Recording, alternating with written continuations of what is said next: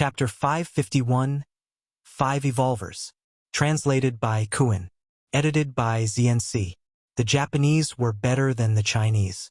This thought had long since become the only truth to Jean Li. If this belief had crumbled, she initially wouldn't have sold her body to work in Japan. All of her actions leading up to her marriage with a Japanese would also have been meaningless. Even if she became just a piece of meat to be toyed with, she would hang on to that motto. Furthermore, she hoped that the Japanese soldiers would treat her better if she stood up for them. At the very least, they might give her clean water and bread. Baka! Shut up! Stupid bitch! Damn piece of meat! Who allowed you to speak? One Japanese soldier immediately lashed out viciously, smacking Jean Li in her mouth. He was afraid that her words might anger that killing devil and hurried to shut her up. Jean Li rolled onto the ground, with a few of her teeth knocked out. After being treated mercilessly, her belief and support were decimated and crumbled instantly. She finally lost her mind and turned into a maniac, muttering, "Japanese? Superior. I want to marry a Japanese. Save me. Yue Zhong.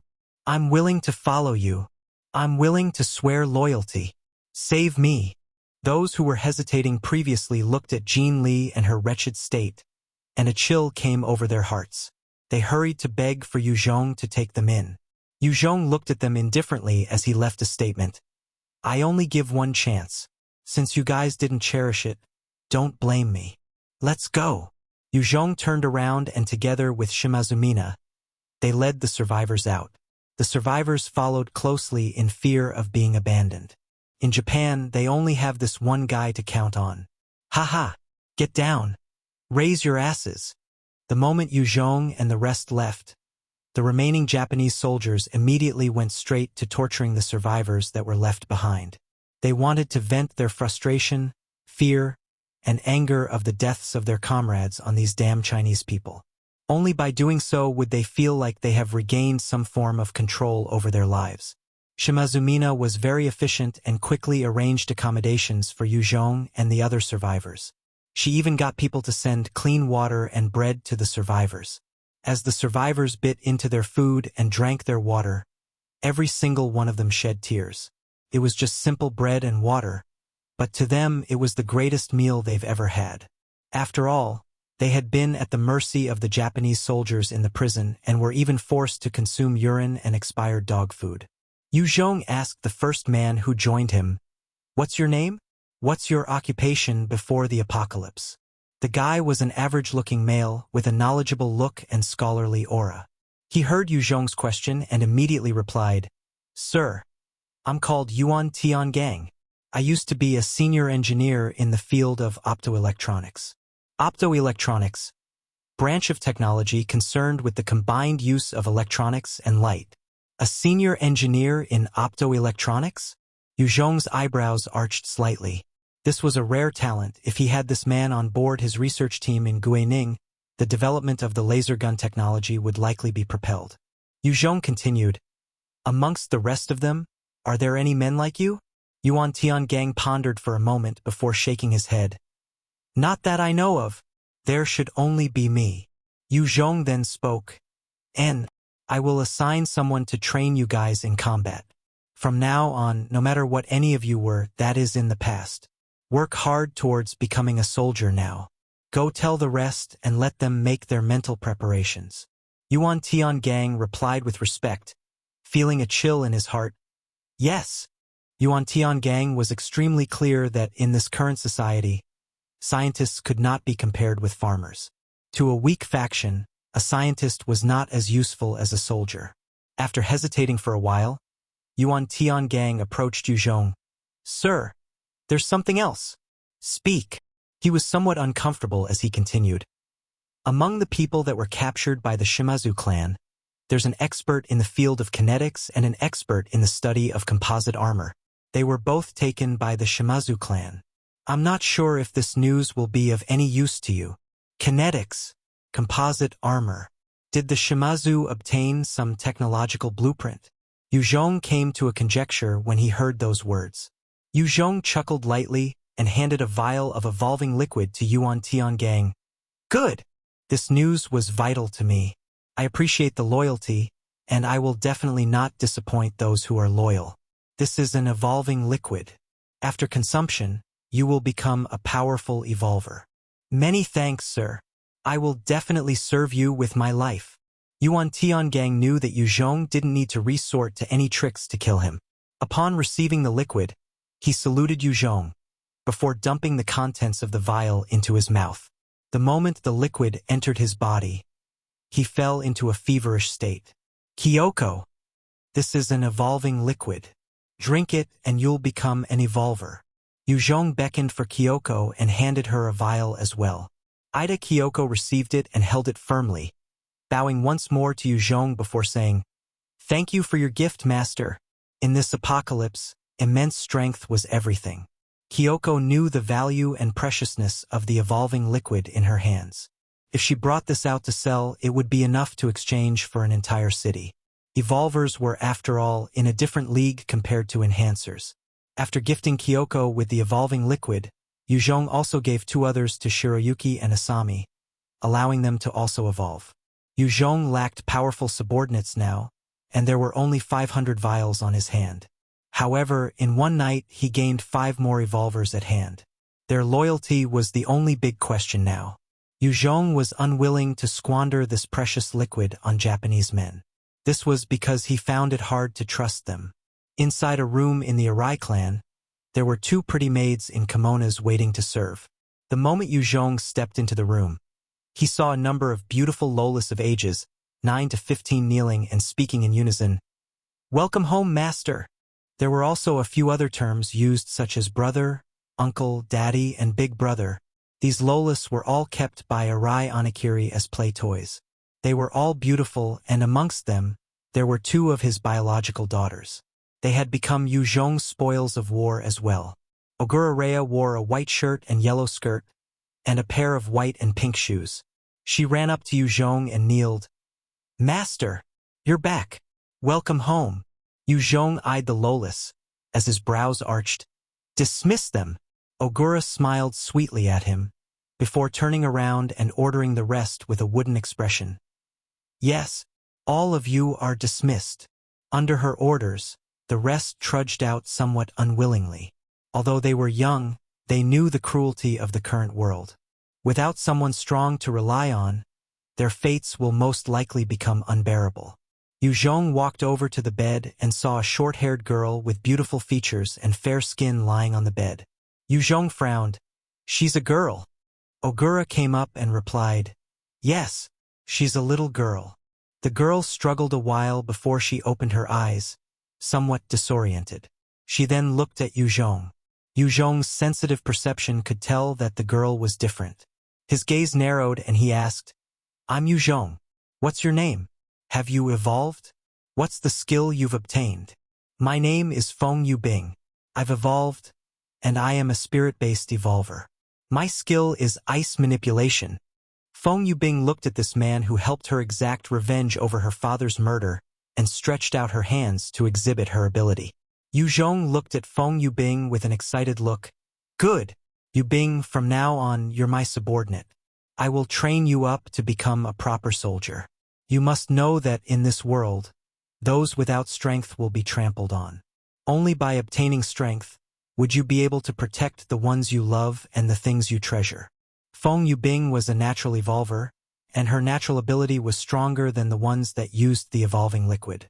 After all, natural evolvers were favored by the heavens, and as long as they undergo proper training, they would become elite soldiers. Feng Yubing looked at Yue Zhong and nodded her head silently. Her life was saved by this man, and her vengeance was made possible by him as well. She had no other wish in this life except to repay this man. In addition to Feng Yubing, Yuan Tiangang, Kyoko, Shiroyuki, and Asami also became evolvers. They manifested abilities alongside their evolution. Yuan Tiangang became a spirit-based evolver, and his skill was mechanical manipulation specialization, allowing him control over any machines. Kyoko was an agility-based evolver, with a second-order agility solidification. Shiroyuki and Asami were both agility-based evolvers as well, with both of them awakening the ordinary high-speed movement ability. Chapter 552. Training. Translator. Translation Nation Editor. Translation Nation. Inside a government office in Guining City, Wei Ning was summoned all the important members to announce some news. Hearing the news, everyone heaved a sigh of relief. Yue Zhong was still their leader, and the only one they could place their trust and hopes on. If he were to die, then all that he had built up would instantly crumble.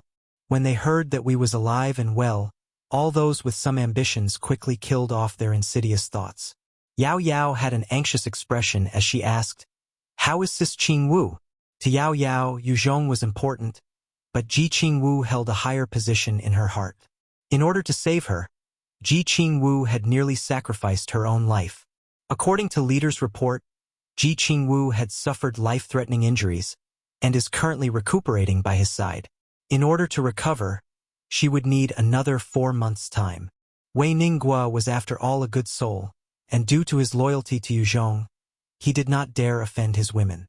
Although Yao Yao was young, she was beautiful and a natural evolver to boot.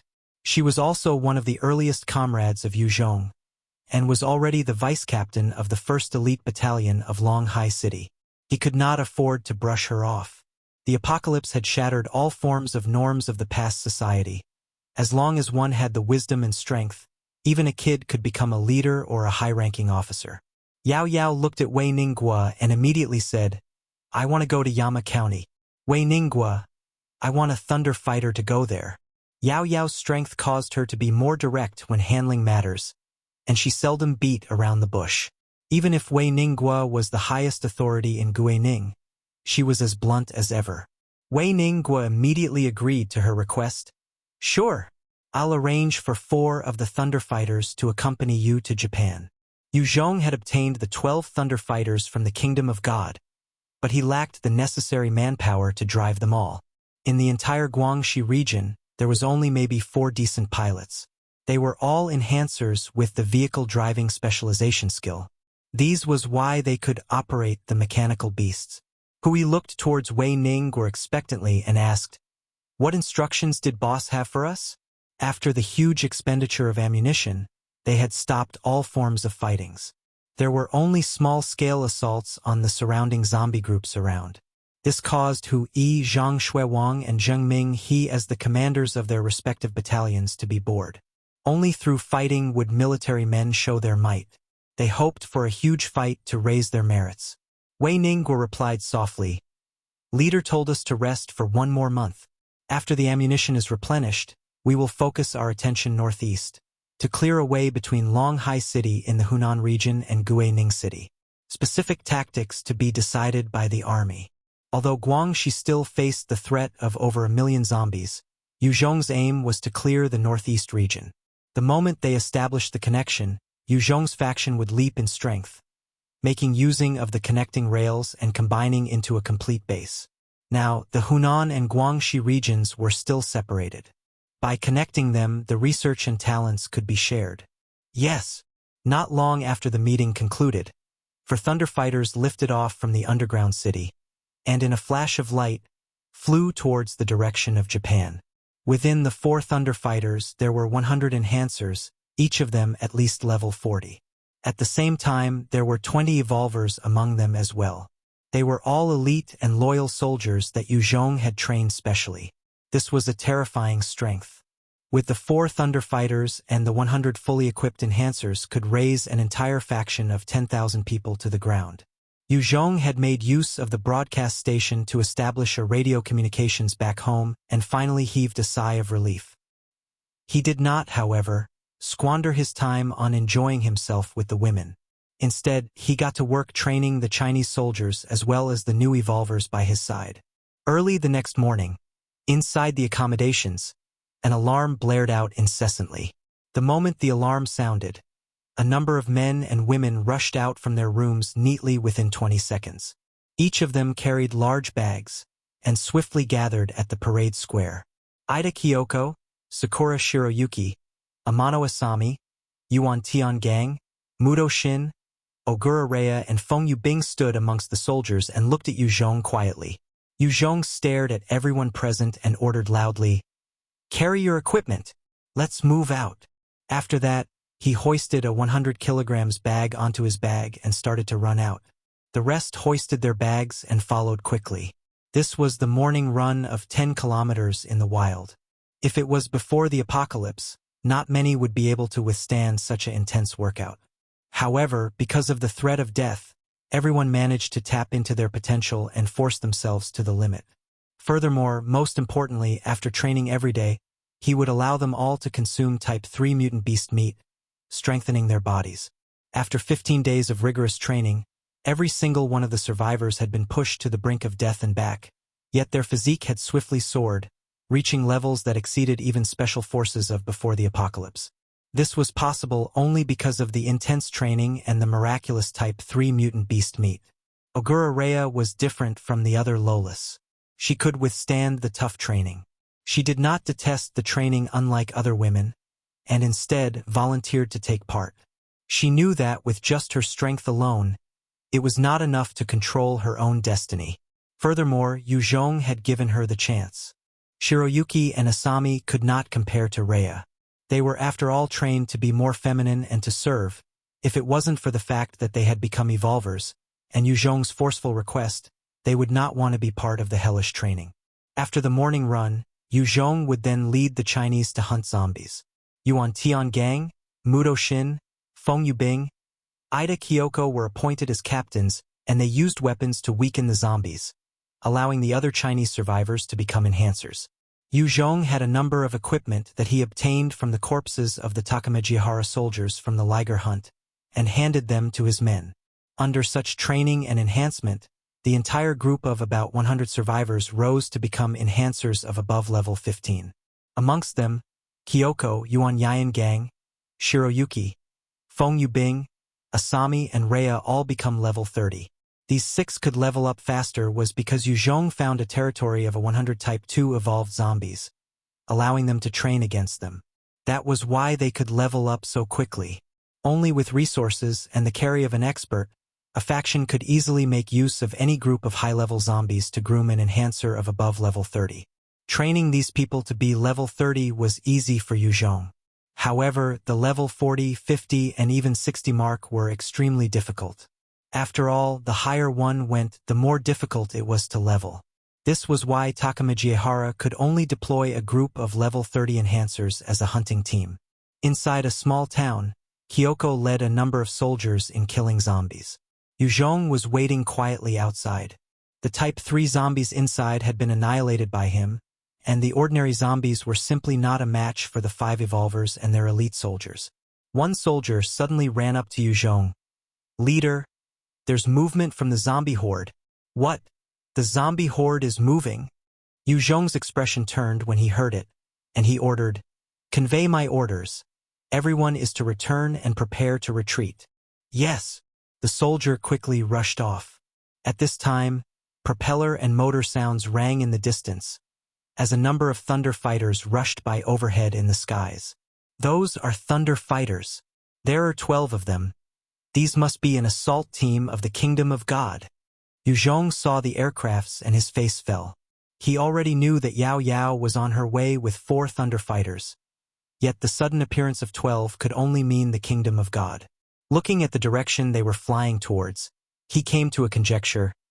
That's the direction of Yama County, the Shimazu clan. "Convey my orders. Everyone is to gather at point 1. Without my orders, no one is to actively go out to fight." Yue Zhong left this line of instructions and he sprinted by himself towards the direction of the 12 thunder fighters. Yue Zhong had trained Kyoko and the rest up in order to gain a unit he could trust and use. However, with his strength, they were still not a match for him. Against the Kingdom of God, they were not going to be much help either. A single elite troop could wipe them out. Chapter 553. The Viciousness of the Thunder Fighter. Translator. Translation Nation Editor. Translation Nation. Yue Zhong activated his shadow steps and his speed reached the limit, exceeding the speed of a Type 2 lightning, even surpassing the thunder fighters in the sky. The Thunder Fighter was a large aircraft, its speed reaching 550 kilometers per hour. However, it had not exceeded the sound barrier. While Yue Zhong's speed had reached 700 kilometers per hour, Of course, Yue Zhong could not maintain that speed for long. After all, he was a biological life form. At most it was for 10 minutes. However, he managed to chase up to the Thunder Fighters. One was significantly larger than the rest by 2 times, loaded with plenty of weapons. Its interior was spacious, as though it was a fortress in the sky. There was a layer of lavish Turkish rugs on the floor, as a blond man with handsome looks stood quietly sipping a glass of wine. There were 2 beautiful and voluptuous Japanese women kneeling by his side, helping to massage his legs. This charming male took another sip before he turned to a bespectacled middle-aged man and asked, "Ashman, does the old man from the Shimazu clan truly possess the Sky Fortress power system and outer hull? They don't even have a level 60 evolver. How could they kill a Type 3 beast to obtain such a treasure?" Ashman pushed his glasses up and replied mildly, "Divine envoy, sir, other than strength in this world, there's luck. Shimazu Fuji was just lucky." The power system diagram exploded out when he expended a large number of experts to kill a Type 3 mutant beast. As for the outer hull, he had obtained it by exchanging with 10 beautiful virgins with some evolver. To ordinary evolvers, those diagrams are worthless. This handsome blonde man was one of the divine envoys of the Kingdom of God. A level 62 spirit evolver, the envoy of ice, Julius. A powerful-looking, beautiful woman with golden hair and an incredibly sexy figure in a silver combat suit appeared. As she spoke slowly, "Julius, the Shimazu clan are just ants. They don't deserve 2 envoys to move. I'll be enough to get them to hand the diagrams over obediently." Julius looked at this woman, Suzanne, contemptuously. "Suzanne, Shimazu Fuji is not an idiot. Even if you were to parade your huge ass like a dog for him to fuck, he won't be so stupid as to hand it to you. However, if you were to crawl over here and let me do you, I can give you the chance." Suzanne was a mixed blood of Aryan and Gypsy descent. She wasn't a pure-blood Aryan, and although she held a position as one of the divine envoys, she was the lowest rank. Her position and all the resources she received were the lowest. She was also looked down upon by the rest. Gypsy women had the connotations of being prostitutes for a period of time in the Western world. After the apocalypse had happened, due to the prevalent belief of race and superiority, the Kingdom of God was led by mainly Aryan people. Mixed blood people like Suzanne were often ostracized or looked down on. Tien. I have no idea about Gypsy women being prostitutes. Doesn't say anywhere on the web. So it could have been misinterpreted in some form to the author. In fact, the proper term for the Gypsy are the Romani people. Of course, not everyone was a nationalistic Aryan. Otherwise, Suzanne would definitely not have the chance to rise to an envoy status, and would only be treated as a lower caste member of society. When Suzanne heard Julius' words, she stared at him with a venomous hatred, and her hands flipped, causing 2 desert eagles to appear. "Julius, are you hoping to anger me to the point that I shove these desert eagles up your worthless ass and turn it into a pile of minced meat, before I slice that useless thing you call a dick and shove it into your mouth?" Julius flung the wine glass in his hands to one side and stared back at her with a vile gaze and spat out his words.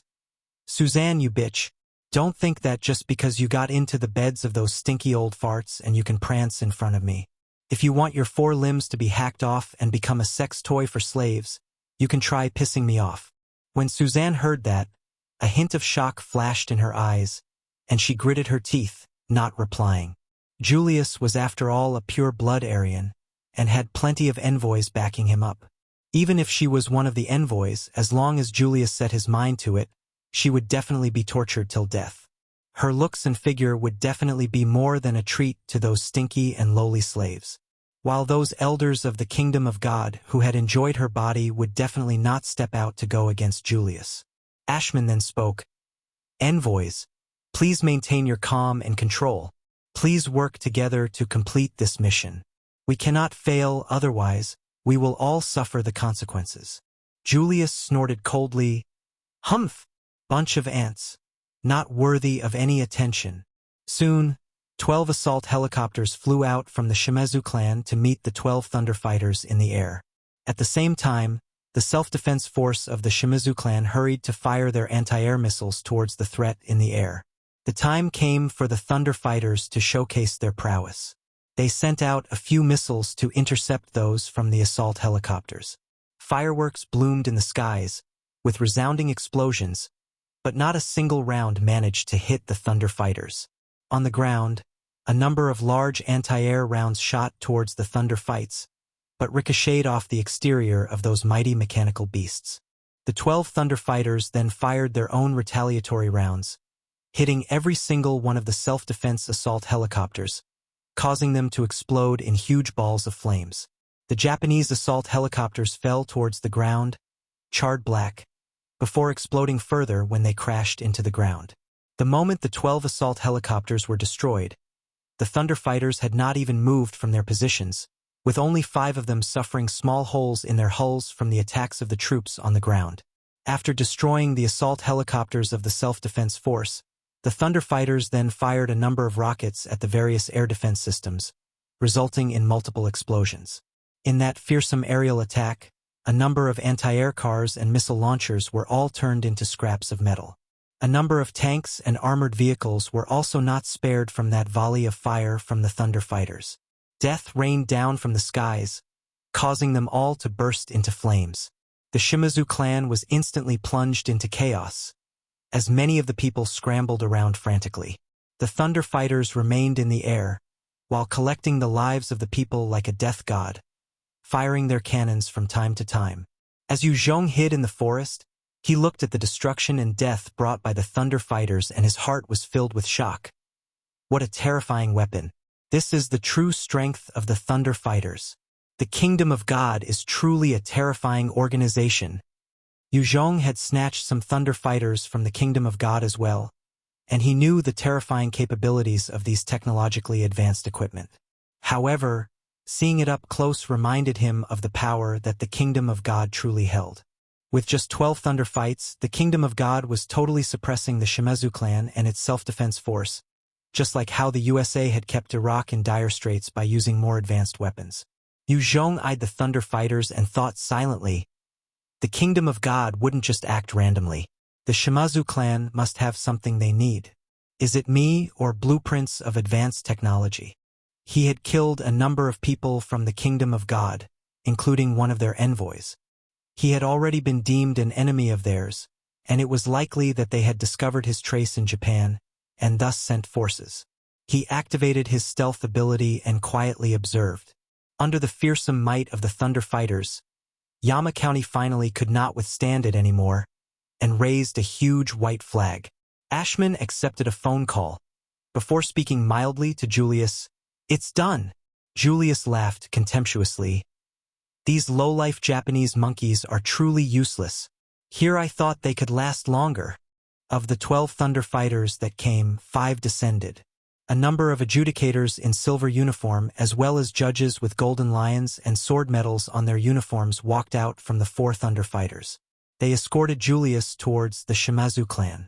As for Suzanne, she stayed where she was, guarding the Thunder Fighters. The moment Julius saw Shimazu Fuji, he spoke threateningly. "You must be Shimazu Fuji. I'm Julius, one of the divine envoys of the Kingdom of God. Hand over the 2 diagrams of the Sky Fortress within your possession. Add on 20 beautiful virgins, and swear to join the Kingdom of God. You can then live. Otherwise, everyone in your Shimazu clan will perish." "Kazuhiko, it was you?" Shimazu Fuji saw a man beside Julius and his expression turned crestfallen. That man was called Yokota Kazuhiko, and he was the trusted aide of Shimazu Fuji. He would never have expected his right-hand man to betray him. Chapter 554. Instant Killing Julius. Translator. Translation Nation Editor. Translation Nation. Yokota Kazuhiko's complex gaze landed on Shimazu Fuji. Before he spoke slowly, "Clan Lord Sama, the Chinese has a saying, the smart beasts would choose a good tree to perch. The future of this world lies in the hands of the mighty Kingdom of God. Only by believing in the one true God, there would be a chance to enter heaven and not hell. I just want to enter heaven after I die."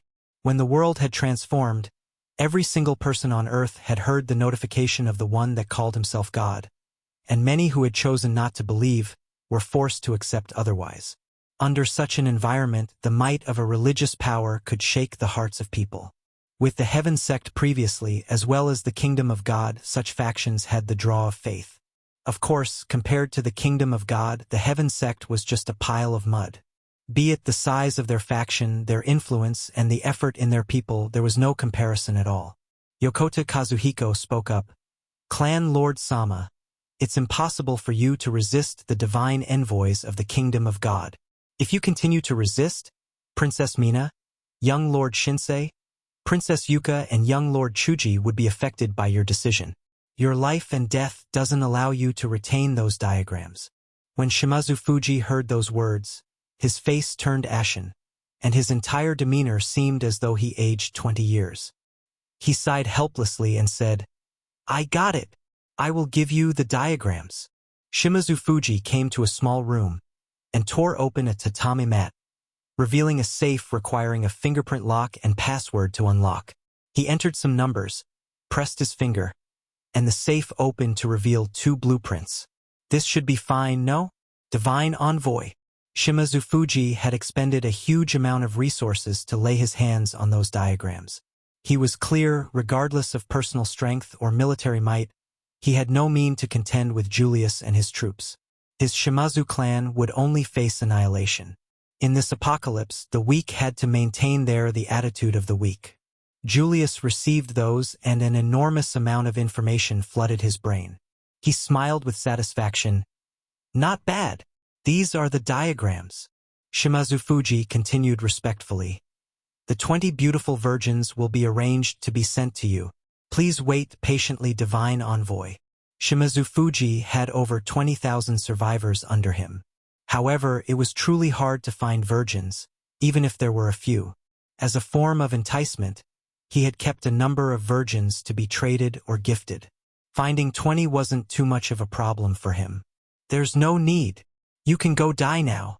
At this point, Yokota Kazuhiko's eyes flashed with a murderous gaze, and he pulled out the Japanese katana by his waist and slashed downwards, slicing Shimazu Fuji in 2. Shimazu Fuji had been sliced in 2. There was still a look of disbelief on his face, not expecting that blow from someone he had trusted. Julius frowned. You should have waited until he had given me those virgins. Yokota Kazuhiko turned and bowed at a 45-degree. Divine Envoy, I can promise you 30 virgins. Furthermore, the 2 princesses are absolute beauties. They're the princesses of the Shimazu clan, and definitely higher in quality. Then I'll leave it to you.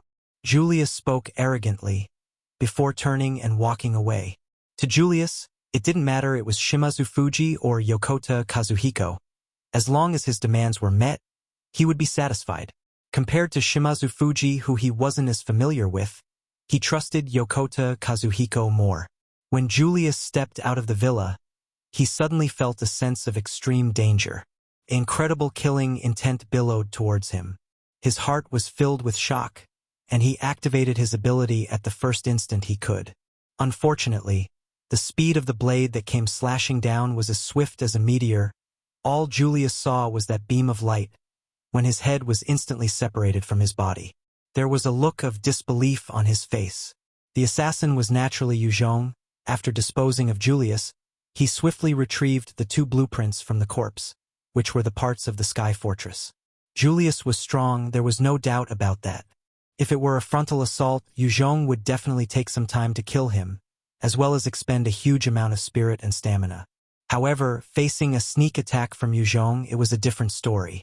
Because Julius was a spirit and strength dual attribute evolver, while he was strong, his defense against assassination attempts were weak. The moment Yokota Kazuhito witnessed Julius' unfortunate fate, his face fell, and he quickly tried to escape. Yokota Kazuhito had just ran out the door when a cold light flashed out from a corner, and his head was likewise separated from his body, rolling onto the floor. Yue Zhong saw Yamada Ikeyuma stepping out suddenly from the corner, and he instantly went on full alert, emitting a strong killing intent. Who are you? Yamada Ikeyuma's strength was not a joke, and it was obvious that he specialized in assassination. To Yue Zhong, if such a person was an enemy, it would be a nightmare to his subordinates. Other than himself, not a single person by his side could withstand a single hit. Yamada Ikkyuma bowed before retreating into the darkness. Yue Zhong-sama, I'm not your enemy. I'm the guardian of the Shimazu clan, Yamada Ikkyuma. Since the clan lord had died, I will continue to protect the next Shimazu leader. Yue Zhong frowned slightly. The guardian of the Shimazu clan? It might be troublesome.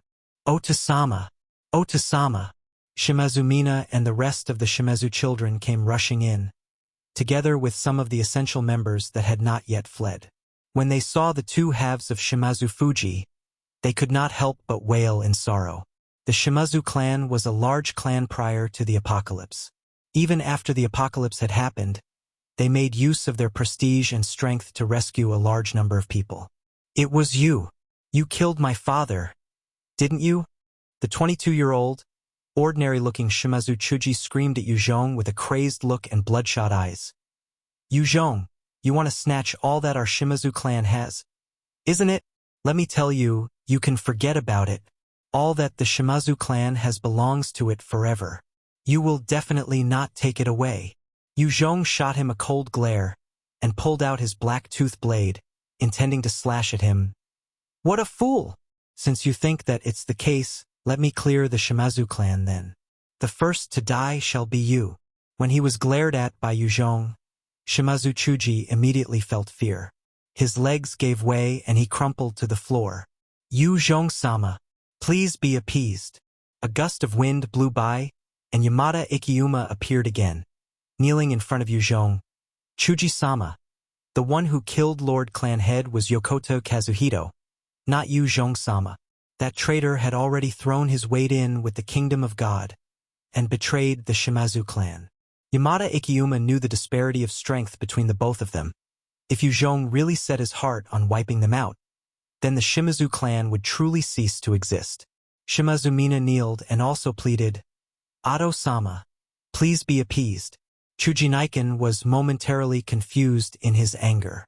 He didn't mean what he said. Watch your stinky mouth. Yue Zhong kept his weapon and stared coldly at Shimazu Chuji. The Shimazu clan was the overlord of the Yama County. If Yue Zhong were to wipe them out, then the entire Yama County would be plunged into chaos. In a short period of time, it would be hard to gather strength to resist the kingdom of God. Yue Zhong shot the people present a glance and said, I'm announcing for Shimazu Mina to be the leader from now on. Does anyone have any objections? Everyone present immediately exchanged glances while keeping quiet. They weren't willing to give up the claims to the Shimazu clan, but in view of Yue Zhong on one side and the kingdom of God on the other, they could only keep their silence. Shimazu Mina was slightly alarmed as she tried to decline. Ado-sama, it's impossible for me. Although Shimazu Mina was capable, she had not been groomed to take over the reins. She was just a tool to be used as a bargaining chip in Shimazu Fuji's plans. Hearing Yue Zhong's sudden announcement, she was at a loss. Yamada Ikkyuma immediately kneeled in front of Shimazu Mina and spoke seriously. Princess Mina, I, Yamada Ikkyuma, am willing to serve you. Please take over the reins of the Shimazu clan. The Yamada family had been serving the Shimazu clan for generations. He wasn't going to be loyal to Yue Zhong, and in order for the Shimazu clan to flourish, handing the reins to Shimazu Mina was the best choice. After all, she was one of Yue Zhong's women, and he could rely on that bond to get Yue Zhong's help. Yue Zhong patted Shimazu Mina's shoulder and encouraged, Mina, you can do it. Now, your first task is to get people to suppress the chaos in Sakura Town.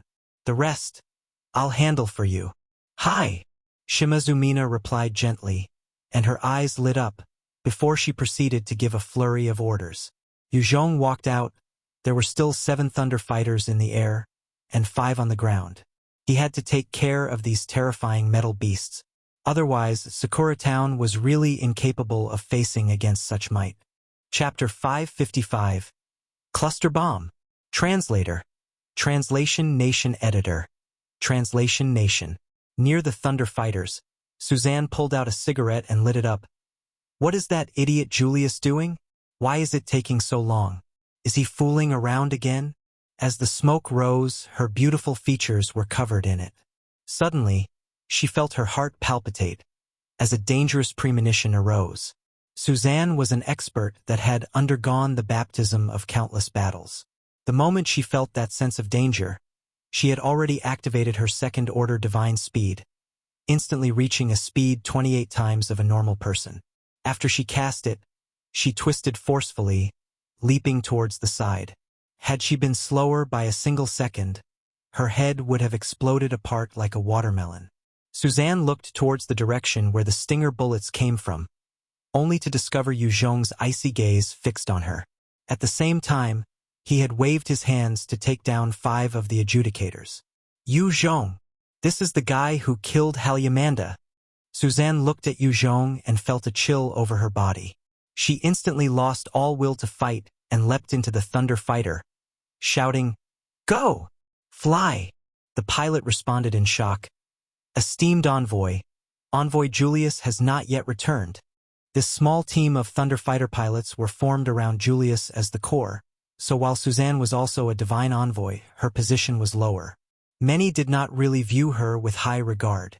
Suzanne's features were contorted in fury, as she pointed a desert eagle at his head and barked coldly, "Fly up immediately, otherwise, I'll blow your fucking brains out."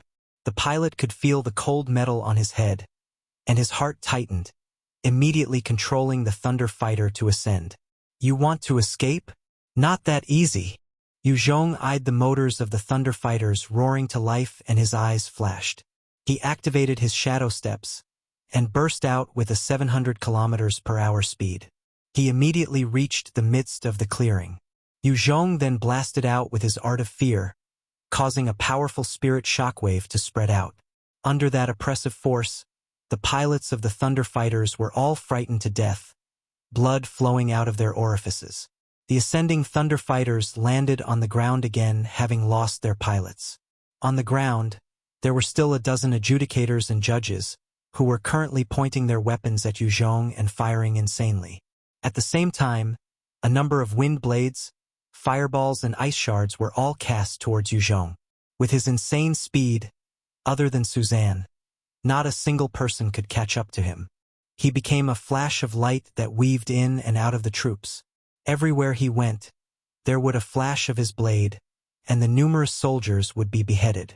As Yue Zhong was engaged in his slaughter, a lithe figure leapt out from the cockpit of the Thunder Fighter, as a long and slender leg filled with explosive force aimed towards Yue Zhong's head. Yue Zhong had just killed an adjudicator, and he had no time to defend himself, only able to raise his right hand to block. That powerful kick sent Yue Zhong flying back by over 6 to 7 meters. Suzanne, who was behind that kick, instantly pounced towards Yue Zhong like an enraged leopard, using her insane speed to launch multiple attacks on him. The human's fist traveled faster than a person running.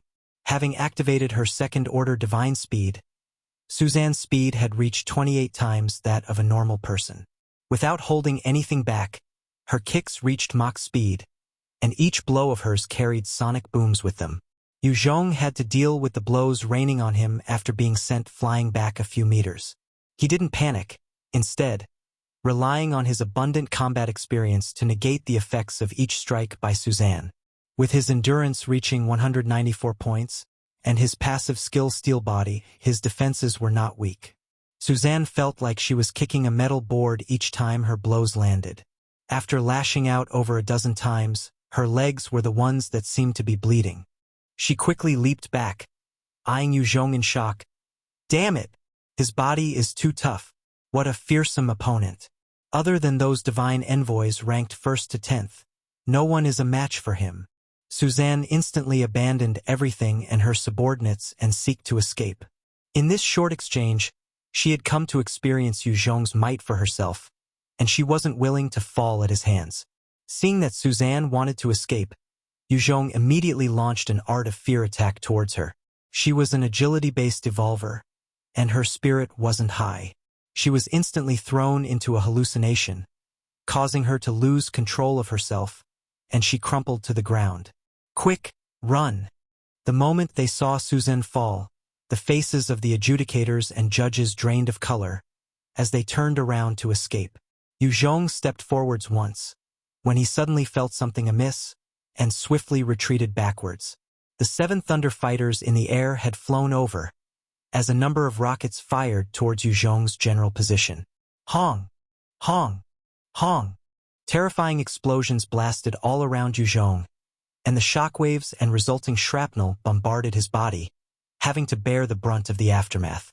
If Yue Zhong's endurance wasn't enough, he would have been pulverized by that bout of attacks earlier. However, he still didn't underestimate the devastation of the attacks, choosing to dodge and evade whatever he could.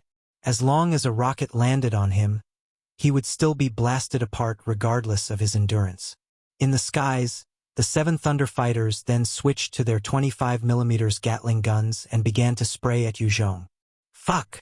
He had to run. In a few breaths, he reached one of the fallen Thunder Fighters and leaped behind. Making use of the hull of the Thunder Fighters to block against the attacks from the Gatling guns, he could finally take a breather.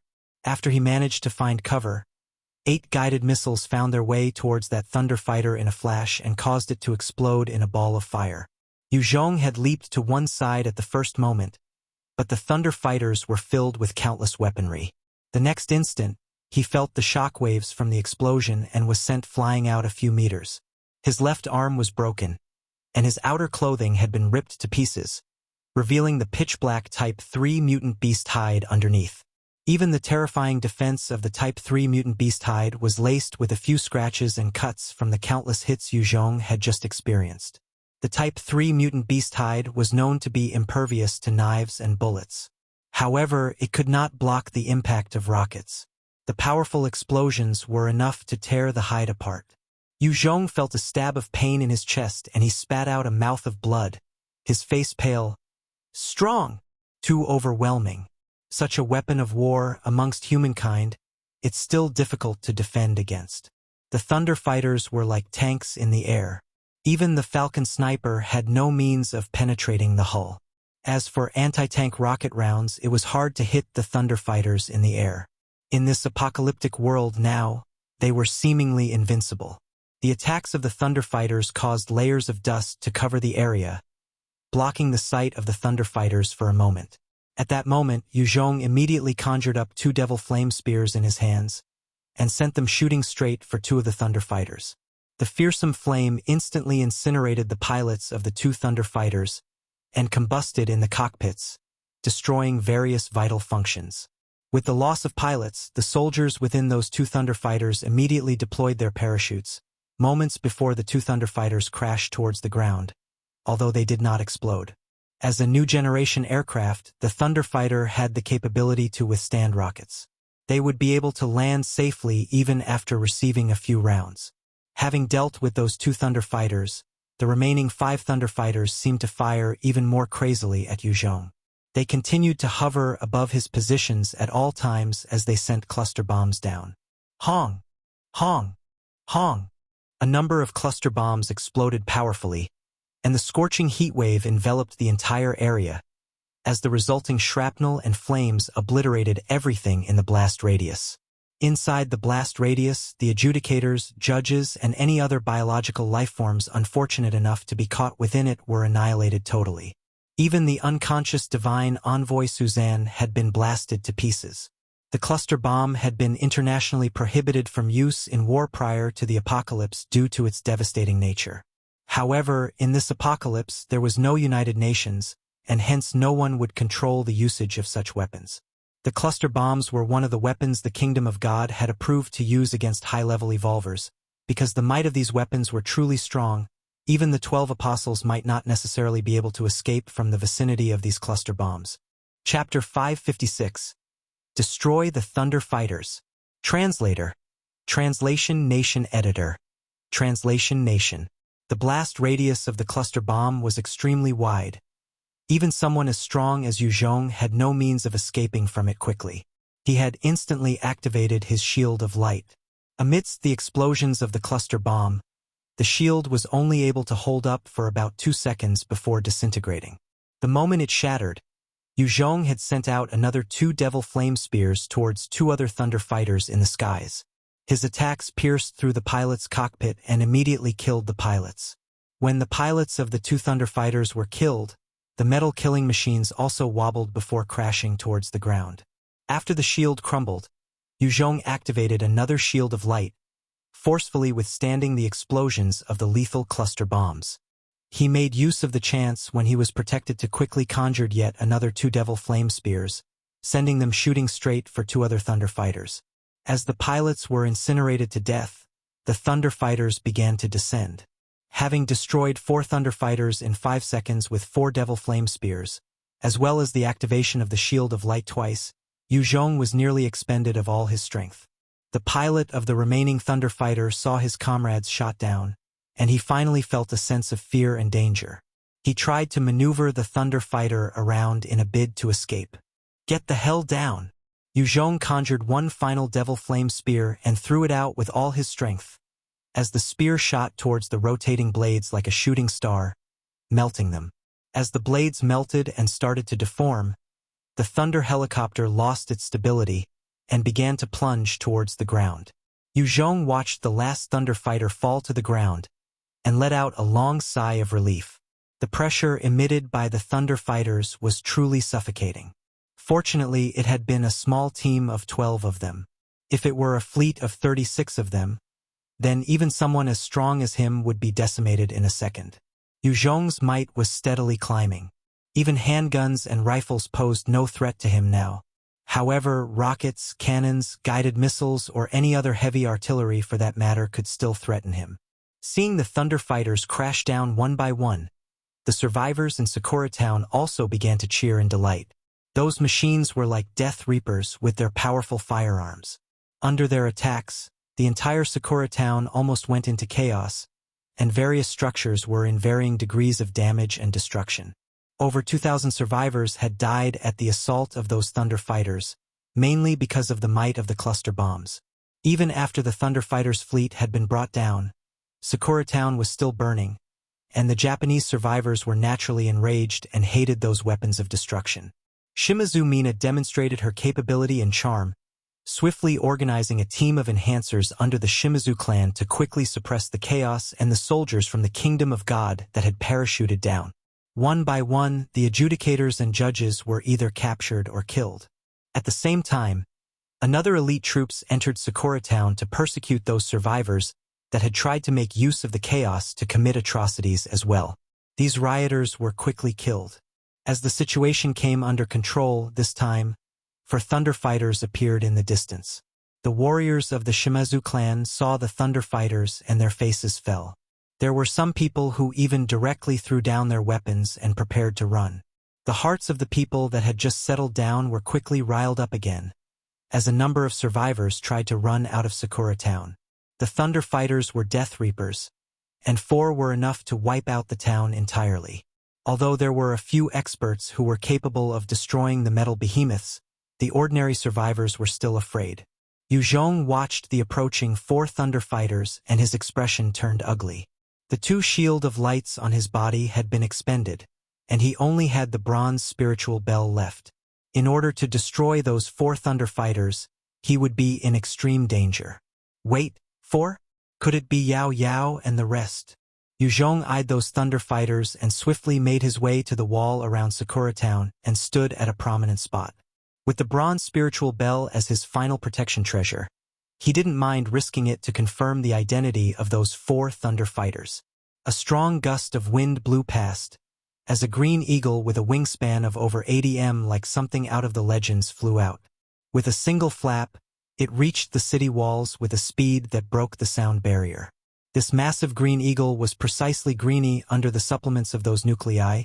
It had already evolved to its Type 3 stage, reaching level 80. The moment Greeny reached the city wall, it used its head to rub against Yue Zhong affectionately. As Yue Zhong's first tamed beast, it had grown from its hatchling stage to a Type 3 mutant beast. Therefore, it felt a lot closer to Yue Zhong than the rest of his tamed mutant beasts. "Where's Sis Qing Wu?"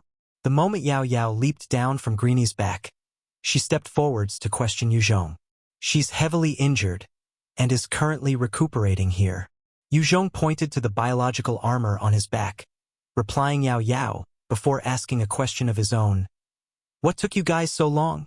Yue Zhong knew that they had set off from Guangxi about 14 days ago, yet they had only reached now, which was unexpected. "Let's not talk about that. We met a whole bunch of aerial mutant beasts along the way. In order to route around them, we wasted so much time. Give me Sis Qing Wu.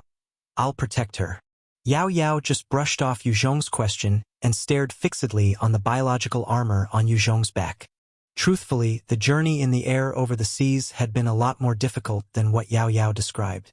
The team had come across a few waves of aerial mutant beasts and were assaulted by them. If it weren't for the powerful defenses of the Thunder Fighters, as well as Greenie protecting them as one of the tyrants in the skies, the team would have been wiped out. Furthermore, the maximum distance that the Thunder Fighter could travel at one time was 2,000 kilometers. In order to reach Japan, they had to unload much of their equipment, instead filling the space with fuel. If they were attacked along the way, they could have exploded from the sheer amount of fuel. It was truly dangerous. Yue Zhong hesitated a while, before handing the biological armor on his back over to Yao Yao. The 4 Thunder Fighters came to a stop, and a number of experts above level 40 stepped out. They were led by Xiao Sheng. When the armed militants saw the elite soldiers of the Special Forces stepping out from the Thunder Fighters, their eyes flashed with awe. Every single soldier of the Special Forces were decked in the Raven combat uniform and wore high-level mutant beast hide. They carried sniper rifles, assault rifles, hand grenades, and Tang replica swords hung at their waists. They were truly armed to the teeth.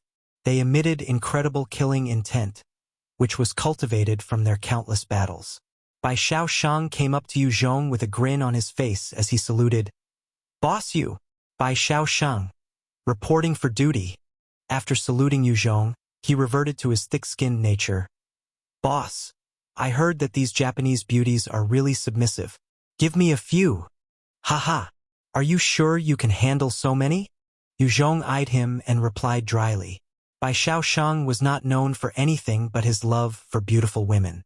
Following Yue Zhong, he had experienced countless combat, and his only requests had always been women and only beautiful ones at that. Furthermore, he was a high-ranking subordinate of Yue Zhong and had obtained many women, thus forming a huge harem. When Xiao Sheng heard that, he also sighed. "True, it's troublesome to have too many women. My resources are always wiped out quickly." Xiao Sheng had over 100 women in his harem, and the upkeep was truly staggering. If it wasn't for the fact that he was a high ranker under Yue Zhong, he could not keep up with their resources. Even then, it was quite a responsibility to be in charge of 100 women. Xiao Sheng hesitated, and with a pained expression, he spoke out, "All right, this time I'll just want 5 Japanese beauties. I can't handle any more already. Then it will depend on your performance." Yue Zhong didn't continue this line of small talk, as he resumed to business. "When you guys arrived, was the horde moving towards here?" Xiao Sheng's expression also turned serious. "That's right, boss. When we came, the sea of zombies was currently making its way here. In another 4 hours, they would reach here. I reckon that we should replenish our food and fuel, and quickly get out of here. With the defenses here, it won't be enough to hold off the onslaught of the zombies." Sakura Town had just come out of an assault by the Kingdom of God. There were burning debris everywhere, and various fortifications and constructed defenses had been destroyed. Over 2,000 survivors had also perished under the assault by the Kingdom of God, and another 3,000 had tried to escape the town. Although there were about 15,000 survivors left in town, the true soldiers that could fight numbered only about 1,000 or so. These soldiers included the 100 over Chinese survivors as well as reinforcements from Xiao Sheng's forces. A team of 1,000 against a few 100,000 zombies, without any fortifications or preparations and defenses. It was basically impossible without sufficient firepower. The most important thing was that Yue Zhong has no reason to fight to the death. This was Japan and not China. Even if the place was overrun, he just had to bring his Chinese survivors away and leave. Yue Zhong found Shimazu Mina and said, "The zombies of Yama County are currently moving here. Sakura Town is a lost cause. Follow me, Mina. Come with me to China." Shimazu Mina immediately kneeled down and begged, "Ado-sama, I cannot just abandon the rest and come with you. These are the people who placed their trust and lives in the hands of our Shimizu clan. If I were to go, half the survivors in Sakura Town would die." Please, please save them. I know that you're a man of miracles. You'll definitely have ways to save them. Chapter 557. Repelling the Zombie Horde. Translator. Translation Nation Editor. Translation Nation. Shimazumina was someone who had received exemplary upbringing.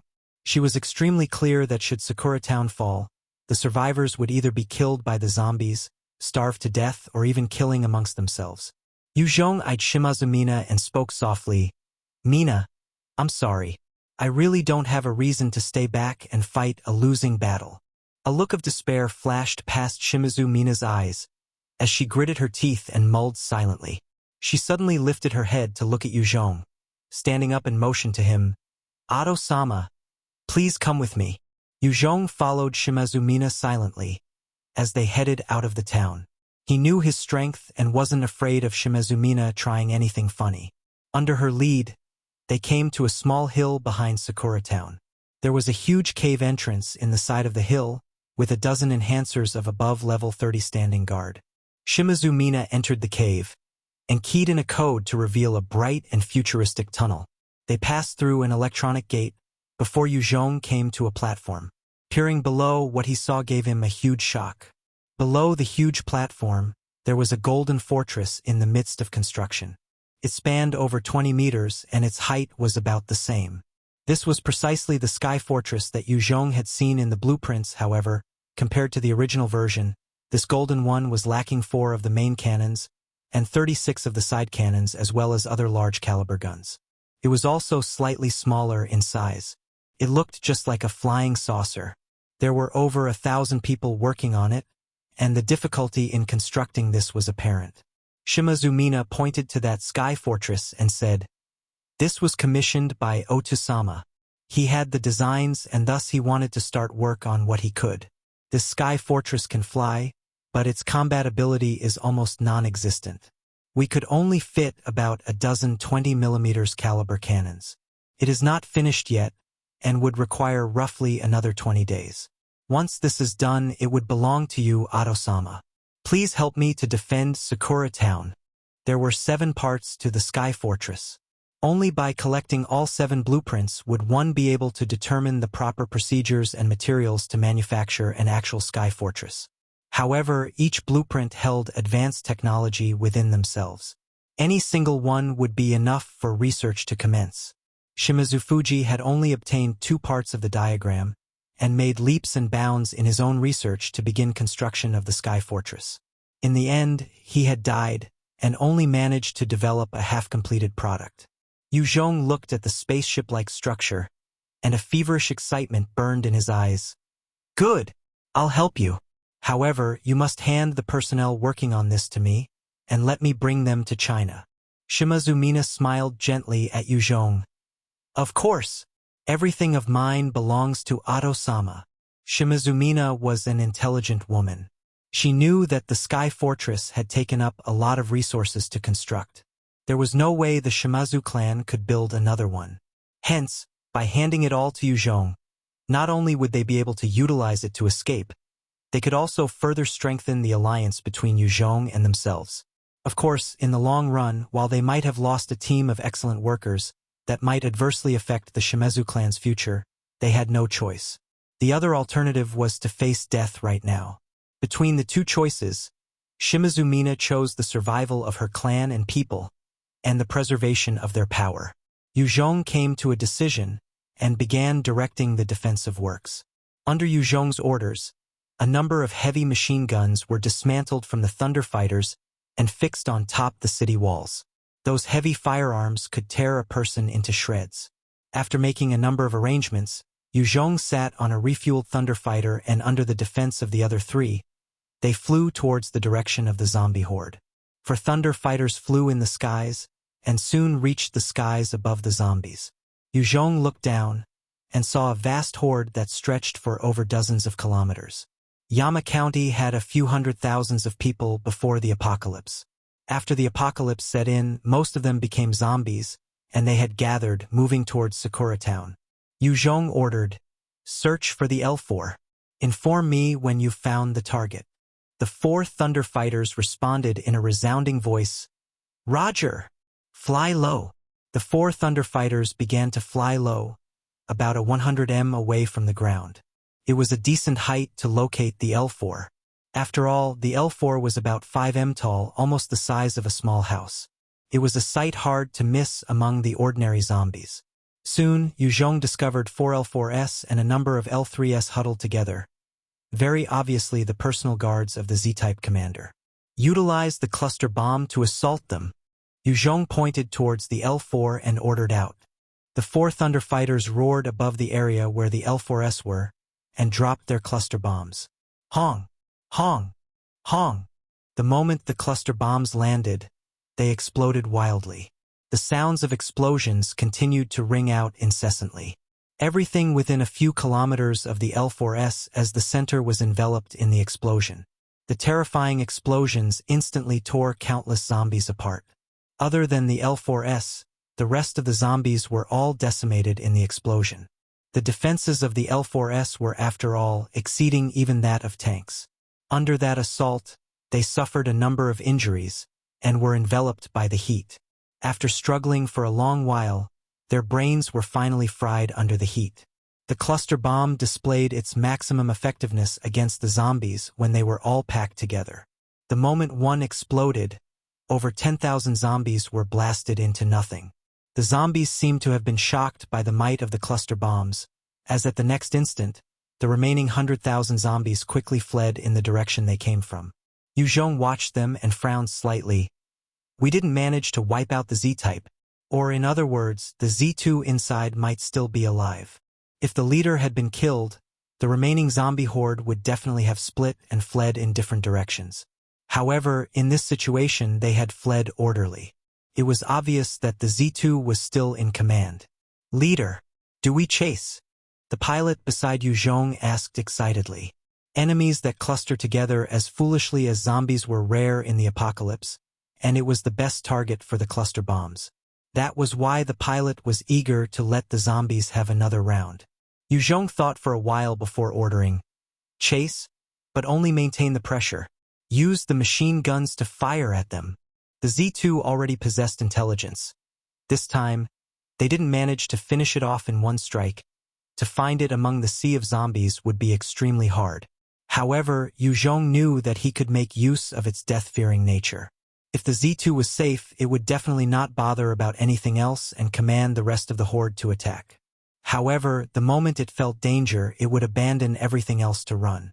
It would even activate a troop to protect its own safety. It was very like a human in that sense.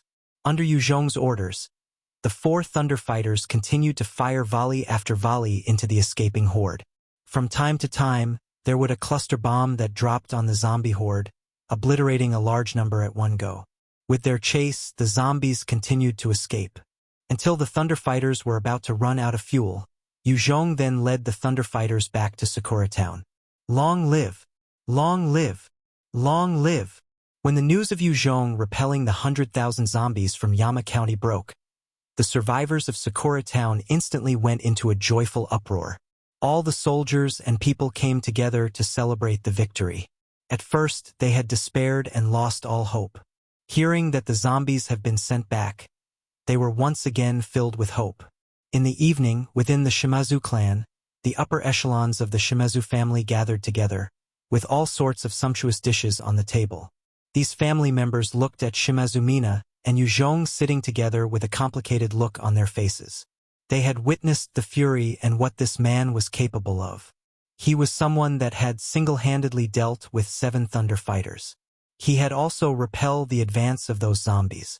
The survivors were filled with awe and veneration towards him now. This godlike character was the head of their clan. How could not be amazed? However, while they relished the security, they abhorred the potential of Yue Zhong stealing the Shimazu clan's power. Of course, the Shimazu clan didn't know that Yue Zhong had just repelled the hundreds and thousands of zombies, and not truly kill the Z-type. They didn't even kill all of the zombies. After some time, the zombies would still gather and come back. After dinner, Shimazu Mina and a few other key members of the clan invited Yue Zhong and his subordinates into a room. Shimazu Mina's eyes sparkled as she smiled sweetly at Yue Zhong before dropping a bomb. Ado-sama, Are you interested in the Yokosuka base? Yokosuka, Port and Navy Base in Tokyo Bay. Chapter 558. Type 4 Nuclei. Translator. Translation Nation Editor. Translation Nation. Yokosuka Base? Yue Zhong was stirred when he heard those words. The Yokosuka base was located 50 kilometers southwest of Tokyo, Kanagawa Prefecture, and it was the largest base of the U.S. Navy in the Western Pacific and the only aircraft carrier maintenance base. Over there were countless warships docked, and prior to the apocalypse, there was even a carrier fleet stationed there. Other than the American fleet, the Japanese Self-Defense Force had also stationed a large fleet there as well. If Yue Zhong were to get his hands on those, his military might would instantly soar. The Yokosuka base was the only place for maintenance of aircrafts after all. There were countless advanced tools, machinery, and equipment. It was practically a treasure trove. Yue Zhong stared at Shimazu Mina and his eyes twinkled. Yokosuka base is very near Tokyo, and there are over 30 million zombies there right now. How do you propose to head over there? The Kanagawa Prefecture alone would have at least 9 million zombies as well. What do you suggest? The Yokosuka base was truly a huge treasure vault left in this apocalyptic world. Almost all the Japanese factions knew about the allure of such a place, but no one dared to covet it. This was because it was in a prefecture with high human traffic. There were at least 3,000 people per square kilometer. With over 9 million zombies there, regardless of the size of faction, it was a horde that no one dared to face. Shimazu Mina's eyes shone with a strange light as she explained. The Kanagawa Prefecture might have over 9 million zombies, but the Yokosuka base would only have about 10,000 people at most. Once the Sky Fortress is finished, we can make use of it to fly over. Initially, Shimazu Fuji had spent much of his resources to procure the two diagrams, precisely because he wanted to be able to travel through the skies and obtain that naval base. If he had been successful and swallow all the ammunition and machinery, as long as Takamajihara did not mind him, he would have become a huge overlord in Japan as well. Shimazu Mina looked to Yue Zhong and explained her request. However, there's a slight problem. The Yokosuka base might have anti-air defenses. We need to send people to conduct reconnaissance. Otherwise, if the Sky Fortress were to meet hostile fire the moment we reach, it would be dangerous for us. Ado-sama, I hope that you can deploy some experts over there to find out what's there first. We have to determine if there are any remnant U.S. troops. It was of vital importance that they made sure of the current situation over at Yokosuka base. Otherwise, if the Sky Fortress were to be bombarded by anti-air missiles, Yue Zhong would lose his Sky Fortress. This precious item had been manufactured at the cost of countless resources. If it were destroyed, the Shimazu clan had no means of manufacturing another one. Shimazu Mina continued, Among my subordinates, there's one who managed to escape from the Shizuoka Prefecture. He knows of a small road that leads through the prefecture. The mission is important, but the risks are there. I hope Ado-sama would consider sending his strongest elite soldier to accomplish this task. They could not rely on the Thunder Fighters to just barge in, because even if the Thunder Fighters were terrifying, if they were bombarded by anti-air missiles, they would likewise be destroyed. After all, the weapons of the strongest army on Earth were vastly superior to the goods of the Shimazu clan. Yue Zhong thought for a while and nodded. I got it. I will personally head over there to check things out. When Shimazu Mina heard that, her face instantly turned to one of horror. No! That's too dangerous. Ado-sama, it's too dangerous. Please rethink your decision. There were over 3 million zombies in the Shizuoka Prefecture, and over 9 million zombies in the Kanagawa Prefecture. Along the way, who knew how many more towns and zombies were lying in wait? Other than the zombies, as Japan had concentrated efforts on greening and environmental protection, within their lush and thick forests, there were sure to be powerful mutant beasts as well. Even though Yue Zhong was almost a powerful god to Shimazu Mina, she felt that this mission might be beyond his capabilities. After all, a horde was not something a single person could face. Although there was no love between them, her power was gained through him. Furthermore, he was one of the Shimazu clan's backers now. If he were to die, the Shimazu clan would fall into dire straits. Yue Zhong turned to Yao Yao as he said, Save your words. I've made up my mind. Yao Yao, I'll leave Ji Qing Wu's protection to you. I'll bring Bai Shaosheng, Ida Kyoko, and 100 of the men to conduct this mission.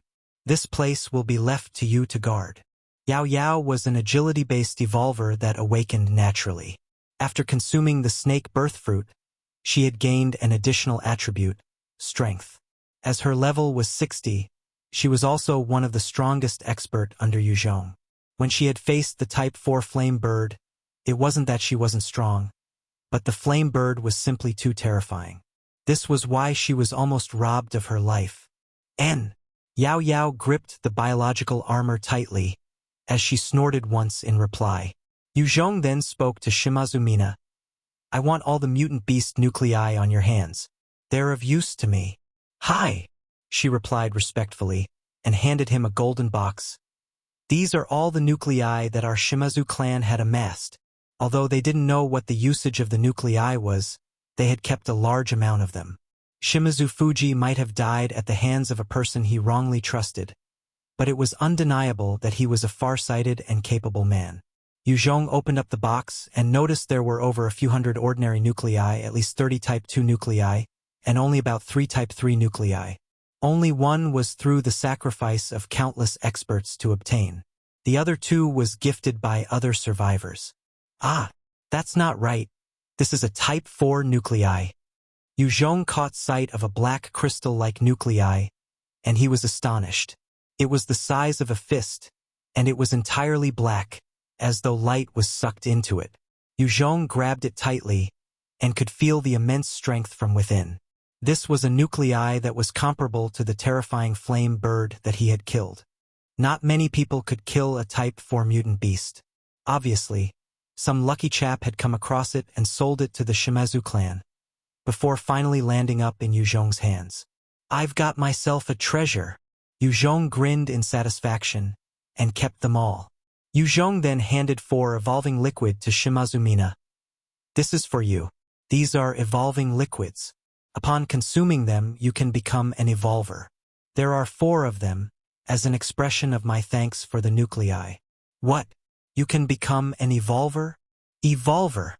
This can allow someone to become an evolver? Clan Head Sama, please give me one. I'm willing to serve with all my life and strength. Clan Head Sama, Hakaku Kimesa is willing to serve you loyally for all his life.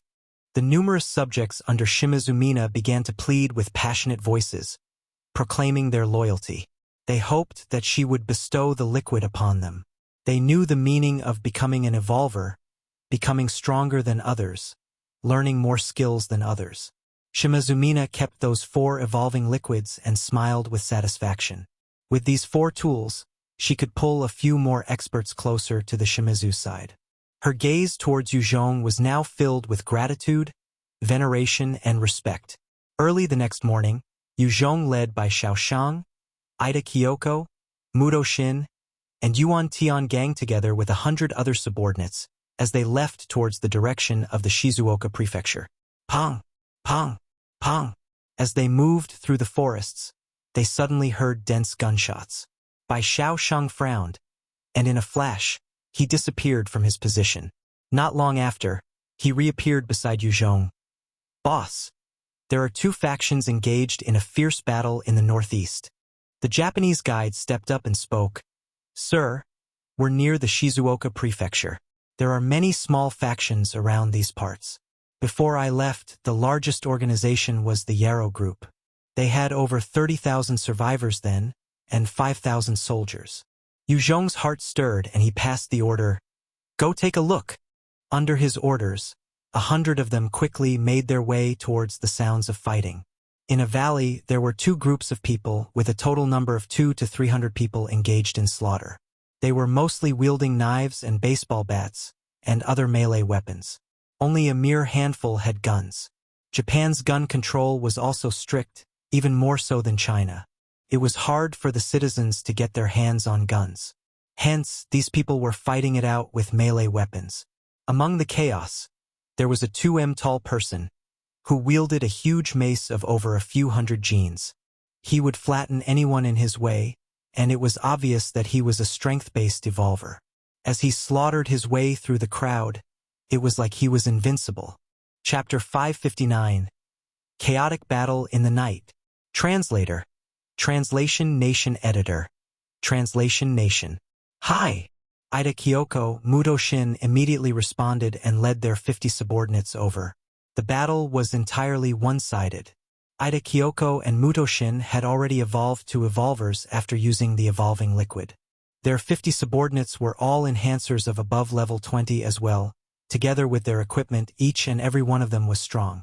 The moment their team met the two groups fighting, they crumbled under the might.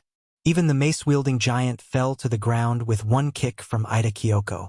Muto Shin used his level 2 treasure odachi to kill a few of the militants as he shouted, "Surrender, and you'll keep your life." His subordinates also echoed his words, and soon, the few hundred militants began to kneel. They looked at the new group with fear in their eyes. Yue Zhong had only mobilized Ida Kyoko and those Chinese survivors that he had recently drafted into his troops, and they were more than enough to defeat those militants. There was still Bai Shaoshang and his own team of elites that had not yet acted. This led the militants to be even more fearful. The difference in strength between enhancers and normal people was too vast. In this battle, 3 people on Yue Zhong's side only suffered light injuries, and had killed 30, heavily injured 60, totally suppressing those militants. There was only death for ordinary folk with no guns when facing enhancers. Yue Zhong walked over to the burly and tall giant, as he ordered, "Lead me to your base." The giant looked at Yue Zhong fearfully and quickly nodded his reply, "Hi." Led by the giant, Yue Zhong and his team came to a small village. It was surrounded by mountains, and only one road led to the outside world. There was a total of about 500 survivors, and they all watched Yue Zhong nervously. Japan was a country with a dense population. The majority of the citizens were in the cities though. The populations in the outskirts and villages were much lower. Hence, the survival rate of those people were higher. Within the most lavish mansion inside the village, Yue Zhong eyed the burly giant indifferently and asked, "What's your name?" The giant replied carefully, "My name is Fukuohan Ten."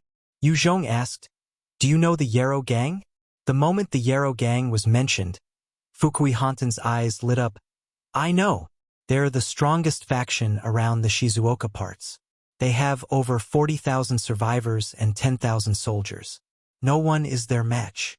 Yue Zhong asked, "Do you know where their central base?" "I know. It's in the Demon Forest." Fukui Hanten was worried that Yue Zhong might not understand the meaning of the Demon Forest, and he continued, "The Demon Forest is about 20 kilometers north of here.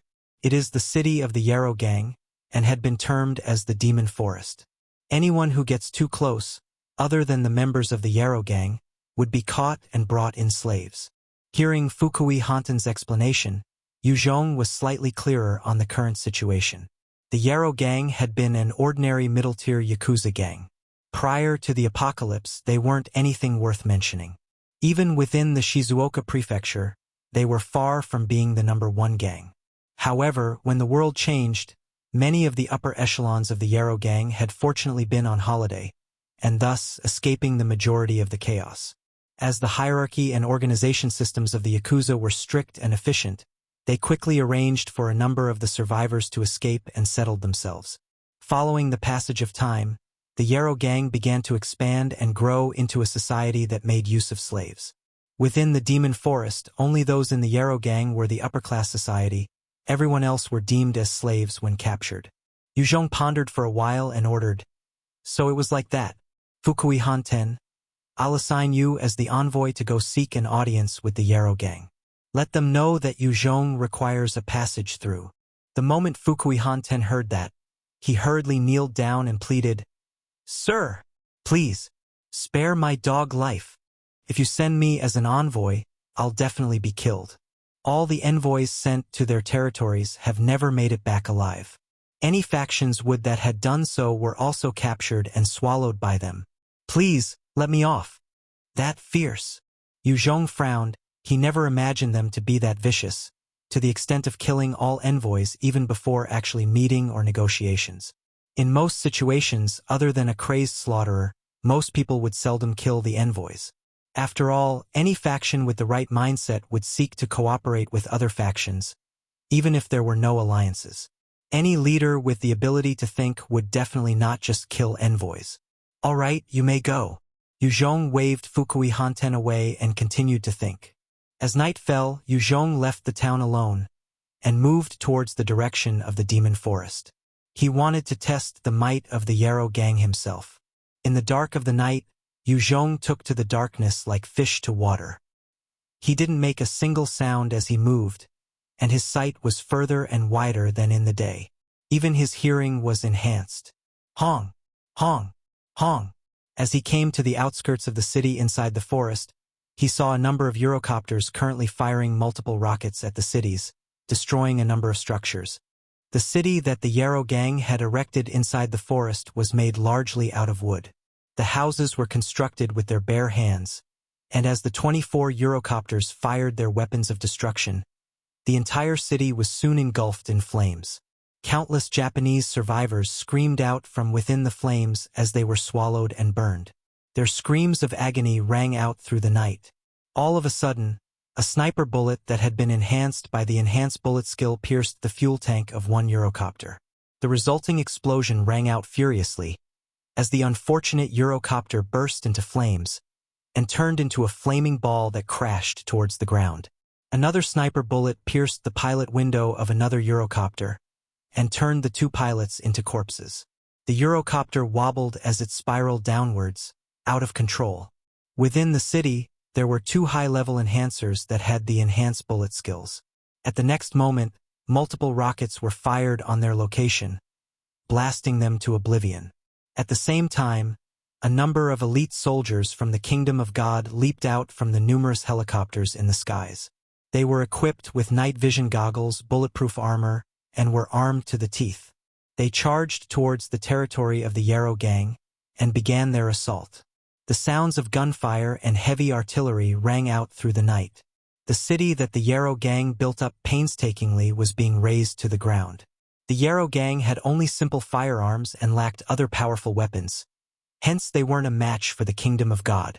Outside the city there was a simple moat. The elite soldiers of the Kingdom of God quickly constructed a steel bridge and crossed over, charging into the city. Hong! Right as the elite soldiers were about to rush into the city, the Yarrow gang immediately detonated the entrance of the city. The terrifying explosion claimed the lives of the soldiers from the Kingdom of God. Fierce! Yue Zhong witnessed all these and his heart trembled. If he had led his men to attack the Yarrow gang, he might have been the one to suffer such a devastating attack. The explosions rocked the Kingdom of God for barely a moment, and the rest of the elites continued their assault, as the helicopters in the skies assisted in winning point after point. The assault helicopters released flammable bombs often, lighting the whole city up and causing countless Japanese survivors to scream as they burned alive. Yue Zhong crawled up a huge tree and quietly observed the situation, not intending to make a move. This was, after all, an elite force of the Kingdom of God. Even if he was strong, he had no way of facing the entire battalion on his own. The 22 Eurocopters in the skies were enough to blast him to pieces. The Yarrow gang is finished. Yue Zhong eyed the burning city and thought to himself quietly. The Yarrow gang might have 10,000 soldiers under them, but against 2,000 elites from the Kingdom of God, they were nothing. Both sides had a huge difference in equipment, fighting will, and combat strength. Other than the special forces under Yue Zhong, the rest of his elites were also barely a match for these Kingdom of God soldiers. The main difference was that the equipment they had was superior. Yue Zhong also had lesser armed assault helicopters. After all, China was lacking in aerial vehicles even before the apocalypse. By now, the soldiers of the Yarrow gang were thoroughly overcome. Even if Yue Zhong were to join in the battle, he could at most dispose of 100 of the Kingdom of God's elites. If he wasn't careful, he might even be killed. At this time, there was a sudden change in the situation. From a hill, 12 Cobra attack helicopters and 24 Ninja helicopters flew out, joining in the fray against the Kingdom of God's Eurocopters. Cobra. https://en. wikipedia.org/wiki/bell_h-1_Cobra. Ninja. https://en. Wikipedia.org/wiki/Kawasaki-1. At the same time, 8 holes appeared in the side of the hill, and 5,000 soldiers burst out with self-defense uniforms, flanking the Kingdom of God forces from behind. At this time, the command center only had 500 adjudicators and judges that form an elite enhancer team. They quickly occupied important channels as they launched their counterattack towards the sudden attack from the Japanese armed forces. Chapter 560. Takamajihara's 4 Demons. Translator. Translation Nation Editor. Translation Nation. A number of flares lit up the surroundings. These Kingdom of God soldiers were after all elites who had undergone rigorous training. Although they had lesser numbers, their fighting strength was not to be underestimated. Each and every one of them had the gun specialization skill. Even in the dark, they could take a scary amount of lives. The 5,000 Japanese self-defense soldiers had 10 times the number of elites of the Kingdom of God. However, the tides were in the favor of the Kingdom of God. The moment they clashed, almost 300 people had died instantly. The rest were being suppressed, and every second, there would be an additional death of a Japanese soldier. Yue Zhong eyed those 500 Kingdom of God members and his heart shook. Strong! How did they train to get to this stage? All right, they must have changed jobs, definitely through the novice villages. That means that the Kingdom of God has already controlled a novice village in Europe. Those Japanese soldiers in the self-defense uniform could not compare to the frontline elites of Yue Zhong's, but he could not deny that they were still strong in their own right. They were at least comparable with the elites of Wuyanhong. However, even with 10 times the number, they were still being held back by the Kingdom of God elites. This opened Yue Zhong's eyes to how strong the Kingdom of God's forces truly were. In the skies, the sudden attack of the Cobra and Ninja helicopters managed to destroy 5 Eurocopters. The remaining 17 turned to face those new enemies, and begun to engage in an all-out clash. Those 17 Eurocopters were less than half of the fleet that had suddenly appeared. However, the pilots controlling the Eurocopters displayed their expertise, complementing each other in formation, and begun to take the enemy's aircraft. In the skies, there would be explosions from time to time, as the helicopters blow up one by one under the ferocious attacks of the Eurocopters. A large number of the crashing helicopters were the Japanese helicopters, although a few Eurocopters also fell at the retaliation of the Japanese's side. The Kingdom of God was the one that suffered a sudden sneak attack, and had suffered a huge loss at the start. However, they managed to reclaim their advantage through their experience and superb control, once more turning the tide to their favor. The elite soldiers that were in the midst of assaulting the Yarrow gang were also beginning to retreat. The moment those soldiers returned to their site, they would definitely overcome the sudden attackers. Yue Zhong watched as the soldiers from the Kingdom of God relied on their strength and tactics to hang on and turn the situation around, and he felt a chill. They're truly terrifying. Novice village. I must definitely obtain one. Based on his knowledge, he knew that Zhonglei City only had one, and from the captives from the Kingdom of God, he knew that there was also one under the control of the Kingdom of God over at Europe. They had just obtained it not long ago, in fact. It was because they managed to gain the novice village that those adjudicators and judges managed to obtain such strength. With just 500 people, they were able to overcome and suppress over 5,000 enemies. On a hill that was shrouded by darkness, there were 3 men and 1 woman standing quietly. These 4 emitted a strong aura, and behind them, there were 36 other men in ancient god gowns, and 12 women in witch clothes. They were all standing respectfully. One of the forefront males was 2M, built like a bear. He had short hair and multiple scars all over his face and hands. His gaze was fiery and excited as he looked down at the battle, proclaiming passionately, "Strong! They truly deserve to be called Europe's strongest Kingdom of God. They could actually resist our 5,000-strong troops with only 500 of them." This burly man was one of the 6 demons in Takamajihara, the tyrant demon Yakushima Fua. He was a triple attribute evolver of strength, agility, and endurance, and was at level 69. He had the second-order skill, Dragoon Transformation. He had single-handedly destroyed a survivor base with over 3,000 survivors, and done in 2 companies of self-defense troops. His combat strength was truly frightening. One young man of ordinary build and looks, but with blonde hair, hugged a falcon sniper and eyed the Eurocopters in the skies with a hungry look. He licked his lips and said, "The kingdom of God is truly strong.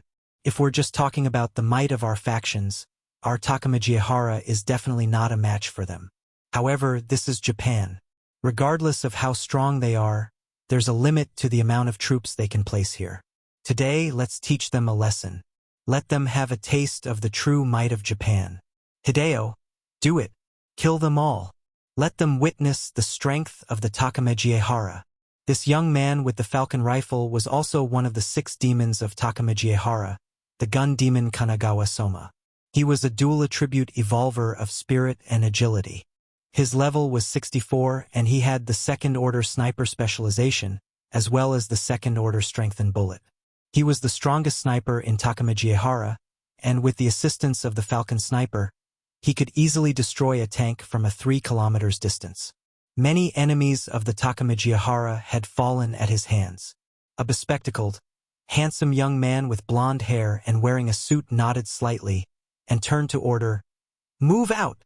As per the plan, wipe them out. This bespectacled man was the air demon of the 6 demons, Kenzaki Hideo. He was a spirit, agility, and vitality triple attribute evolver of level 67 and had the second-order air manipulation. The moment he gave the order, the 4 demons led their 12 subordinates downwards. Kanagawa Soma quickly came to a high ground and aimed at one of the Eurocopters in the skies. He laughed coldly and pulled his trigger, activating his second-order strengthened bullets as he muttered, "Die, scum!" A shooting star-like projectile immediately shot through the Eurocopter and exploded in an earth-shaking manner, turning the helicopter into nothing but pieces of scrap metal. This wasn't a bullet that hit the fuel tank that caused the explosion, but rather a bullet that went straight through the body and exploded. If it was a discussion about power, the bullet that Kanagawa Soma fired was already more lethal than a rocket. After destroying one, he quickly disappeared from his position. At the next moment, countless rockets blasted this entire area, but Kanagawa Soma was already nowhere to be seen. The tyrant demon Yakashima Fua had activated his dragoon transformation, turning into a powerful dragoon covered entirely in black scales and wielding a dragon's tail in his hands that had turned into sharp claws. Yakashima Fua became like a specter that charged right into the midst of the kingdom of god elites. His speed reached a terrifying 24 times that of a normal person upon transforming, exceeding even that of a Type 2 lightning. However, even with his insane speed, the 400 over Kingdom of God soldiers did not break formation and bombarded him with bullets. As a result, he suffered some hits, although the bullets only ricochet off him, not injuring him in the slightest. In a few breaths, Yakashima Fua had already reached the main command site, and his claws were slashing left and right, directly decapitating an unfortunate soldier. In less than 10 seconds, the frontline adjudicators had been annihilated by Yakashima Fua alone. Hong! Hong! All of a sudden, numerous heavy fire bombarded the area Yakashima Fua was in, as over 100 Kingdom of God soldiers gave up on the Japanese soldiers and turned their attention to this monster. The grenades and heavy fire enveloped the entire area, swallowing Yakashima Fua. The dust had not yet settled, when Yakashima Fua shot out like an arrow and leaped into the midst of the elite soldiers from the Kingdom of God. He slapped his massive hands around, and the heads of the soldiers would be separated from their bodies. It was as though he wasn't affected by the explosion at all. Yakashima Fua had truly been enveloped by that explosion, and a grenade had actually blown apart at his left hand. However, his endurance was truly high. Furthermore, after his dragoon transformation, his defense was abnormally high. Even when he was riddled with bullets, he just felt an itch and a slight pain when the grenade exploded. They weren't enough to harm him. Under his frenzied assault, the soldiers of the Kingdom of God began to crumble, and their defensive line was being torn apart. 12 deities followed behind Yakashima Fua as they began their assault on the rest of the troops. Under their skills, the soldiers of the Kingdom of God began to fall. Long live Takamajihara! Long live Japan! Love live Takamajihara! The Japanese soldiers began to chant and holler with excitement as they attacked the Kingdom of God soldiers. Yakashima Fuwa was the main attack force, while the air demon Kenzaki Hideo took out the experts of the Kingdom of God silently with his troops and their abilities. Many of the judges would feel a crushing feeling in their hearts the moment they activated their abilities, or were struck by poison arrows. No one had the chance to exhibit their prowess. This time, the last demon that had come along for the mission had surrounded the elite soldiers from the Kingdom of God with her daitais. She was the Shinobu demon, Tenpyo Saka. Chapter 561. Beheading Gun Demon. Translator. Translation Nation Editor. Translation Nation. Tenpyo Saka was a beautiful young woman dressed entirely in black, with her hair in a single ponytail. Her exquisite features were expressionless, and her figure was captivating, with a pair of huge and perky breasts that threatened to burst out of the clothes. She was a spirit and agility dual attribute evolver, reaching a level of 66. Her main skill was the second-order stealth, as well as 5 different shinobi-related skills. The second-order stealth caused her to be virtually undetectable in the dark. At the same time, she could twist the perception of others while she was moving. As long as she didn't attack, it was hard for anyone to realize what had hit them. If she stayed still and didn't move, even Yue Zhong, who was a spirit-based evolver, would not be able to determine her existence. She was like a ghost in the dark, watching and waiting silently.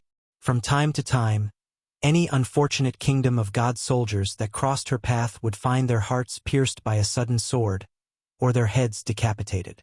Although she was not as overbearing as Yakashima Fuwa, the number of experts fallen at Tenpyo Saka's hands were not little.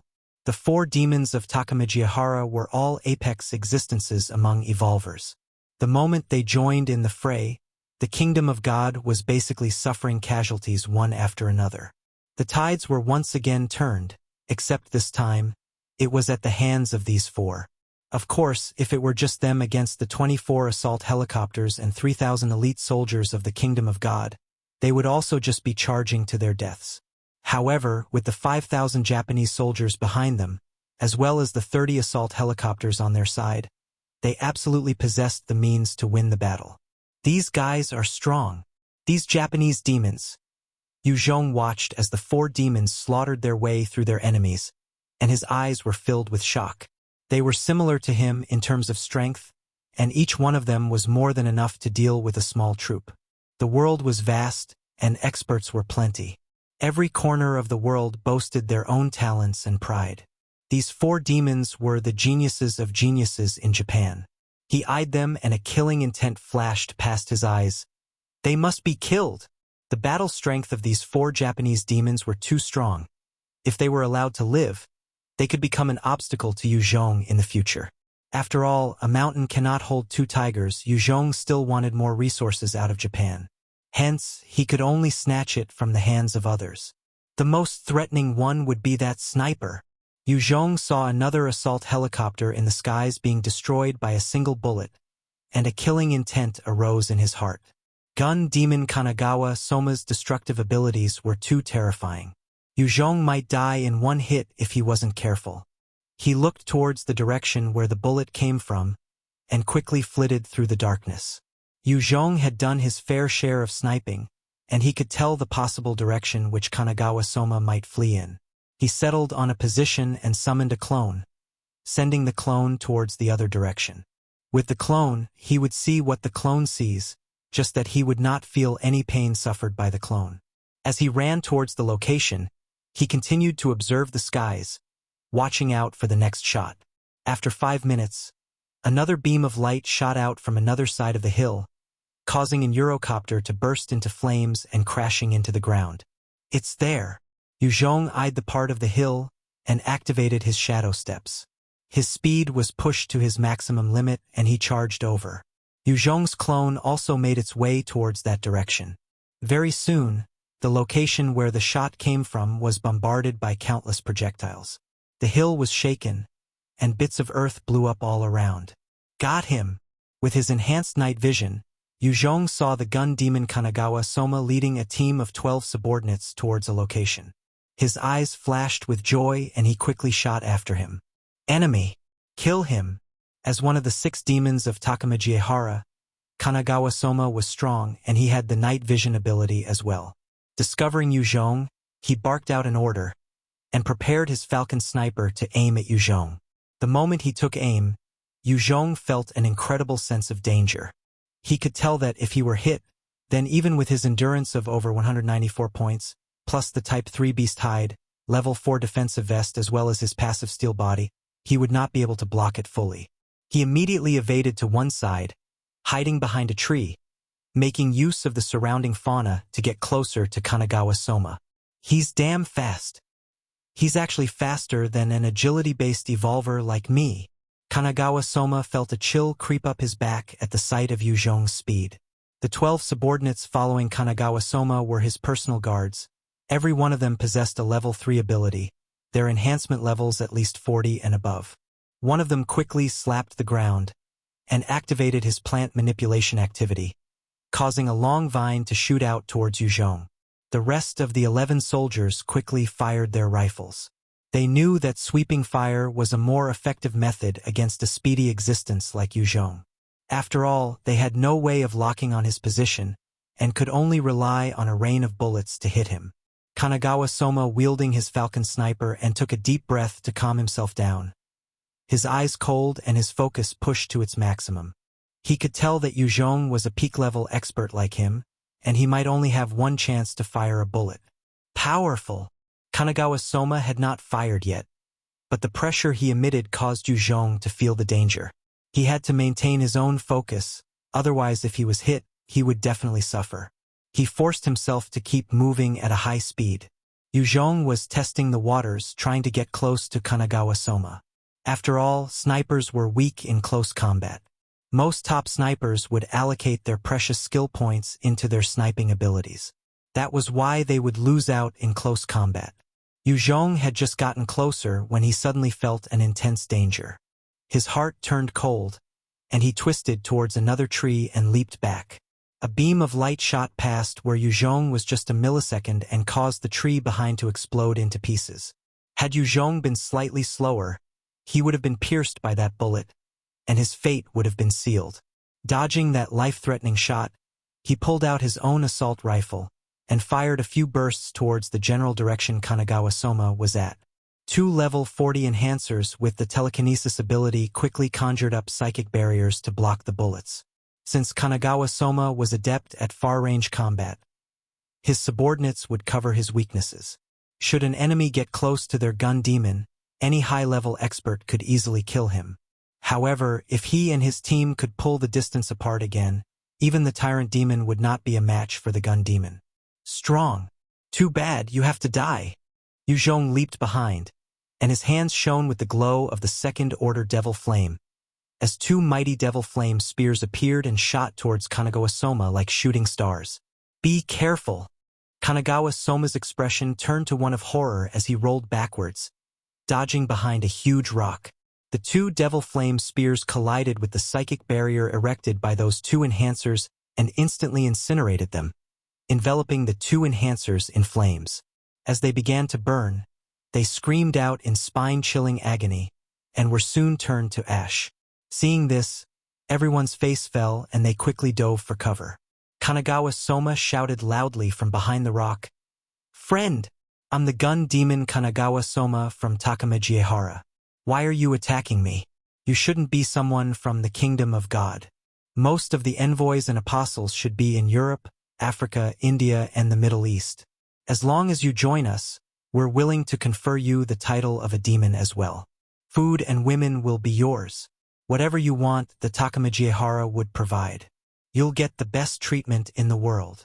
With such an insane speed and a terrifying second-order flame ability, Kanagawa-soma immediately came to the conclusion that he wasn't Yue Zhong's match. He had tried to switch tactics to try coax him. After all, an expert like him would be welcome everywhere. Yue Zhong remained silent and quickly sent out a roaring tornado of flames towards where Kanagawa-soma was. Kanagawa-soma also had the danger perception skill, and he could instantly feel an intense sense of crisis. He immediately leaped to another location. The fearsome fiery tornado consumed the location that Kanagawa-soma was just at, burning even that huge rock. causing it to split. The 4 other elites of the Takamagahara were incinerated. Kanagawa Soma was an agility-based evolver after all, and even after expending all his strength to dodge, he was still hit in the shoulder by the devil flame. The patch began to burn, spreading to his head, and caused his hair to burn. "Ah! Save me! Save me!" His face turned to horror, and he started using his right hand to slap at his head and shoulder, as he began to wail in fright and pain. "Go to hell!" Yue Zhong appeared in a flash, and pulled out his crocodile tooth saw blade to slice at the frantic Kanagawa Soma. With the flash of his blade, the head of the gun demon was removed from his body, and the strong Japanese demon of the Takamagahara fell at Yue Zhong's hands. Chapter 562. Battling Tenpyo Saka. Translator. Translation Nation Editor. Translation Nation. After chopping off Kanagawa Soma's head, Yue Zhong pointed to another of his personal guards, and a devil flame fireball shot out, instantly turning the unfortunate expert to ash. "Quick, run!" The remaining 7 Takamagahara experts shouted out to one another and darted into the forests, escaping for their lives. Yue Zhong pulled out his stinger and fired 4 times, causing the brains of 4 of the agility-based experts. After that, he used his terrifying speed to chase up to the remaining 3, killing them one by one. Having wiped out the entire team, Yue Zhong quickly retrieved all their equipment and items, before using his devil flame to burn the rest of the bodies. With a demon status in Takamagahara, Kanagawa Soma had a number of decent equipment. There were at least 6 pieces of level 4 treasures on him. Other than those, there was a valuable level 3 defense vest, which possessed +10 to all attributes. It was a truly precious item. Yue Zhong swiftly headed back to the battlefield, which had reached an intense level. The elite soldiers of the Kingdom of God were continuously pouring out from within the city to deal with the soldiers of the Takamagahara. All sorts of weapons and explosives were utilized in the clash. Tyrant Demon Yakashima Fuwa had brought his team of 12 elite soldiers of above level 40 to fight, but they had been wiped out. He personally had been injured barely, and fortunately for his endurance, he had only suffered injuries and wasn't wiped out yet. He continued to slaughter his way through the troops, killing any Kingdom of God soldiers he laid his hands on. The 5,000 elite soldiers of the Yarrow Gang had been thoroughly defeated by the Kingdom of God elites, and they could only retaliate from time to time. Since the gun demon Kanagawa Soma had been killed by Yue Zhong, the assault helicopters in the air had begun their fierce retaliation, and a number of the Japanese assault aircraft began to be destroyed. On the ground, the 3 demons of Takamagahara were holding the advantage over the battlefield, but in the skies, the Kingdom of God's assault helicopters were basically overpowering the other aircrafts. The battle was in a stalemate. Dogs biting dogs. Yue Zhong watched the intense battle and pressed a button. It was a radio wave transmission device. The moment he pressed the button, his subordinates over at Yama County over 150 kilometers away would receive his location. Which side should I help? Both the Kingdom of God and Takamagahara are my enemies. Letting them wear each other down would be the best for me. Since the Takamagahara is gaining the advantage, I shall dispose of some of their men then. Yue Zhong glanced at his surroundings and came to a high vantage point of about 2 kilometers away from the battlefield. He then whisked out his Falcon sniper and took aim at one of the Takamagahara elite soldiers before pulling the trigger. Following the loud gunshot, the plant-manipulating Takamagahara soldier, that was over level 40 and had just torn a Kingdom of God soldier into 2, had his head blasted apart. Yue Zhong's sight in the dark was extremely vast, and could encompass an area of over 2 kilometers away. A single bullet of his could take down a level 40 elite of the Takamagahara. This immediately caused the higher-ups present to be wary. The air demon Kanzaki Hideo discovered something amiss when the level 40 elite was sniped, and he hollered with an ugly expression, "Sniper! He's a powerful one. He's at least 2 kilometers away. Does the Kingdom of God still have someone like that hidden?" A single powerful sniper was enough to turn the tides of a battle. Gun demon Kanagawa Soma and Yue Zhong were prime examples of such snipers. Kanzaki Hideo made use of an earpiece microphone to pass an order, "Saka, go take care of that sniper." From time to time, The powerful shots of the sniper rifle rang out through the air, and each time, the head of an elite Takamijihara soldier would burst open. This was affecting the morale of the soldiers from the Takamijihara. Kenzaki Hideo came to the judgment that this sniper had to be dealt with, otherwise, they would suffer terrible losses. By this time, over a dozen people from Takamijihara had been sniped by Yue Zhong. Their rate of advance was slowing down. The Kingdom of God soldiers were still engaging in their assault on Yakushima Fuwa, causing the tyrant demon to have no choice but to dodge. His killing speed also decreased drastically. Each bullet carried a force that could not be underestimated. Yakushima Fuwa could easily defend against a few hundred shots, but as they piled on, reaching thousands and even tens of thousands, it was still enough to injure him. Other than the bullets, there were explosives and rocket launchers as well. Even in his dragoon state, he could not just blindly take on a hit from a rocket. Tempisaka immediately disappeared into the night and brought her remaining 7 witches towards Yue Zhong's location. Enemy? Witches. Yue Zhong's choice of location allowed him a good view of the battlefield, and he knew that sniping the elites of Takamijihara would invoke some response. Therefore, as he continually observed the surroundings, he noticed 7 female enhancers above level 30 decked in witches' clothing closing in on him. These women were all ordinary-looking, and had even statures even more burly than men. In fact, other than those female evolvers that had naturally awakened, most high-level enhancers had buff bodies. The 7 of them flickered with killing intent, launching their individual abilities towards Yue Zhong. Each of them had speeds surpassing an S2, and could easily take down the special forces of pre-apocalypse times.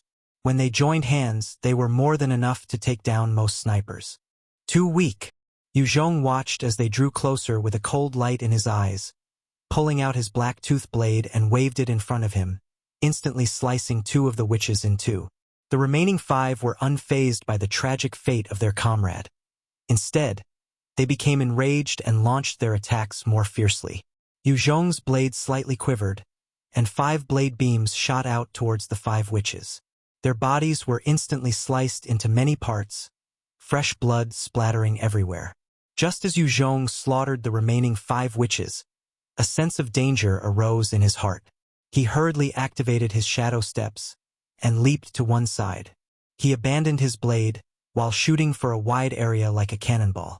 Without a sound, or even the slightest sign, a dagger appeared as it slashed towards Yue Zhong, turning in a mysterious trajectory that sliced through his right shoulder. The sharp dagger immediately released some brilliant light, tearing apart the Type 3 mutant beast hide and his level 4 defense vest, until it hit Yue Zhong's skin with a crisp sound, not able to proceed further. Yue Zhong's endurance was extremely high, reaching 194 points. Coupled with his steel body, even normal bullets could not penetrate his skin. That sharp dagger had sliced through his Type 3 mutant beast hide and his level 4 defense vest, and had lost much of its power by the time it reached his skin. Yue Zhong saw the assassin clearly. It was precisely that beautiful and petite woman, with that incredibly sexy body. She was the shinobi demon Tenpyo-saka. Yue Zhong's pupils constricted as he cast his art of fear, sending an oppressive spirit attack towards her. Against agility and strength-type opponents, the art of fear was extremely useful. Tenpyo-saka was, however, an agility and spirit-based evolver, and Yue Zhong's art of fear didn't affect her much. As her attack had failed, Tenpyo-saka immediately flashed, intending to disappear into the forest. Retreating the moment an attempt failed, this was the assassin way for Tenpyo-saka. She had assassinated many enemies stronger than her even prior to becoming one of the 6 demons of Takamijihara. She could survive and killed so many because she was that prudent. You want to leave? Not so easy. Yue Zhong's eyes flashed coldly as he activated his shadow steps and dashed towards her. When he activated that skill, Yue Zhong's speed was pushed to the maximum, even 30% faster than an agility-based evolver like Tenpyo-saka. In a few breaths, Yue Zhong had caught up to her, and he wielded his weapon, slicing through the air. A cloud of smoke suddenly burst out from her body, enveloping her entirely. This was one of the skills that she had, ninjutsu smoke release. The dense smoke blocked Yue Zhong's sight, and his blade landed on thin air. He held his breath and activated his devil flame armor, instantly preventing the smoke from touching him. He was worried that the smoke might contain poison. Under the cover of the second-order stealth skill, Tenpyo Saka disappeared amidst the smoke. Yue Zhong looked around, noting that her presence had disappeared entirely. Even someone as strong as him could not detect the user of a second-order stealth skill. Strong. This woman truly deserves to be one of the demons of the Takamegahara. Yue Zhong glanced left and right, while feeling a chill in his heart. His perception was strong, and in the dark it was enhanced further. Nothing could escape his senses. Yet this Tenpyo Saka had managed to escape his detection. She was truly a terrifying shinobi. He thought silently. She must still be somewhere near. If she left quickly, there would be the sound of wind. Since I can't hear anything, she must be staying still or moving slowly. Chapter 563. Capturing Tenpyo Saka. Translator. Translation Nation Editor. Translation Nation. Since you won't come out, I'll force you out. Yue Zhong swept his gaze around and immediately activated his devil flame. With his right hand, he sent out a long burning tornado outwards, and the woods started burning. Since Yue Zhong had no means of detecting the shinobi demon in her stealth, he had to resort to extreme measures. Lighting the entire forest would force her to reveal herself at some point. Yue Zhong's sense were unable to pick up any trace of Tenpyo Saka was because she was moving slowly and could distort his perception. The moment she made any abrupt movements, Yue Zhong would discover her. The moment the blazing tornado swept past a certain patch of the forest, there was a silhouette that suddenly burst towards the distance. Found you! The moment the silhouette appeared, Yue Zhong flashed and charged towards the direction.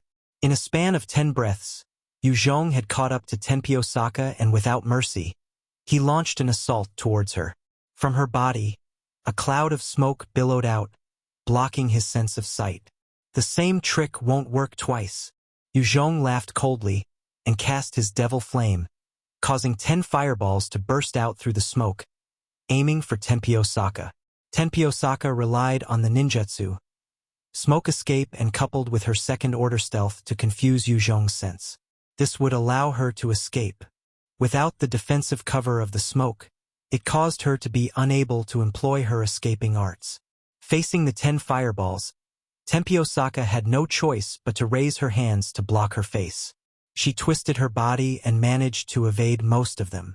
Unfortunately, 3 of them still managed to hit her squarely and began to burn her shinobi clothes. She quickly grabbed her clothes and tore it off, revealing a silver layer of a Type 3 mutant beast hide. The black shinobi clothes were incinerated into ashes. In the dark, the silver mutant beast hide accentuated Tenpyo Saka's incredible body, giving her an even more alluring charm, like a demoness in the night. Tenpyo Saka stared fixedly at Yue Zhong, speaking in a clear and melodious voice. "You're not from the Kingdom of God." Although the Kingdom of God was currently the leading organization in the world, their roots were in the West. Their core members were all Europeans. There would be very few Asians that were as powerful in their upper echelons. Yue Zhong stared back and said, "Surrender. You're not my match." Tenpyo Saka nodded without expression. "Anne, you're strong.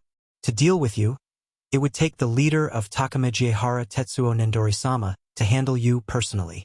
There were 5 demons as well as the Lord Demon of Takamegahara, a total of 6 demon-class experts. This time, in order to catch the Kingdom of God off guard, Takamegahara had deployed 4 of their demons. If they had launched a joint effort against Yue Zhong, he would have at most a 30% chance of surviving. However, alone, Yue Zhong had confidence in dealing with any of them. Tenpyo Saka asked, "Why are you helping the Kingdom of God?" "They're an organization over at Europe. They came to Japan to seize our space and resources. They're our common enemy. Wait till you surrender, or become a corpse. I'll tell you then."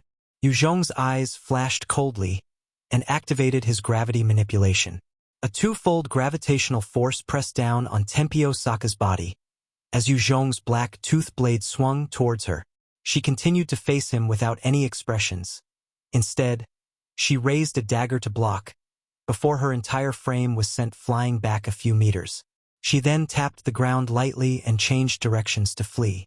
Her assassination skills were terrifying. If comparing techniques, even Yue Zhong could not compare to this born and bred assassin. However, in a frontal clash, she wasn't Yue Zhong's match. She knew this clearly. Yue Zhong laughed coldly, and his body flashed, chasing right after Tenpyo Saka like a lightning bolt. Just as Yue Zhong was about to reach her, she reached behind with her hands, and 10 kunai shot towards him. Yue Zhong used the huge black tooth blade to deflect the kunai, and they were sent tumbling away. He appeared in front of Tenpyo Saka, and his left hand shot out like a cannon towards her. At such a close distance, Yue Zhong's fist surpassed the sound barrier and caused a powerful sonic boom as it came crashing into Tenpyo Saka's back. She was sent flying into a tree, before she spat out a mouthful of blood and crumpled to the ground. Evidently, even with the Type 3 mutant beast hide and Level 3 defense vest, she had been gravely injured by that single fist from Yue Zhong. Yue Zhong's hands flipped, and a collar made of bombs appeared in his hands. He then fixed it onto Tenpyo Saka's neck. The collar bomb was a means of shackling enhancers and evolvers. To these high-level experts, ordinary cuffs were of no use. Only with these advanced products would the experts be obedient. The ingenuity behind the creation came from a Japanese film. The moment one wore such a collar, other than those with the metal manipulation or electricity manipulation abilities, or insane body tempering abilities, most other enhancers and evolvers had no means of fending against it. Yue Zhong eyed Tenpyo Saka and barked coldly, "Get up! I know you're awake. Don't think of killing me. If I die after 3 days, that collar bomb will automatically go off. No one can save you." She opened her eyes and stared at Yue Zhong coldly. "What do you want?" Yue Zhong waved his right hand and a transparent silk shot out to wrap around her body, at the same time, sucking her stamina. "You can stay here obediently." After capturing Tenpyo Saka, Yue Zhong whisked out his falcon sniper, returning to his vantage point and resumed sniping the elites of the Takamajihara. As for Tenpyo Saka, she was tied to the tree and watched Yue Zhong kill the elites of her faction, maintaining her calm and silence. In the battlefield, one deity had charged out in madness, dodging countless bullets and killed 3 adjudicators one after another. He even destroyed 1 defense point. Under his relentless assault, the kingdom of God soldiers were slowly forced back. Behind him, a large number of Japanese troops hollered out in triumph and rushed forwards to conquer the lines. Pong! Just as the deity was about to kill another soldier of the kingdom of God, his brains were blasted apart, and the red and white brain matter splattered onto the floor. Witnessing such a horrifying scene, the Japanese soldiers immediately lost their composure and began to hide behind cover, not daring to advance. Kenzaki Hideo heard the gunshot and his expression fell. Did Saka fail? Shit, we miscalculated. Seems like there's a demon-level expert behind the scenes. What do we do now? At that time, both sides were already embroiled in their final charge. Should one side fall, then it was the final result. The Takamajihara demons were strong, but they weren't military tacticians. They had not much preparations in terms of strategic warfare. He had already deployed all his troops, and even the demon experts had rushed out to suppress the kingdom of God soldiers. If they were to retreat now, their entire troop would fall. Yue Zhong continued to snipe a few more Takamajihara elites before he stopped. He required both sides to be at an equilibrium. Only then he would come in at the last possible moment to sweep them both up. Half an hour later, 4 Thunder Fighters flew under the cover of night and landed near Yue Zhong's position. Yao Yao and 23 other elite soldiers stepped out. Tenpyo Saka saw the 4 Thunder Fighters, and her cold expression finally showed some hint of agitation. "Thunder Fighters! You guys are from the Kingdom of God." The Thunder Fighters were the products of the Kingdom of God, and were the worst nightmares of their enemies. Takamajihara had also tried to devise ways to deal with the Thunder Fighters. However, other than the gun demon Kanagawa Soma, not even 3 could deal with them, of which one happened to be the leader Tetsuo Nendori. When the elites came down, they shot Tenpyo Saka a glance, before looking back at Yue Zhong. Their eyes flashed with a strange glint, but they were intelligent enough not to say anything. "Boss, I'm here." After another half an hour, Bai Shaosheng led the group of elites, combined with the Japanese and Chinese survivors, and the newly subjugated armed forces of 600 over. While there were 600 members of the armed forces, over 500 of them were a motley bunch. They were just barely fitter and bellier than the rest. The true enhancers amongst them were only 20, and they were pathetically weak. However, like this, there looked to be over 700 people under Yue Zhong. He ordered the pilot, "Good, Wei He. I order you to launch an assault on that group over there. Make use of the cluster bomb to annihilate them." "Yes, sir." Wei He saluted Yue Zhong and quickly piloted the Thunder Fighters over. Under Yue Zhong's orders, the 4 Thunder Fighters immediately joined in the fray. At that time, after an intense clash, only 2 Eurocopters were left. As the 4 Thunder Fighters approached, all the Kingdom of God soldiers cheered, while the forces of the Takamijihara felt the blood drain from their faces, their eyes full of despair. Chapter 564. Defeating the Two Armies. Translator. Translation Nation Editor. Translation Nation. The moment the Thunder Fighters entered the fray, they begun to release their cluster bombs and incendiary bombs. In an instant, the entire region rang out with explosions, as dust rose in the air and flames blazed outwards. The entire battlefield shook from the impact, and numerous Japanese troops were either blasted apart or swallowed by the flames. The soldiers of the Takamijihara had fought for over 2 hours, and they were getting exhausted. Having reached their limits, and facing the brunt of such destruction, they collapsed entirely and began to run for their lives. Kanzaki Hideo saw it, and he sighed and quickly ordered, "Everyone, it's our loss. Fuwa, retreat." At this time, the Takamijihara had no means to deal with aerial attacks. Plus, the 6 aircrafts were more than capable of suppressing all the troops of Takamijihara. Even if Kanzaki Hideo and Yakashima Fuwa were strong, they could not turn the tides around with just them. At the same time, Yakashima Fuwa's dragoon transformation had ended, and he had almost expended all his strength. If he continued to battle on, he would definitely face some danger. Those transformation abilities would grant a huge boost in strength for a short period of time. However, when it ended, the enhancers would be weakened for a period of time. During this period, they would be reduced to less than half of their fighting capabilities.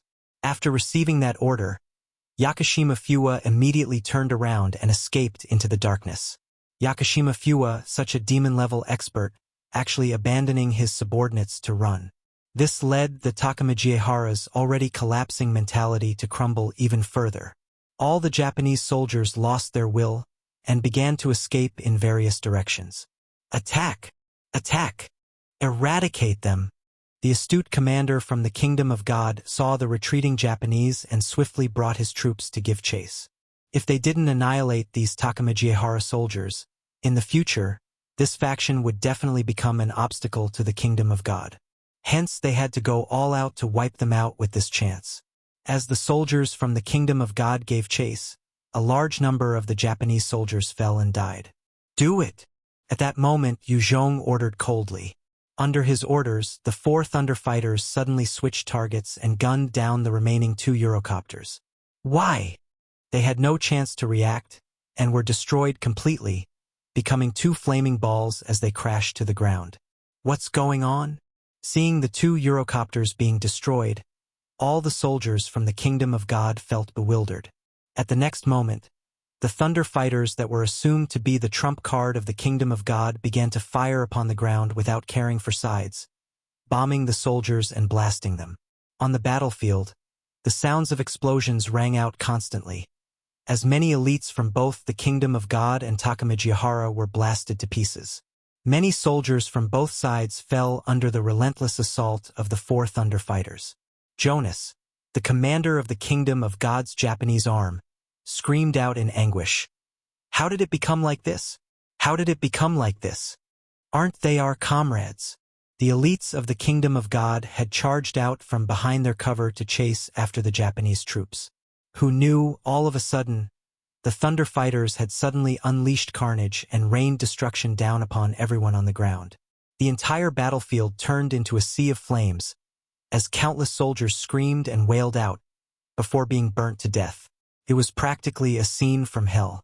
Under that horrifying assault, the Kingdom of God troops were also blasted and they lost all sense of order, each and every soldier dispersing and escaping in various directions. At this time, Yue Zhong came charging forward with his 700 subordinates, launching a frenzied assault on the retreating Japanese and escaping Kingdom of God soldiers. By now, both sides were already exhausted, and their morale low. Out of nowhere, Yue Zhong's forces might be a motley bunch, but they came charging out with high spirits and ferocious intent.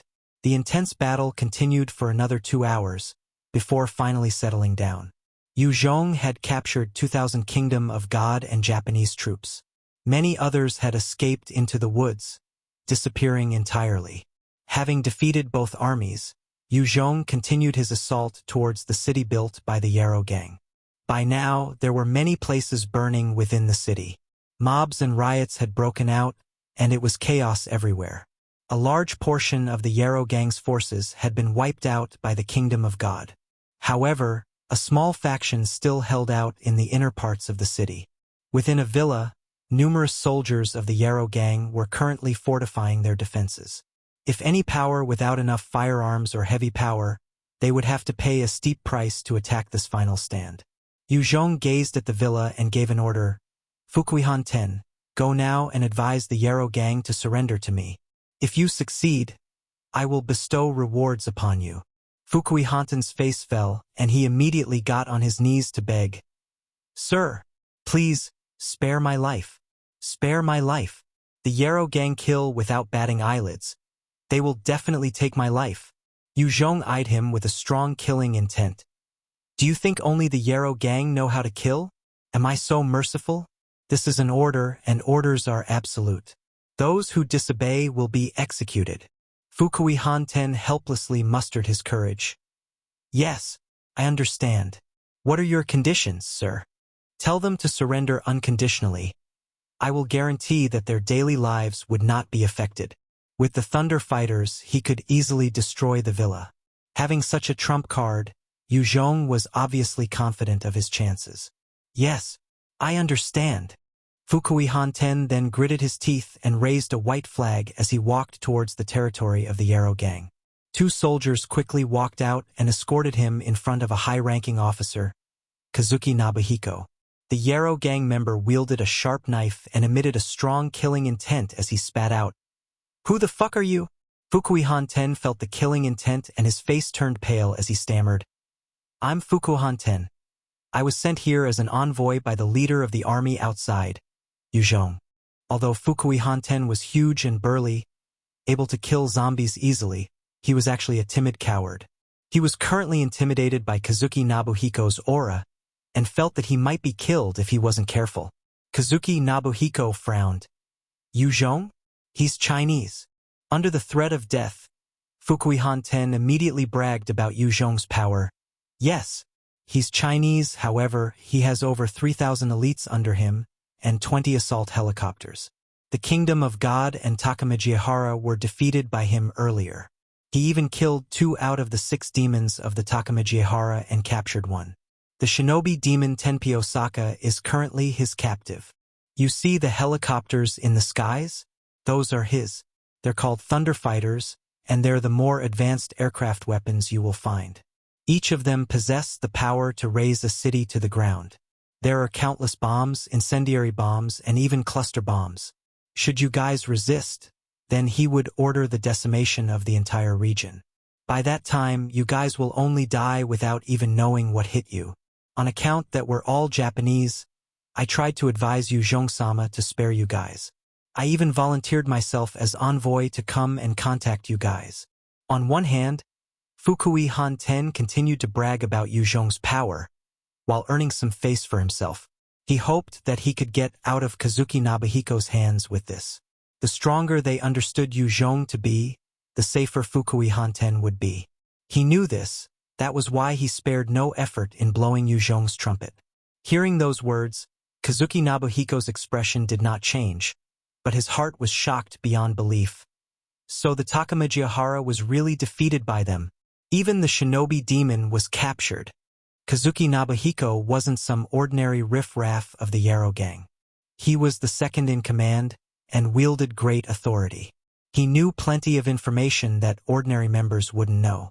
He knew the plan of the Takamajihara to ambush the kingdom of God.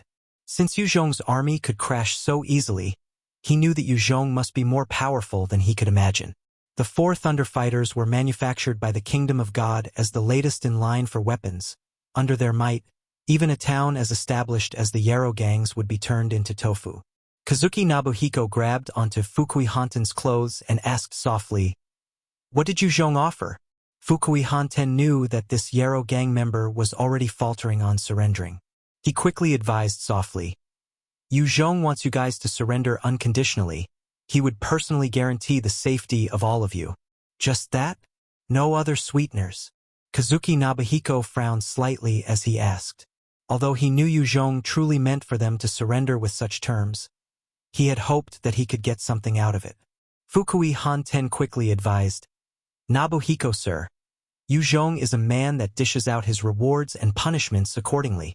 As long as you truly submit and work hard for him, he would reward you." Chapter 565. Jasper Green Lotus. Translator.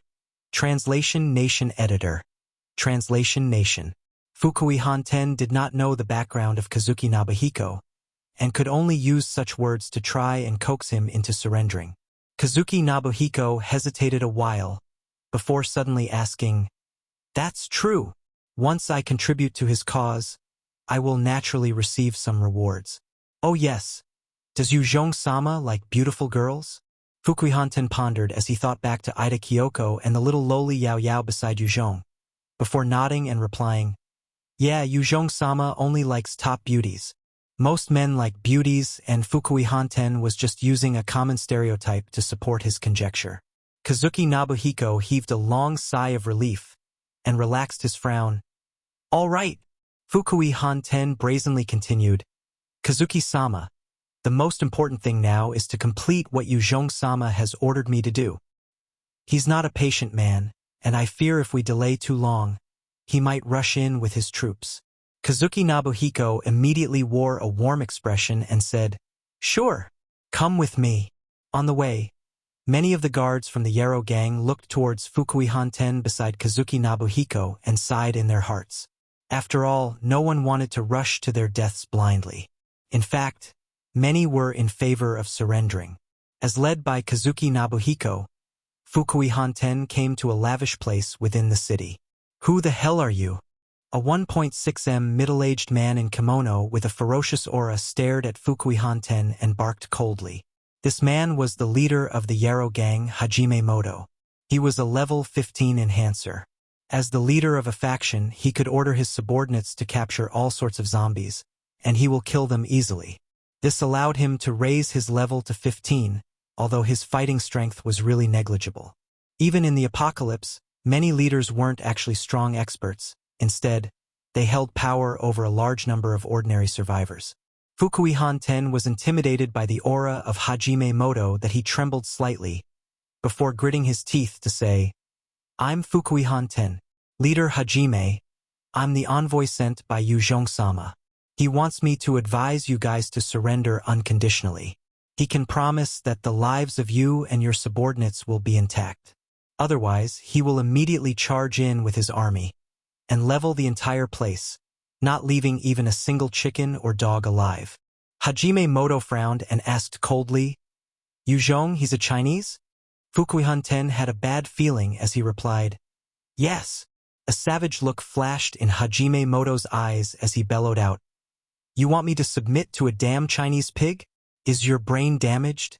Are you still part of our mighty race? You're actually willing to lower yourself to work for a pig. You're a disgrace. Our Yarrow gang would definitely not submit to a Chinese. Our Yarrow gang is above the rest, and we will fight till the end with that Chinese dog. Kazuki, go take this traitor out and chop off his head. Hang it outside." The right-wing movement had gained explosive traction in recent years, and they had managed to prevail even in the modernizing world. This Hajime Moto was an extreme nationalist, and even he would rather die in battle than submit. Fukui Hanten fell to the floor in fright, his entire 2M frame trembling as he pleaded, "Sir, spare me, Hajime-sama. Spare me. I'm just an envoy. Don't kill me. Don't kill me." Kazuki Nobuhiko was stunned as he stayed where he was. He thought of having to face the forces of Yue Zhong if he killed Fukui Hanten, and his hands became cold. The Yarrow gang had no aerial defenses, and the strongest weapon they had were just a few rifles. There was no way they stood a chance against those thunder fighters. Hajime Moto's eyes flashed fiercely and he barked, "Kazuki, you're still not acting? You want to surrender to that Chinese dog?" Kazuki Nobuhiko felt his heart turn cold, as a look of resolution gleamed in his eyes and he replied, "Hi, I understand." After that, he pulled out the kodachi at his waist and swung it high, before swinging it down, slashing through Hajime Moto's neck and right shoulder. The headless corpse of the Yarrow gang's leader slumped to the floor, the decapitated head still wearing a look of disbelief. Kazuki Nobuhiko eyed the corpse and a complicated gaze appeared in his eyes. "Leader, I don't want to die. I still want to live. Since you're intending to stand in my way, you'll have to die." Fukui Hanten glanced at Kazuki Nobuhiko and he felt a tremor of shock. What a ruthless man! After Hajime Moto was disposed of by Kazuki Nobuhiko, he swiftly ordered the rest to put down their weapons with his authority as second-in-command and brought them to surrender. A total of 400 Yarrow gang members came forward to submit to Yue Zhong, many of which were level 30 or 40 enhancers. Kazuki Nobuhiko came up to Yue Zhong and raised the head of Hajime Moto, saying, "Sir, this is the head of our ex-leader, Hajime Moto. He wanted to go against your orders, and I've decided to kill him and offer his head as a pledge of allegiance, sir." Yue Zhong eyed the head and commented mildly, "Well done. Thank you for your compliments, sir." Kazuki Nobuhiko's heart leaped in joy as he carefully eyed the shinobi demon Tempio Saka behind Yue Zhong, her neck wrapped in the collar bomb. He's truly strong, to have actually subdued a demon from Takamegahara. He's too scary. Having seen what Yue Zhong was capable of with his own eyes, his fear and respect towards Yue Zhong grew. After all, the 6 demons were the geniuses amongst geniuses over at Japan. Every one of them was at least a dual attribute evolver, their combat strength the apex of the crop, and not a single person in the Yarrow gang was their match. Yue Zhong pointed to a small hill and asked, "I saw the Takamegahara troops suddenly rushing out from there. What was going on?" The sudden ambush by the Takamegahara resulted in some severe losses by the Kingdom of God. If it weren't for their elite adjudicators and judges, who had all transitioned in their jobs, they would have long been defeated by the Japanese troops. Kazuki Nobuhito replied with respect, "Sir, our Yarrow gang has built this city on top of a large underground refuge. There's a tunnel leading to that mountain. The Takamegahara had made use of that tunnel to flank the Kingdom of God soldiers. In order to deal with potential nuclear war, Japan had constructed various underground refuges. The Yarrow gang had established their base on top of one such refuge." Yue Zhong fixed his gaze on Kazuki Nobuhiko. "Why did the Kingdom of God attack you guys?" He explained, "We had obtained a mutant plant called the Jasper Green Lotus. The jasper fruits it bear can allow enhancers above level 50 to evolve a skill to a second-order stage. Any enhancer whose level was below 50, swallowing a jasper fruit would cause the 6 attributes to gain a 4-point boost. However, it is only effective once.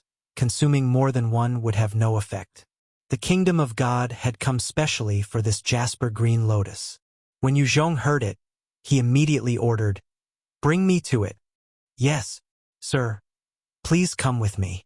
Under Kazuki Nobuhiko's lead, Yue Zhong came to an area outside of the lodgings.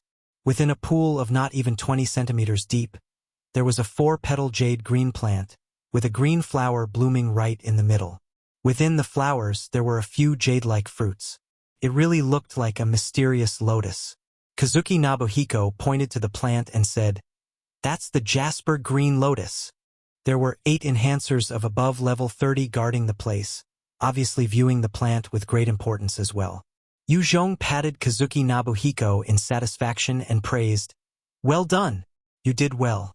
As long as those Yarrow gang members whose hands have not been dyed with Chinese blood, I will return them to you, and you will be reinstated as the vice commander of the Yarrow gang. Your direct superior is Fukui Han-ten.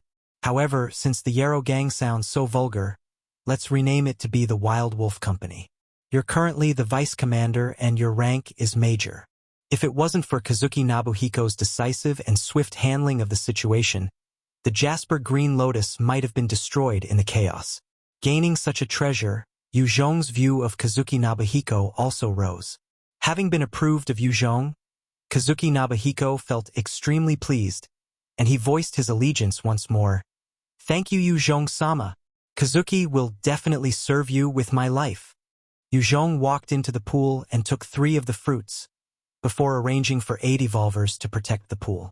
By now, Yue Zhong had given a number of the evolving liquid to those elite soldiers that had followed Yao Yao to Japan, causing them to evolve.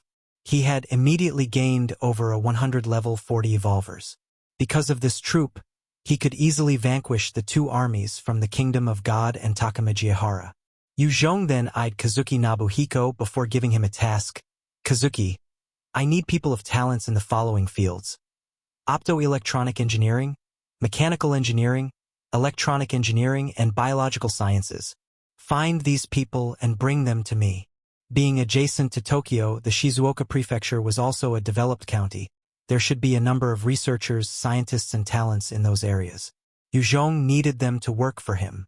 When America and the Soviet Union had teamed up to defeat Berlin, while the Soviet Union was snatching up resources, America snatched up talents.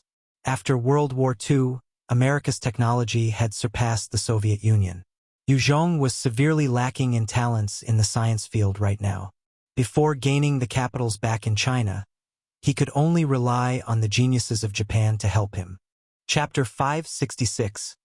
Concentration Camp. Translator. Translation Nation Editor. Translation Nation. Kazuki Nobuhiko understood Yue Zhong's intentions, but he still replied with respect, "Yes, Yue Zhong-sama." He then proceeded to pass the order to look for those talents as per Yue Zhong's instructions. After he left, Yue Zhong turned to Tenpyo Osaka behind him, who had been following behind, with the collar bomb still on her neck. He directly offered, "Tenpyo Osaka, how about working for me?" As one of the 6 demons, her combat strength was truly astonishing. If Yue Zhong could successfully win her over, he would gain another peak expert amongst his ranks. Tenpyo Osaka looked at Yue Zhong with a clear gaze, without any expression, yet her tone was cold. "I'm Japanese. My strength is only for Japan." Yue Zhong's pupils constricted and his killing intent billowed. "You're not afraid that I'll kill you?" Tenpyo Osaka continued eyeing Yue Zhong without a shred of fear. "That's your freedom." He gazed at her, his killing intent becoming thicker. With such a high-level expert as an assassin, not many could defend against her. If he couldn't subdue her, then he would rather see her dead.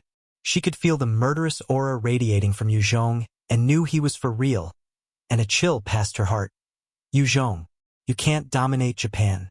If you allow the Takamajihara to ransom for my release, I'm willing to convince Tetsuo Nendori-sama to enter an alliance with you. Both sides can exist together in Japan. Our current enemies are not each other, but the zombies. We're already outnumbered. If we continued to slaughter amongst ourselves, we would fall prey to the zombies." Yue Zhong was reminded of the big picture, and he nodded slowly. "All right, I'm willing to negotiate with Takamajihara." Yue Zhong wasn't Japanese. If he insisted on establishing a Japan force, it would be incredibly difficult. Furthermore, he didn't even intend to in the first place. He had just wanted to obtain some of the benefits before heading back to consolidating his strength in China. Bai Xiaoshang came up to Yue Zhong at this point, his expression steely. "Sir, we've discovered a Chinese concentration camp. Do you want to come take a look?" "Concentration camp?" Yue Zhong hissed, and his expression turned extremely ugly the moment he heard those words. This was a notorious institution used during the World War II, and countless people have suffered and died in them. During the Second World War, all the countries involved had some form of such a place. Who knew that it would resurface during these apocalyptic times? In an area where dirty waters flowed, and there were steel fences and wooden stakes embedded all around, There were dozens of tents and simple wooden cartons. This was the concentration camp set up by the Yarrow gang. Within this camp, gender didn't matter. Everyone was naked and gathered together for warmth. Around the camp, corpses could be seen strewn around. There were many female corpses, each of them bearing the evidence of countless abuse and torture. Near the entrance of the camp, there were rows and rows of dead Chinese people lined up neatly. There were men and women, old and young. It was practically hell. In this post-apocalypse, many Japanese were cruel to their own people, not to mention the Chinese and other nationalities. If even ordinary Japanese became the slaves of other Japanese, then the Chinese, Americans, English and Africans were treated worse than humans. The moment Yue Zhong neared the camp, he could smell a thick stench of excrement and rotting, causing him to feel his bile rushing up his throat. He almost wanted to turn around to walk away. There were many Chinese like Jin Li who revered the Japanese. Over the course of years, many of these Chinese had assimilated entirely into the Japanese culture. Yue Zhong loathed to see such people. A person whose frame had been reduced to skin and bones ran out of the camp, pleading, "Help me! Help me! Please save me! Please, I'm begging you!" The rest of the people in the camp ignored him, instead just staring at him coldly. Behind the person, a number of blonde Caucasians were rushing towards him. The moment Yue Zhong heard the words of the fleeing man, his brows arched and he ordered, "Chinese? Go save him." One of the personal guards by Yue Zhong's side immediately shot forward and used a Tang replica sword to point at the man. "Kneel!" The moment those three Caucasians saw the Tang replica sword, their eyes flashed with fear and they turned tail and ran. The bag of bones immediately smiled at Yue Zhong. "Thank you, Miao Shigue. Thank you for saving my life." Yue Zhong asked, "Why were they chasing you?" Miao Shigue's eyes flashed with bitterness. "They want to eat my flesh." He continued, "This is a concentration camp. Those Japanese didn't provide us with food. They only watched and laughed as we killed amongst ourselves. We were then forced to cannibalism to live on. I had been captured here, and had gone 7 days and 7 nights without food." Standing beside Yue Zhong, Tenpyo Saka's face fell. "Impossible! Our Japanese people would never be so cruel." Although Tenpyo Saka wasn't some nationalistic person, she was still proud of her country and people. In her mind, most Japanese were decent people, and would not do such deranged things. Yue Zhong ordered coldly, "Convey my orders. Go round up the warden and all the prison guards of this camp, and bring them out of the city to behead them. Their family members will all become slaves, and await to be given to those who perform well." One of the personal guards swiftly dismissed himself. "Yes." Tears welled up in Miao Shigue's eyes, as he thought back on all the sufferings, and he immediately knelt on the floor, kowtowing profusely. "Thank you, kind sir. Thank you for seeking redress for our people." The Chinese had been humiliated by the Japanese, and most of them had lost hope for the future.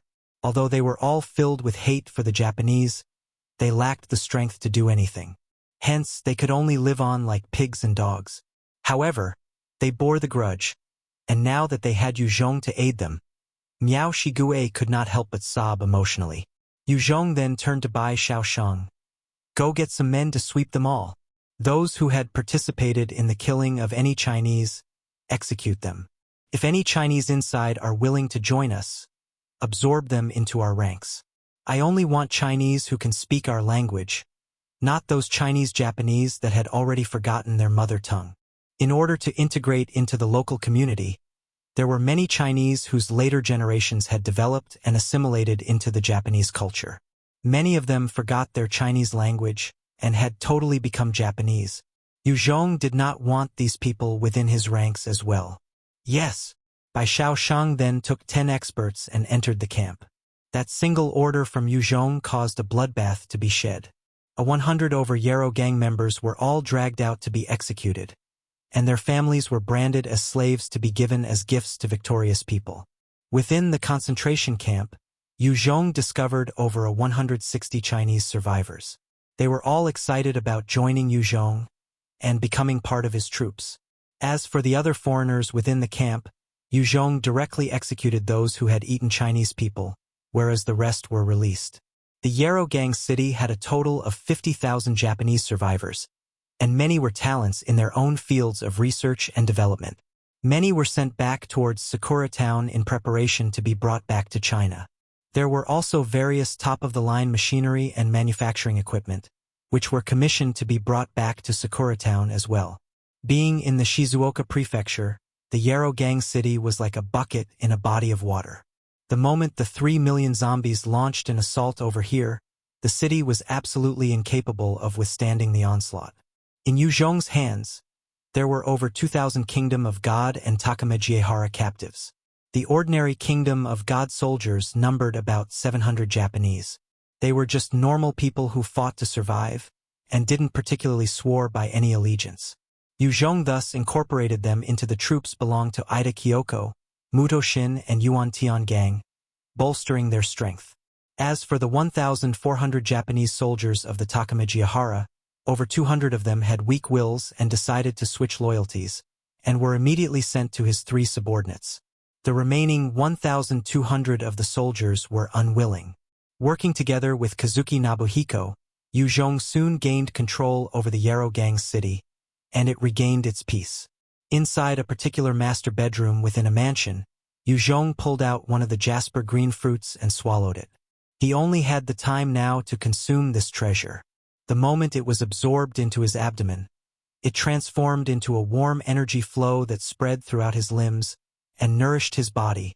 The energy continued to travel along Yue Zhong's meridians, before finally settling in his mind, and landed on the bronze rune representing the stealth ability, carving out additional engravings. Second-order stealth greatly enhances stealth ability, distorting and confusing enemies' senses even when moving slowly. Yue Zhong opened his eyes as he savored the enhancing effect. Second-order stealth. Why was it this skill? Ugh, if only it had been the steel body skill. The steel body skill directly impacted Yue Zhong's survivability in combat, whereas the stealth ability was related to his assassination skills. Chapter 567. Envoy from Takamajiehara. Translator. Translation Nation Editor. Translation Nation. Inside a meeting room, a fierce light flashed past by Xiao Sheng's eyes. He spoke, "Leader, since those 1,200 Takamajiehara soldiers aren't willing to work for us, let's just kill them and be done with it." Yue Zhong frowned slightly as he lowered his head in thoughts. He was also of a mind to do away with those soldiers that weren't willing to submit. They were all elites. If they were released to the Takamajiehara, they would add to the numbers. The stoic expression of Tenpy Osaka finally had a change, as she could not help but exclaim, "No, Yue Zhong, you can't do that. They're all humans, not some dog or chicken. Please, Yue Zhong, don't kill them. They've already surrendered, you shouldn't kill them." Muto Shin had a fierce glint in his eyes as well. "I, too, am for killing them. They're the elites of the Takamajiehara. The moment they're killed, Takamajiehara would suffer a huge loss. Since the past, traitors had always been harshest to their own people. Muto Shin was already a traitor of the Takamajiehara, and he was exceptionally ruthless to his ex-comrades. Only then would he be able to prove his loyalty to Yue Zhong. An elite team was after all the core strength of any power. If too many were wiped out, it would be tough for the faction to regain its strength. Yue Zhong had over 1 million survivors in China right now, but his true elite troops only numbered about 20,000. If they were somehow annihilated, his military might would plunge for a period of time. Killing these 1,200 soldiers would mean dealing a huge blow to the Takamajiehara. Intelligence officer came up to Yue Zhong and reported, "Leader, the Takamajiehara had sent an envoy requesting your audience. Let him in." Yue Zhong's brows arched. He has truly come. A handsome man of about 35 or 36, wearing a suit, came walking into the hall, before bowing to Yue Zhong. "Yue Zhong-sama, I'm Fuji Saburo, an envoy from Takamajiehara. I'm pleased to make your acquaintance." Yue Zhong eyed him and spoke coldly, "Fuji Saburo, speak your mind." Fuji Saburo immediately tried to come from the moral angle. "Yue Zhong-sama, Why would you attack our Takamajiehara? We have no grudge with you. Yue Zhong's brows furrowed as he cut him off loudly. Cut the crap! If you're here to spew nonsense, then just make yourself scarce. I don't have the time to waste on your bullshit. Say something worthwhile. Fuji Saburo was obviously eloquent. If he continued to speak, he would definitely argue from the moral angle for a few hours. Yue Zhong could not be bothered to deal with it. He decided to get to the crux of the matter. Yue Zhong-sama, our Takamajihara hopes that you can return Tenpyo Sakasama as well as the soldiers to us. Yue Zhong's gaze was still chilly as he spoke slowly. If you want to get them back, what are you prepared to pay for them? Fuji Saburo immediately offered a high price. 10,000 tons of rations, 500 tons fuel, 1,000 rifles, 20,000 rounds of ammunition, 200 beautiful virgins. What do you think of the price? 10,000 tons of rations, 500 tons fuel. They're freaking rich. This Takamajihara must have obtained help from the Japanese government. When Yue Zhong heard those numbers, he felt a chill. He roughly guessed how they must have such a backing. Although a faction could recruit survivors as troops with enough resources, 1,200 elite soldiers and a powerful evolver was far more valuable than those amounts. Yue Zhong shook his head and counteroffered, I want experts from the following fields. Optoelectronics, 20. Engineering, 30. Electronic engineering, 40. Medical, 20. On top of that, I want 20 aerial transport vehicles, 24 assault helicopters. The moment these are delivered to my doorstep, I will immediately release the elites of the Takamajihara. When Fuji Saburo heard Yue Zhong's counteroffer, his back broke out in cold sweat. Those people were all highly sought-after experts in Japan, and if it were just one or two, they would close one eyes. However, Yue Zhong had actually asked for over 1,000 people from different fields. The moment Takamajihara handed them over, their development would slow down by a lot. At the start of the apocalypse, those experts in those fields could not even compare to an ordinary farmer. However, now that the situation was stabilizing in many regions, factions were seeking these experts to aid their development.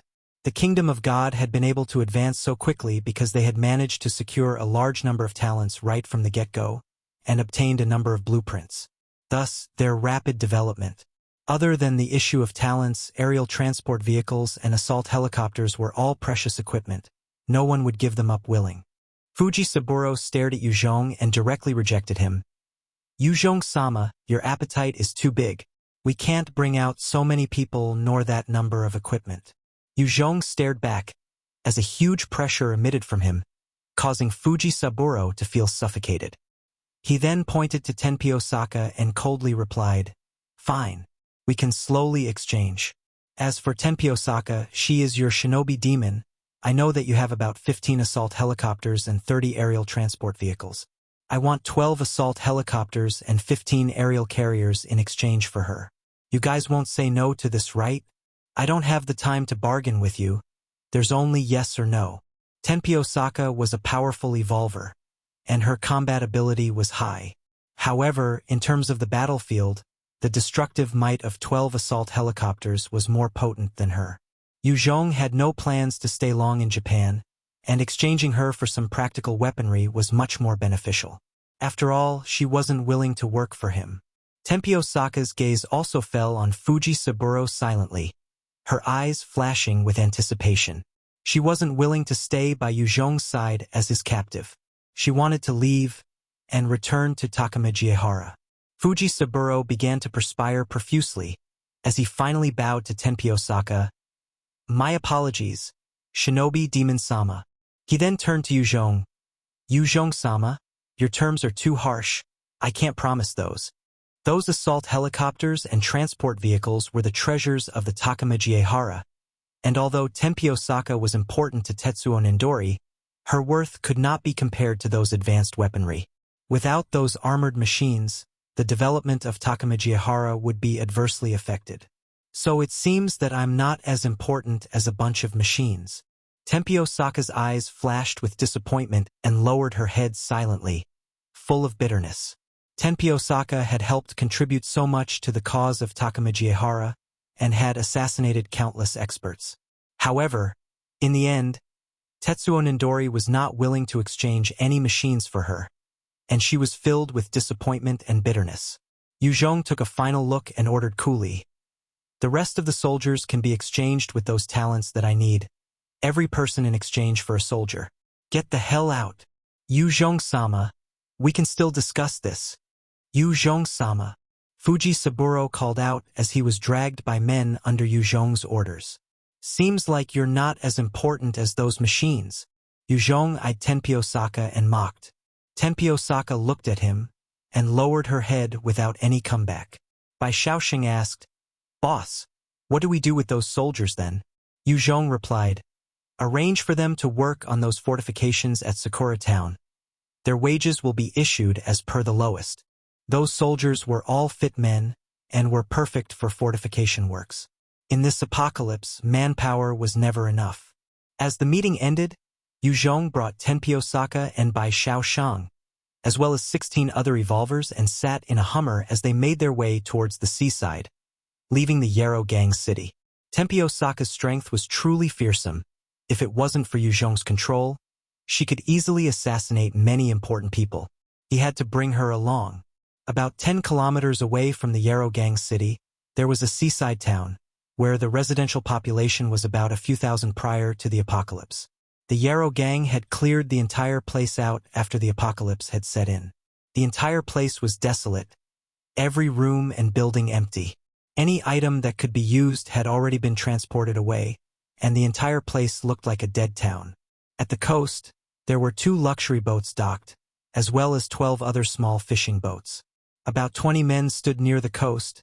They used to be fishing folk before the apocalypse, and knew how to navigate the boats. They were found by Fukui Hanten. He fawned over Yue Zhong and said, "Yue Zhong-sama, these are the boats that we have." Kazuki Nobuhiko had also brought along 2 beautiful and sexy Japanese girls in bikinis. As he came up to Yue Zhong, with a fawning smile, "Yue Zhong-sama, these sisters are Mia Aiko and Mia Yuka. They have long admired your skills and strength, and have offered to become your maidservants." Both of them walked up to Yue Zhong and bowed, before speaking in unison, "Aiko Yuka greets master." Fukui Hanten and Kazuki Nobuhiko had just recently joined Yue Zhong, and knew that their future was still not yet cemented. They could only rely on such measures to slowly gain his favor. After all, the fate of those hundreds of Yarrow Gang members outside the gate had shocked everyone to the core. Yue Zhong swept them a look, before asking Kazuki Nobuhiko, "What's the rank and level of the strongest mutant beast in the seas around here?" Chapter 568. Attack of the Sea Mutant Beasts. Translator. Translation Nation Editor. Translation Nation. The seas had become even more terrifying after the apocalypse. After all sorts of marine creatures resided within more than 70% of what constituted Earth. Even a Type 2 mutant beast would be humongous, but compared to the rest of the creatures, it might just be some measly prawn. The real terror were those Type 5 and higher overlords. Even if Yue Zhong mustered all his strength, it was impossible for him to kill a Type 5 mutant beast at this juncture. That sort of creature was simply too terrifying. Even deploying an entire battalion might not work. If such a Type 5 mutant beast were active in the seas, Yue Zhong dared not move out into the Yokosuka base. Kazuki Nobuhiko spoke up. "Sir, there are usually a lot of Type 2 mutant beasts in the seas, and they're ferocious, sometimes even coming up to shore to attack people. We had tried establishing a base here once, but due to losing many men to those Type 2 mutant beasts, we gave up on the town. The main active forces around here are those Type 2 mutant beasts, but we did catch sight of a Type 3 before." When Yue Zhong heard it, he went to the shore silently and summoned the Type 2 Sharky. After taming a beast, as long as he was within a certain radius of the beast, he could establish a mental link with his tamed beasts. The higher the skill level, the larger the radius. Right now, Yue Zhong's tamer technique had already reached level 4, within a distance of 200 kilometers. All the beasts that had been tamed could be connected with his mind, and rushed to him the moment he called for them. A Type 2 mutant shark the length of 40 m was tearing into the flesh of a mutant swordfish out in the sea. Suddenly, it twisted its head and emitted a sound of delight as it rushed towards the source of the call. The moment the Type 2 mutant shark left, countless smaller sea beasts swam over and began to tear into the mutant swordfish. After the apocalypse, the sea had truly become 100 times more dangerous. If a normal person was to enter the waters, regardless of how good he is with swimming, within 10 minutes, he would be torn to pieces. Unless he was a powerful evolver. Kazuki Nobuhiko continued carefully. Sir, please pardon my words. With these boats, if they were to go out to sea, they will definitely be destroyed by the mutant beasts. It's too dangerous. By this time, Yue Zhong was like Kazuki Nobuhiko's boss. If he were to die, then Kazuki Nobuhiko's group would be swallowed by other people. He didn't want to become a trophy to be collected time after time. Hence, he wasn't willing to see Yue Zhong die. It had nothing to do with loyalty, just self-interest. Yue Zhong replied mildly, I know. I have my ways to go out to sea safely. Kazuki Nobuhiko glanced at the straight back of Yue Zhong and kept silent. All of a sudden, the calm sea began to churn, and the sand on the beach began to stir. Numerous mutant sandworms of about 3 to 4 meters burrowed out with sharp teeth, their bodies encased in a white color scale-like covering, and made towards Yue Zhong's group in a frenzy. Level 17 Strange Beast. Mutant sandworms. They like to swallow flesh and blood. The scary thing about them was their numbers, and as they made their way towards Yue Zhong and his group, it looked like a sea of white. Disperse into town. Yue Zhong looked at the numbers and also felt his scalp tingle. He could easily slaughter a few with a single swing, but there seemed to be over tens of thousands of them. Even someone as powerful as he would be helpless against numbers. Hearing Yue Zhong's orders, everyone fought to escape into town. There were countless buildings still standing in the town, and by making use of those buildings, they could establish a defense. The mutant sandworms had speed twice of normal humans. Although they couldn't chase up to the evolvers under Yue Zhong, it was more than enough to catch up to the Japanese people under Fukui Han-ten. An unfortunate Japanese survivor was slightly slow, and he was instantly surrounded by those worms. They opened their jaws and chomped down on his body, drawing fresh blood and meat. In mere seconds, the Japanese survivor were torn to shreds amidst his pitiful screams. Save me! Save me! Master! Miyuka was running when she suddenly tripped on a stone and tumbled to the ground. She was so frightened that her tears and snot were streaming down her face, as she cried out miserably. As she was crying, a number of the mutant sandworms had jumped onto her body and was preparing to take a huge bite out of her. As she was about to die, a flash of light shot past her, and those mutant sandworms were immediately sliced into pieces. Their juices splattered all over her, and if it weren't for the peril that everyone was in, the posture and circumstance that she was in would be incredibly sexual. Yue Zhong grabbed her and threw her to Tenpyo Saka. Protect them properly. Tenpyo Saka shook slightly and received Yuka silently before rushing towards Aiko's side. She wasn't a strength-based evolver, but with her equipment, she had 4 times the strength of a normal person. It was barely any effort to carry Yuka. Block them! Yue Zhong waved his hands and activated his devil flame, as the terrifying might of fire condensed in his hands. He swept outwards and caused a huge fiery tornado to blow towards those sandworms, enveloping them. When the flames went out, over hundreds of those mutant beasts had been incinerated. The rest stopped slightly, evidently afraid of fire. Tenpyo Saka and the rest made use of the chance to hurry further into town. The waves of the sea were churning, and not long after, a huge beast of about 36 m and a height of 4 m appeared. Its shell broke out of the water first, and soon the entire frame of a Type 2 mutant lobster appeared. There were over 10,000 of its little brothers of varying levels that were beside it. A Type 2 mutant beast might not count for much out deep in the ocean, but near the shores it was still a little overlord. Other than the Type 2 mutant lobster, there was also a huge mutant sandworm king beside it, its body over 15 m long and 1 m tall. This mutant sandworm king was the commander of those little sandworms. Not all leader-type creatures were Type 2 mutant beasts. Some might be weak but were naturally of a higher level variant to command their fellow creatures. Level 65 Strange Beast. Type 2 Mutant Lobster. Possess an incredibly tough carapace and immense strength. Phew! It's just a Type 2 mutant beast. After seeing the notification that popped out in his mind when his gaze fell on the beasts, Yue Zhong heaved a sigh of relief. For Type 2 mutant beasts, as long as Yue Zhong was careful, he could deal with them on a one-to-one basis. As for Type 3 mutant beasts or even Type 4 ones, they could cause him serious damage, even to a life-threatening extent. Yue Zhong twisted around and activated his shadow steps as he charged towards the Type 2 mutant lobster like a tank. A number of mutant sandworms immediately charged towards Yue Zhong. Yue Zhong then activated his devil flame, causing a covering of the powerful flame to encase his body. All around him, the moment those mutant sandworms got into contact with the devil flame, they were instantly incinerated. Yue Zhong continued towards the mutant sandworm king in a straight line. In that short span of time, his devil flame had burned over 100 mutant sandworms.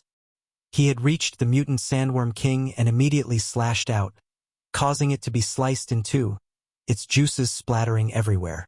The moment it died, all the sandworms quickly burrowed away.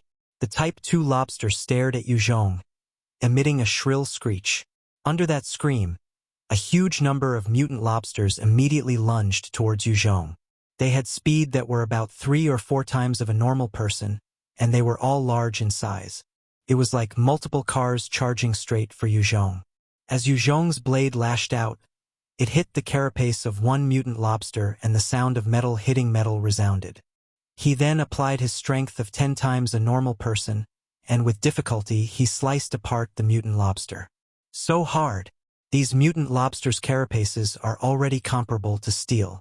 Yue Zhong frowned after he disposed of one, before retreating backwards explosively. The mutant lobsters were like vehicles and blocked the entire path to the Type 2 mutant lobster. If Yue Zhong wanted to make his way towards the Type 2 mutant lobster, he would have to clear a path through them. The claws of the countless mutant lobsters waved and slammed towards Yue Zhong. If he was caught in between those metal-like pincers, he was bound to get hurt. Yue Zhong was like a gust of wind, quickly pulling apart the distance between himself and the mutant beasts. He then waved his hands, and a terrifying bout of devil flame shot towards the Type 2 mutant lobster, and started to burn profusely. The Type 2 mutant lobster began to struggle when it came in contact with the devil flame. However, after merely thrashing about for a few seconds, it crumpled to the floor. Evidently, its brain had been roasted. Yue Zhong's second-order devil flame had increased in might and destructive potential. The moment an enemy was hit, even if it was a Type 2 mutant beast, it would definitely burn to death. With the death of their commander, the tens of thousands of mutant lobsters began to swarm back into the sea, although a few were stubborn enough to chase Yue Zhong. The flesh and meat of high-level mutant beasts were nourishing to humans, just like high-level evolvers or enhancers were nourishment to the mutant beasts. Kill them! Yue Zhong eyed those incoming beasts, and with a thought, a nether hole appeared in the sky, as white bones stepped out menacingly, immediately pouncing onto the nearest mutant lobster, and pierced its hard carapace and brain with a single bone spike, before grinding the contents to mash. Chapter 569, Aircraft Mothership. Translator. Translation Nation Editor. Translation Nation. White bones could freely manipulate its bones, and even in the midst of those mutant lobsters, its sharp bone spikes could reach up to insane lengths, piercing the shells and brains of those monsters. Yue Zhong leaped back from the swarm, and a number of devil flame fireballs rained down on the mutant lobsters, frying their brains. Very quickly, the swarm of elite mutant lobsters were slaughtered cleanly, and the remaining ones decided to retreat and turned towards the sea. At this time, the waves churned, and a huge Type 2 mutant shark appeared. It opened its jaws to suck in deeply, and a number of the escaping mutant lobsters were sucked into its mouth, before being crushed into pieces. The hard carapaces of those mutant lobsters could not even compare to this Type 2 mutant shark's teeth. All the mutant lobsters were immediately frightened of the presence and aura of Sharky, and quickly escaped. Little Sharky got on shore and using its flippers like a human's feet, it waddled over towards Yue Zhong in joy. Although it was a Type 2 beast, it was still a sea-based creature, and its speed could only reach 3 times that of a person on shore. As for its size, that speed was already considered slowly. Yue Zhong looked at Sharky and his face revealed a rare smile, as he quickly reached into his ring and pulled out the bag full of Type 2 and Type 3 nuclei. He threw it to Sharky. "Ha-ha! Sharky, this is yours." Sharky could tell the bag was filled with high-level nuclei and it became excited, immediately swallowing them all. Such precious nuclei were important and vital to boosting mutant beasts. Not long after it swallowed the entire bag, Sharky curled up into a ball, and a huge amount of natural energy began to enter its body, transforming it. It was beginning its next evolution. With the amount of nuclei Yue Zhong got from the Shimazu clan and the Yarrow gang, it was enough to groom up a Type 3 mutant beast. As to a Type 4 mutant beast, it was truly difficult. Yue Zhong already had the Type 3 Greenie and Type 3 Lightning. Based on the connection he had with the two beasts, he already surmised that for a Type 3 mutant beast to evolve into a Type 4 one, it would require at least over 200 Type 3 nuclei or 10 Type 4 nuclei. Regardless, it was hard to acquire either methods, and currently Yue Zhong only had 2 Type 4 nuclei. Of them, one was being used in the biological armor, the other in his arms. It was not enough to raise a Type 4 beast.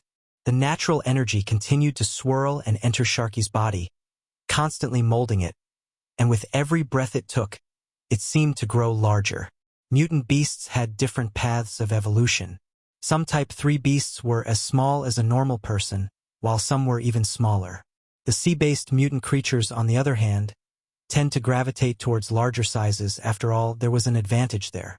After one day, Sharky had reached 80 m in length and 6 m in height.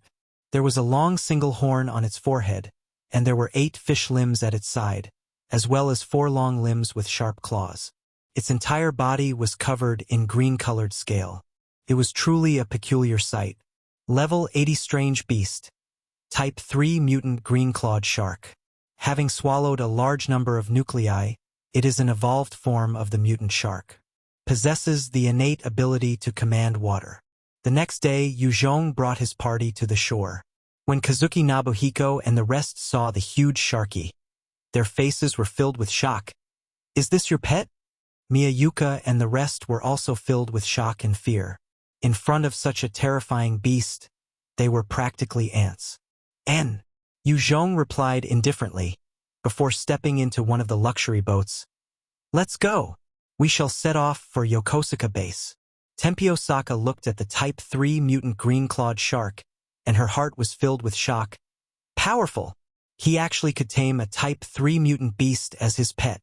Even amongst the top echelon of the Takamijihara, they have killed a few Type 3 mutant beasts. They knew how terrifying each single existence was. Many divine deities and servants had fallen at the claws and jaws of such beasts.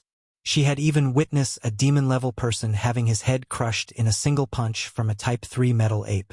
If it wasn't for her ability to fade into the background, she might have been slaughtered then as well. If the Type 3 mutant beasts on Earth were terrifying to deal with, the Type 3 mutant beasts in the seas were a whole different story. Almost no one could single-handedly deal with one yet. After all, man was land-based. No matter how strong an expert, the moment he entered the sea, their power would be decreased by at least 5%. Under such circumstances, even if it were Tetsuo Nendori, he would be torn apart by a Type 3 mutant beast. The fact that Yue Zhong could command a Type 3 mutant beast caused Tempio Saka to be filled with shock. It was more than enough to be considered a devil-level existence. When those Japanese fishing folk were brought over, they begun to pray to the Type 3 mutant green-clawed shark. After all, they were glad that it was on their side. Under the escort of Sharky, the boats began to set off towards the direction of Yokosuka base. Yue Zhong and the rest went along the coastline towards the Yokosuka base. Along the way, countless mutant beasts of lower levels and types were turned away from the pressure of Sharky. If it were further out in the deep sea, then a Type 3 mutant beast wouldn't count for much. Any Type 4 beast could simply swallow it. However, near the shores, a Type 3 mutant beast was definitely and infinitely more dangerous than the rest, and the pressure they emitted was enough to quell the lesser beings. After a few hours, the majestic outline of the Yokosuka base appeared in the eyes of Yue Zhong and his party. Mothership! That's an aircraft carrier mothership. As they neared the base, they caught sight of the gigantic mothership docked at the harbor, and seeing it, even Yue Zhong's eyes turned red with excitement. A mothership! An aircraft carrier mothership! This was the true overlord of the seas, Every single one was a huge and powerful weapon in itself. Before the apocalypse, even China only had one such mothership that had just entered the waters. Right now, there was one perfect and undamaged U.S. Navy mothership in front of his eyes. It was absolutely one of the most precious treasures left behind during the apocalypse. Bai Xiaoshang also exclaimed excitedly, "Mothership, this is great. If we can get that, we can obtain a huge fleet of air and navy weapons. If they could really obtain the mothership, then the waters of Southeast Asia will practically be Yue Zhong's backyard. With a mothership as the center of operations for a fleet, there would be destroyers, frigates, and many other ships. Such cruisers were all powerful combat weapons out in the sea. Mothership, aircraft carrier mothership." Tenpy Osaka saw the looming view and her eyes were filled with wonder. Under the suppression of the U.S., Japan had never been allowed to possess an aircraft carrier mothership, and this was a huge source of dissatisfaction for many Japanese. After all, without one, it meant that there was no authority of the seas. To an island like Japan, it was disadvantageous. Yue Zhong gave an order, "Get closer to the mothership." Yue Zhong had brought 8 evolvers with the abilities to manipulate machineries. With them, they could quickly control all sorts of equipment on board, even if it was the mothership. To fully exhibit and utilize the combat might of a mothership, they would require at least hundreds and thousands of people. However, to drive it, it didn't require that much manpower. The boats began to get closer. All of a sudden, a few torpedoes were fired out from the Yokosuka base, heading straight for Yue Zhong's party. Not good. There are still live people in there. Yue Zhong felt danger at the first moment, and his expression fell. He quickly activated his shadow steps and started flinging people overboard. After throwing 6 out, he jumped into the sea as well. Tenpy Osaka and Bai Xiaoshang were quick in their reactions as well, immediately grabbing a few people each as they leapt into the sea. Following loud roar, the boats that they were on were blasted into pieces by the torpedoes. Sharky was swimming about, rescuing the different individuals onto its back. They were all drenched, and their appearance wretched. Even Yue Zhong was not spared. Bai Xiaoshang laughed savagely as he looked at the base. "Boss, seems like they're not particularly friendly." Yue Zhong dived back into the water. "It's understandable. I'll go see how many of them are there, and I'll try to negotiate. You guys wait here." Yue Zhong had undergone all sorts of special forces training, and swimming was one of the core basics as well. With his enhancement, he could already surpass the world's fastest swimmer prior to the apocalypse. After 20 minutes, Yue Zhong managed to climb on board the base. He looked around, discovering that his current position was at a massive dock, and there were all sorts of cruisers and ships docked. The largest was the aircraft carrier mothership. As he neared it, he saw that there were many zombies shambling around aimlessly at various parts of the mothership. It was obvious that most of the American troops on board had turned. Chapter 570. Into the Yokosuka base. Translator. Translation Nation Editor. Translation Nation. Yue Zhong's gaze swept past the deeper parts of the mothership and thought silently, "Those survivors must be inside the U.S. military base. They're the largest obstacle to me right now." Those survivors had not even said a word and had launched an attack on Yue Zhong's party. They were apparently in a fearful state. They would destroy any stranger they saw, and these kinds of people were the hardest to deal with. This time, fortunately, Yue Zhong had just brought a small team to check out the situation. If he had been in the Sky Fortress, those survivors might have already fired some form of missile at them. The U.S. was recognized to be the strongest military in the world prior to the apocalypse. Their weapons and technology were advanced. Even if an actual Sky Fortress was to be constructed, it would not be able to stand up against the U.S. anti-air missiles, not to mention an incomplete one. Yue Zhong thought deeply for a while, before whisking out his black tooth blade and walked towards the inner parts of the mothership. Along the way, Yue Zhong didn't discover any zombies, nor any live persons. AI! These are human bones. Yue Zhong swiftly came across a clearing where he saw numerous splintered human bones. There were huge claw marks all around, each print larger than a human, highlighting the size and might of the owner of those claws. Yue Zhong surmised, mutant beast. Those sea-based creatures would usually come up to shore, No wonder there are not many zombies around. Most must have already been eaten by the sea mutant beasts. Mutant beasts had already overcome their limits through evolution, and many sea-based aquatic life already possessed the strength to come on shore. While their might is definitely lower on land, it was still not something ordinary humans or zombies could withstand. The entire Yokosuka base was empty and desolate. Not a person to be seen. This caused Yue Zhong to feel helpless. There wasn't even a chance to engage in intel or exchange of info. It was apparent that all the survivors in the base had already hidden themselves in some deep recess of the base, and since Yue Zhong wasn't part of the base, he naturally would not know where to go. Yue Zhong pondered for a while, then decided to walk towards a security camera. He wrote some English on a piece of paper and held it up. "I would like to speak to your commander." After waiting a while, and noting that there was no movement from the security camera, a sense of disappointment arose in his heart. Yue Zhong then sliced the camera apart and pulled out his swift shadow bike. The moment the swift shadow bike appeared, Yue Zhong rode it and charged all the way through into Yokosuka base. Within the entire base, there were malls, schools, post offices, theaters, gyms, and all sorts of other entertainment venues. However, the current state of these buildings were dilapidated, and the numerous vehicles had been abandoned at the sides of the roads, blood stains smeared all over. Yue Zhong rode all the way, and only then he caught sight of zombies again. However, they were at the edge and were just shambling around aimlessly. Prior to the apocalypse, this base was a powerful center of operations with over 10,000 American soldiers.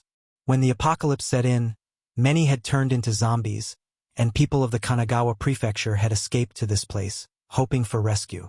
Hearing the sounds of Yue Zhong's motorbike, the zombies began to swarm towards him. Right at this time, a middle-aged Caucasian appeared at the third level of the cinema and hollered, "What the fuck are you doing? You still dare to cause such a ruckus? Throw your motorbike aside and hurry over here. Don't lure them over. Humans." Yue Zhong saw the guy and his eyes lit up with joy. He immediately kept his swift shadow bike into his storage ring and hurried over to the theater. "Don't move." Yue Zhong had just entered the theater when two handguns pointed at his back. At the same time, a cold order rang out. "Ha ha! Japanese lamb for the slaughter. Seems like we'll get to enjoy some meat tonight. Ha ha! He doesn't look dirty or smelly, what luck." The other time, that Japanese lamb was too sour. I felt like vomiting when I ate him. Yue Zhong maintained his silence, looking at the interior of the cinema. He noticed that there were 9 burly men, each of them fierce-looking with savage auras. There was a huge pot in the corner, and multiple human bones beside. Evidently, these 9 men had committed cannibalism. Another Caucasian whose face was covered in brittles opened his mouth, and Yue Zhong immediately smelled his bad breath. The stink mouth laughed savagely. "Raise your hands, Japanese pig.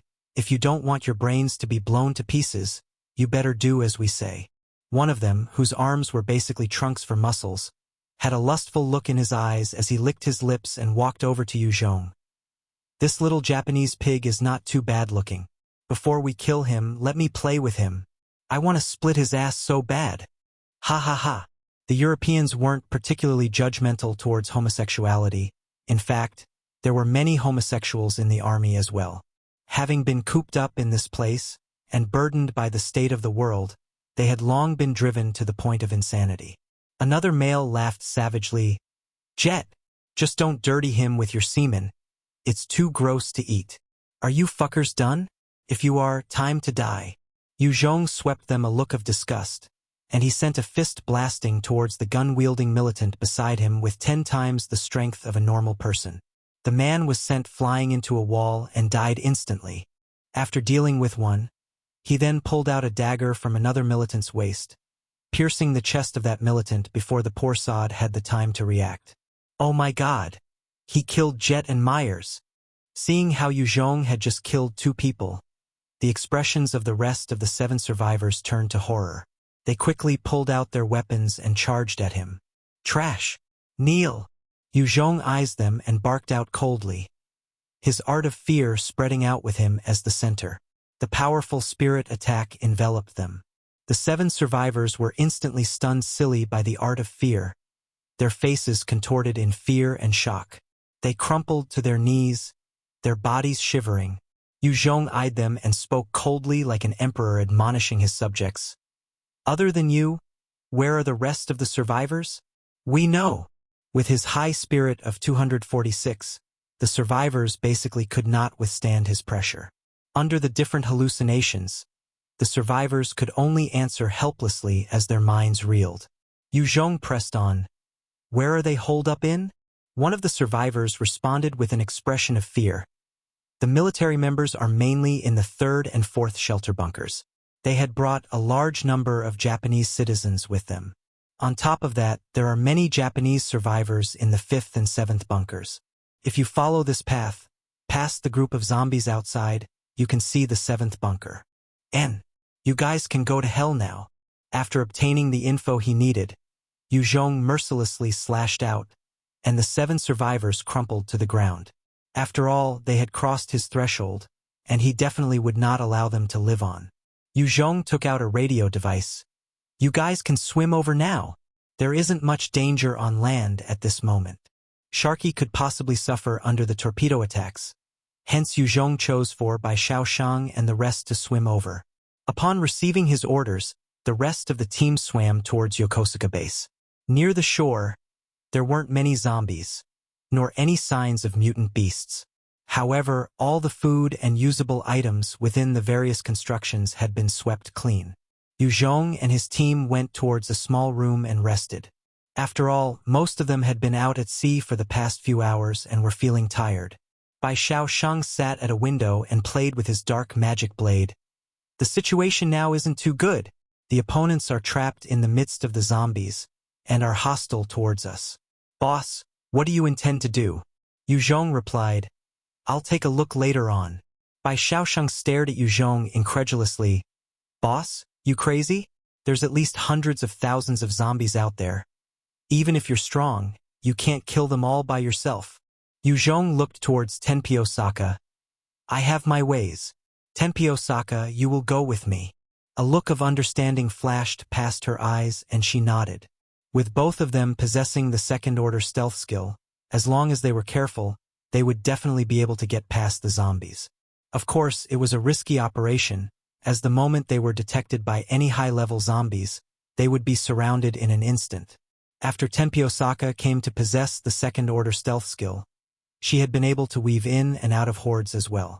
However, it was not often that one would choose to do that. After all, she had been one of the demons of the Takamajihara, and she had all sorts of treatment and entitlements. There was no need for her to risk her life to go through zombies. As night fell, Yue Zhong and Tenpy Osaka began to move under the cover of the night. Yue Zhong and Tenpy Osaka soon came to the sea of zombies, and noted that they had gathered in such a bunch that they had basically blocked the entire way. Under these circumstances, they wouldn't be able to get past them even if they used their stealth. Chapter 571. Zombie Hordes Odd Movements. Translator. Translation Nation Editor. Translation Nation. Tenpy Osaka looked quietly at Yue Zhong, waiting to see his response.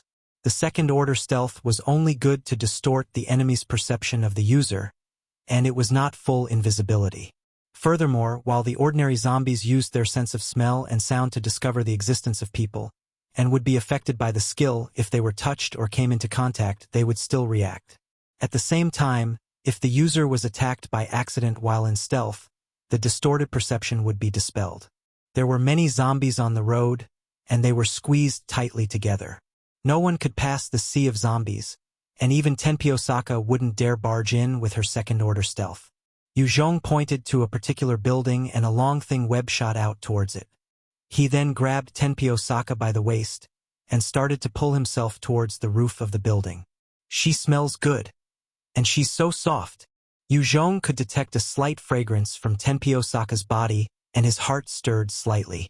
In his embrace, Tenpy Osaka's body tightened slightly, only relaxing after a while. She had always grown up in a largely females-only environment, and had not come in contact with many men. After the apocalypse, when she had evolved, her strength and her emotionless expression had caused men to steer clear. Yue Zhong's action caused her to be slightly uncomfortable. With the spider silk, Yue Zhong got both of them up to the roof, before he pulled out a grappling hook from another box and fired a line over to another building. He then climbed the rope over to the next building. Using these methods, Yue Zhong carefully got through the zombie horde, and from time to time, they would use their second-order stealth to get past some of the zombies by sticking close to the walls. The seventh bunker. Near an opening similar to a subway entrance, a huge sign hung above the building, revealing the position of the seventh bunker in both English and Japanese. Ah! Help! Save me! Yue Zhong and Tenpyo Saka had just gotten close to the seventh bunker when they discovered that the originally sealed entrance of the bunker was torn open, as a number of devourers climbed out with live Japanese survivors in between their jaws. These Japanese survivors were struggling and crying pitifully. There was a particular Japanese who struggled hard and enraged the devourer. It tore the Japanese survivor apart, as fresh blood and organs splattered all over the floor.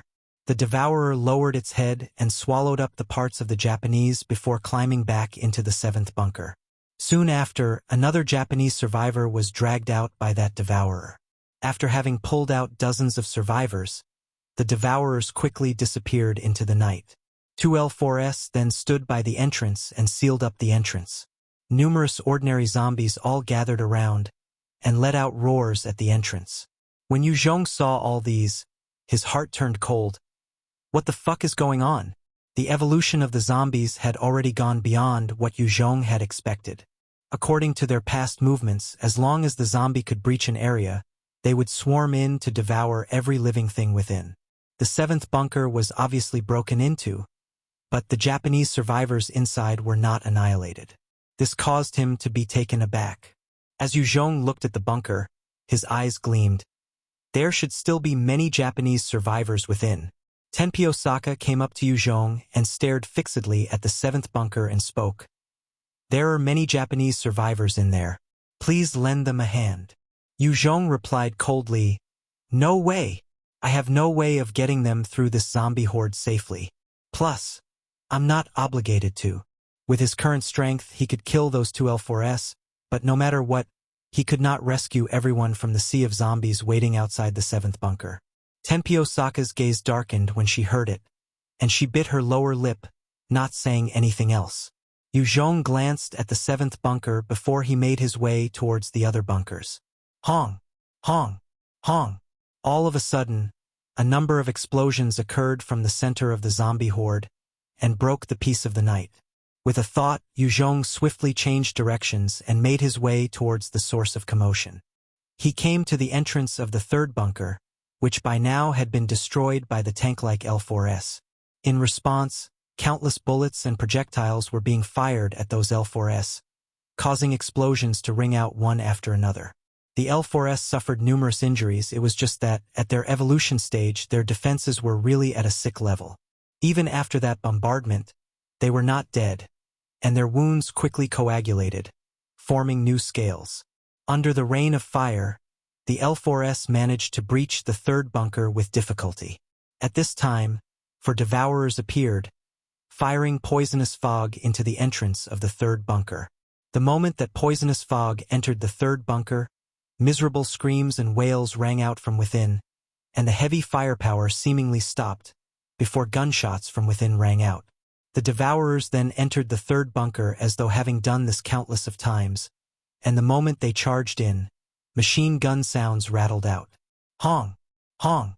Following some intense explosions, the charred corpses of the devourers flew out from the third bunker. The entire entrance of the third bunker was also blasted and collapsed. Yue Zhong saw this and frowned. Damn! Isn't it impossible to go in like this? He then made a guess. No, it can't be. There has to be another entrance somewhere. They would not have blasted this so decisively otherwise. At this moment, a patch of area about 500 m away suddenly opened up to reveal a huge hole. From within the hole, 5 helicopters flew out towards the distance. The higher-ups have escaped. Yue Zhong watched the escaping helicopters and guessed what must have happened. Regardless of country, any government official had special treatment. While there were brave ones, there were likewise cowardly ones, and those who feared death. Not long after the helicopters ascended, a few H-1S hidden among the zombies opened their jaws and shot out a number of fireballs out towards the sky. As the fireballs blast upwards, one helicopter was directly hit, and it exploded in a ball of flames before plunging towards the ground. Another helicopter suffered a hit to the tail rotors, and it lost its balance, landing on a nearby roof. The rest of the helicopters managed to fly off into the night. The moment the huge hole appeared, countless zombies and evolved zombies leaped into the hole. Immediately, gunfire and screams of despair sounded. Chance! Yue Zhong watched the helicopter that landed on a building and his eyes flashed with a hint of delight, and he immediately made his way there. The helicopter had landed on the 12th story of the building, but it did not blow up. Yue Zhong and Tenpyosaka quickly arrived at the location. Yue Zhong had just pushed the doors open to the 12th level when a bullet shot towards him. He slapped it away casually, causing a sound of metal hitting metal to sound out. Yue Zhong walked towards the middle of the room and saw a smartly dressed military officer and 4 elite American soldiers. They were protecting a pair of women, one roughly 36 or 37 with silver hair and a voluptuous body, the other about 14 or 15, with a similar head of hair and cute features. Everyone shot Yue Zhong a look of alarm. Someone who could slap a bullet away was basically Superman already. They had only seen such existences in the movies. After the apocalypse, Yokosuka base was filled with firearms and naturally, no one would use the items like the novice staff or bat. After all, the might of those weapons could not compare to guns. Because of that, there were little enhancers and even then they weren't strong. Yue Zhong stared at the officer and asked, "I'm Yue Zhong. Who are you people?" Graham, the officer, stood up and replied with flair, "How do you do? I'm Colonel Graham of the 7th Fleet of the Yokosuka base. I am pleased to make your acquaintance. This is my wife Juliana and my daughter Alice." From the surface, it was hard to tell that such a charismatic leader could abandon his subordinates and run. Yue Zhong's gaze was filled with killing intent as he asked, "Colonel, very good. I want the location of the following: all the ammunition in the Yokosuka base, central computer for the air defense and missile control, as well as all the passwords to gain access into the various parts of the base. Give these to me and I can take your wife and daughter to leave here safely. Otherwise, I'll throw you all to the zombies." Juliana and Alice looked at Yue Zhong with a look of fear. Graham hesitated before making a decision to comply. "Good. I'm willing to give them to you." Graham had already abandoned his comrades and was termed a traitor. He was obviously the coward type that feared death. Under Yue Zhong's threat, he chose to cooperate because he wanted to live on. Yokosuka base also could not contact America under such conditions. Many of the military men in the base had deteriorated and were no longer the elites of the American troops. Chapter 572. Army of Sea Mutant Beasts. Translator. Translation Nation Editor. Translation Nation. After making that decision, Graham readily provided all the information that Yue Zhong required. He was clear and detailed about the position of the armories, the weapon storage facilities, the defense systems. At the same time, he also updated Yue Zhong about the situation within the base. At the onset of the apocalypse, a huge number of Japanese survivors had swarmed in from the Kanagawa prefecture. Due to their arrival, the base was also filled with zombies as a result. A number of the American troops had been infected as well, turning into zombies. However, due to the guns and firearms within the base, after a short period of commotion, they barely managed to bring things under control. Before the world had really turned and society had yet to crumble, humanity was still going strong. Most were still moral and not heartless, and the American troops helped to save a number of Japanese survivors. Very soon, the American troops discovered that things weren't going well. More Japanese swarmed towards the base, and when they arrived, the entire base became like hell. There were zombies mixed everywhere. A huge number of American troops also got affected, leaving only 700 American troops surviving. As for these 700 soldiers, they were scattered throughout the base, and those who had really gathered together only numbered about 400. The number of Japanese survivors that had approached Yokosuka base for help was over a few 100,000. Without any mental preparation for what had come, the American troops had then decided to retreat further into the shelters and bunkers to avoid further casualties. However, it was a move that would spell no way out, as once they entered the bunkers, the zombies surrounded all the exits. At the same time, the zombies were evolving, but the survivors could only stay trapped within their safe haven, pushed to their limits. In the epicenter of the hundred thousands of zombies, the survivors had no chance to expand. Within the various bunkers, there was enough food as well as water. There was no need to worry about food shortage at that time. But as they were trapped in their own refuge, with no hope for the future, many began to lose their minds. The American troops were divided as a result. One half emphasized on maintenance of society and morals, as they protected the Japanese survivors. The other half had given into their inner demons, lording over the Japanese and humiliating them in various ways. Graham's third bunker had belonged to the second category, where the Americans had completely ruled over the Japanese. They subjected the Japanese survivors to various demented activities. Rape, murder, suicide became common, and this caused unease in Graham and a few other officials. They had already begun to lose control over their soldiers. This time, when the zombies managed to breach the bunker, Graham and the rest chose to escape. If they continued to remain there, they were afraid that the soldiers who were going insane might turn on them and their families. There were 8 bunkers constructed within the Yokosuka base, and each bunker could accommodate up to 10,000 people. That was to say, even with the cases of suicide or torment to death, there were still at least over 70,000 survivors within the base. The central command was designated in the third bunker, and it was in there where the anti-air defenses and torpedoes were controlled from. As Yue Zhong took in the information, he was filled with excitement. With the third bunker in disarray, it meant that the self-defense functions of the base was down. As long as the zombies around the mothership and on it were disposed of, Yue Zhong could directly steer the mothership away, without fear of retaliation from the base.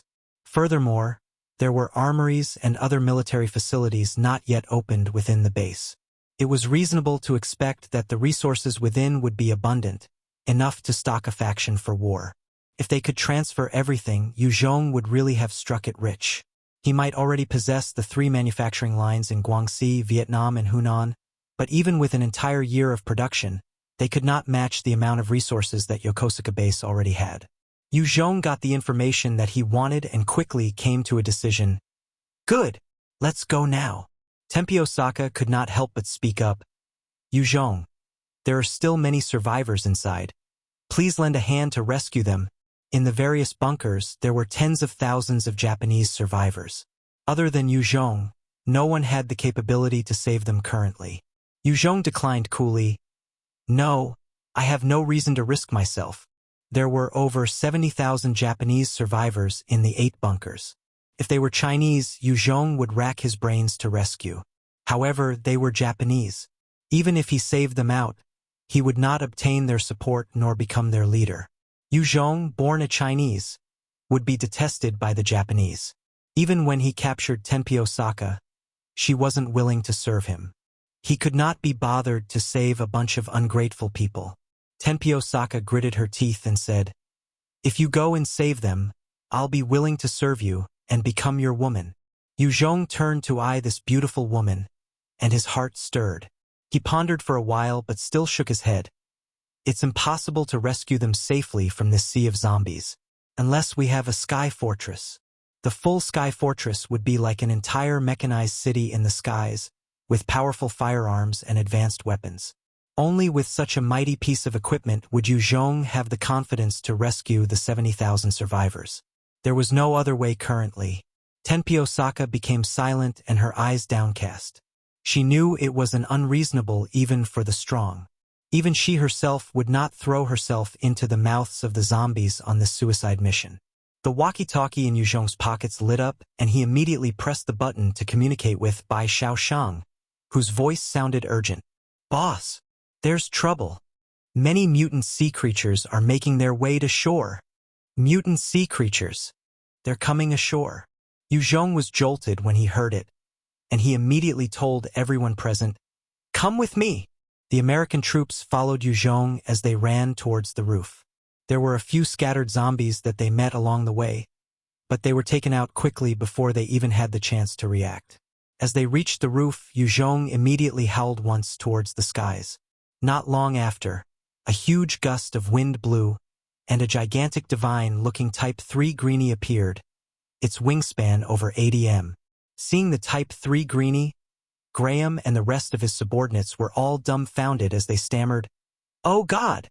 Greenie at its current size was something vastly beyond the comprehension of the people present, as a single swipe from its wing could rip them into shreds. Graham guessed that not even bullets could harm such a terrifying existence.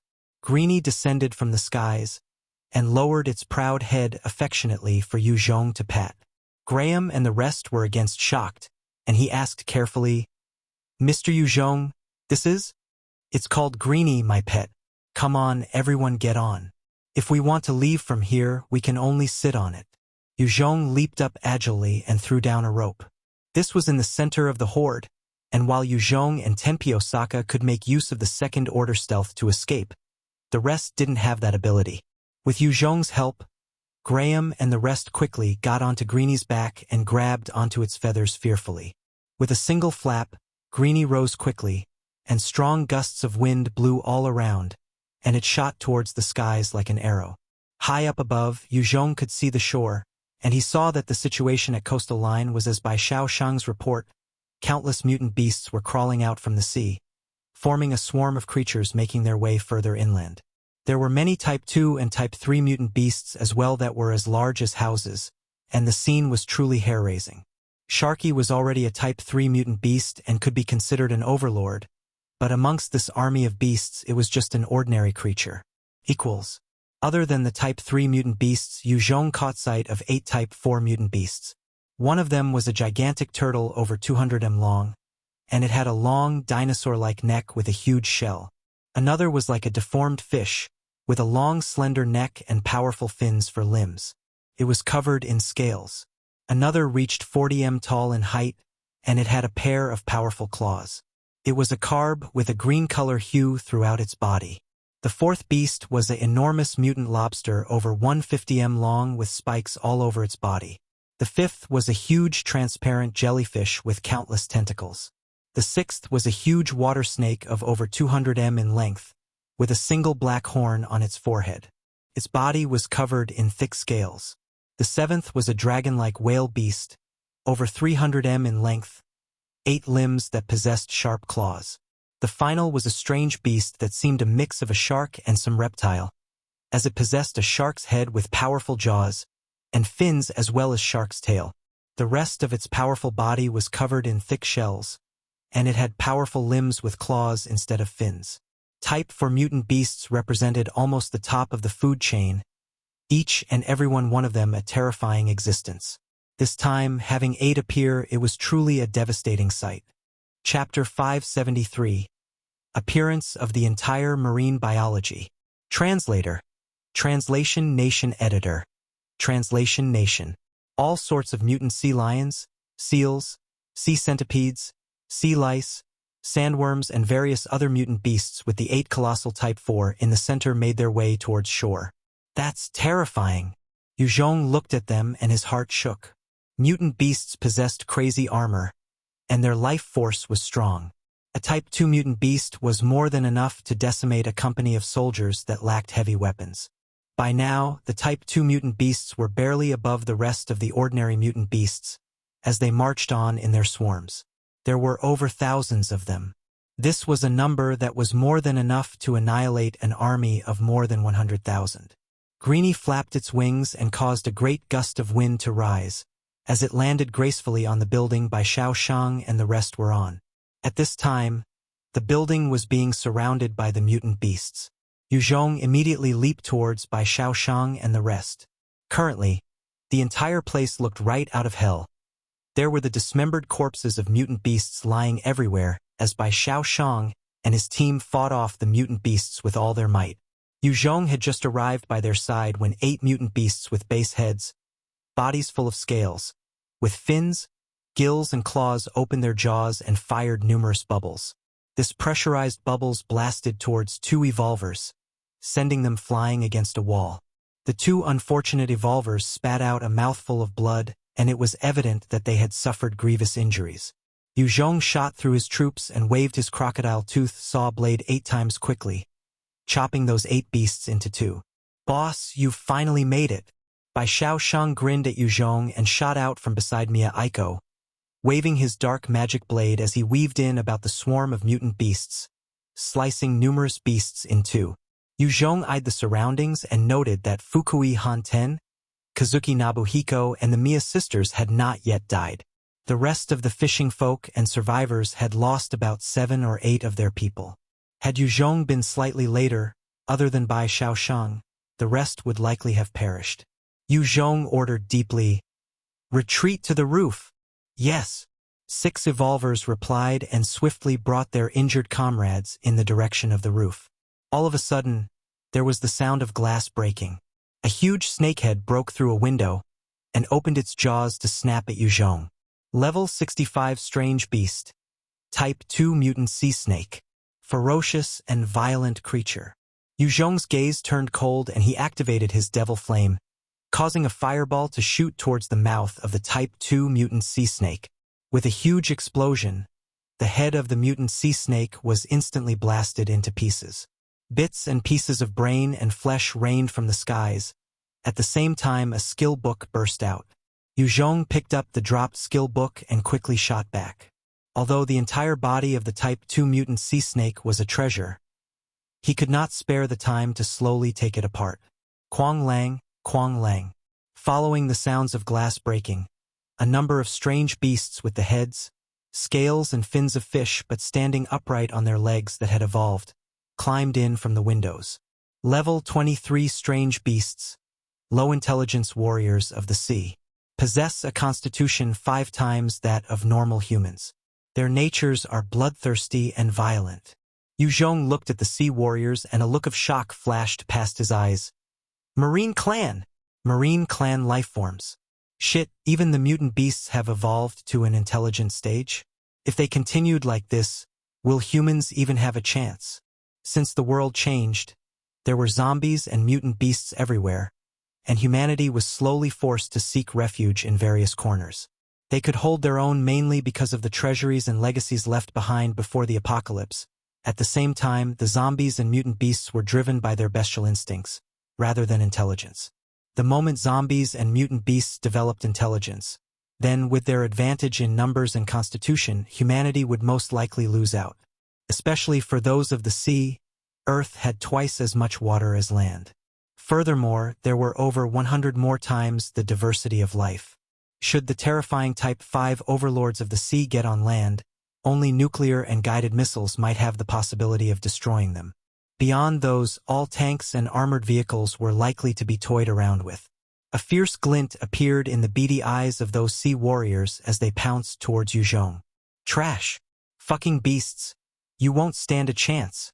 Yue Zhong shot towards them and with a single blade beam, he took out 6 sea warriors instantly. Having disposed of them, Yue Zhong retreated back towards the roof. Quang Lang, Quang Lang. The sounds of glass shattering traveled throughout the building. One sea warrior managed to charge towards a fisherman, and its claws pierced his back, before it ripped him violently. A huge chunk of flesh was torn from the fisherman's back and fresh blood splattered. Ah! Save me! Save me! The Japanese fisherman screamed out in agony. He had just shouted twice when another sea warrior had jumped in front of him and chomped down on his throat. 3 others surrounded the poor fisherman and used their sharp claws to rip his body apart. Seeing this bloody scene, the rest of the fishing folk felt their hearts turn cold, and they quickly rushed towards the roof. Yue Zhong swiftly rushed back with Bai Xiaoshang as they cleared the various sea warriors from the back. With the protection of the 2 experts, the rest managed to climb onto Greenie's back. Greenie flapped its mighty wings and soared to the skies amidst roaring winds.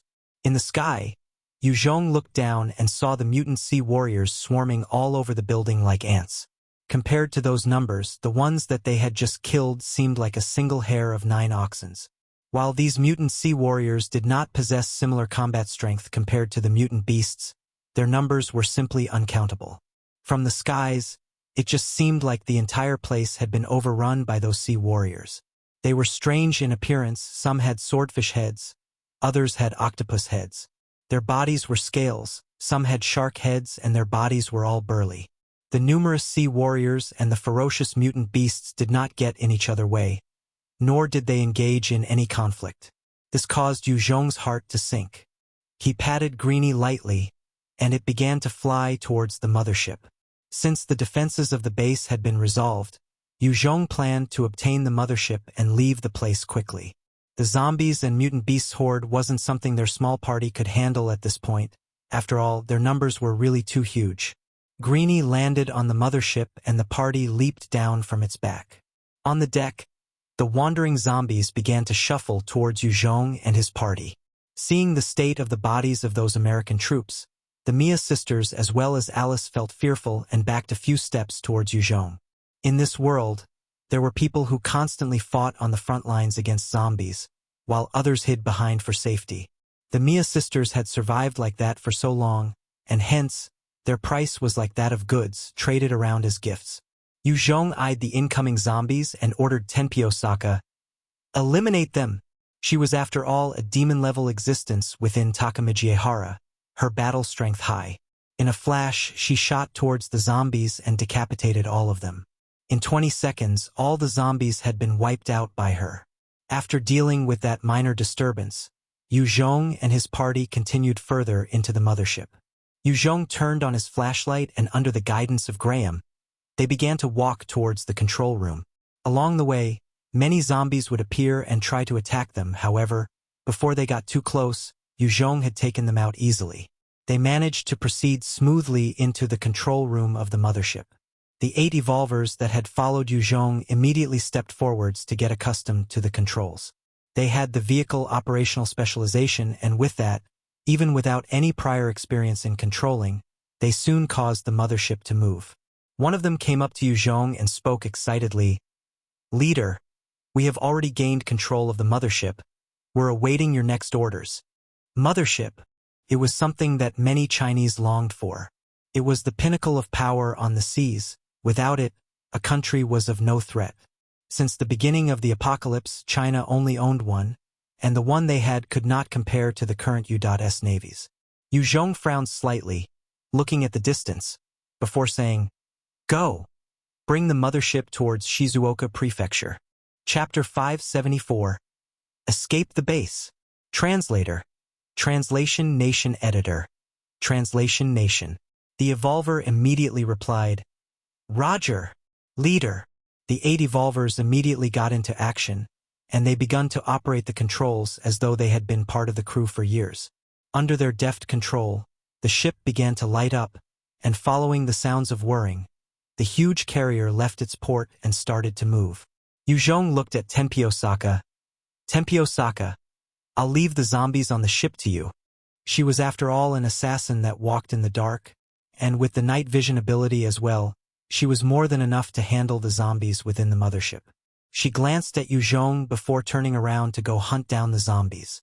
A single aircraft carrier mothership was the product of human ingenuity prior to the apocalypse, and its size was even larger than most Type 4 mutant beasts. Its movements caused waves to ripple out.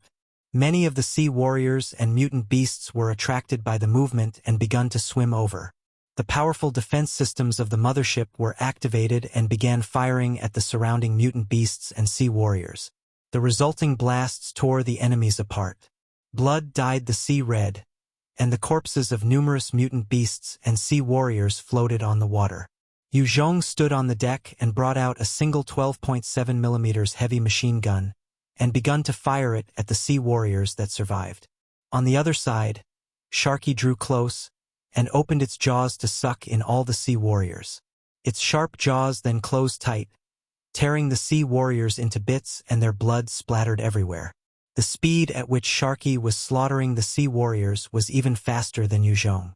All of a sudden, a large tentacle rose up from the sea and made to grab at Yue Zhong. His face fell slightly as he dodged to the side, pulling out his black tooth blade as he slashed out. The tentacle was sliced in two, and the owner retracted the remainder of its tentacle in pain. As the water churned, a huge Type 3 mutant octopus of over 100 m in length appeared, and it stretched out all its tentacles to grab at Sharky. A monstrous Type 3 sea snake swam over hurriedly, accompanied by a Type 3 mutant swordfish with a sharp spike of 10 as they prepared to attack Sharky. The spike of the Type 3 mutant swordfish was really sharp. If Sharky was really pierced by it, even if it escaped death, it would be at the very least heavily injured. From the skies, Greenie shot down and grabbed at the Type 3 mutant sea snake and brought it out of the water. The green eagles were natural fishing birds, and they perfectly countered snakes as well. Their speed was fast, and in a single swoop, Greenie easily pierced the body of the similar-level mutant sea snake. With a single move, Greenie had disposed of one enemy. The Type 3 mutant swordfish rammed into Sharky, its sharp spike piercing the defensive layer of Sharky, injuring it greatly.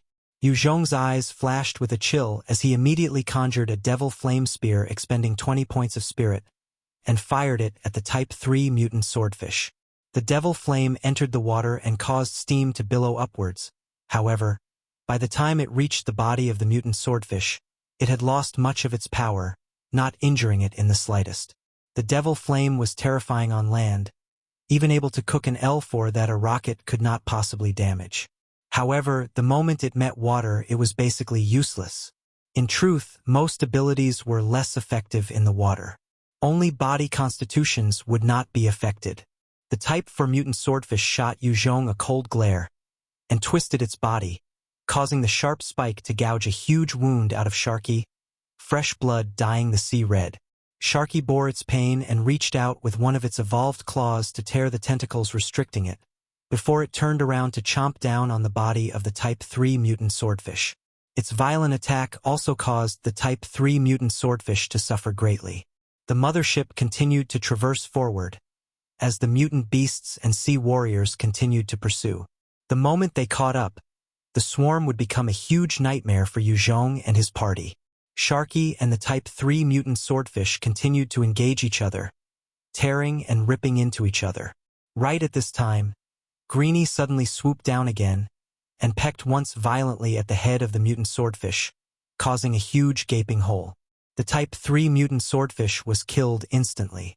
Sharky swam forwards and bit down on the head of the dead Type 3 mutant swordfish ferociously, gobbling up the brain together with the nuclei. After Sharky absorbed the nuclei and brain into its body, it quickly swam for the depths of the sea. Many Type 2 mutant beasts swam over, attracted by the scent of fresh blood. The flesh and blood, as well as the nuclei of Type 3 mutant beasts, were enticing to most ordinary and Type 2 mutant beasts. Since Sharky was heavily injured, many of these beasts were naturally unwilling to let go of such a big piece of meat. With Sharky leaving, it naturally helped divert the attention of a huge number of the mutant beasts, decreasing the pressure on the human party. Yue Zhong raised his 12.7mm machine gun and continued to fire it at the heads of the sea warriors. His body continued to flash about on the deck of the mothership, causing any member of the sea warriors that got too close to be killed immediately.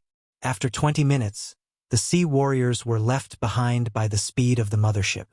The sea warriors were 5 times stronger than most ordinary humans.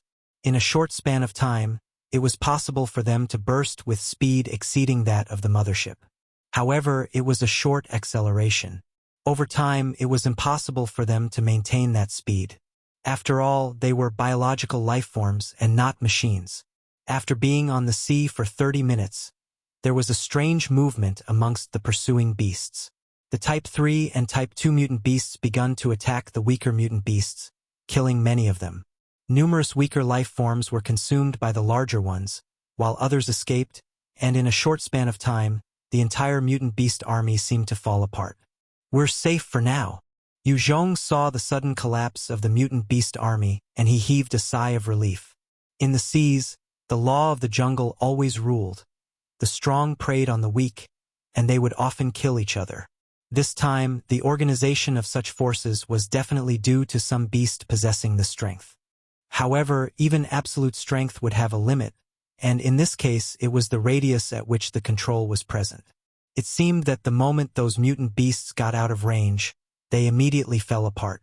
Watching the fall of the mutant beast horde, everyone on the mothership heaved a sigh of relief.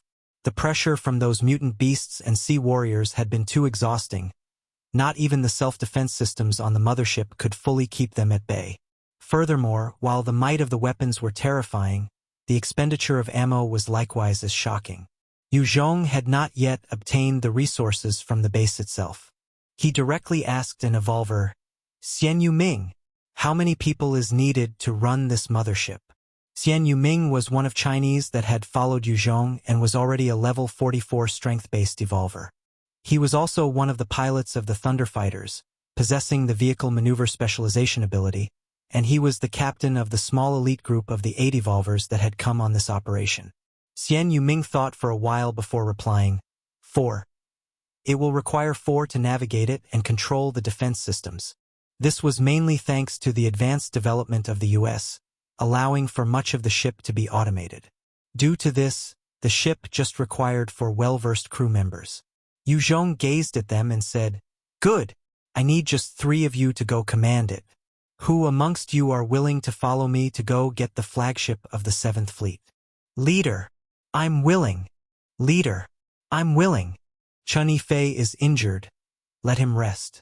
I'll follow you. Hearing his order, the subordinates clamored with excitement. They had already obtained the awe-inspiring mothership. If they could even obtain the 7th Fleet's flagship, then it would be an honorable matter. Together with the mothership, the flagship was also a terrifying war machine. With these two, they would be near invincible in the waters of China. As long as they didn't encounter any Type 4 or Type 5 mutant beasts, they were practically invincible. Xian Yuming shot them a glare and barked, Pipe down! The moment he opened his mouth, the rest kept quiet and looked at him in anticipation. Xian Yuming's position in the army was high, and since Yue Zhong enforced military rule, the lower-ranked soldiers adhered vehemently to authority. Xian Yuming then issued the order, Zhao Tiangang, Qiao Xing, Li Shu. The 3 of you shall accompany leader. Although Xian Yuming himself wanted very badly to go, he knows that the mothership was even more important to Yue Zhong. As the captain of this small unit, he had to stay on board to guard and command the ship. Chapter 575. Mere People. Translator. Translation Nation Editor. Translation Nation.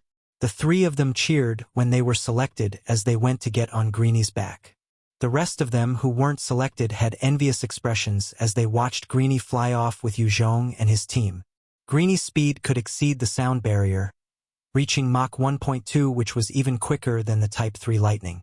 Zhao Tiangang and the rest were all evolvers, but Greenie held back, in order not to injure them. Even so, it was still fast, and they reached the skies above Yokosuka base in a matter of minutes.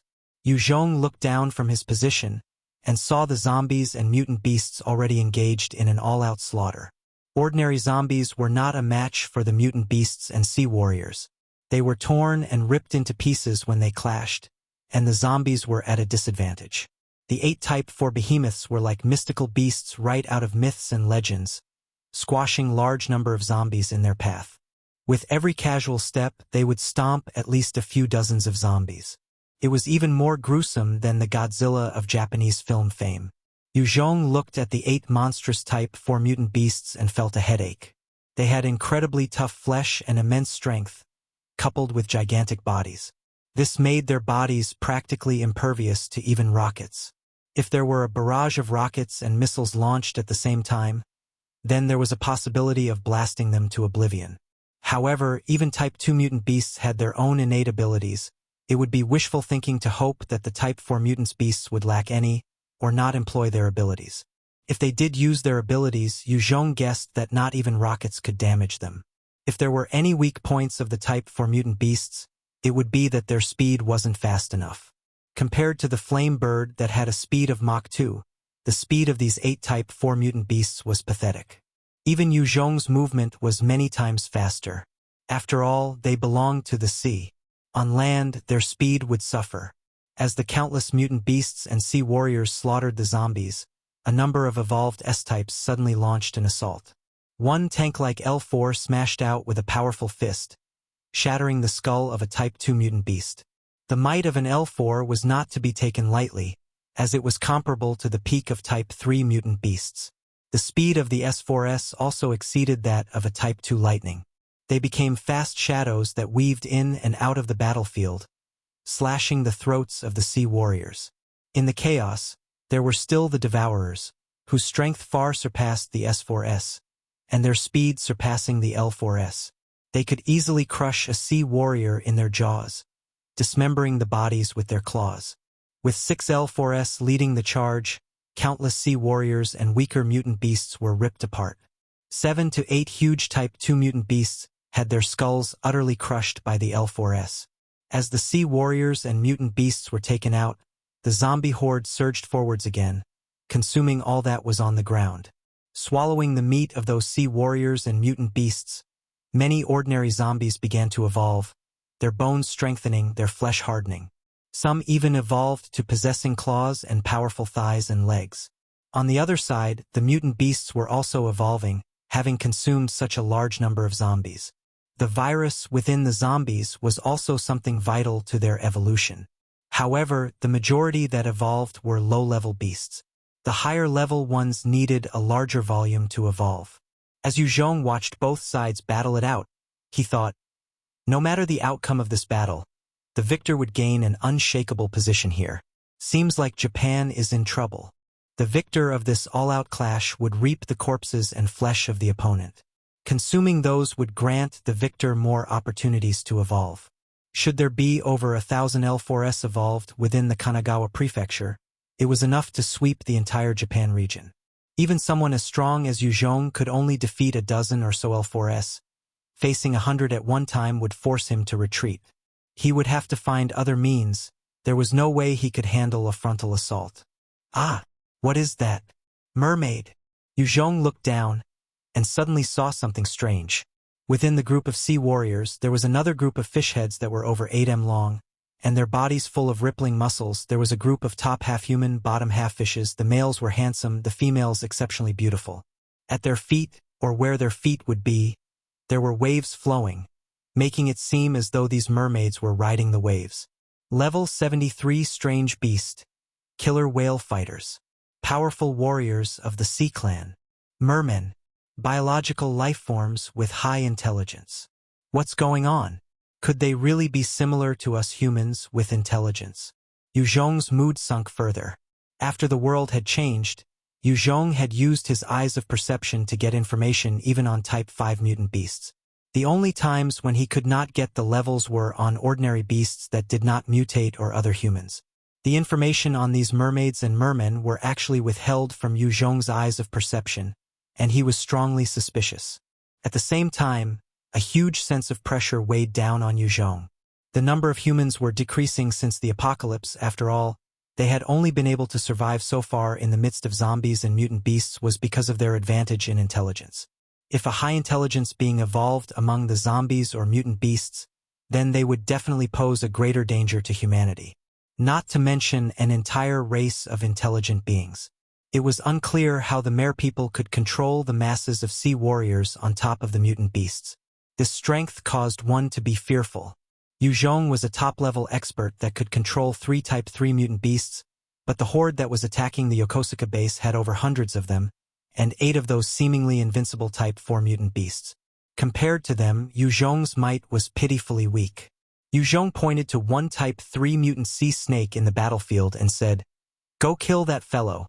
As Greenie flapped its wings, the wind gathered around it, before it shot towards the Type 3 sea snake like a sharp sword. Its sharp claws pierced the head of the Type 3 sea snake and grabbed it as it flew into the sky. With the additional weight of over a few tons, Greenie's speed slowed down substantially. However, it was still more than enough, as by the time the low-level mutant beasts around reacted, Greenie was gone. Greenie dragged the huge sea snake before it landed on a tall building. Yue Zhong then swiftly removed the brain, blood essence and blood, throwing the nuclei to Greenie to swallow. He then leaped back onto its back, and they continued to search for opportunities to hunt other Type 3 mutant beasts. The Type 3 mutant beasts were not easy to hunt and kill, and as Yue Zhong commanded Greenie to soar above the battlefield, they would usually look for the stranded Type 3 mutant sea snakes. They were Greenie's natural prey, and was easier to handle as compared to others. Under Yue Zhong's lead, Greenie flew about, and they managed to hunt down another 2 more Type 3 mutant sea snakes. The Type 3 mutant beasts were still a high-ranking beast among the horde, and after Greenie had killed 3, The rest of the Type 3 mutant sea snakes quickly gathered towards the Type 4 mutant sea snake. The Type 4 mutant sea snake chased Greenie, enraged, as it dragged that body of over 200 m with it. As it moved, the mutant beasts, zombies, and even abandoned vehicles that were in its path was entirely obliterated by its humongous body. The smaller mutant beasts quickly got out of its way, making a path for it. Towards there, Yue Zhong saw the enraged Type 4 mutant sea snake and pointed to a direction of the zombie horde. Greenie flapped its wings and flew towards the where Yue Zhong had directed. Led by Greenie, the Type 4 mutant sea snake slithered all the way towards the huge zombie army. 6L4S immediately charged up to the Type 4 mutant sea snake when they saw it approach and punched out viciously. This time, the powerful fists that could destroy a Type 2 mutant beast's head in a blow was ineffective, as the scales of the Type 4 mutant sea snake retracted slightly before it struck out with its body, and the L4S to be knocked back. The blows of the L4S still caused the Type 4 mutant sea snake to feel some pain, and it stared at one L4, opening its huge jaws to swallow it. The moment the L4 was gobbled up, dozens of S4S charged up the body of the Type 4 mutant sea snake like ants, and they used their incredibly sharp claws to tear off the scales on the sea snake.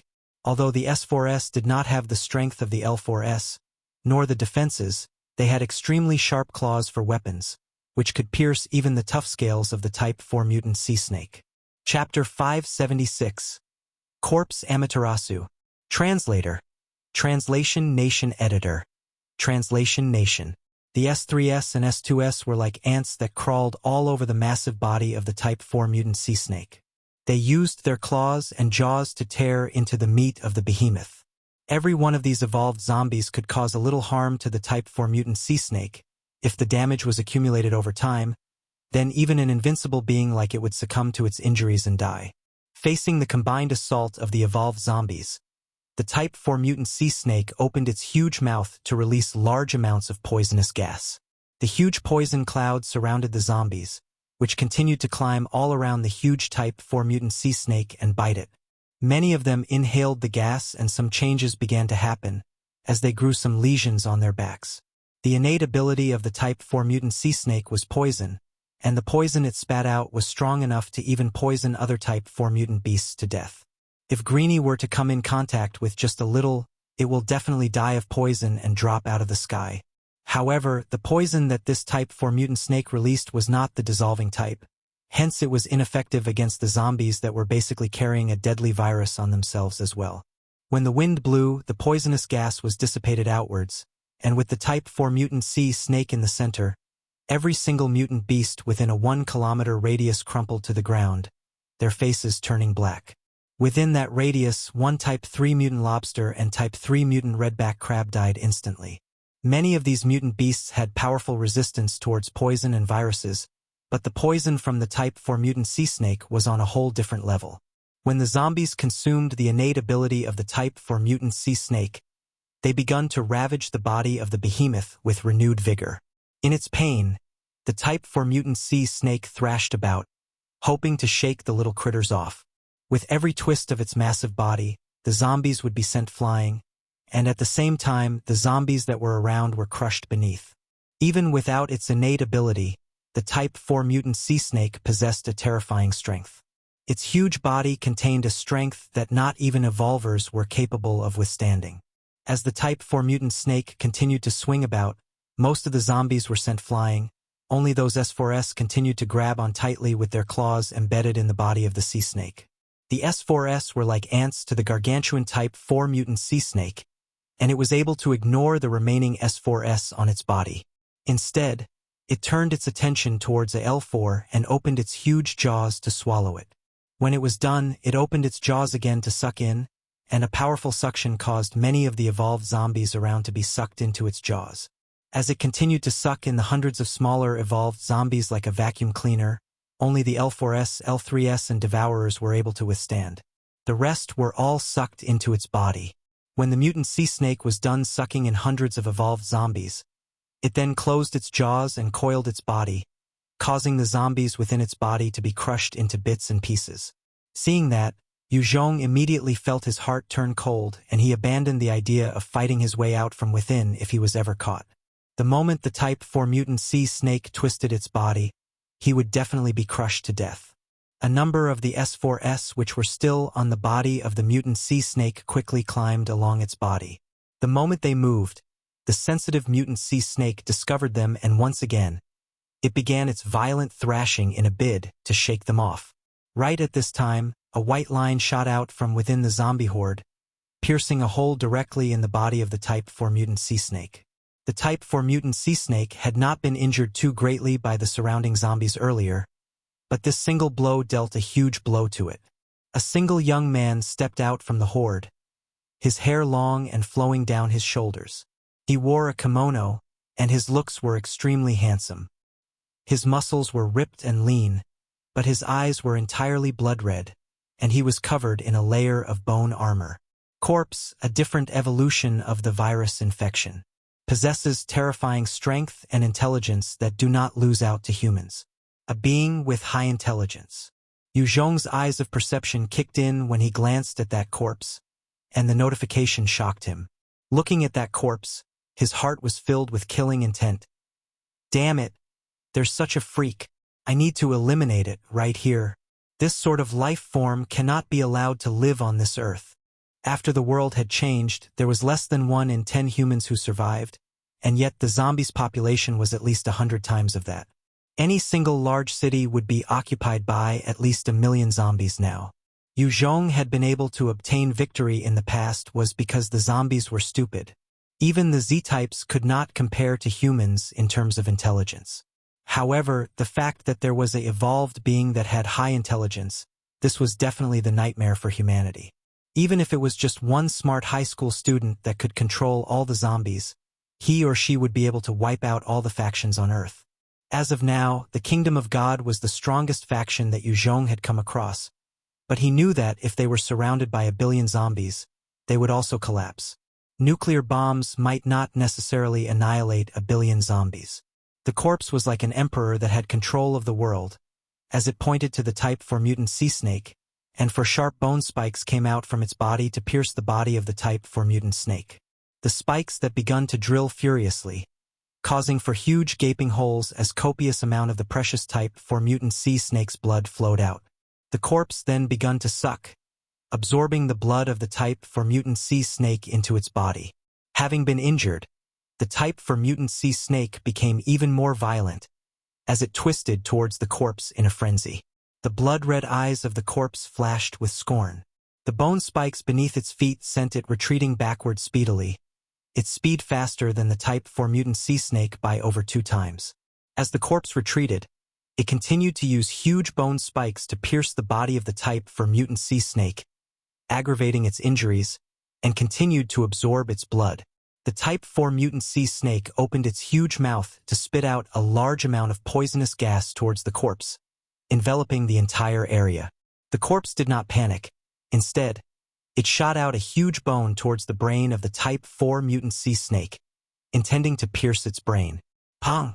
At this moment, as the corpse was about to seize victory, a powerful sniper bullet shot towards the heart of the corpse.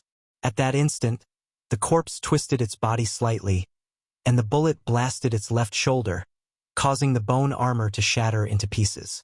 Its figure was also sent staggering a few steps backwards due to the force of the bullet. As the corpse was hit, another powerful spear made of flames shot past it, piercing the brain of the Type 4 mutant sea snake, exploding and burning the brains of the behemoth into ashes. Having lost its scales that could withstand even water, fire, and bullets, the Type 4 mutant sea snake was no longer invincible, and Yue Zhong took the opportunity to steal the kill. Congratulations on achieving level 80. You've gained 2 attribute points to be allocated. Congratulations on achieving level 80. You've gained 1 skill point. After killing the Type 4 mutant sea snake sneakily, the notifications rang out in his mind. At the same time, a blue box appeared beside the corpse of the Type 4 mutant sea snake. When he caught sight of the blue box, Yue Zhong's expression almost turned green, and he activated his bone-encompassing armor and leaped down from the height of over 200 m.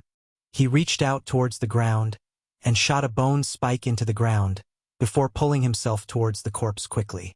The corpse that was forced to stagger backward by Yue Zhong had a look of fury in its eyes, as it waved its hands. 4 of the bone spikes that could pierce even the defenses of the Type 4 mutant sea snake shot towards Yue Zhong. Facing those sharp spikes, Yue Zhong did not dare dally. He activated his shadow steps, pushing his agility to the limits, before he pulled out his black tooth blade to hack at the incoming spikes. He then made use of the recoil to send himself towards the ground. He immediately grabbed the blue box, depositing it into his storage ring, and instantly activated his second-order stealth skill, routing around the corpse of the Type 4 mutant sea snake to hide himself. The fact that the corpse could hunt the Type 4 mutant beasts, it was because it could counter the innate ability of the Type 4 mutant beasts. From this, it was apparent how powerful this corpse was. The corpse glanced around, laughing maniacally in Japanese. Distorting perception. Interesting. Human. In front of you is the great Amaterasu that will rule the world. In front of a god, you are all ants. There's only death even if you try to run. Chapter 577. War between Zombie Horde and Sea Clan. Translator.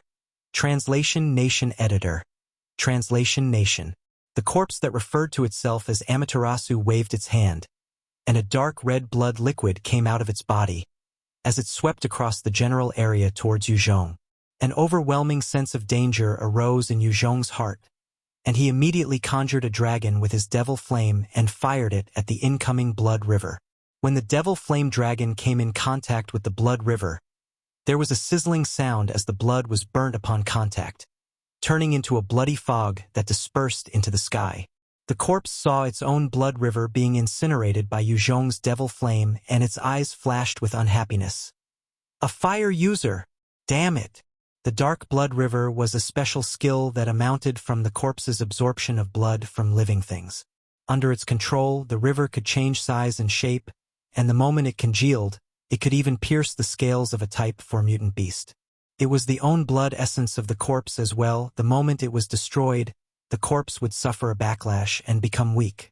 The corpse had consumed an indeterminate amount of blood from numerous people and mutant beasts, and the blood river was as equally as dominating as it was. However, it happened to be countered by Yue Zhong's devil flame.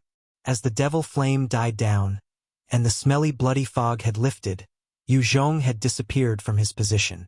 Amaterasu looked at where Yue Zhong had disappeared from and laughed out loud. Have you escaped? Humans are indeed crafty. The moment you think you're no longer my opponent, you ran. What a trash. From today onwards, the earth will belong to me, Amaterasu. Ha ha ha. The grating laughter rang out through the night sky. Amaterasu then turned to look at the corpse of the Type 4 mutant sea snake and walked over. After swallowing this Type 4 mutant sea snake, my strength will evolve once more. By then, there will be no one who's my match. To zombies and corpses, the flesh and blood of a Type 4 mutant beast was a potent ingredient for evolution. The flesh of the Type 4 mutant sea snake held great allure over zombies, and Amaterasu was no different. It was just walking towards the body of the Type 4 mutant sea snake when all of a sudden, a lightning bolt struck down on it, causing its body to be charred black, its hair to be singed, giving off a burnt smell. From afar, a huge Type 4C jellyfish was leading a swarm of jellyfish towards the direction of Amaterasu. Their innate ability was electricity, and they caused a number of lightning bolts to assault Amaterasu. The Type 4C jellyfish led the attacks by casting huge and powerful lightning strikes towards Amaterasu, electrocuting it. While Amaterasu was impervious to poison, it had no way of defending against the lightning attacks fully. Receiving that continuous onslaught of electricity, Amaterasu began to launch its own counterattack, as sharp bone spikes as well as a layer of blood congealed to form a mighty shield. The shield absorbed the incoming lightning attacks, causing part of the wall to sizzle and turn into a bloody mist. The innate ability of the Type 4C jellyfish was frightening, as it continued to drift forwards while casting its ability, before it came in front of the blood shield and smacked down on it viciously. The blood shield instantly disintegrated. The shield of blood had collapsed into nothing, but by then, the corpse Amaterasu had disappeared from behind. As a being with high intelligence, survival was always the first priority. If it were zombies, even if the enemy was way out of their league, they would just continue to fight until they themselves were exterminated. As for the corpse, the different line of evolution had caused them to develop thinking and to possess feelings and intelligence equal to that of humans. Amaterasu was extremely clear that it would not be easy to defeat the Type 4 sea jellyfish. Hence, it decided to escape in another direction. Amaterasu could defeat the Type 4 mutant sea snake was because it was unafraid of the sea snake's innate ability. If it were other experts, they might have long been poisoned to death. It was only because the corpse had evolved from the virus strain that made it invulnerable to the poison. However, facing the group of sea jellyfish that were electrical in nature, Amaterasu had no natural defense, and if things continued on, it would suffer an electrocuting end. After chasing the corpse Amaterasu away, the Type 4 mutant sea jellyfish reached out with its countless tentacles, bringing the evolved zombies around it into its mouth, and it bit through them, grinding their bodies down. After swallowing a large number of zombies, the Type 4 sea jellyfish then reached out to flip the corpse of the Type 4 mutant sea snake, piercing its head to obtain the nucleus. The Type 4 sea jellyfish was still probing the forehead of the dead sea snake when Yue Zhong suddenly burst out from the forehead, covered in snake blood. He waved his hands and fired a devil flame tornado towards the head of the jellyfish. The sea jellyfish wasn't too slow in its response as well, quickly raising numerous tentacles to defend itself. When the devil flame tornado blasted onto the tentacles, a number of the tentacles, which consisted mostly of water, instantly turned into ash. In just a few breaths, the sea jellyfish was able to regenerate out another few tentacles. Type 4 mutant beasts possessed terrifying regenerative abilities, and this was one of their advantages. Yue Zhong was not so overconfident to think that he could take care of the jellyfish that easily. After firing that flame ball, he immediately dashed behind a building and activated his second-order stealth. When the Type 4 sea jellyfish saw the person that injured it had disappeared, it went into a rage and released multiple electrical charges outwards.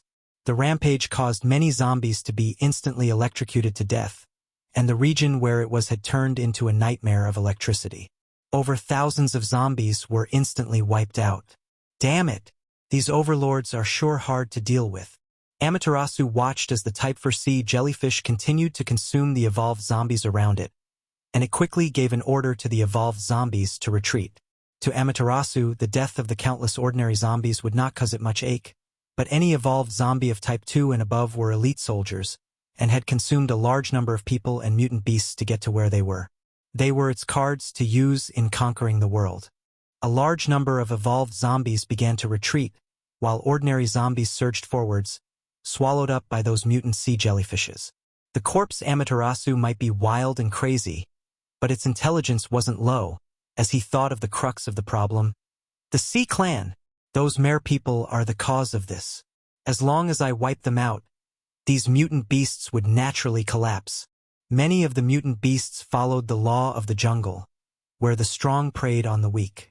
Larger fishes consumed the smaller ones, while the smaller ones consumed prawns and the smaller life forms.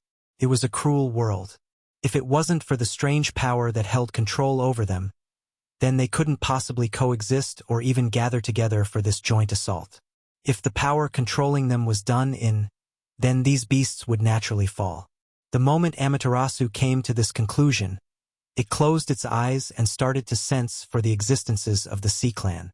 It had a mystical ability, in that within a 50 kilometers radius, it could get information from the zombies. Even for ordinary zombies that had no eyesight, it could make use of their undamaged eyes to look on the battlefield. Of course, it was an ability that required all of its concentration. Furthermore, beyond the radius, it could only make use of the various Z-types to control the troops. Under its command, over 1,000 S2S began to charge towards the direction of the Sea Clan. A vast majority of those S2S were directly killed by the mutant beasts and the sea warriors. However, a portion managed to breach the defenses and entered the inner circle of the Sea Clan. The closer they got, the tighter the defenses. With the suicidal charge of those S2S, only a few managed to reach the region that was guarded by those burly whalehead soldiers. Only then did they catch sight of the intelligent mare people guarded heavily. Those S2S had just seen the mare people when the whalehead warriors immediately shot forwards and smashed those S2S into meat paste.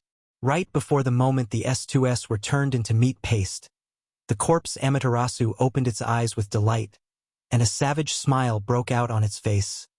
"I've got you! Damn mare people, you can all die for me. The land belongs to me, the god Amaterasu." Since it had discovered the traces of the mare people, Amaterasu quickly issued out a number of commands. The zombies all around Yokosuka base stirred and made their way towards the Sea Clan and mutant beasts, as fighting and killing broke out everywhere. The evolved zombies of Type 2 and above were split into 8 troops, avoiding the 7 invincible Type 4 mutant beasts, and launched a ferocious attack on the Sea Clan from 4 different directions. Each troop was headed by 8 L4S, their strength exceeding even those of Type 3 mutant beasts. Furthermore, there were Devourers and S4S supporting them, and huge number of the Sea Warriors and lesser mutant beasts were torn apart. The ordinary zombies might not be able to cause much damage, but that was not to say they were useless. The mutant beasts would get distracted while attacking the ordinary zombies, leaving them vulnerable to the evolved ones. At the same time, with the large number of zombies pressing forward and squeezing all the parties together, it was easier for the L2S and L3S to pummel them into mush. The 7 Type 4 mutant beasts turned their attention to the 8 different groups and chased after them. Amaterasu had somehow picked up on tactics by itself, and under its command, the 8 separate forces did not engage the Type 4 behemoths, only escaping further into the sea of zombies. The 7 Type 4 mutant beasts charged into the midst of the horde and flattened countless zombies into meat paste. Each of them was the size of a large cruise, and in their path, corpses laid strewn all over the ground, in varying degrees of flattened flesh and splattered blood. It seemed as though nothing could pose a threat to those Type 4 mutant beasts. Chapter 578. Tyrannical Corpse Amaterasu. Translator. Translation Nation Editor. Translation Nation. When the attention of the Type 4 mutant beasts was on the zombie horde, every single action of theirs caused the surrounding zombies to be flattened into meat paste. With every passing second, there were over thousands of zombies being taken out of commission. That was the problem with the zombies. Their densely packed formation caused them to suffer as an entire bunch. Yue Zhong had no way of killing over tens of thousands of zombies in one blow, but the 7 Type 4 mutant beasts could easily trample over them as long as they were willing to. With the 7 behemoths lured away, 300 over L4S, 1,000 over S4S, and 500 Devourers led a huge horde of Type 2 and 3 zombies numbering at least in the dozens of thousands out from one shelter. This huge horde that could easily decimate any human troops quickly reached the center of the Sea Warriors and began their clash against the mutant beasts. This huge army of zombies with the L4S leading the charge were the elite zombies under the control of Amaterasu. It had gathered most of the Type 4 evolved and Type 3 evolved before launching this sudden assault. Its intelligence wasn't low, and it had already learnt how to implement tactics. Those L4S were like tanks as they charged into the battlefield, and any unfortunate Sea Warrior that stood in their way were obliterated like ants. There were many Type 3 mutant beasts within the army of the Sea Clan, however. They were ripped apart easily by the joint assault of those L4S, S4S, and Devourers. The Type 3 mutant beasts might be large, but the Type 4 evolved zombies and Devourers possessed enough might to threaten their existence. Surrounded by those zombies, they could only succumb to the onslaught. Of course, many Type 4 evolved zombies were also devoured by the other Type 3 mutant beasts. Facing the attack of the evolved zombies, the elite of the Sea Clan finally made their move. Those killer whaleheads and tiger shark warriors, which were at least 7m in height, stepped forwards. Even the mare people they were guarding started to act. With the killer whales and tiger sharks warriors stepping in the fray, and the powerful large bones from unknown creatures they wielded, every strike or smash would kill dozens of evolved zombies. Even the strong L3S were knocked back quite a distance when hit. The beautiful mare people were not sitting idly by as well. They activated their own abilities, causing the waves below them to rise up in towering levels, before forming sharp ice spikes to shoot down towards the evolved zombies. These mare people then raised their hands again, and the water beneath them became powerful pressurized cannons that blasted those frozen zombies struck by the previous ice shards. Due to the high pressure, the water blasts caused those ice statues to be disintegrated, including the zombies frozen within. One L4 was currently engaging a killer whale warrior in combat. Both had thick skin for defenses that would not lose to tanks. The killer whale warrior might be stronger in its offense, but due to the defense of the L4, victory was not certain in the short period of time. At this time, a sharp ice shard shot out from the middle of the battlefield, piercing the right hand of the L4, and it immediately broke apart to freeze the entire right arm of the L4. The killer whale warrior took the chance to hammer down on the head of the L4. The mighty blow instantly smashed the brain of the L4, causing it to ooze out of the orifices. After dealing with the L4 with that explosive blow, the killer whale warrior then swung its powerful bone weapon around, smashing the dozens of S-types back before it charged towards another area. It was at this time when countless H1 appeared in one high-rise building. They opened their huge mouths and fired multiple fireballs on the Sea clan down below. In a blink of an eye, the Sea warriors were bombarded by the rain of fireballs. The lower-level Sea warriors were either instantly killed or suffered heavy injuries. As for the killer whales and tiger shark warriors, they were protected by the thick scales on their bodies. Under the protection of those powerful guards of the Sea clan, the Mare people caused the waves beneath them to rise into the sky, forming a water barrier. When the fireballs landed on that water protection, they were smothered. Ha ha ha! Go to hell! Just then, Amaterasu shot through, turning into flash of light covered by the rain of fireballs. He fired out multiple blood-covered bones and pierced through the bodies of 2 mermen. Having killed 2 Mare people explosively, he then fired out 4 other sharp spikes and pierced another 2 mermen and 2 mermaids. 6 Mare people died just like that. This caused the rest of the Mare people to be enraged. This time, the total number of Mare people that had come up shore numbered about 100, with 6 of them dead. That represented almost 10% of their forces. In the eyes of these Mare people, the deaths of the low-level Sea warriors and mutant beasts weren't important. However, every member of their Mare people race was important. The positions of each Mer person suddenly began to churn with seawater, as multiple ice shards formed and shot towards Amaterasu. Facing that scale of attack that even blocked out the sun, Amaterasu retracted the blood chain connecting it with a nearby building. It managed to dodge a large number of the ice shards and pressurized water cannons. It shot towards the roof of the building like a bullet, and only 7 or 8 ice shards managed to land on it, causing its right arm to be encased in ice. Amaterasu flung its arm casually, causing the ice to break away. It then tugged at its blood chain, pulling itself towards another building. At that next instant, an endless chill enveloped the building it was on previously, shattering all the glass windows and wrapping the entire building. Amaterasu had just evaded that powerful joint attack from the Mare people and quickly escaped to another location, before he suddenly launched a sneak attack from there and killed another 4 Mare people. He then disappeared. Yue Zhong watched the corpse Amaterasu hunting the Mare people with its guerrilla tactics, and shock filled his eyes. What a terrifying fellow! Each time it appeared in the midst of the Mare people, 1 or 2 would die at its hands, whereas the Mare people could not do anything to it other than react. Amaterasu might be arrogant, but it truly possessed the strength to do so. It continued to support the sea of zombies through its command, while launching its own attacks on the Mare people. It wasn't too far off to say that it was already a top existence of the food chain. Watching their comrades being killed by Amaterasu, the mermaids began to sing out loud in their bewitching voices. The song of the Mare people was more melodious and enchanting than any song in the world before the apocalypse.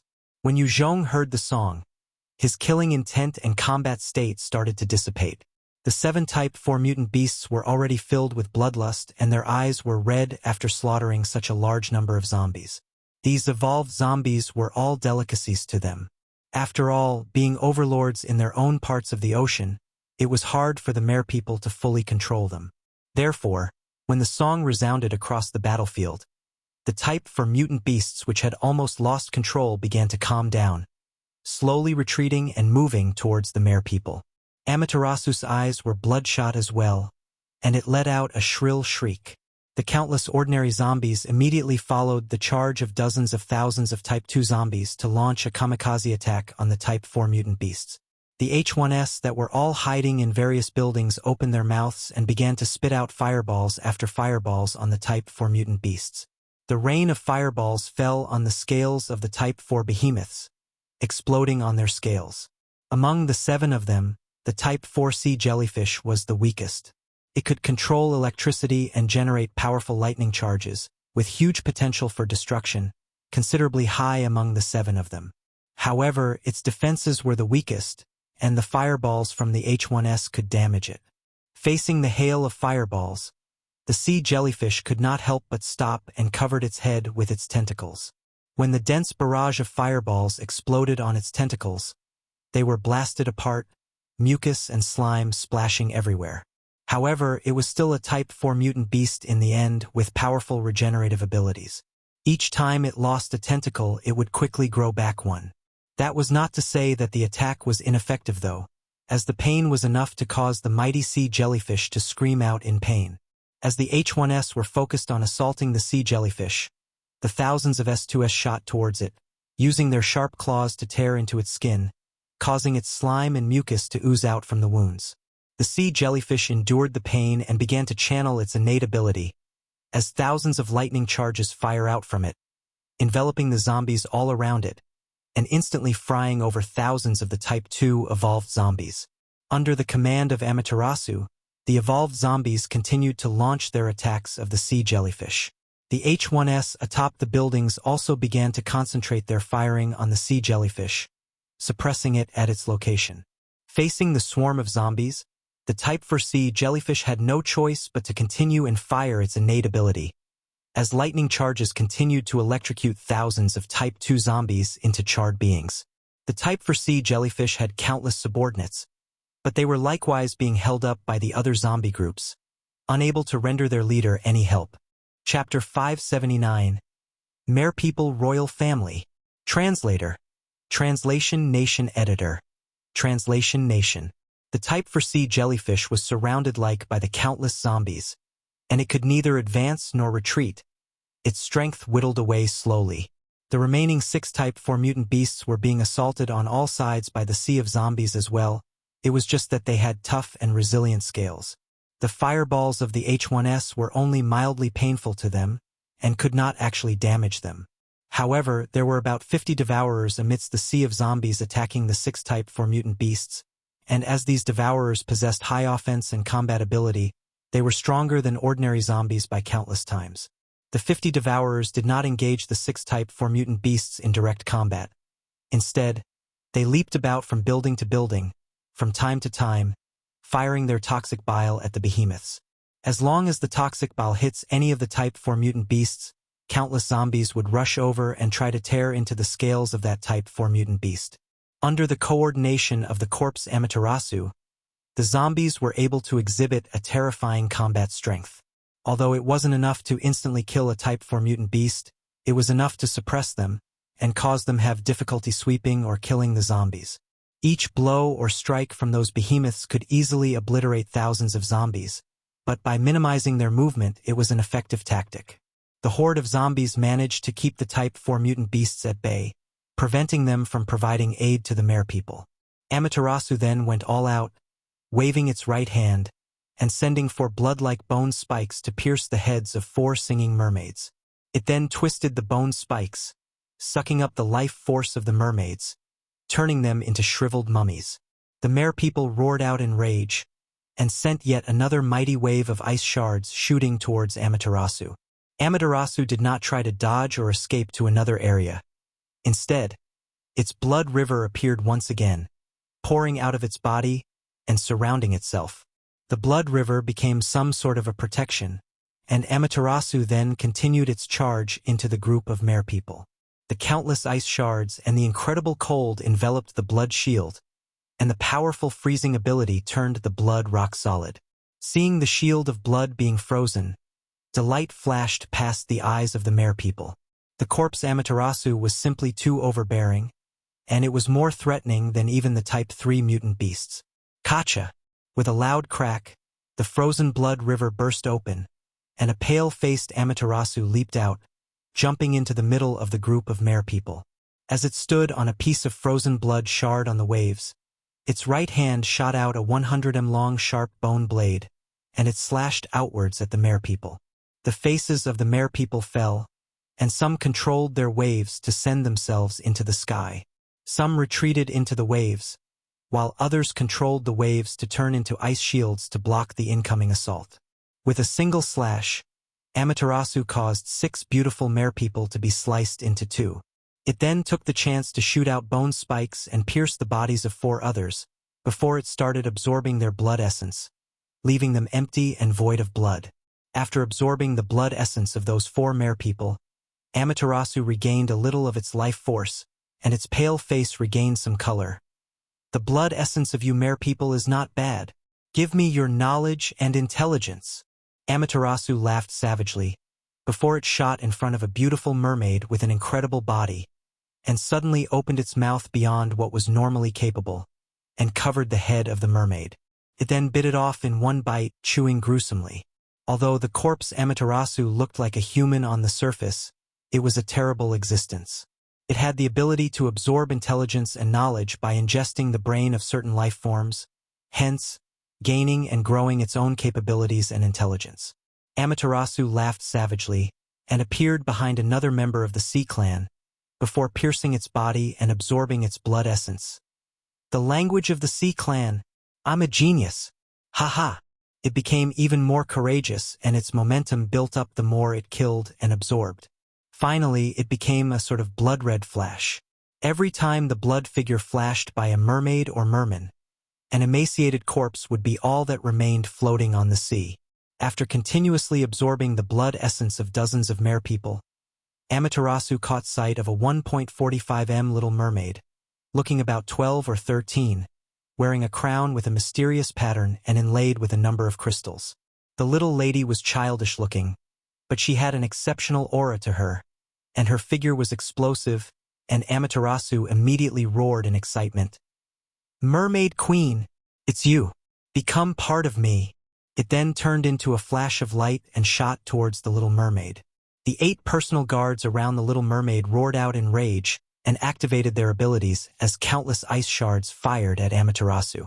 The countless ice picks rained down on the blood-red flash, but was instantly shattered as Amaterasu appeared in front of the little mermaid.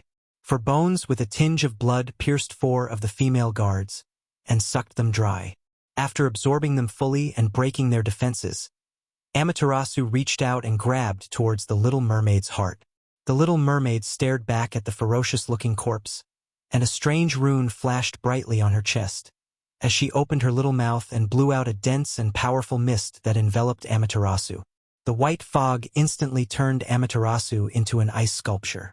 After she had casted that ice fog over Amaterasu, the little mermaid turned incredibly pale, and her hands clutched her chest as she took ragged breaths. It was evident that the ability earlier took a large toll on her. With a kacha, the huge ice sculpture broke apart, and Amaterasu stepped out as he laughed savagely. What a powerful ice ability. However, if you want to seal me, it's still slightly lacking. Seeing the unharmed Amaterasu, all the merpeople had expressions of despair. At this time, the Type 4 dragon beast that looked like a diplodocus opened its huge mouth from afar and fired its innate ability, as a huge white beam of icy energy shot over, blasting the body of Amaterasu, encasing it in a huge pillar of ice over 10 m tall. When they saw this, the mermaids all erupted in cheers. The Type 4 mutant dragon beast's innate ability was the manipulation of ice, and when it fired its ice energy, it could even seal up fellow Type 4 mutant beasts. As the merpeople were celebrating, Yue Zhong suddenly shot out from a small alley with lightning speed, reaching the mermaid queen and grabbing her neck. A thin spider silk shot out from his left hand, wrapping around her body, and began absorbing her stamina. Once he captured her, he didn't even spare a look back and ducked back into the dark alleyway. He had no interest in fighting it out with the merpeople. Yokosuka Base was destined to fall. It would either be overrun by zombies or conquered by the Sea Clan. All Yue Zhong could do was to try and get as many benefits as he could before running away.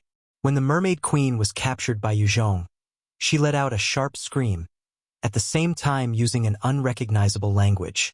Yue Zhong could not understand it, and did not know what she was shouting about. She was evidently an important member though, as the moment she was captured, the rest of the Mare people immediately mobilized and chased after Yue Zhong with a terrifying chill. Facing the powerful ice shards coming his way, he raised the body of the mermaid queen in front of him, acting as a shield. When they saw this, the rest of the Mare people became shocked and furious and controlled the ice shards to change trajectory. Yue Zhong then tugged at his spider silk, and he instantly leaped up to the roof of a building. A powerful gust of wind blew, and Greenie came soaring through the skies, descending on the roof. Yue Zhong hugged the little mermaid close to him before jumping onto Greenie's back. Greenie flapped its wings once and soared into the skies. After they were airborne, Yue Zhong heaved a sigh of relief. The center of the battlefield had been too dangerous. Any single type for mutant beast could have heavily injured him, if not kill him. The defenses of the Sea Clan were also strong. If it weren't for the corpse Amaterasu punching a huge hole into their defense, Yue Zhong would not have been able to capture the little mermaid. Zhao Tiangang saw Yue Zhong carrying the little mermaid and could not help but sigh. "This is a mermaid? So beautiful. I'd never have thought that I could see one from the legends." The little mermaid continued to struggle in Yue Zhong's clutches. However, she was already tied up tight in those spider silk. Hence she looked pitiful yet adorable at the same time. Xiao Xing could not help but ask, "Leader, you've caught a mermaid. When will we be obtaining the cruiser of the 7th Fleet?" The 7th Fleet of the U.S. Navy was not just a huge cruiser, it also possessed powerful combat capabilities. It was the symbol of strength, and prior to the apocalypse, it was a famous icon in Southeast Asia. Xiao Xing wanted to get his hands on it badly, and to drive it around. Chapter 580. Hitting Corpse Amaterasu Hard. Translator. Translation Nation Editor. Translation Nation. The corpse Amaterasu possessed intelligence, and was a variant mutation of the zombie virus. In addition to its intelligence, it was insanely strong. If it continued to grow, it might take over the whole of Japan, after which it might launch assault other areas with Japan as its base. The moment Yue Zhong imagined Amaterasu commanding over millions of zombies to launch an assault on him, his heart turned cold. Previously, he had led his army to destroy millions of zombies, and each time it was mainly due to killing the Z2 that he was able to achieve his objectives. However, it was never once a case of killing the zombies themselves. With his current strength, if he were to meet Amaterasu commanding millions and billions of zombies on the battlefield, he would definitely perish. Zhao Tiangang and the rest saw Yue Zhong's serious expression and their hearts sank. Not saying anything, Yue Zhong tied the little mermaid securely onto Greenie's back, before looking back down. He was hoping that Amaterasu would die in the battle below. However, his gut feeling told him that it would not be as simple as he imagined. The Mare people had watched helplessly as Yue Zhong kidnapped their queen, and their hearts were filled with rage. 29M, tall whale shark warriors wielded their large mutant beast's bones and swung it viciously at the ice sculpture containing Amaterasu, hoping to smash it into smithereens. Suddenly, things took a different turn. The ice sculpture blasted apart, and the handsome Amaterasu stepped out, its face incredibly pale. Its right shoulder had been gravely injured, and there were many areas where its bones were showing. Even its chest had a large hole. However, there was no blood seeping out from its wounds. If an ordinary person were to suffer such injuries, they would have long perished. However, Amaterasu just turned into a beam of bloody light and shot deep into the horde. The innate abilities of the Type 4 mutant beasts were too fearsome. It had expended all its energy to escape from that icy prison. If it had to take on another blow from any of the Type 4 mutant beasts, it might really succumb to its injuries. The 29M tall whale shark warriors quickly chased after Amaterasu, smashing it amidst a rain of shattered bones and blood. Amaterasu let out a pitiful scream and hurried towards a building before disappearing. The two whale shark warriors continued their pursuit, only to discover an empty location. With their speed, they weren't a match for Amaterasu, and there was only a chance to injure Amaterasu if they had the opportunity to get close. They bellowed in rage and cursed in their Sea Clan tongue, but it was useless. When Amaterasu escaped into a building, a powerful fiery blade slashed out from the dark, slicing its body and combusting it in a burst of flames. The resulting explosion lit up the entire area, revealing Yue Zhong's determined face. He had tied the little mermaid to Greenie before activating his second-order stealth and predicting the best escape route for Amaterasu.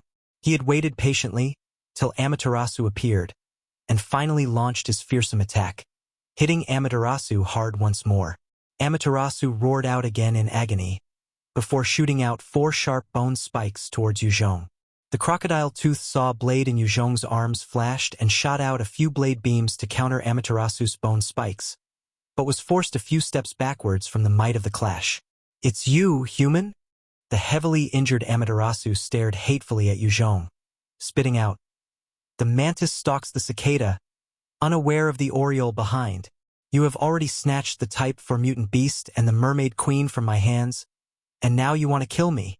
A cold glint flashed in Yue Zhong's eyes as he activated his shadow steps and devil flame, covering the crocodile tooth saw blade with the powerful flames, slashing towards Amaterasu. "That's right. Submit to me and pledge your allegiance to me. Otherwise, today shall be the day you die." Amaterasu brought up its own blood-colored bone blade to parry Yue Zhong's attack, as a bloody fog began to steam from the blade. Its eyes flashed with an arrogant look. "Human, even if I am heavily injured, I will not be humiliated by you lowly scum. Human, I'm appreciative of your cunning and strength. Submit to me, become my subordinate, and work for me. I can grant you power, status, riches, and beautiful virgins. There are over 70,000 humans here in Yokosuka base. As long as you work for me, you can become their leader. Their lives and deaths will be yours to control." When Yue Zhong heard it, his face seemingly twitched as he lowered his blade. "Really?" The corners of Amaterasu's mouth lifted slightly. "Of course, there's an absolutely beautiful pair of twins in the 5th bunker. As long as you work for me, they are yours." Having swallowed a large number of human brains, Amaterasu had an understanding of human nature. To men, power, status, riches, and women were the things they wanted the most. Hence, it wanted to try to entice Yue Zhong with these promises. Yue Zhong nodded lightly, and he stepped forwards. "All right, I'll go with you." Amaterasu grinned, pleased, and produced a dark red drop of blood in its palms. It then spoke somewhat alluringly. "This is my blood essence. If you promise to be loyal, swallow this. Once you swallow this, you'll be the leader of all the humans in Yokosuka base. When I control Japan, you'll be Japan's king. When I control the world, you'll be the human king by my side that I trust. Many people would look up to you in reverence and tremble at your prestige and might. The only price is your loyalty to me." The position of a king was pretty enticing to any man. Many ambitious people before the apocalypse would have thought of ruling at once. However, most had failed. In the past, it was an unattainable goal. But now it might be possible. "Let me see." Yue Zhong eyed the blood essence with an expression of pondering as he walked forwards. All of a sudden, he swung his crocodile tooth saw blade covered in devil flames, slashing Amaterasu across its chest. The fiery flames combusted and caused a large hole on Amaterasu's body, as its blood essence was burnt and sizzled into the air. "You dare trick me!" Amaterasu roared in rage and pain, and fired out 4 sharp bone spikes at Yue Zhong. In response, Yue Zhong swung out and parried the incoming bone spikes, before casting his gravity manipulation, as a 2-fold gravitational force weighed down on Amaterasu, causing it to sink and lose its balance. Yue Zhong then grabbed the chance to swing once more, slashing out at Amaterasu's body and burning more of its blood. Amaterasu roared out again, shooting a dense wave of blood that was shrouded in evil energy. If Yue Zhong came into contact with this move, he would definitely be sucked dry of his blood. Yue Zhong fired his devil flames again, sending it to burn the evil blood energy into fumes. When Amaterasu saw its blood essence being burned, it immediately turned tail and tried to escape out in a blood-red flash. By now, Amaterasu was at its weakest. Having been assaulted over and over, it had lost all of its fighting will and desperately wanted to escape. Yue Zhong fired out a beam of devil flame, enveloping the flash of light that Amaterasu had become, as the flames burned brightly and fiercely. Endless amount of bloody fumes continued to rise into the sky. Under the merciless burning of the devil flame, a crystal-clear bead of blood dropped out from the beam of light that was Amaterasu. Yue Zhong shot forward, however. He suddenly felt an overwhelming sense of danger, and he quickly retreated, before two sharp bone spikes smashed apart a nearby wall, chasing after him. Yue Zhong hurriedly swung his blade and broke apart one bone spike, but unfortunately, the other bone spike managed to pierce his body. It tore apart the bone-encompassing armor he had activated, piercing the Type 3 mutant beast hide, before it was forcefully stopped by the Level 4 protective vest. Yue Zhong felt some cold sweat. If he hadn't dodged in time, he would have been pierced. If it were any other mutant beast, it wouldn't be so bad, however. This was Amaterasu he was facing. It was simply a freak of nature that carried the deadly zombie virus, and if he was pierced, he might have become a zombie as well. Even evolvers and enhancers had no means of defending against the virus. Only the mutant beasts were somewhat invulnerable, as they were affected early on and had mutated themselves. Taking the chance when Yue Zhong was distracted and stopped by the bone spikes, Amaterasu hurriedly charged out once again, before disappearing into the night. When Amaterasu had gained intelligence, it had also learned the fear of death. In fact, it still possessed some strength to contend against Yue Zhong. However, it wasn't willing to bet its life, and just wanted to escape into the horde to recuperate. At that time, it could come back and deal with Yue Zhong as it wished. Yue Zhong looked in the direction which Amaterasu had disappeared with, sighing with regret. Shit! It still managed to escape. This time, Yue Zhong had made use of the opportunity of Amaterasu being ambushed by the Type 4 mutant beasts to attack it. If it were based on their actual strength, Amaterasu could even injure and kill a Type 4 mutant beast. Hence, it was definitely stronger than Yue Zhong. Chapter 581. Killing the Type 4 Sea Jellyfish. Translator.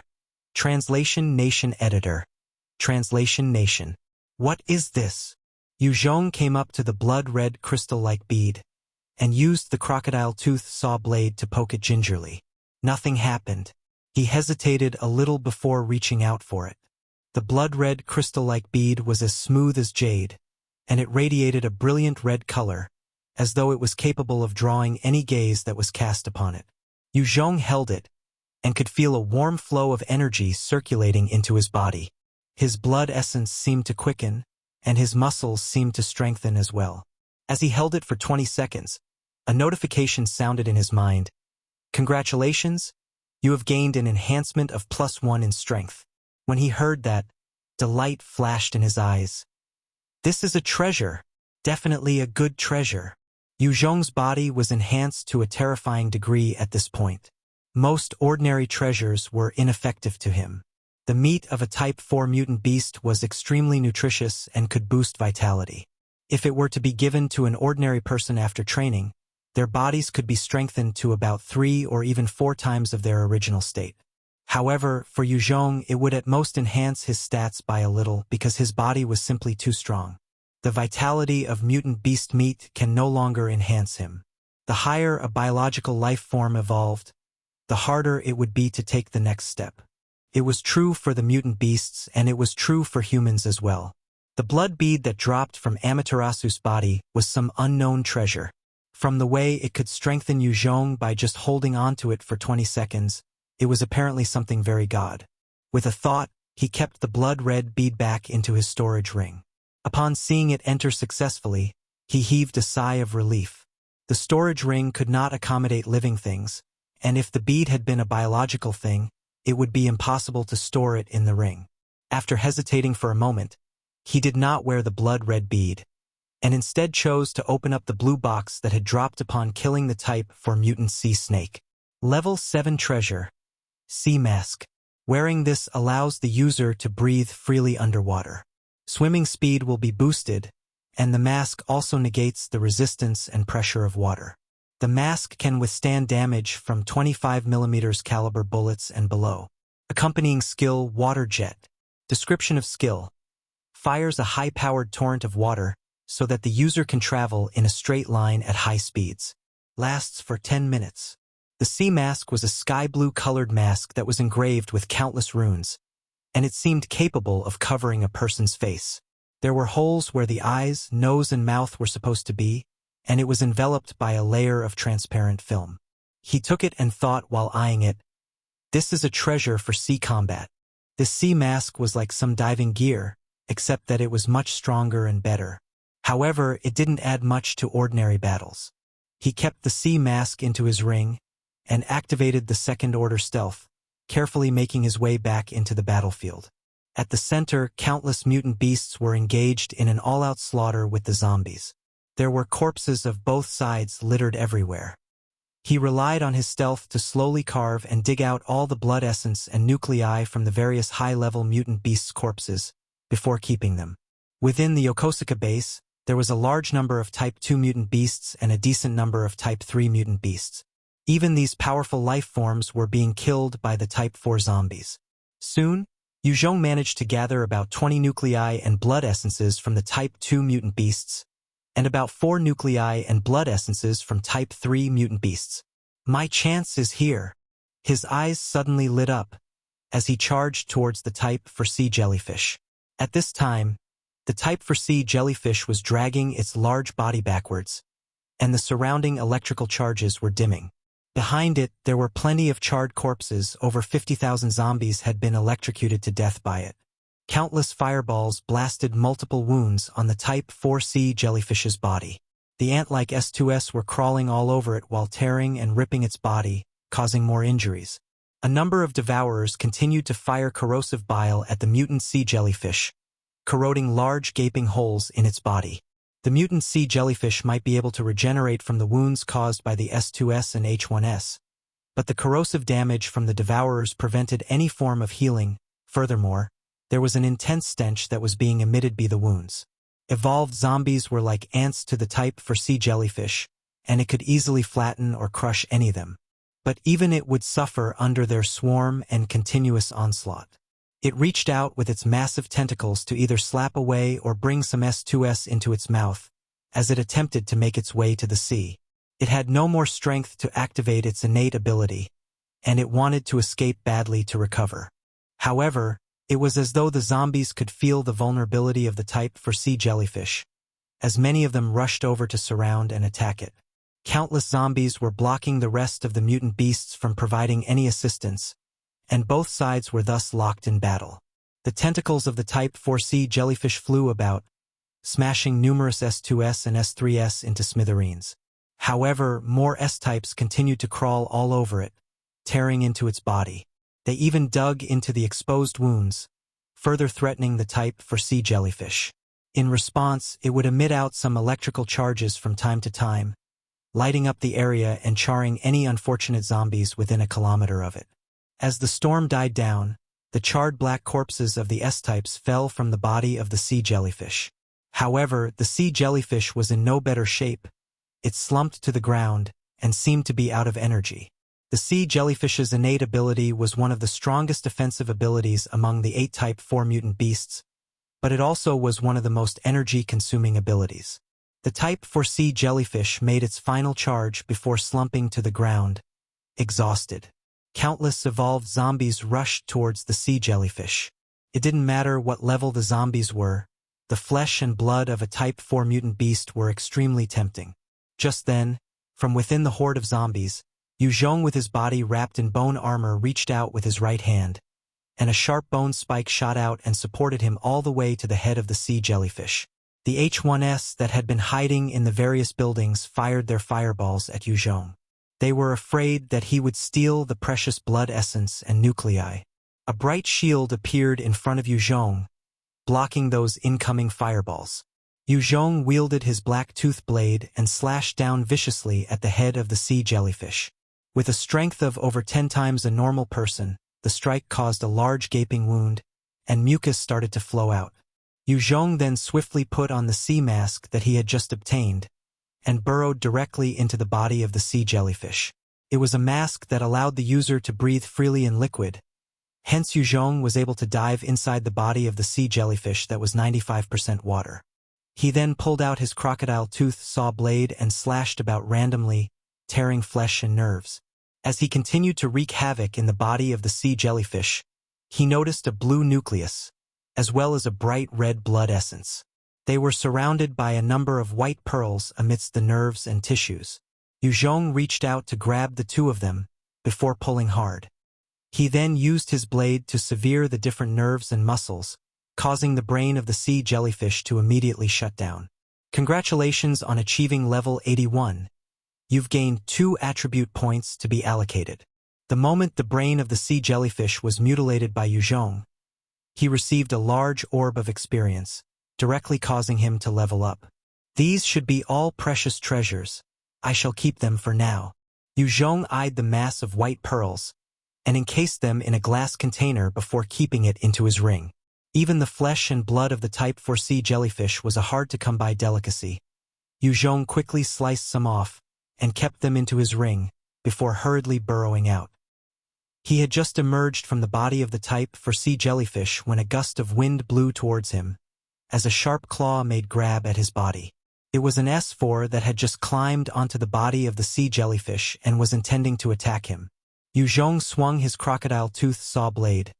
Slashing the S4 was directly sliced into 2, and a skill book dropped out.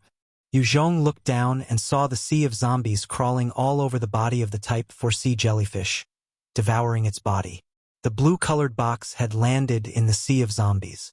Since anything that dropped out of a Type 4 beast was bound to be a treasure, Yue Zhong took one look at the box, and leaped down after it.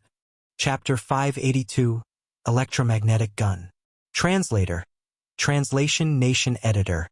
Translation Nation. The horde of zombies looked at Yue Zhong leaping down and immediately reached out with their claws to swipe at him. It was like a hell of demented souls reaching for him. As he landed, Yue Zhong fired out numerous bone blades from his bone-encompassing armor, before he twisted on the spot. In an instant, his whirlwind tactic caused the zombies within a 20 m radius of him to be ground into slices. Body parts and blood splattered and flew everywhere. Yue Zhong reached for the blue box, and the storage ring flashed, drawing the blue box in. He then shot out a sharp bone spike into the ground, propelling him towards a high building. Even a Type 4 mutant beast could fall under the continuous attacks of the zombies. Yue Zhong was not stupid to think he could withstand their onslaught. All of a sudden, a number of L4S and L3S grabbed the zombies beside them and flung towards Yue Zhong. A rain of zombies shot towards Yue Zhong like cannonballs. The L-types had bad aim, and most of them landed a distance away. There were a few who had slammed into walls and burst apart due to the impact. Even so, 2 managed to hurtle towards Yue Zhong, flung viciously by the L4S. Right as they were about to hit Yue Zhong, a white shield appeared again. The 2 zombies smashed into the shield and their bodies broke in various places. The shield also dimmed, falling back in Yue Zhong's arms. Yue Zhong dared not delay longer, and quickly rushed to the roof before releasing a long and sharp howl. Hearing his summons, Greenie immediately swooped down, picking him up and soared back into the skies. Yue Zhong settled himself in, and looked down again for another chance to kill a Type 4 mutant beast.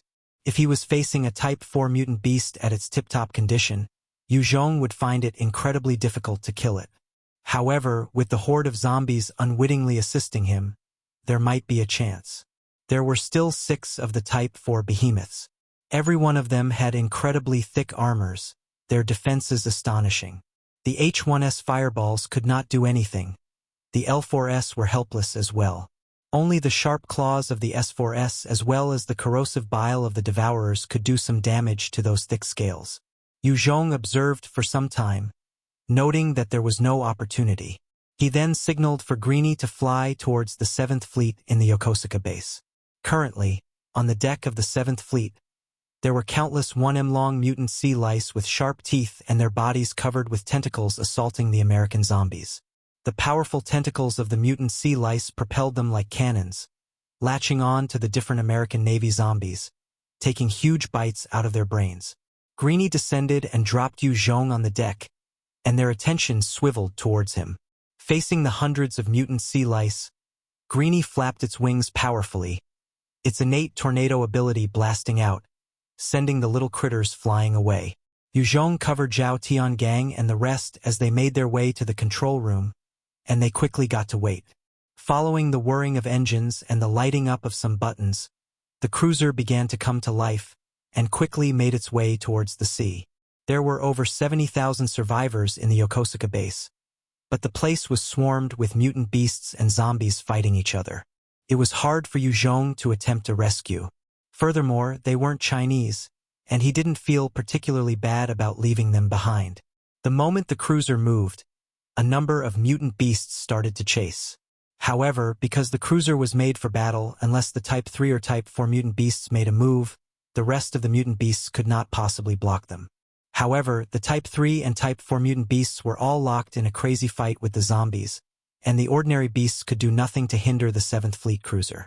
After breaking out of the surrounding of the mutant beasts, Yue Zhong heaved a long sigh of relief. Although he didn't manage to obtain the entire Yokosuka base, earning a mothership and cruiser was decent enough. Especially since the mothership had a number of advanced fighter jets.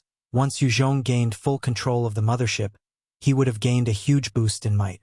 The Kingdom of God might have the powerful thunder fighters, but these were all assault helicopters that were weaker against the fighter jets that were more superior in the air. After all, fighter jets were focused on aerial combat, as compared to the thunder fighters that focused on land. After the apocalypse, Yue Zhong could use the Devil Flame to easily melt an assault helicopter, but it would be hard for him to destroy a fighter jet. This was because the speed of the fighter jets reached Mach speed. Furthermore, their altitude was too high. It exceeded the range of what Yue Zhong was capable of. Yue Zhong had started mass-producing ammunition in the Yenzhou city base. However, manufacturing fighter jets were impossible. Even with the advancement in technology over the next 10 years, it would be practically impossible to create the highly advanced fighter jets. After all, it was hard for China to have manufactured even before the apocalypse, needless to say the current situation. Yue Zhong felt slightly more at ease and opened the blue treasure box. With a flash of light, a strange gun appeared, its muzzle about 40 millimeters wide, the body flashing with a black metallic luster, and a number of gold lines wrapped around the body, converging around the muzzle like a spiral. The golden lines continued into a clear empty box below the muzzle, which contained even more of the golden metallic lines, and it looked extremely sci-fi. Level 7 treasure. Single light 40 mm caliber electromagnetic gun, I-type. It fires a powerful electromagnetic pulse, every day generating one bullet automatically. If user inputs nuclei, the gun can use the nuclei as ammunition. Yue Zhong flipped the electromagnetic gun about in his hands, his eyes lit with excitement. Good treasure! It was currently the most powerful assault rifle in his arsenal. With it, his destructive potential increased yet again. As for nuclei, with the millions of citizens under him, and his promise of rewards to hunters, they could gather enough mutant beast nuclei to exchange at the government's office, and the nuclei was free for Yue Zhong to use. Ordinary humans could not make use of the nuclei from the mutant beasts, and only the energy converter, the biological armor, as well as the recent electromagnetic gun could utilize those. These treasures were all dropped from the rare Type 3 and Type 4 mutant beasts, and were hard to come by for most ordinary people. The cruiser was speeding along in the sea, when suddenly, the surface of the sea started to churn and a number of mutant flying fishes that were 3 m long and sharp spikes all over their backs jumped out of the water, smashing into the cruiser. Dang! Dang! Following the sounds of metals being struck, the countless mutant flying fish continued to slam into the cruiser. The sea was rippling madly, as though there were many horrors awaiting to break through the surface. Yue Zhong frowned as he thought anxiously, "What's going on?" Most of the high-level mutant beasts should be engaged in the battle at Yokosuka base. When Yue Zhong had led his men to maneuver the mothership out of the base, there hadn't been much disturbance from the mutant beast horde. However, this time, the cruiser had not even left for quite a while and there was such a heavy onslaught. Something was not right. Could it be due to her? A thought arose in Yue Zhong's mind, and he swiftly ran towards the control room. The little mermaid's mouth was open as she seemed to be continually singing something. Strange runes flashed on her chest. The moment she saw Yue Zhong, she became flustered and stopped moving out of fear. The runes also died down. So it really is her. Yue Zhong came to a swift judgment. He walked up to her and grabbed her, carrying her towards the observation window. True enough, the waves had settled down, and the crazy onslaught of the mutant flying fishes had stopped. He stared at the little mermaid and growled menacingly. "I know it was you. Little rascal, I don't want this to happen again. If it happens again, don't blame me for killing you." The pretty little mermaid kept her mouth shut, as she stared at Yue Zhong with a hint of fear, not saying a single word. He could not do anything since the language barrier was an issue. He was not like the corpse Amaterasu. Swallowing the life force of other biological lives would enable him to learn all there was to learn about the race or species. Yue Zhong suddenly felt excited as he looked at the adorable little mermaid. He felt as though it was possible for an endless number of mutant beasts lining up for his subordinates to kill. This mermaid queen should be able to summon multiple mutant beasts. If used properly, we should be able to procure a large amount of sea-based products, and gain a large number of nuclei as well. All of a sudden, a sharp scream that could send shivers down one's spine resounded from a distance, and it caused everyone on the cruiser to tremble with fear. Chapter 583. Indonesia. Translator. Translation Nation Editor. Translation Nation. Type 5 Mutant Beast. Hurry. Turn the ship around. When Yue Zhong heard that shrill howl that was filled with might, his face immediately fell, and he ordered loudly. A single Type 5 mutant beast possessed an earth-shaking might. Just one alone could easily make a huge mothership seem like a dwarf. Such a behemoth was basically invincible in the seas, and as long as they wanted to, they could easily flip and tear into the cruiser Yue Zhong and his team were on. The little mermaid that was in Yue Zhong's arms was also frightened, and her body trembled. The Type 5 mutant beast was truly an overlord in the seas, and her clan was just one of the many factions that held power, and through their joint efforts, they managed to subdue 8 Type 4 mutant beasts. However, a Type 5 mutant beast was beyond their capabilities. Zhao Tiangang swiftly controlled the cruiser to head for another direction, and cranked the turbines, pushing the speeds to the limits. Following the constant howls, a fierce wave rose in the distance, and made its way towards them, before crashing down on the boat. Yue Zhong leapt onto Greenie's back and flew up to the sky for a better look. In the distance, lightning flashed about, icebergs shattered, and strong gusts of winds brewed. The sea churned and waves after waves rose, spreading outwards and covering the entire battlefield. In the skies, he could not make out what was going on at the epicenter of all that commotion, but he knew that there were definitely 2 Type 5 mutant beasts engaged in a fierce battle, and they were slowly moving towards the cruiser. His face instantly fell, and he roared into the walkie-talkie, "Bank left! Bank left!"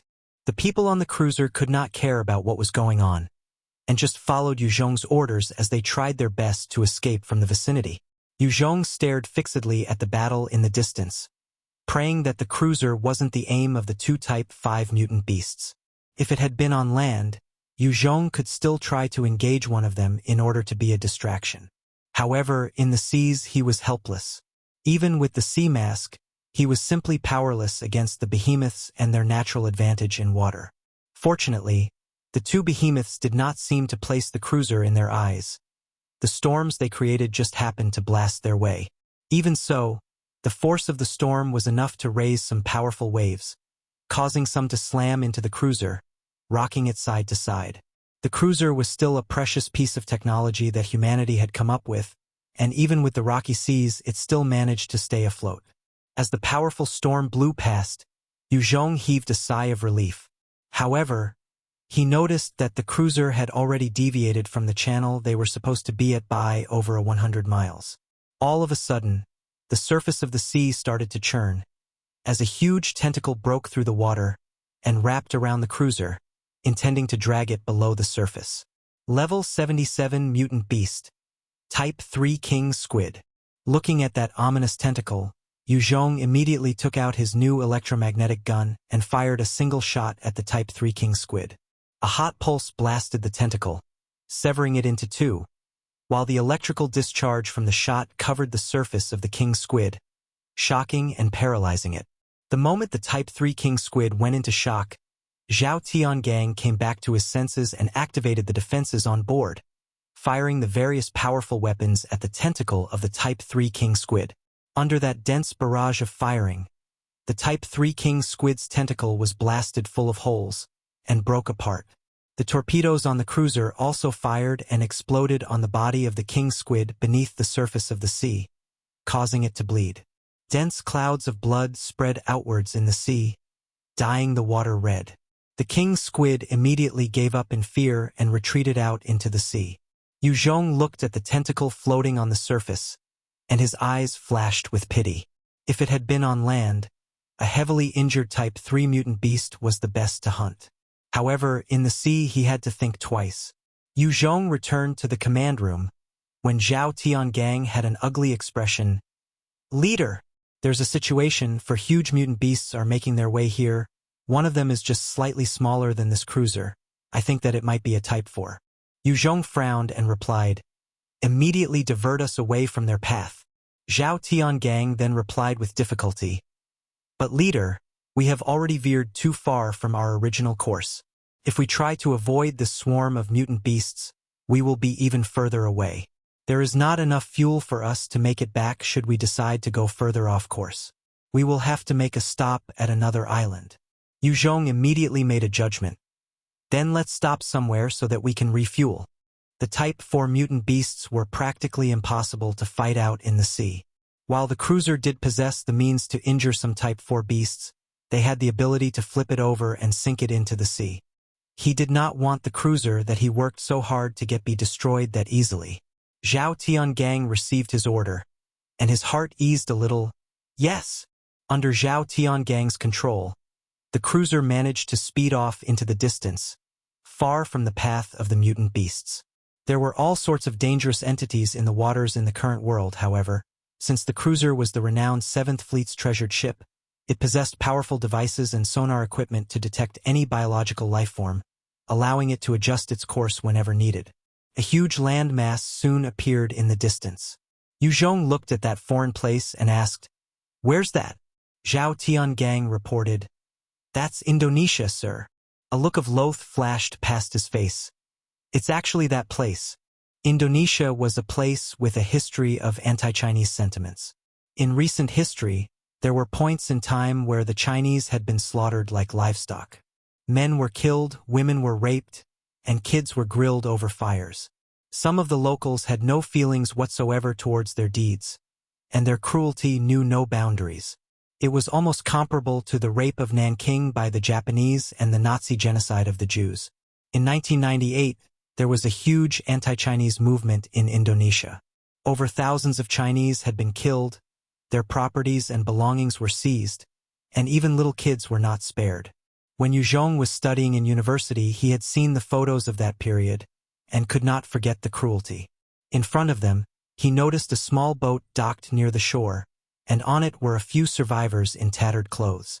Each of their right hands were chopped off, and their blood flowed freely into the sea. The blood attracted the mutant beasts in the sea, and soon, the surface of the water churned, as a number of mutant beasts appeared, chomping down on the bodies of the survivors. Hong! Hong! Just then, the small boat suddenly exploded, and the powerful explosion blasted the mutant beasts, killing them instantly. An electric fishing boat soon came throttling from shore, and a number of ashen-faced survivors tossed out some nets, dragging in the corpses of the mutant beasts. 7 or 8 other armed militants were roaring with laughter, loudly talking about who knows what.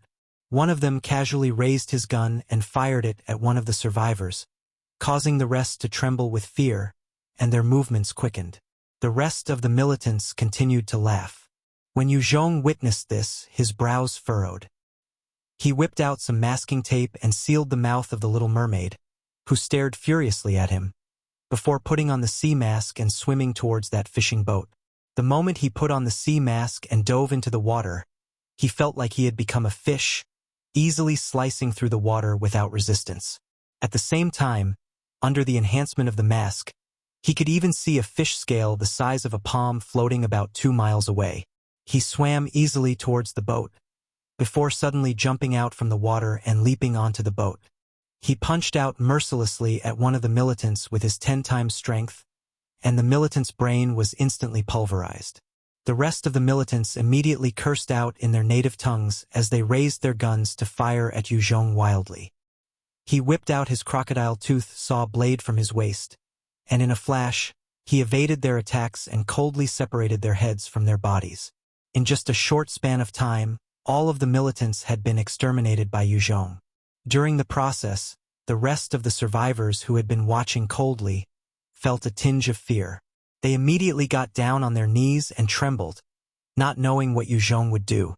He eyed them and frowned, before using Chinese to ask, "Any of you understand Chinese?" None of them spoke a single word. Chapter 584. Indo-Chinese. Translator. Translation Nation Editor. Translation Nation. Yue Zhong looked at the survivors trembling in fear and frowned. He immediately took up one of the rifles and pointed it at the head of one of them. "Did I just save a bunch of Indonesian monkeys? What a waste of effort. Since you guys are Indonesians, you might as well die." Some of the native Indonesians were lazy, foolish, yet cruel. They had been envious of the lifestyles of the rich Chinese who strove hard in the country. That was why during each period of unrest, some of these people would launch an assault on the Chinese to snatch what they had, raping the women and not letting the children off. They were truly worse than beasts.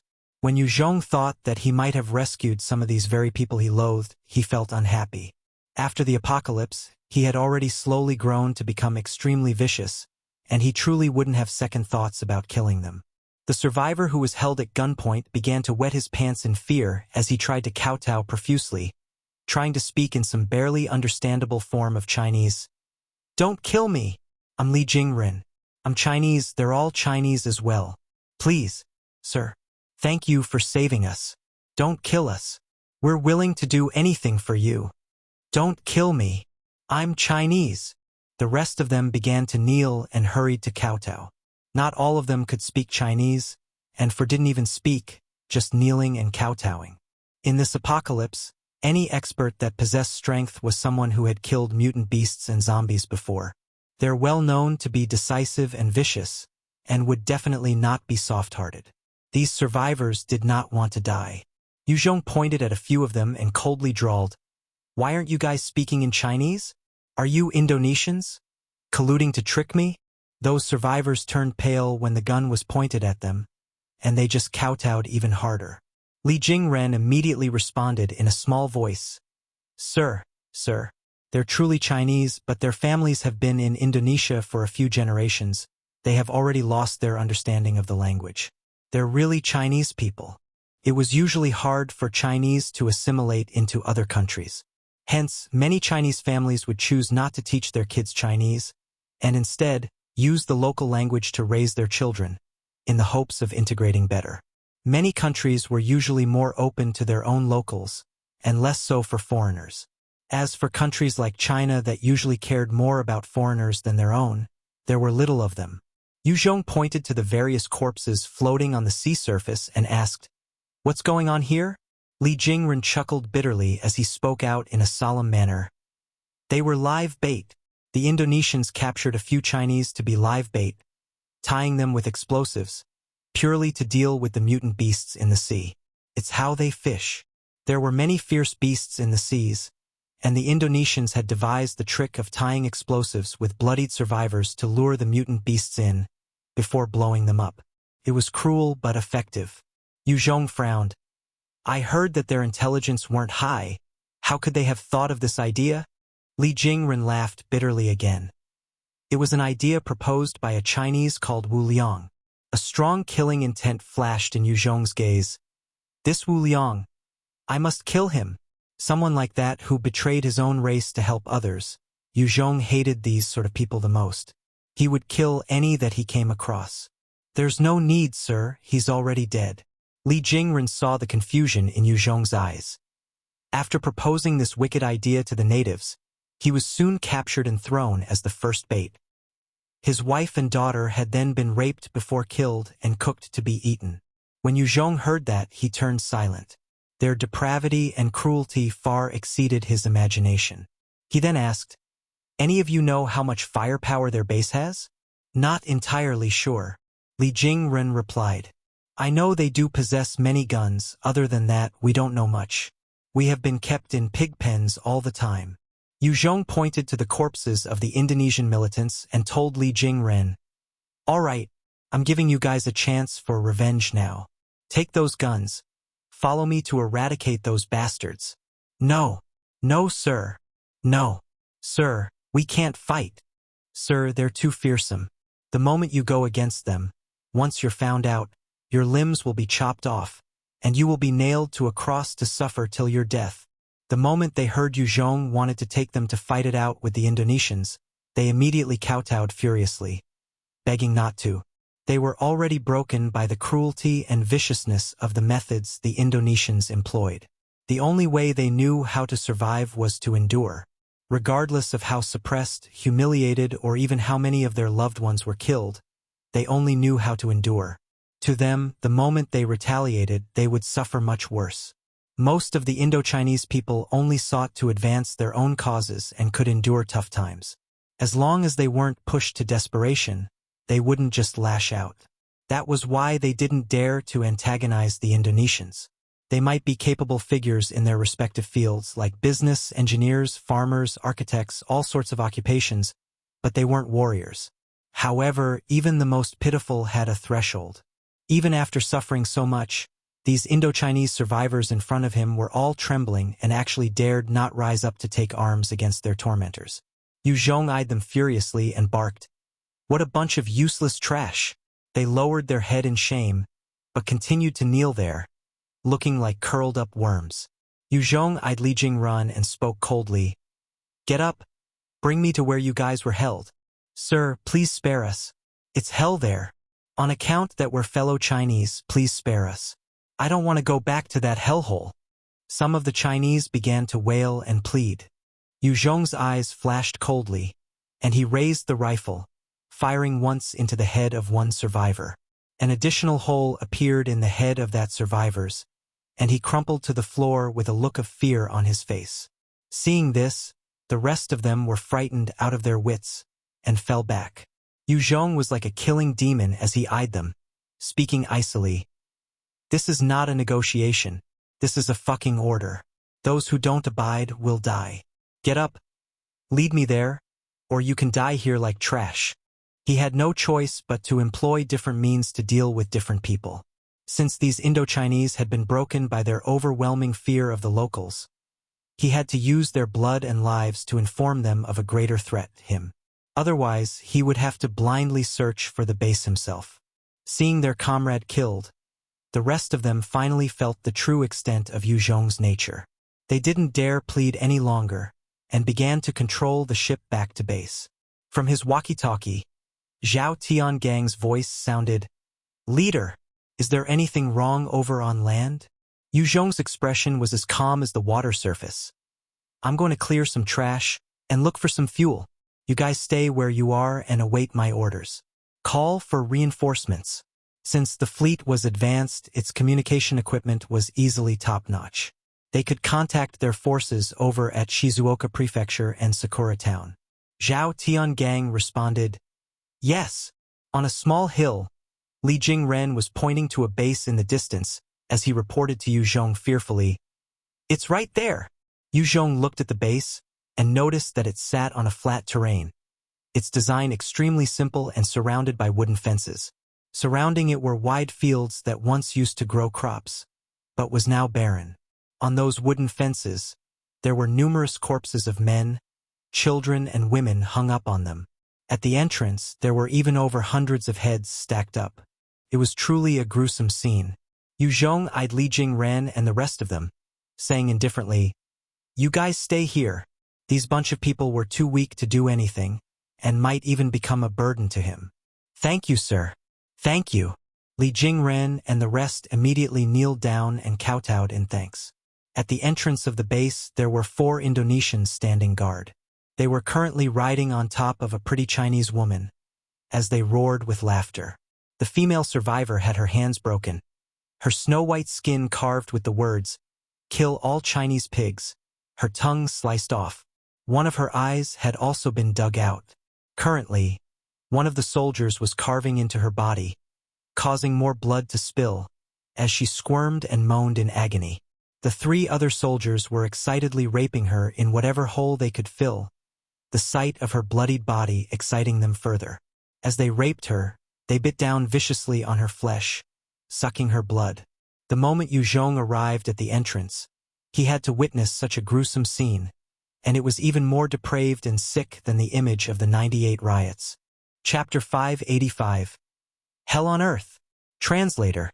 Translation Nation Editor. Translation Nation. Yue Zhong stared at the depraved locals with a chilly light in his eyes.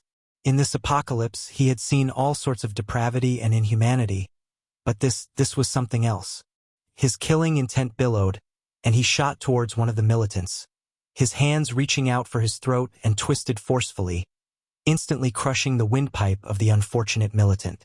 When his throat got crushed, he didn't die instantly. Instead, his eyes widened in agony, as though they were about to pop out, his hands clutching at his throat, and he started to flail around like a fish out of water for a few moments before dying. While that was happening, before the other three even had the chance to react, Yue Zhong had already crushed their throats as well. They also died miserably. The woman, who had been tormented with her hands broken, her body full of scars, her eyeball dug out, even her tongue cut off, she looked towards Yue Zhong with only despair left in her remaining eye, as the tears flowed down her cheek. Yue Zhong spoke in Chinese softly, "I'll avenge you." She struggled to nod her thanks, a glimmer of hope in her eyes.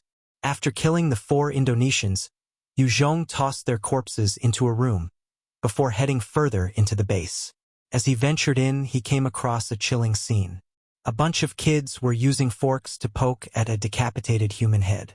A number of female survivors were stripped naked, their hands and shoulders nailed to planks. A bunch of the locals were laughing while pointing at the captives. From time to time, a few locals would step up and just proceeded to rape the women. Even one young boy who looked about 12 took part in the rapings.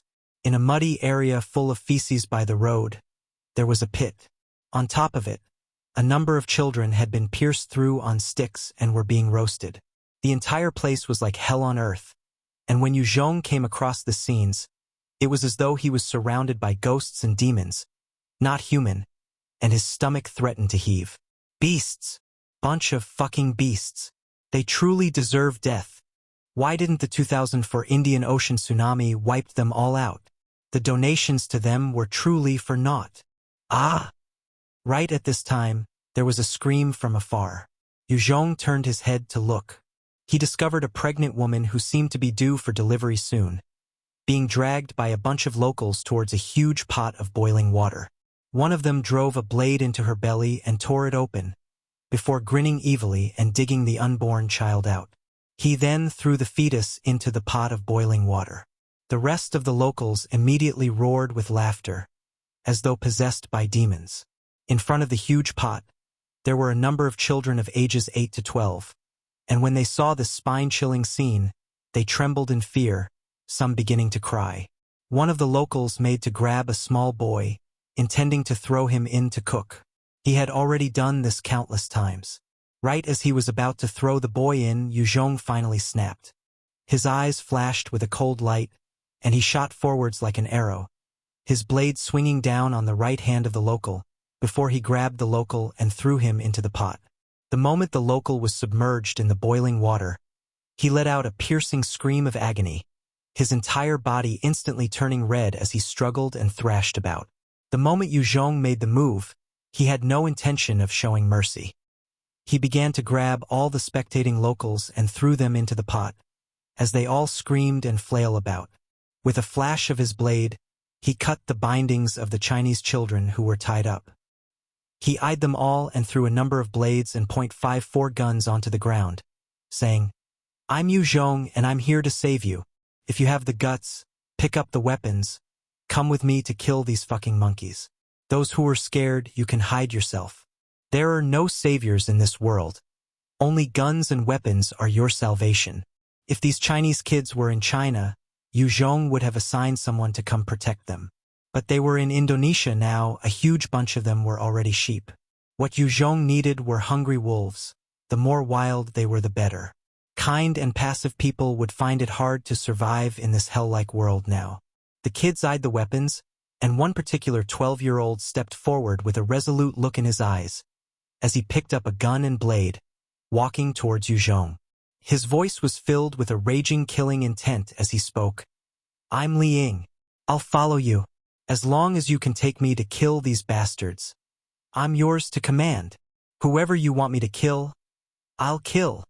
Adults had their mindsets and were hard to change. As for kids, they could be resilient, and when they became ferocious, they could be even more scary than adults. Because in their simple-mindedness, killing a person might not be different from killing an ant. Some of them lacked the empathy towards other life forms. With Li Ying stepping out, the rest immediately bent to pick up the weapons and stood around Yue Zhong like little wolf cubs. Only 4 of them remained, not knowing what to do, their faces full of fear. With a flip of his hands, an assault rifle suddenly appeared. He raised it and sprayed at the locals. Regardless of gender or age, as long as they were locals and appeared in his sight, he would gun them down. To him, they were enemies, a bunch of beasts. He had never shown mercy to his enemies. Even for the kids, they were just as vicious and cruel on the battlefield to him, and if one wasn't careful, one might fall prey to them. During the Sino-Vietnamese War, plenty of Chinese soldiers had fallen at the hands of the Vietnamese women and children because they went soft. The safety of the guns are already off. Li Ying, take me to where the Chinese people are gathered. Yue Zhong did not bother about those kids who could not come to a decision, and instead, led Li Ying and the rest away, killing any locals that appeared along the way. What he needed now were wolves, not pigs. If he stayed behind to protect those weak-minded ones, he would just be digging a grave for himself. Li Ying continued to point the way as he ran to keep beside Yue Zhong. He soon led them to a place where one was instantly struck by the putrid stench, of which blood and rotting corpses could be seen everywhere. There. It's right there. That's where the Indonesians have been keeping us captive. Outside the camp, there were 12 locals wielding heavy machine guns and rifles, and they instantly charged towards Yue Zhong, firing madly. Yue Zhong roared out, "Get down!" Li Ying and the rest might not have gone through any special training, but they ducked with agility, seeking cover. Only one of them responded slightly slower and was struck in the body by countless bullets. When the kids saw their comrade gunned down, having no prior battle experience, they begun to tremble, their eyes filled with crippling fear. In midair, a nether hole appeared and White Bones leaped out, standing beside Yue Zhong. Wipe them out. White Bones was more suitable to slaughter these enemies that lacked heavy firearms. Its demonic eyes were ablaze with fire and charged into the fray, ignoring the bullets. The projectiles only served to bounce off White Bone's body, and it waved its powerful black bone axe, slicing through the 12 militants instantly. Yue Zhong called out in a loud voice, "I'm Yue Zhong. I've now killed the Indonesians guarding this cell. Those with guts, bring your weapons and come out with me now to kill the rest." After a while, a number of Chinese survivors came out. "Kill those bastards. I'll come with you." "Me too." A number of survivors who had deep grudges with the locals came pouring out, although there were still over 200 of them who maintained their silence. A middle-aged man came out, his face red as though he was agitated. "Listen to me. Everybody, calm down. If we go against Mr. Hartono, he will kill us all. Your families will be turned to food. They will punish you all with all sorts of torture. Yue Zhong, you get the hell out. We don't need your rescuing. You're not helping us like this. You're gonna kill us. Are you trying to kill us?" This guy was called Wang Wei, and he was wholeheartedly trying to side with the locals. He believed that as long as they continued to show their warmth and lack of retaliation, the locals would accept them. Chapter 586. Massacre. Translator. Translation Nation Editor. Translation Nation. Wang Wei pointed at Yue Zhong and rebuked loudly, "Look, everybody. This guy is a Chinese from China. We will solve our problems our own way as Indo-Chinese. Scram." There were some who were fated to serve others their lives. This person was the epitome of such a character, where their weak wills and cowardice caused others harm. They only knew to bully those weaker than them, and did not know how to fight for their own. "Go to hell." Yue Zhong's eyes flashed coldly and immediately fired a shot at his head. In between Wang Wei's brows, a new bullet hole emerged. his eyes full of shock and disbelief as he crumpled to the ground. Seeing this, all the survivors felt their faces drain of color, as some began to scream and receded back into the camp in fear. After so much torture and humiliation, fear has been drilled deep into their mindset. Even at the moment of death, they would only know how to grovel and beg for their lives. Yue Zhong glared and cussed, "Useless waste!"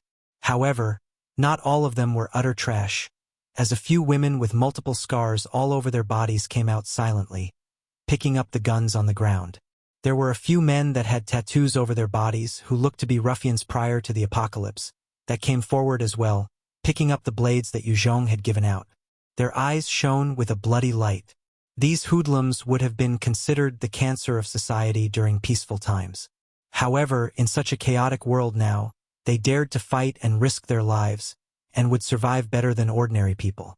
Han Xing, Han Shizhong, and many other famous generals were of such modest backgrounds as well. One particular man with a white tiger tattoo over his right shoulder and a bald head, of about 1.7 m height, stepped forward. His eyes were full of a vengeful hatred as he spoke. "Boss Yue Zhong, I'm Lin Guangming. If you bring me to kill those bastards, my life is yours to command. Count me, Chun Chi-in. Count me, Li Yuan Hao." A number of rough-looking men who would usually be avoided before the apocalypse came forward, calling loudly. It was not all the Chinese that had lacked that humanity, it was just that many of these Indo-Chinese have been brought up to tolerate, to put in hard work and not resist. No one taught them how to. Yue Zhong swept his gaze over these 30 men and women, and he was pleased. Good! As for those who ran to hide back in the camp, Yue Zhong would not care about them. With 30 survivors willing to join in the battle, to him it was already an added bonus. It was not like he couldn't take on the entire camp himself. The commotion wasn't small, and very soon, the rest of the locals had been alerted, and a number of gun-toting militants had rushed over, surrounding the place. One particular officer began shouting in the local language. Yue Zhong had no understanding of the language and asked Li Ying, "What's he saying?" Li Ying's body was trembling in rage as he relayed the message. "He's shouting for us to surrender, otherwise he will break our limbs, and throw into the wok to cook and eat. These beasts love to fry people alive, especially children." As the world collapsed, many people had succumbed to their inner demons and depravity. Apparently, this tribe of locals had gone over the edge. Yue Zhong eyed them and ordered coldly, "So it's like this, White Bones? Go slaughter the whole lot of them." White Bones immediately set forth with his demonic eyes ablaze. The local militants began to fire at White Bones wildly. The bullets just bounced off White Bones' body, as it charged through the rain of bullets into the midst of the locals. 10 sharp bone blades shot out from its body, and it began to twirl around, turning into a meat grinder, slicing the surrounding locals apart. They were either decapitated or slashed at their waist. Some even had their hearts directly pierced. The deaths were quick and gruesome. After White Bones casually dealt with over 30 men, the rest of them immediately crumbled and sought to escape, some abandoning their weapons and running, while others got down on the floor and hugged their heads. When Lin Guangming and the rest saw this, they were stunned. When these locals had killed and tortured them, they were like tigers, yet in a short span of time, Yue Zhong had already caused them to be kneeling and begging or running for their lives. The Chinese survivors could not believe their eyes. Yue Zhong pointed at those locals who were kneeling with their hands hugging their heads and gave an order to Lin Guangming and the rest. "Go pick up their ammunition. We're not holding captives. Kill them all." Since Lin Guangming and the rest were lacking the killing aura, Yue Zhong wanted to make use of these unfortunate locals to cultivate their murderous intent. Those who had never seen blood before were vastly different from those who had been exposed. "Yes, boss Yue." A fierce intent appeared in Lin Guangming's eyes, as he hollered while charging at those locals. "Brothers, follow me as we kill these damn bastards." Lin Guangming swept up a blade and thrusted it viciously into the body of one local, before pulling it out, effectively slicing his abdomen area, causing the local to scream out in agony. With Lin Guangming rising to the occasion, those Chinese survivors that had willingly stood forward immediately charged, picking up the guns that the militants had abandoned and killed all the parties who had surrendered. The moment the armed forces collapsed, the entire base fell into chaos. Many of the locals tried to use their weapons and killed the survivors on their hands first before escaping. Some even took the chance to kill their own comrades, stealing their resources, setting fire to the huts, plunging everything into chaos. White Bones took the lead, with Lin Guangming and the other survivors charging behind. Regardless of who they saw, be it men or women, young or old, as long as they were the locals, they would kill. Fresh blood dyed the entire place. Countless locals were being slaughtered by the group of survivors.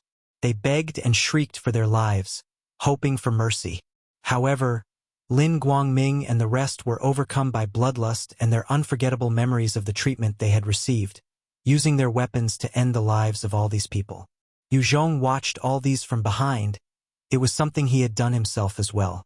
In Vietnam, because of the actions of No Nam Hong, previously translated as Wuyan Hong, Yue Zhong had killed a town of 4,000 survivors in a fit of anger. These locals had been acting worse than humans, and their actions were comparable to No Nam Hong, even surpassing his in depravity. Yue Zhong would naturally not allow them to live. After slaughtering over 100 of them, the experts of the base finally appeared. 20 enhancers appeared, each of them wearing all sorts of strange equipment.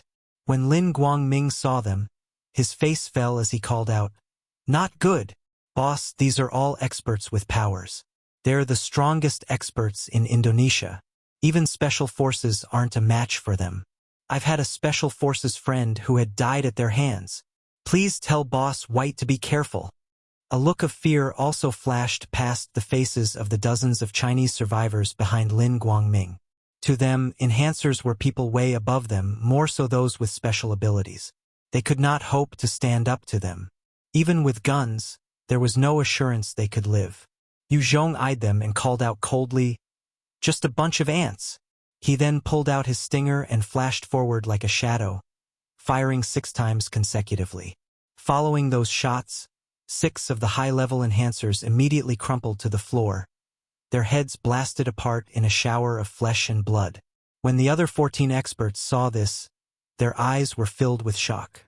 Without letting them recover from their stupor, Yue Zhong pointed at them and 14 balls of devil flame appeared out of thin air, shooting towards them and exploding at their heads, blasting them to pieces.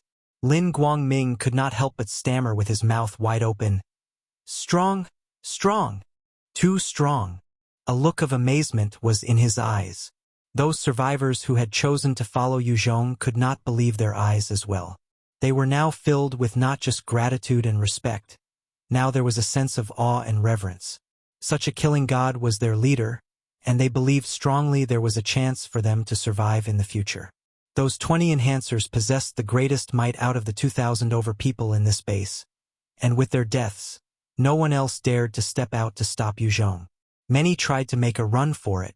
There were some who also wisely chose to surrender, hoping to live on.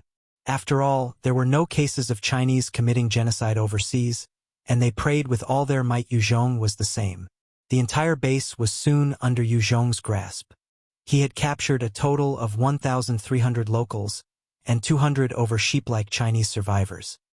He then proceeded to slaughter over 700 of those who had participated in the killings of the Indo-Chinese, creating a river of blood right there in the base.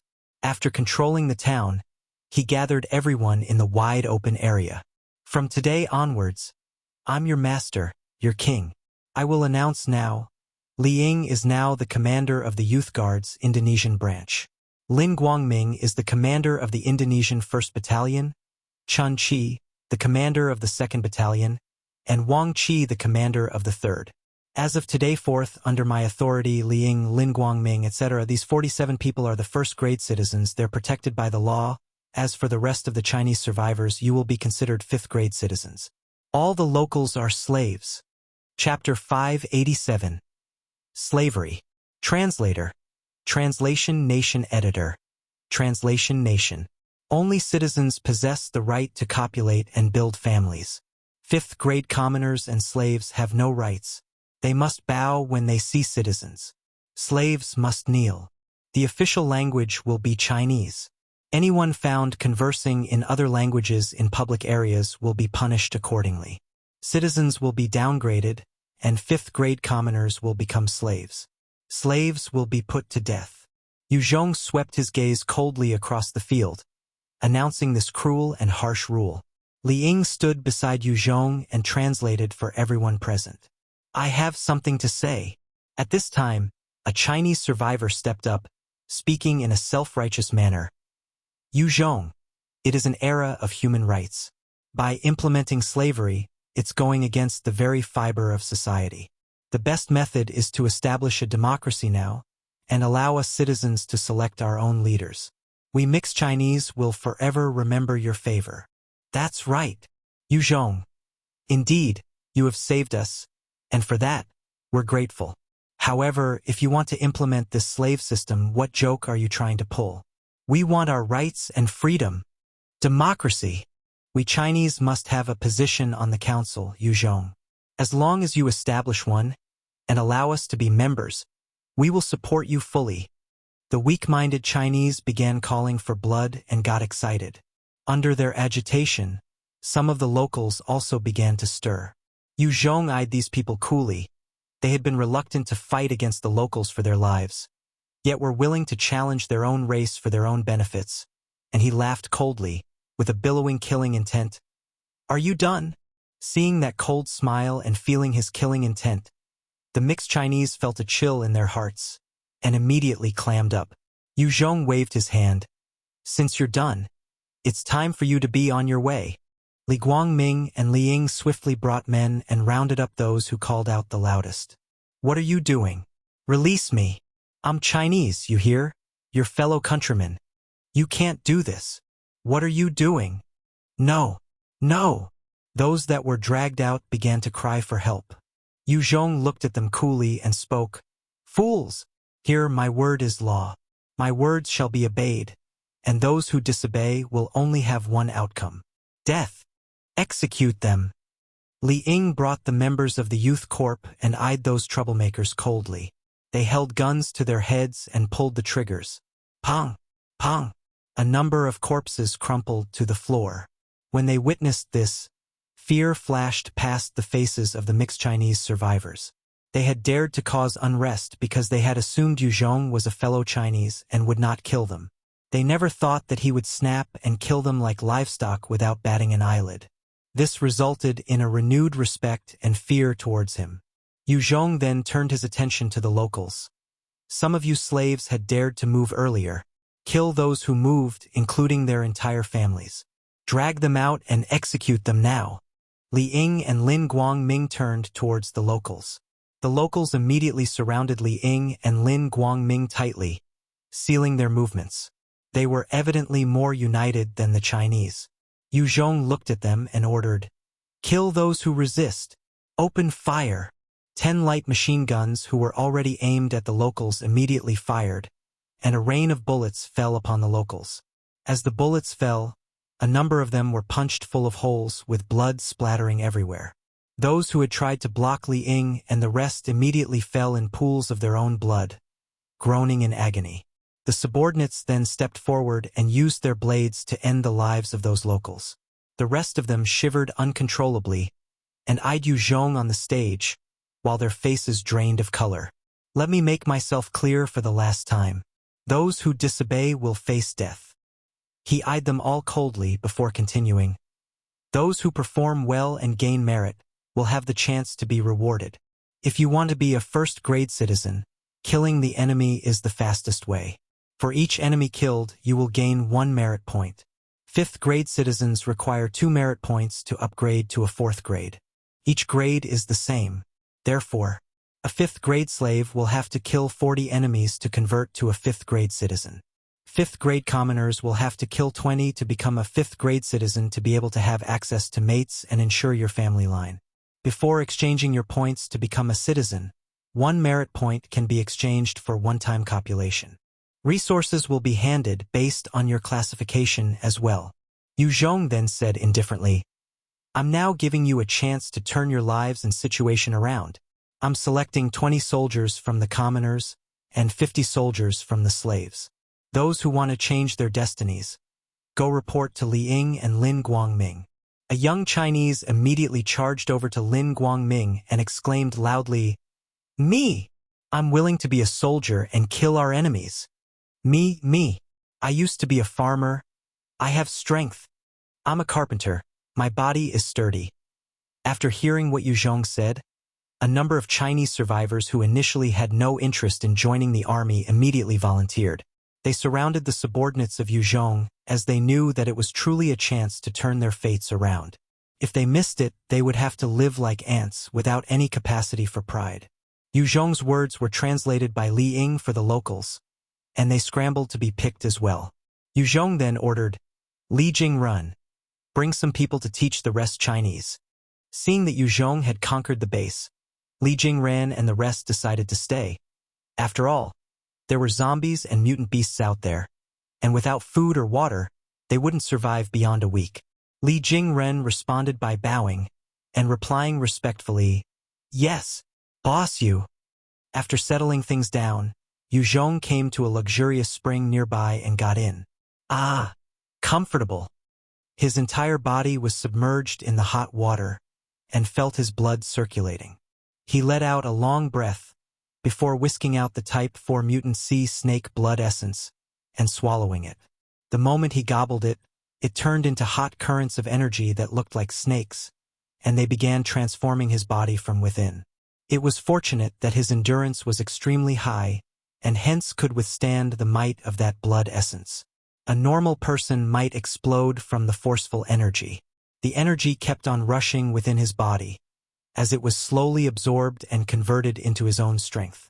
Congratulations on gaining 15 strength, 5 spirit, and 10 endurance points in enhancement. When his body finished absorbing the huge amount of energy, a sound of notification resounded in his mind. He then threw the blood essence of the Type 4 sea jellyfish into his mouth as well, without hesitating. The moment the blood essence went into his body, it turned into powerful balls of lightning energy and exploded within him, as though they were trying to tear his body apart. Lightning charges could be seen emitting from his body from an onlooker viewpoint. Under its constant explosion, Yue Zhong felt like his insides were being pricked constantly, as though numerous blades were slicing through him. The pain was almost unbearable. His cells were being blasted apart, before mending themselves quickly with the lightning-based energy, strengthening him. Congratulations on gaining 15 spirit and 10 endurance points in enhancement. My strength has increased again. After fully absorbing that huge amount of energy, Yue Zhong slowly opened his eyes and smiled faintly. When one's strength reached this stage, it was incredibly difficult to push to the next threshold. Killing multiple Type 3 mutant beasts might not work as well. Only by killing those Type 4 mutant beasts would allow him to level normally. However, every single one of those behemoths were extremely powerful. Even he did not have full confidence in dealing with them. Swallowing the 2 Type 4 blood essence had boosted his power a lot. Early the next day, Yue Zhong brought Li Ying and his troops, as well as Lin Guangming's troops, and launched an assault on a nearby establishment that had about 1,000 people. With White Bones joining the fray, it easily killed about a dozen locals, wiping out the enhancers amongst them. The rest of the locals immediately collapsed and surrendered to Yue Zhong.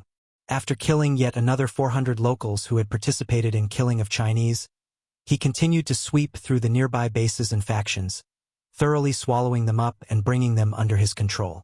At the same time, out at sea, Zhao Tiangang had managed to radio for reinforcements, and the Shizuoka prefecture had deployed by Xiao Shang as well as 40 Volvers to assist Yue Zhong. With this deployment, Yue Zhong became even more relaxed. Every single one of them had the strength to face an armed force of over 100. With them here, Yue Zhong could easily move out in all 4 directions to sweep through the establishments, crushing them all entirely, and bringing the resources back. By the end of 10 days, they had amassed a group of 7,000 locals, 3,000 Chinese, and they began to start anew. In fact, the total number of locals had numbered over 20,000 initially, but over 13,000 of them had participated in depraved acts as well as the slaughter of Chinese. Yue Zhong thus decided to kill them all. At the same time, he managed to gather about 400 Chinese soldiers, of which there were about 130 children who were still young that formed the Youth Corps, and were fiercely loyal to him. Chapter 588.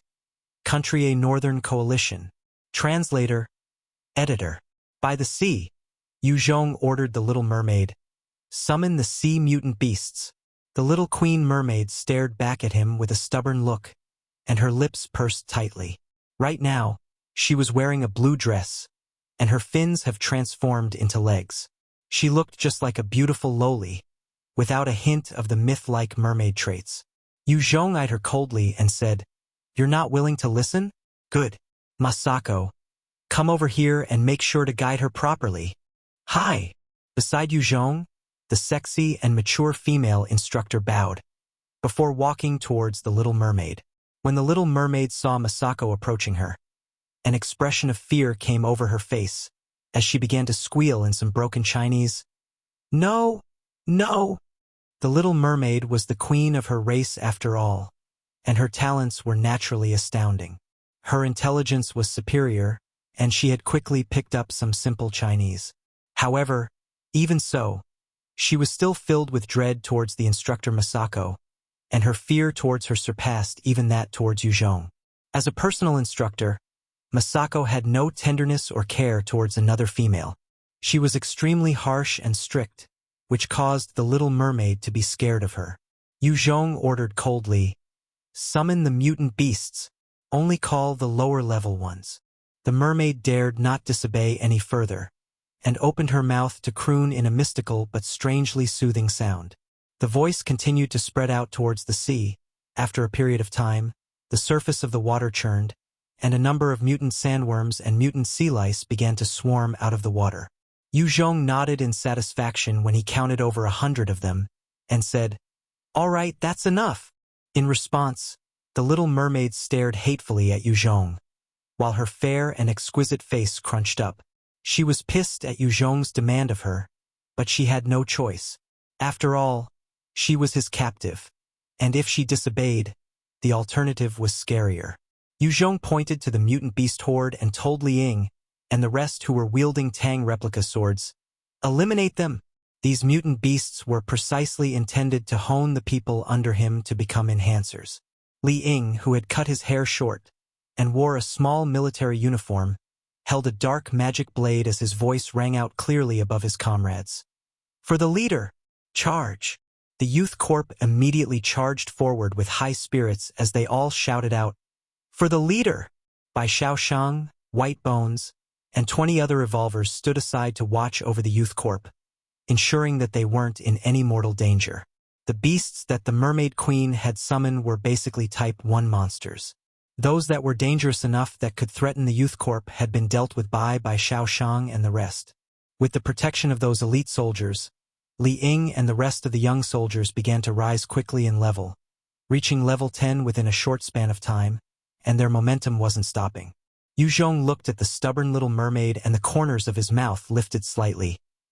"This Little Mermaid is truly a treasure. As long as I can control her, I can train up an entire army of enhancers." He said, "I shall give you a name. Hailan." When the Little Mermaid heard Yue Zhong giving her a name, she turned her head to the side out of spite, not saying anything. When Masako saw that, her face became frosty as she barked, "Hailan, what's the meaning of your attitude? Master has kindly given you a name. It's an honor. You're not thanking him. Do you want to be kept in the dark house later and taste the true meaning of hell?" A hint of fear flashed in Hailan's eyes as she turned back to Yue Zhong reluctantly, Befra speaking in broken Chinese. "Thank you, Master." Yue Zhong eyed Masako with amusement. "Good." When he had contacted Japan and raised the issue of the Little Mermaid, Kiriwaichi had suggested to send Masako over. Indeed, within days, she had managed to train Hailan to be slightly more controllable. She bowed towards Yue Zhong, while responding with an alluring smile. "Thank you for your praise, Master." Although her looks wasn't considered the cream of the crop, her methods and the way she carried herself was extremely feminine, and even more mesmerizing than some top beauties. Yue Zhong made use of Hailan's strength as much as he could, and within a span of 3 days, he managed to raise Li Ying and the rest of the youth corps to become level 30 enhancers. Lin Guangming and the rest of the mixed Chinese had been trained to level 10 as well. Having formed a unit of decent fighters, they managed to gain over a ton of mutant beast meat from the nearby areas as well. As Yue Zhong was raising a unit, there were finally some movements from the locals. Although Yue Zhong had taken over almost all of the smaller factions around, there were still 3 large bases that had over 10,000 survivors. They were the Country A Revolutionary Committee, Country A Renaissance, and the Country A Empire. Each of these factions controlled over 3,000 survivors each, and had a decent number of enhancers. There were many lazy and brutal people among the current generation, but likewise there were geniuses as well. Country A was no different. These 3 factions were formed from the geniuses that had survived since the apocalypse. Within a lavish mansion, there were many beautiful Chinese women who were naked, posing in various areas within the mansion, giving it a sort of a lustful atmosphere. A middle-aged man who wore a suit, a huge thick gold ring on his thumb, and had a head full of spiky hair spoke. The current situation is like this. That Chinese guy called Yue Zhong has already established his own kingdom and discriminated against our fellow locals, branding them as slaves. What do you think? This man was called Bencito, and he was the leader of the Country A Revolutionary Committee. Prior to the apocalypse, he had been an ordinary farmer. When the apocalypse set in, he had relied on his decisive and vicious methods, as well as his strength attained when he naturally awakened as an evolver to conquer and rule over a small area, forming his own faction.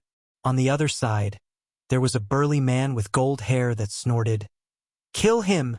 Country A belongs to us locals. That Chinese trash actually dared to come here.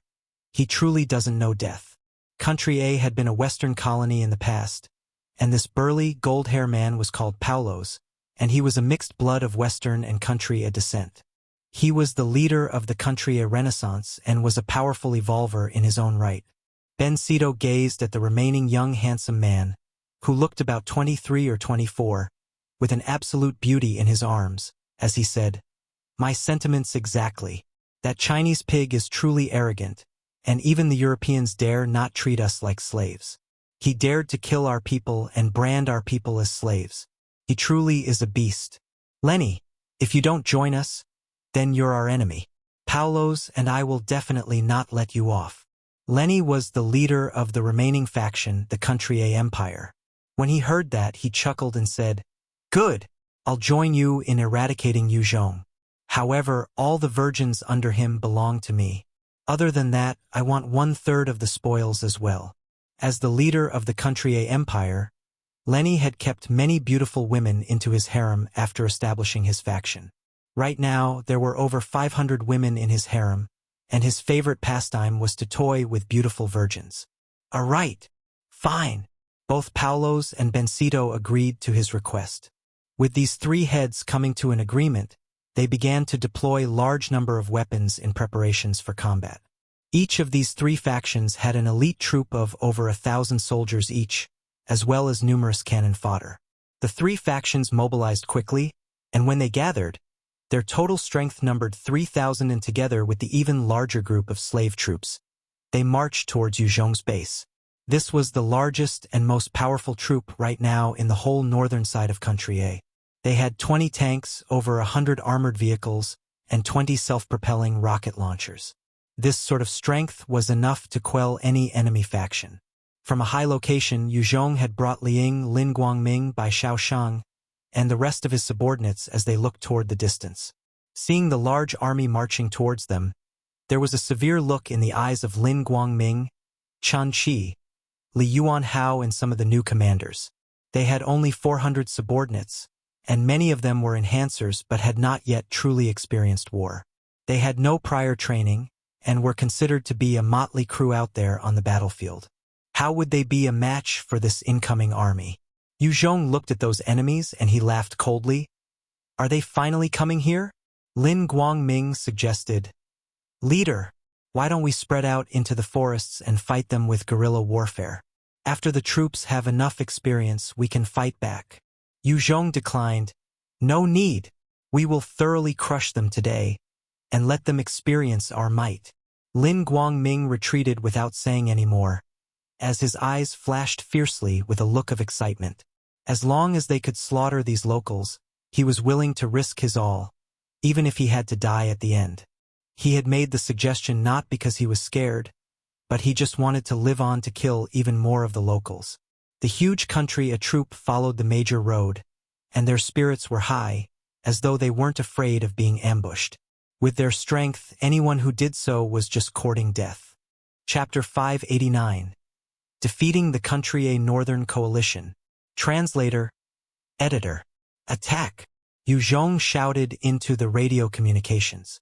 For thunder fighters shot through the air, before arriving in the space above the locals and releasing a large number of cluster bombs.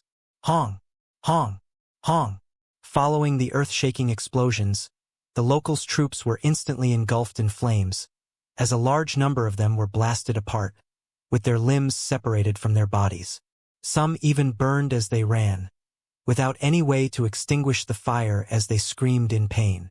The four thunder fighters continued to fire their weapons at the troops, as though they were slaughtering chicken and dogs, turning the armored vehicles and tanks into scrap metal full of holes. Under that ferocious assault, the Country A troops were instantly devastated and thrown into chaos. Those mixed Chinese and locals who made up the slave army quickly escaped in all directions. Even if the commanders killed a few of those deserters, there was no way of fully stopping this flood. However, the 3,000-strong elite troop did not collapse. Although they had suffered some losses, they managed to duck for cover, and raised their guns to fire back into the sky. Yue Zhong saw the moment that the elites were forced to take cover, and his eyes flashed coldly as he ordered, "Do it! Charge, and kill those animals." After that, Yue Zhong led by Xiao Shang, Li Ying, White Bones, and the various experts as they charged out from a corner. The elite troops of the three factions might be decent in combat, but having suffered a sudden assault and being forced to take cover, they had no way of regrouping to face the sudden situation. Under the fearsome attacks of White Bones and by Xiao Shang, the elites of the three factions were slowly picked off one by one. As for the four thunder fighters, after they were done with their cluster bomb attack, they rose into the skies and fired guided missiles at the various armored vehicles of the Country and Northern Coalition, severely impairing their strength. Ben Sito roared out in anger, "Damn! Why is it like this? How come?" In his plans, they should have been able to slaughter their way through Yue Zhong's city. He would try to resist before collapsing, and they would be able to conquer the enemies at a little cost. They would then pillage and rob and slaughter the Chinese. However, now they were actually being held back by four fearsome flying metal behemoths, and they had suffered so many casualties already. It couldn't even be called an exchange, as Yue Zhong's sudden attack had claimed the lives of so many of their subordinates. Right at this time, a large green silhouette swooped down from the skies. With each flap of its wings, the natural ability of wind was summoned, and the wind formed countless sharp blades as they tore through the Country and Northern Coalition. As the wind blades sliced cruelly through the air, over 100 soldiers were instantly decapitated from that single attack, and countless headless corpses slumped to the ground.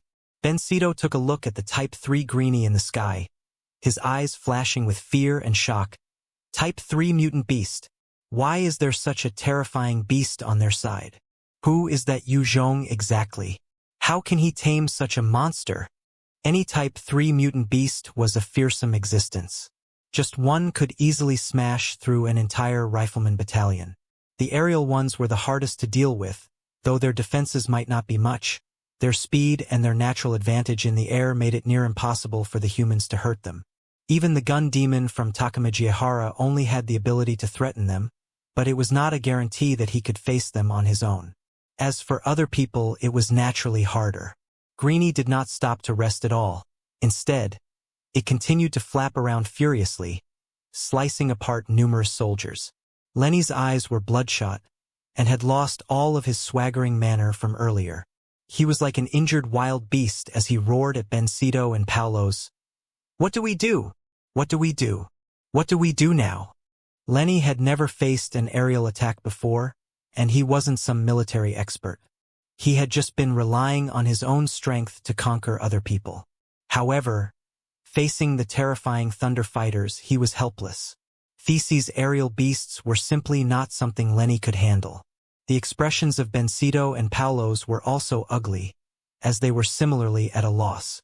They weren't military people, and they had managed to get to where they were through their strength. Facing such a situation, they really did not know what to do.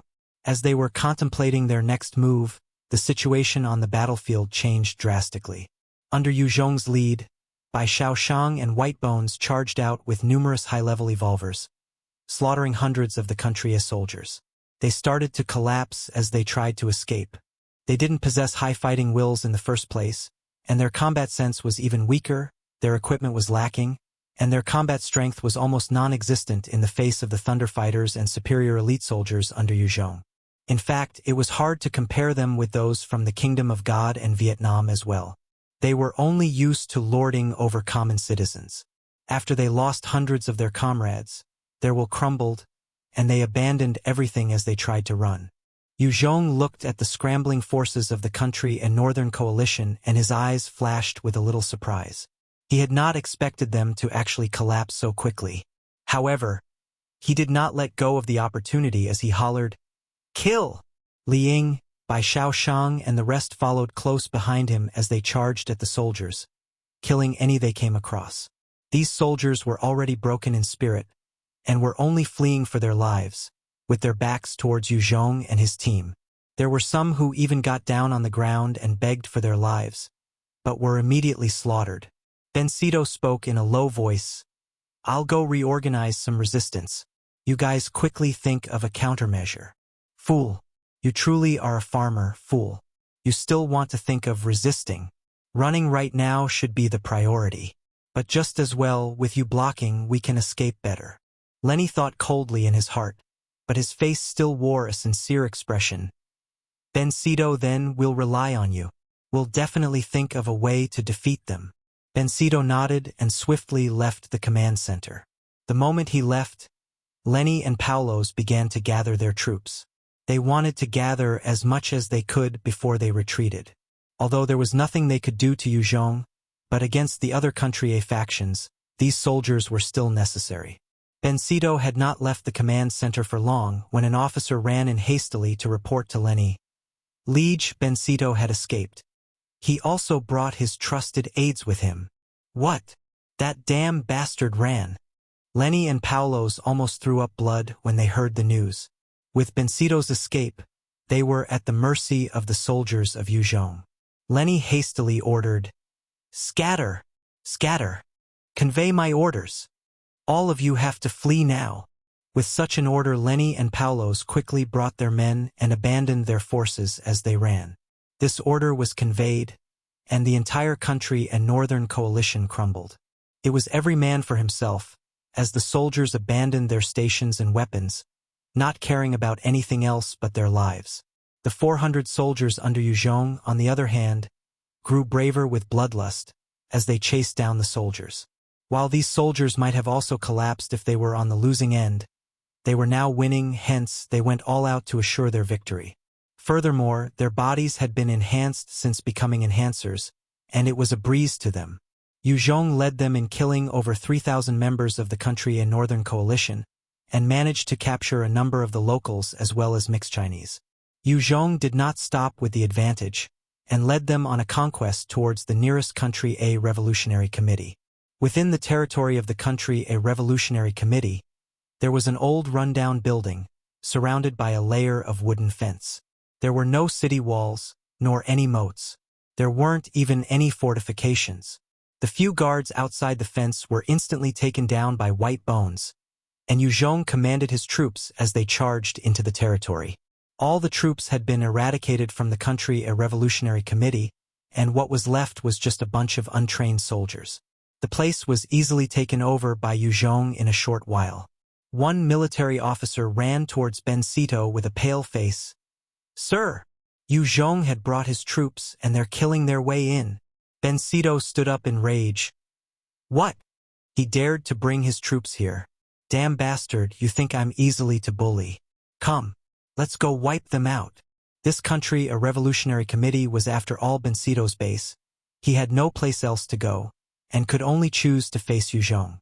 He gathered 50 level 30 elite soldiers and came to an area where Yue Zhong and his troops were sure to come. He then hollered out in Chinese, "I'm the leader of the country A revolutionary committee, Bencedo. Get Yue Zhong out here to talk to me. Bencedo had also learnt the language proficiency ability, allowing him to converse in Chinese. Yue Zhong walked out and barked coldly, I'm Yue Zhong.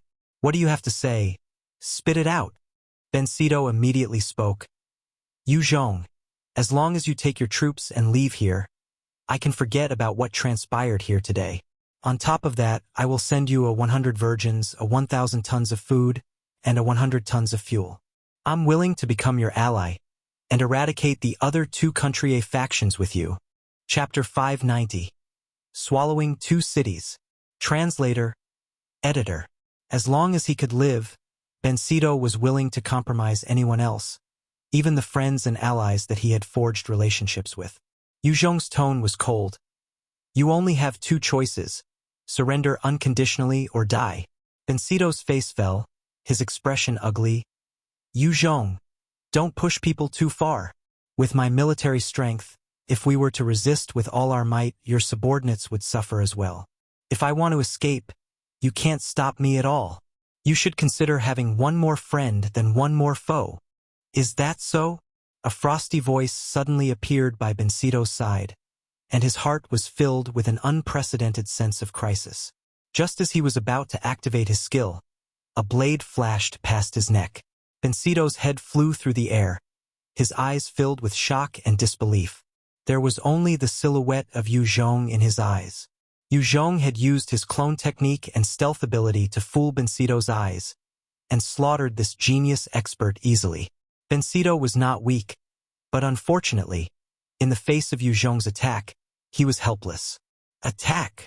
Yue Zhong barked out coolly, as he activated his shadow steps, and turned into a specter, charging towards the rest of the local experts that had yet to react.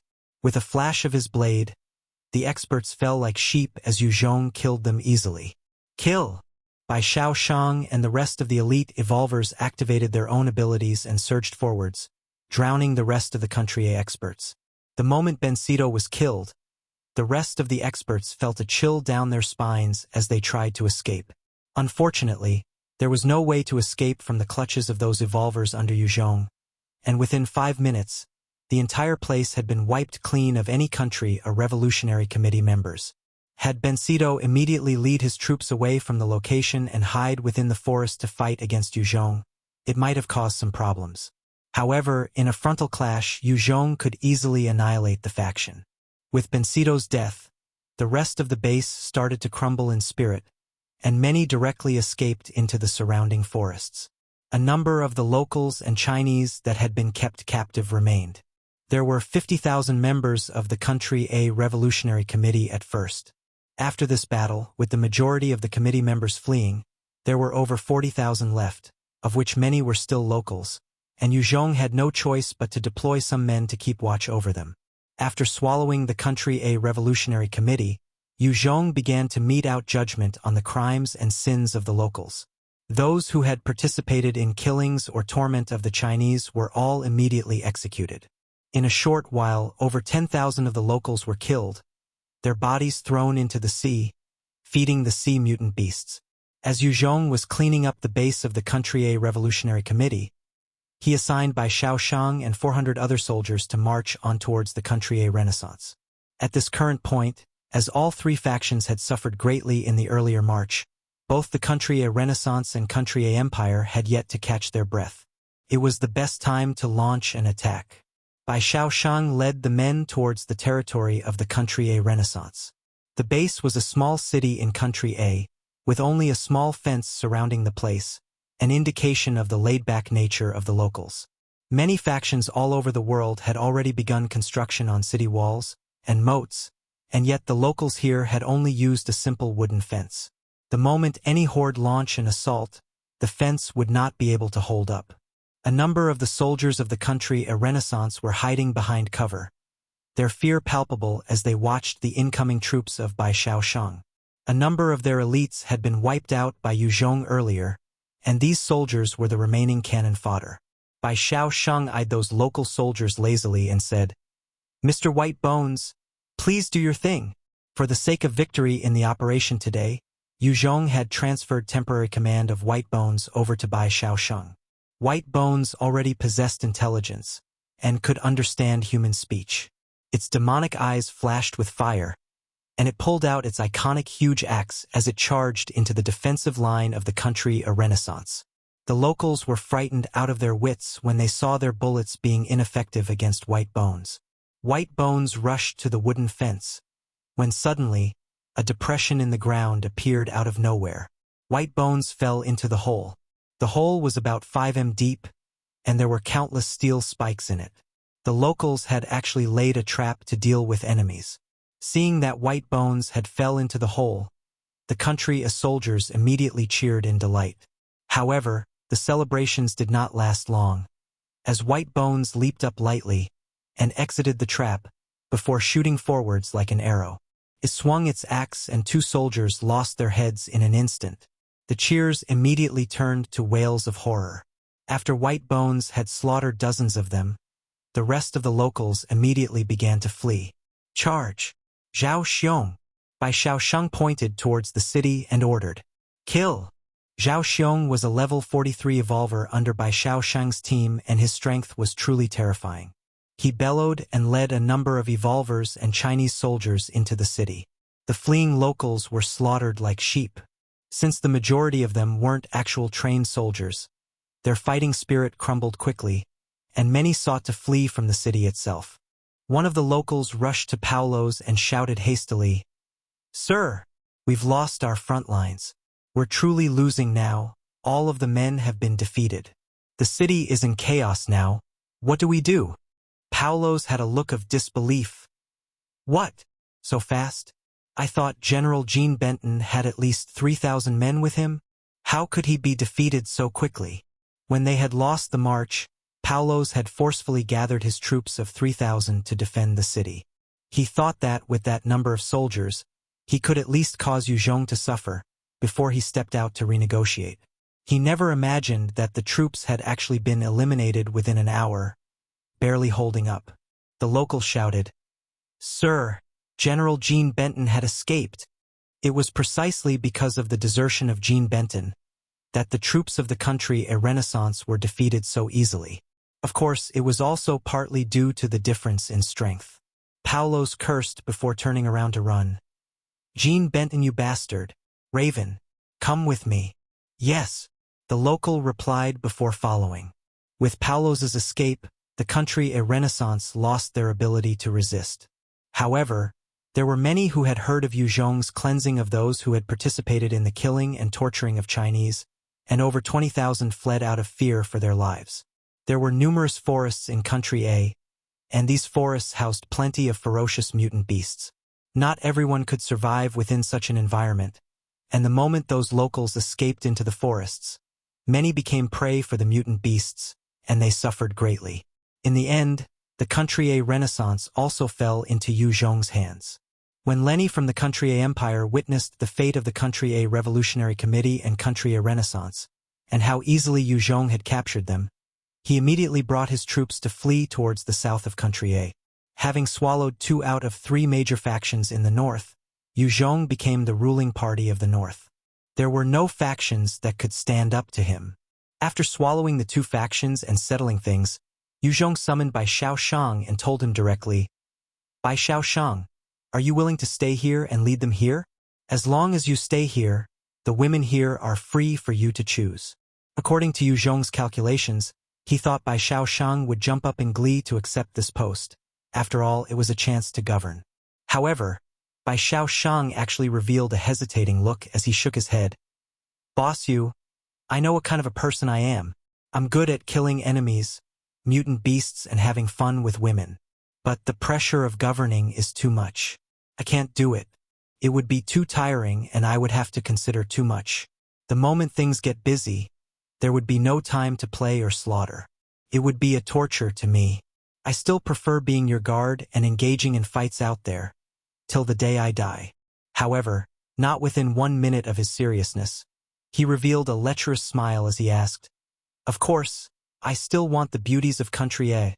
Since I've done so much, give me 2 beauties." Yue Zhong eyed him and shook his head while chuckling. "You? All right. Go find Masako and ask her to choose 2 beauties for you." Long live boss! By Xiao Sheng cheered, and disappeared faster than Yue Zhong thought possible. Who should I get to govern country then?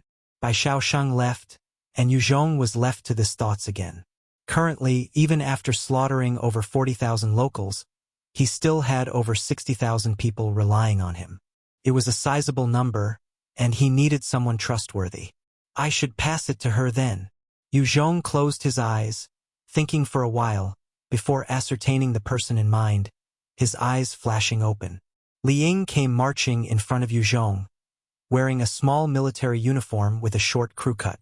She saluted and spoke loudly in Chinese. Reporting to leader, Youth Corp Commander Li Ying is here. I didn't know Li Ying was female. All along the Ross seemed to have suggested a boy. Then again, knowing the author, it truly isn't a surprise. Chapter 591. Back to Japan. Translator. Editor. Yue Zhong motioned for Li Ying to sit down, and observed her quietly. Her skin was a healthy wheat color. After cutting her hair short, coupled with her skinny frame and height of about 1.45 m, she wasn't exactly a top-rate beauty. Compared to the beautiful women like Guo Yu, Chen Yao, and Hailan, her looks were different. She had nice features and looked more valiant than beauty. She was a young girl with a different charisma and aura. Li Ying could feel Yue Zhong's gaze and sat straight, meeting his eyes. Her eyes were filled with reverence and awe. Within a month's time, Yue Zhong had led their forces to take down 3 of the largest factions in the north, and had slaughtered countless locals who had killed their fellow Chinese. His decisive and merciless ways caused his name to spread far and wide, and people like Li Ying held him in high regard. He broke the silence and said, Li Ying, from today on, you are the governor of my country faction. You'll be in charge of running everything here. Yes, leader. Li Ying did not hesitate and replied, before asking, Leader, are you going back already? He kept his gaze on her. His voice became warmer. That's right. I need to return to China. My roots are there. I need someone I can trust to help me oversee things here. Are you to the task? She immediately stood up with a serious expression. Definitely. I will use my life to swear that as long as I live, I will definitely not let your efforts in building this place go to waste. Everyone here would be loyal to you, now and in the future. Li Ying and the rest of the Youth Corp members were all ardent fans of Yue Zhong, and were willing to fight to the death for him. After all, they were all rescued from a cruel fate by Yue Zhong. Not only did he save them, he had helped them become powerful enhancers, and led them in killing the cruel and barbarian locals. There was no doubt in their loyalty and respect for Yue Zhong. Yue Zhong revealed a smile, and opened up a gold box. There were 150 vials of evolving liquid within. This is my final gift to aid you. There are 150 vials of evolving liquid here. If a normal person consumes 1 vial, he or she would become an evolver. Other than these, in this short span of time, there's nothing else I can do. You will need to rely on your own strength to consolidate your rule. At the same time, I hope that you can quickly eliminate other local factions and expand your power here. Yes, leader. Li Ying looked at the 150 vials and her heart was filled with excitement. She was clear about the meaning of an evolver. With these 150 vials, she could produce a troop of 150 evolvers. It would truly be a terrifying group. After she received the box, she saluted Yue Zhong and replied, Leader, please rest assured. I'll definitely set out to complete the tasks. He waved his hands and dismissed her. After formally inducing Li Ying as the governor, Yue Zhong brought the 4 Thunder Fighters as well as the 7th Fleet and left Country A, making their way back to Japan. There was still the mothership in Japan's waters, and an incomplete sky fortress. The moment Yue Zhong brought these back to China, his might would be consolidated. This time, Yue Zhong had easily obtained victory over those 3 Northern Country A factions because he had the 4 Thunder Fighters with him. Each of them possessed a destructive might more than thrice that of a normal helicopter. Due to them, he had been able to crush the confidence of the locals, otherwise, he would have to pay a certain price as well. The Thunder Fighters were terrifying, but they were still overshadowed by the fighter jets. The U.S Navy mothership had dozens of fighter jets. Adding on to the advanced radar scan of the 7th Fleet, they would be able to deal with the Thunder Fighters if the Kingdom of God decided to send more. When Yue Zhong left, he brought Bai Shaoshang and his Evolver subordinates with him, causing the strength of the Country A faction to plunge. However, Li Ying was a smart kid. She had immediately issued out some of the evolving liquid to 60 of the most loyal child soldiers, turning them into Evolvers. With them, it was enough to suppress any potential revolt. At the same time, she didn't make haste to advance southward. Instead, she continued to clear up the smaller factions in the north, while training her troops and gathering resources. Her power was slowly reinforced while expanding ever so slightly. Under her rule, the Country A faction began to stabilize and grow. Otto-sama, welcome back. The moment Yue Zhong stepped out of the Thunder Fighter, Shimazu Mina led the rest of the Japanese women in greeting him politely. Tenpy Osaka was still wearing the bomb collar, standing quietly while looking at Yue Zhong with a complicated gaze. He smiled slightly and replied, I'm back.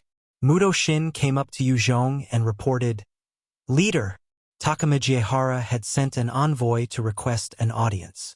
Yue Zhong was taken slightly aback. After pondering a while, people from the Takama Jiehara? Let him come. Soon, Muto Shin led a young man of about 27, 28 who grew a small mustache into the room. He was good-looking and wore a crisp suit, giving others a favorable impression as he entered. Inside the living hall, Shimazu Mina was kneeling by Yue Zhong's side in her kimono, helping to prepare some tea. Yue Zhong laid back on a sofa, relaxed. By his feet, Sakura Shiroyuki and Amano Asami were helping to massage his legs. Even after becoming Evolvers, both of these beauties were still obediently massaging Yue Zhong, not daring to be the slightest bit disrespectful. The young man bowed before saying, Oda Maiwa from Takama Jiehara greets Yue Zhong-sama. Yue Zhong responded indifferently, Out with it. You guys should have known my temper from your previous delegate. Oda Maiwa chuckled as he suggested, Yes, Yue Zhong-sama, our Takama Jiehara hopes to enter an alliance with you. Both parties would trade and not antagonize each other. What do you think? Takama Jiehara had strength, but they were just one of the many factions in Japan. The current situation was similar to the feudal period of Japan. Furthermore, there were zombies and mutant beasts everywhere, threatening humanity. Tetsuo Nindori was also a warlord, and could feel that Yue Zhong was tough to deal with. Hence, he changed his thinking and wanted to ally with Yue Zhong. After all, Yue Zhong was Chinese, and would not be able to sway the majority of the Japanese to his side. Chapter 592. Port Fengcheng. Translator, Editor. Yue Zhong thought for a moment, before replying, Sure.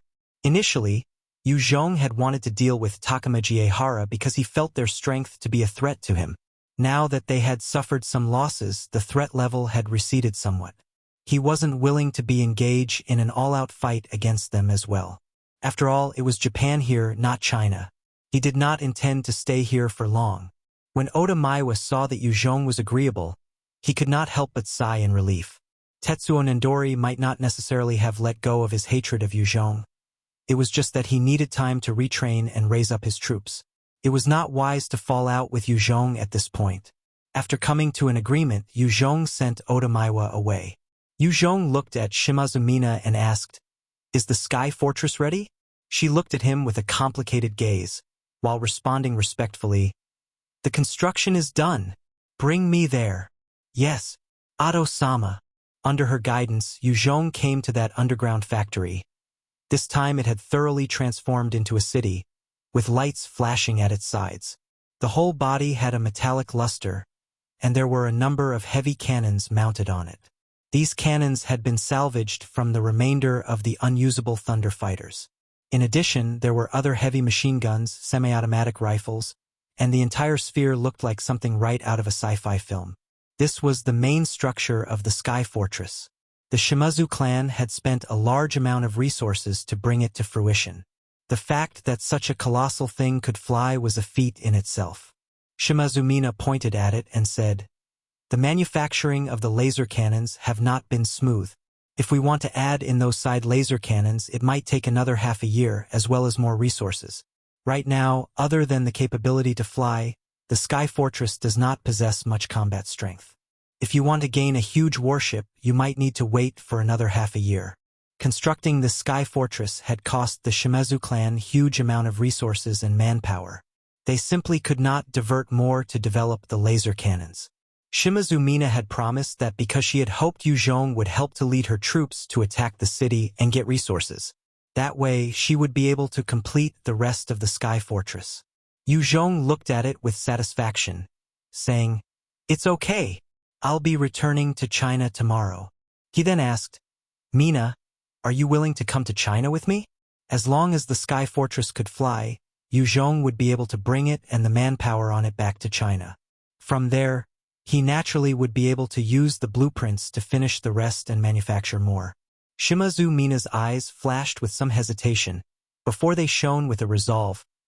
"Otto-sama, Mina is unable to give up of Sakura Town, the base of our Shimazu clan. I'll be unable to leave with you. Mina is willing to take care of Japan on your behalf." Yue Zhong responded mildly. Her not following was not an issue. After all, the Sky Fortress was a huge haul for him. While Shimazu Mina wasn't willing to follow Yue Zhong, Sakura Shiroyuki, Amano Asami, Ogura Rhea, and Ida Kyoko were extremely willing to follow him. After all, Japan was still in chaos right now. Without the protection of an expert, even if the women were evolvers, they might still end up as toys for other powerful experts. Early the next morning, the mountain split open slowly, and the Sky Fortress began to float up into the sky. There was no mechanical noise. Instead, it seemed to release some strange energy, allowing to fly noiselessly in the sky, as though it was an alien spacecraft. Yue Zhong sat within and could not help but sigh with admiration. Truly amazing. Bai Xiaoshang held two Indonesian beauties in his arms, as he kissed them both before chuckling. "This is the might of the anti-gravity energy converter. It has truly exceeded our expectations." Yue Zhong mulled silently before replying softly, "This sort of technology should be beyond even 100 years in our future. The person behind this all is truly frightening." Yue Zhong had been gaining strength constantly ever since the apocalypse started. However, the stronger he got, the more he felt the pressure of the person who had called himself God. The humans were just like ants on this earth, and could only struggle. So what? Since that person had called himself God, this sort of strength is reasonable. "Boss Yu, let's not think too much. Life is short. We should enjoy ourselves when we're alive." Bai Xiaoshang chuckled, before lifting the chin of one of the beauties by his side and grinned lewdly. "Beauty, come, feed your master some wine." The Indonesian beauty smiled seductively and lowered her head to take in some wine, before feeding to Bai Xiaoshang through his lips. After savoring the wine, he laughed out loud, saying, "Ha ha, having a beauty feeding one wine. It truly is an enjoyment in this life. Boss Yu, let's forget about your troubles. We should live on well." Yue Zhong looked at Bai Xiaoshang and smiled slightly. He didn't say anything. After all, everyone had their way of life. He did not want to stop Bai Xiaoshang from living his. In truth, other than being a lustful person, Bai Xiaoshang was not a bad character. The main thing was he had lack of ambition, and could be considered as loyal to Yue Zhong. After all, he had joined him in many conquests. Sakura Shiroyuki walked over to Yue Zhong with a seductive smile. "Master, I want." Amano Asami also came into his arms with a fragrance as she grinned. "Me too." Reveling in the scent of these two beauties, Yue Zhong felt his blood rush, and he brought them to his room. It was time for him to relax as well. Bai Xiaoshang shot a lewd look and roared out in laughter, before pulling his own beauties towards another direction. "Hee hee, boss seems to be cut of the same cloth as me. Brothers, let us disperse for the night." Within the control area there were numerous elite soldiers. Other than a few, most of them had a beautiful Indonesian lady with them. They had followed Yue Zhong in his conquest of Japan and Indonesia. Yue Zhong also wanted to reward them, and had given each of them a pretty Indonesian. He never mistreated his soldiers who fought hard for him. He knew it was hard to control everything himself, and he needed loyal subordinates. Hearing Bai Shaoshang's words, the rest of the elites chuckled and brought their women with them as they left for their own rooms. Yao Yao was sitting in a corner, hugging the biological armor that had Ji Qingwu inside, and snorted in irritation. Men are all the same, a bunch of dicks. On the sea, the mothership and the 7th Fleet were carefully making their way across. There were countless behemoth-type mutant beasts in the sea. Just a single Type 4 possessed the strength to annihilate them. However, there was Hai Lan with them, and while she could not control any mutant beasts of Type 3 and above, she could feel their presence. At the same time, with the advanced surveillance and radar system of the 7th Fleet, they could tell the position of any large mutant beasts and avoid them carefully. Since the apocalypse, only the USS Blue Ridge had ships with radar systems could possibly navigate the seas. Otherwise, the lurking danger was too much for any other ship to bear. Even then, if these ships or cruisers were not careful, they could suffer under the attack of any Type 5 mutant beasts. There would not even be a chance to defend themselves. After a journey of a few days, the group finally reached Guangxi's port Fangcheng. Yue Zhong had a sizable faction at Guangxi. However, the truth was that there were too many zombies in the region. Even after trying their best to clear as many as they could, they had not yet expanded to this particular port. The Washington aircraft carrier and the Blue Ridge warships had to find a port to dock, and hence Yue Zhong had selected this port. There were numerous ships of various sizes floating at the dock, packed like ants. He surveyed the surrounding and smiled lightly. This time, we've struck it rich. This port was one of the largest in Guangxi in the past. Its volume of trade every day reached staggering figures. After the world changed, few had made it in time to get on the boats to flee, and thus many were left abandoned. There was sure to be a large amount of resources left here, just waiting for Yue Zhong to collect once they have conquered the entire area. Furthermore, these ships and cargo freights would become Yue Zhong's. Although they couldn't traverse the seas right now, they were still useful near the coast. It was a huge treasure to him. On the sky fortress, Yue Zhong emitted a howl, and Greenie swooped down from the sky, bringing him to the harbor. Where are the zombies?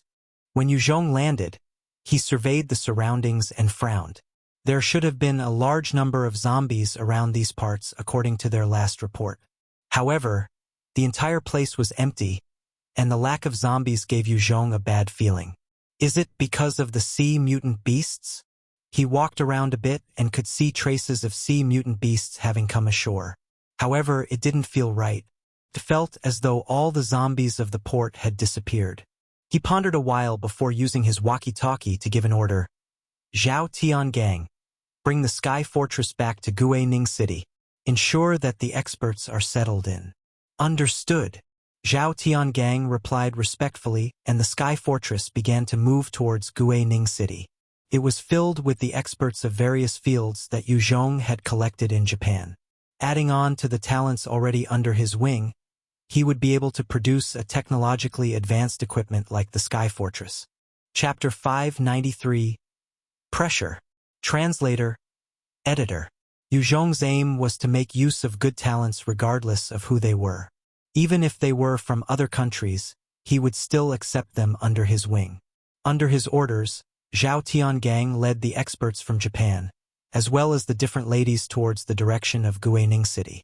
The Sky Fortress made use of technology that was far beyond the current technology. The moment it pushed its speed to the maximum, it could reach Mach 1. Very soon, it disappeared from its original location. Bai Shaoshang led 30 evolvers down towards Port Fangcheng, as they began to search the area carefully. Yue Zhong was also personally sweeping through the place. Regardless of how they searched the place, it was like a dead town, without a single trace of any being. The resources left behind had not been moved much. In fact, they had chanced upon a large amount of rice and other rations. However, a huge bulk of them had gone bad. Being a port that was near the sea, the high levels of moisture caused the food to go bad even faster. Bai Shaoshang asked Yue Zhong, "There's nobody. However, there are traces of some things being moved towards the north. There should be people there. Boss Yue, shall we go check it out?" Yue Zhong said, "It's too strange here. I'm taking 8 men with me. You stay here to guard the place." Report to me if anything strange happens. Bai Xiaosheng replied seriously, yes. Although Bai Xiaosheng had an easygoing attitude and a flippant way of doing things, after one strong lesson of defeat, he learned when he should be serious. Yue Zhong led the 8 elite soldiers as they searched their way towards the north. Port Fangchang was a huge port in Guangxi, and he needed to control this place entirely, otherwise it would be difficult to develop a navy. Even if the seas were more dangerous in the current apocalypse, Yue Zhong hoped to bring up a navy. It was still fine if they could handle the coastal areas. Put down your weapons, raise your hands, and surrender immediately, or we'll take your lives. After Yue Zhong entered the city area, 20 men in strange clothes suddenly appeared. They held machetes, vegetable knives, and handguns. As they surrounded Yue Zhong and his men, these militants eyed the equipment on Yue Zhong and his men with greed in their eyes. Yue Zhong and his men were currently carrying assault rifles on their backs, with Tang replica blades at their waists. They had military gloves and boots and were truly armed to the teeth. One young man wearing glasses stepped forward and warned, "You guys better not try anything funny. I know you're military, however, our boss Zhang is a powerful evolver. His level is 35 and he can even slaughter AL2 with a single strike. We just want your weapons and not your lives." Yue Zhong glanced at the young man with disdain and replied coldly, "Oh? So who is your boss Zhang?" "I'm right here." A burly man wearing a black leather shirt stepped out. His skin was tan, but his eyes were crossed, and he was hugging an alluring woman as he talked. He spoke with his nose in the air, while grabbing a glass bottle in his right hand and he crushing it easily. "You guys must be soldiers. I will not make things difficult for you. Just hand over your weapons." This boss Zhang crushed the glass bottle to exhibit his terrifying grip strength. An ordinary person would definitely not be able to perform a feat like this. Seeing this, the 8 subordinates with Yue Zhong laughed. Such a trick was way beneath their level. "Kneel!" Following a loud roar, one of the subordinates, Zhao Zhongxing, shot forwards, pulling out his Tang replica blade swiftly and swinging it right before Boss Zheng's throat. This Boss Zhang was only some level 35 enhancer in front of Zhao Zhongxing, an elite soldier with an evolver status as well as the experience of countless battles. He was simply incomparable. He looked at the Tang replica blade in front of his throat, and his legs turned wobbly. He then knelt down while trembling. "It is I who have eyes but do not recognize Mount Tai. I'm sorry. Please spare my life. Spare my life." If he were to face 8 ordinary soldiers, it wouldn't be a problem, but against level 40 evolvers, he was incredibly weak. Another subordinate of Yue Zhong, Yang Gang, stepped forward and barked coldly. "This person in front of you is Leader Yue Zhong. All of you get on your knees now. Otherwise you'll be executed." These subordinates of Yue Zhong had grown used to forcing their enemies to kneel throughout their conquests. Forcing the enemy to humiliation was one of the best ways to attack their pride, confidence, and to quell any notion of resisting. The moment Yang Gang shouted, all of the 20 militants immediately fell on their knees, as their bodies trembled like their leader, who was held at knife point. In this world, kneeling was no longer something that's shameful. In fact, there were more cruel and brutal ways of doing things, and they knew that they were getting it easy already. Yue Zhong eyed Boss Zhang and asked coldly, "What's your name?" Zhang Bo Yen trembled as he spoke. "My name is Zhang Bo Yen. Leader Yue Zhong, I did not recognize Mount Tai and have offended you. I seek your mercy and kind pardon. Please spare my life. I'm willing to do anything." In this world, Zhang Bo Yen had seen many unreasonable experts. As long as someone offended them, his or her fate would be disastrous. Yue Zhong did not seem very friendly as well, thus he chose to submit. Yue Zhong finally asked the question he was concerned with. "Zhang Bo Yen, do you know where the zombies of Port Fangchang disappeared to?" "I do not know." Zhang Bo Yen spoke hesitantly, before revealing all he knew to Yue Zhong. He had been an enhancer in a small town near Port Fangchang. Before the apocalypse, he had been an auto mechanic and his body was in fine shape. After becoming an enhancer, he had began killing zombies and mutant beasts around the town, leading a solitary life. There were a few instances where he almost died to some powerful mutant beasts. Initially, He thought that this would be how his life would be like from now on. However, just a month ago, when he came to search Port Fangcheng for goods, he realized that the zombies had disappeared. He then proceeded to move around in glee, collecting a number of small brothers. The moment the zombies disappeared, all of the survivors that had been holed up and hiding like mice came out, forming all sorts of factions. With over 800,000 people in Port Fangcheng before the apocalypse, after an entire year, there were still over 20,000 people around these parts. Due to the large shore area, there were plenty of resources lying about. As long as the survivors were careful enough to avoid the sea mutant beasts, they would profit tremendously. Zhang Boyan led one of the various smaller factions of the gangs in Port Fangcheng.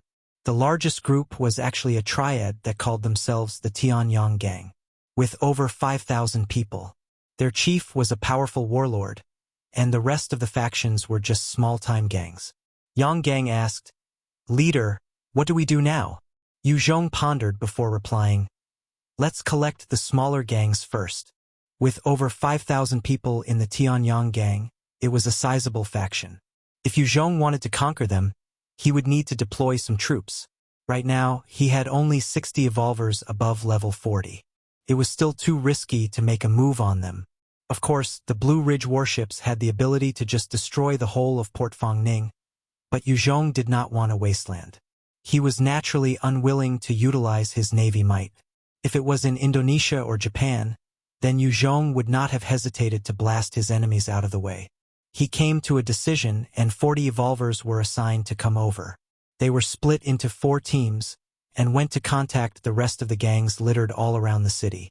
Some of these leaders of the small gangs were only about level 10 or so, and could not even fend off an L2. To a powerful team of elite evolver soldiers, they were basically nothing. Under the constant roars and shouts of rage, the leaders of the small factions around Port Fangcheng were either killed or forced to submit, and their power was consolidated under Yue Zhong. In just one day, Yue Zhong made use of his absolute strength to conquer over 20 factions, and gathered them under his wing. There were a total of 700 people in his faction at Port Fangcheng now. Witnessing his overbearing and tyrannical strength, Zhang Boyan and those who had submitted the earliest were agape with shock. Yue Zhong had shaken the entire Port Fangcheng the moment he arrived, and they were thoroughly convinced of his strength. One young man held an invitation as he came up to Yue Zhong respectfully.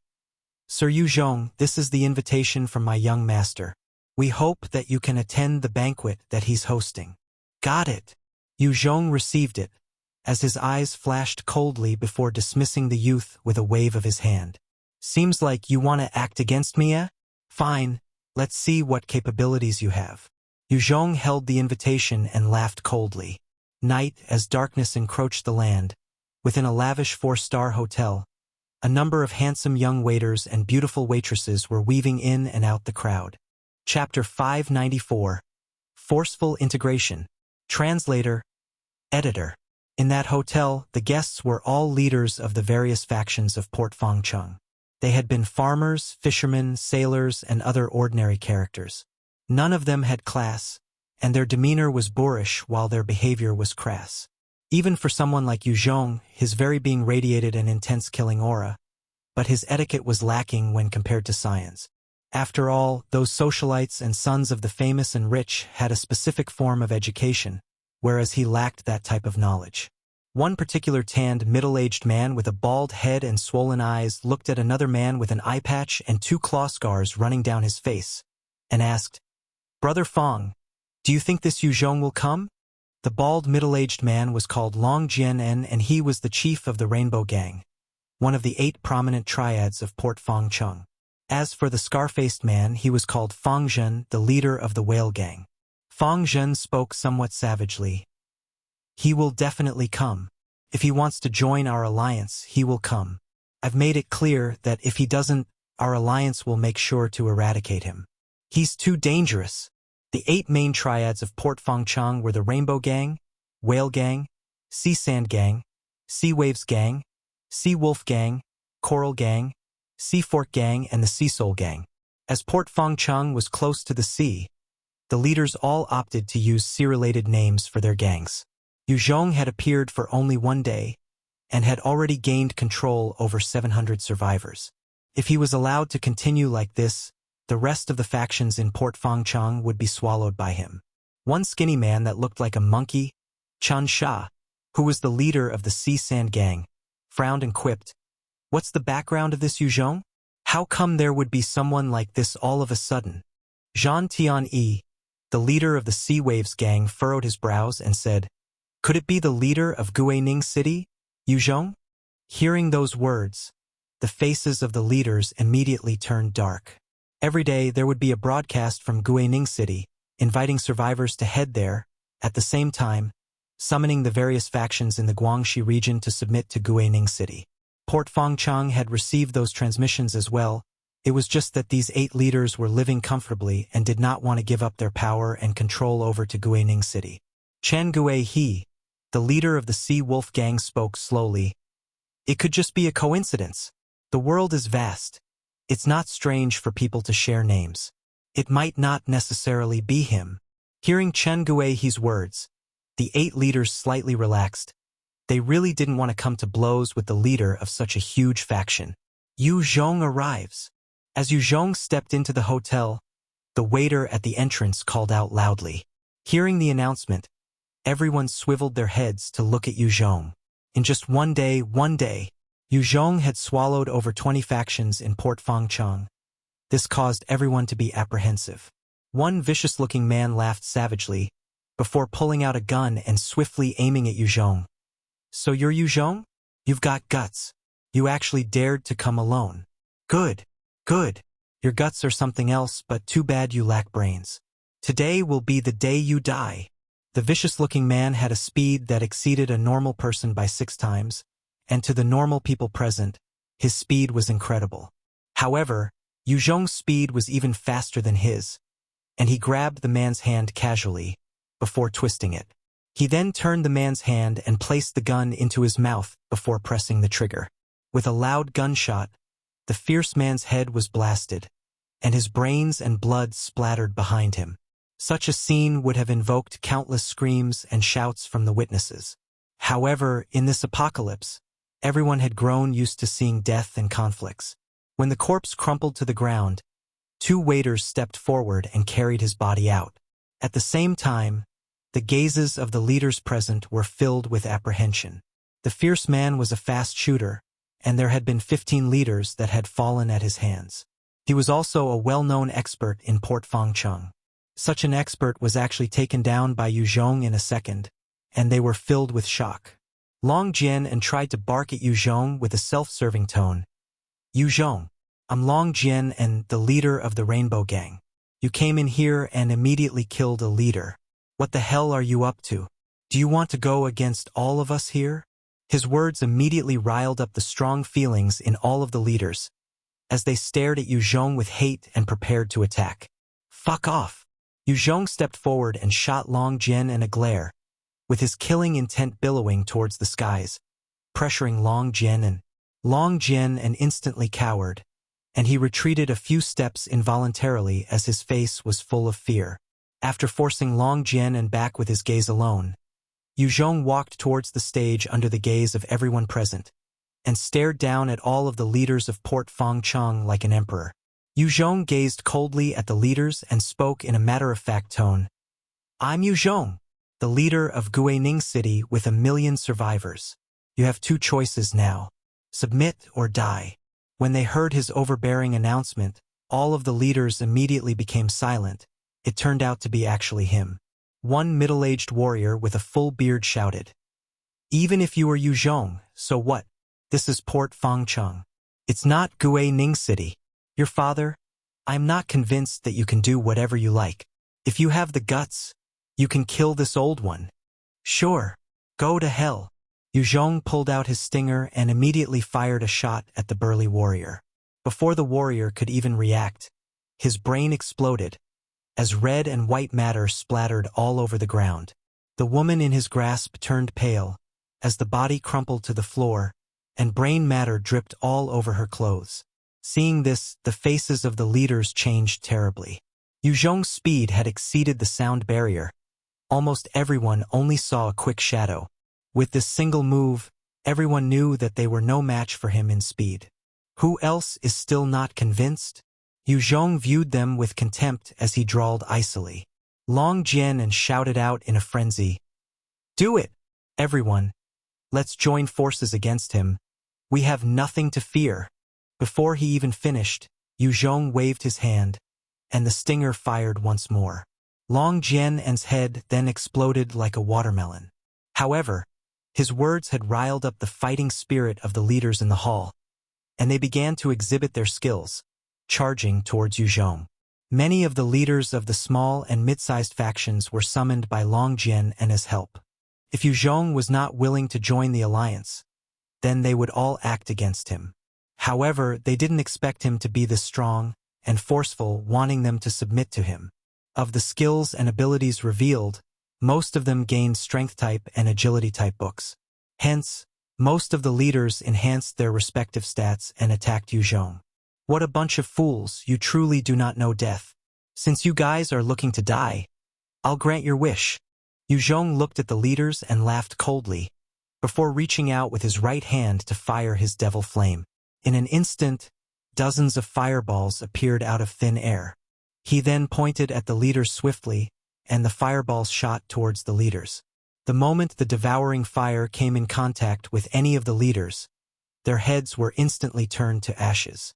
Seeing such a terrifying scene, many of the leaders who did not act immediately turned pale, as their bodies trembled uncontrollably. It was the first time they had seen such a frightening person, who could easily eliminate dozens of people in a single move. Fang Zhan of the Whale Gang immediately got on his knees and shook as he stammered. The Whale Gang is willing to submit and obey any of the commands of leader. Fang Zhan had not seen such a powerful expert like Yue Zhong before. Just with his power alone, it was enough to annihilate the whole Whale Gang. He did not dare to provoke him anymore. The death of Long Jian was still fresh in his mind. The Sea Fork Gang is willing to submit to leader and obey leader's commands. The remaining leaders began to kneel one after the other, and their bodies trembled as they swore fealty to Yue Zhong. When Fang Zhan saw this, his heart was full of bitterness. He had wanted to oppress Yue Zhong, forcing him to join the alliance before curbing his rate of expansion. Who knew that it would become a stage for Yue Zhong to forcefully suppress all of them instead, and force them to submit to him. It was simply trying to steal the chicken but losing the rice instead. Idiom. Seeking to gain some advantage but being taken advantage of in the end. Yue Zhong looked at them kneeling and smiled slightly. There were dozens of leaders who had been killed, including the chief of the Rainbow Gang. The smaller factions of Port Fangcheng were thus thrown into chaos. However, those who had chosen to submit to Yue Zhong were absorbed into his forces, and after accumulating these survivors, Yue Zhong's faction thus grew into one with 5,000 survivors. However, as there were too many factions, there had been conflicts between some of them. Yue Zhong had no choice but to address them and forcefully integrate the new troops. There was no way in the short future that he could advance further into Port Fangcheng City. Although he had swallowed a number of them, in truth, they had just submitted to him, and their hearts were not fully loyal yet. There was the possibility of revolt, so he needed to reorganize everybody. For in the afternoon, meet you at the entrance of the shopping mall. As Yue Zhong was busying himself with the handling of affairs, someone delivered a message over.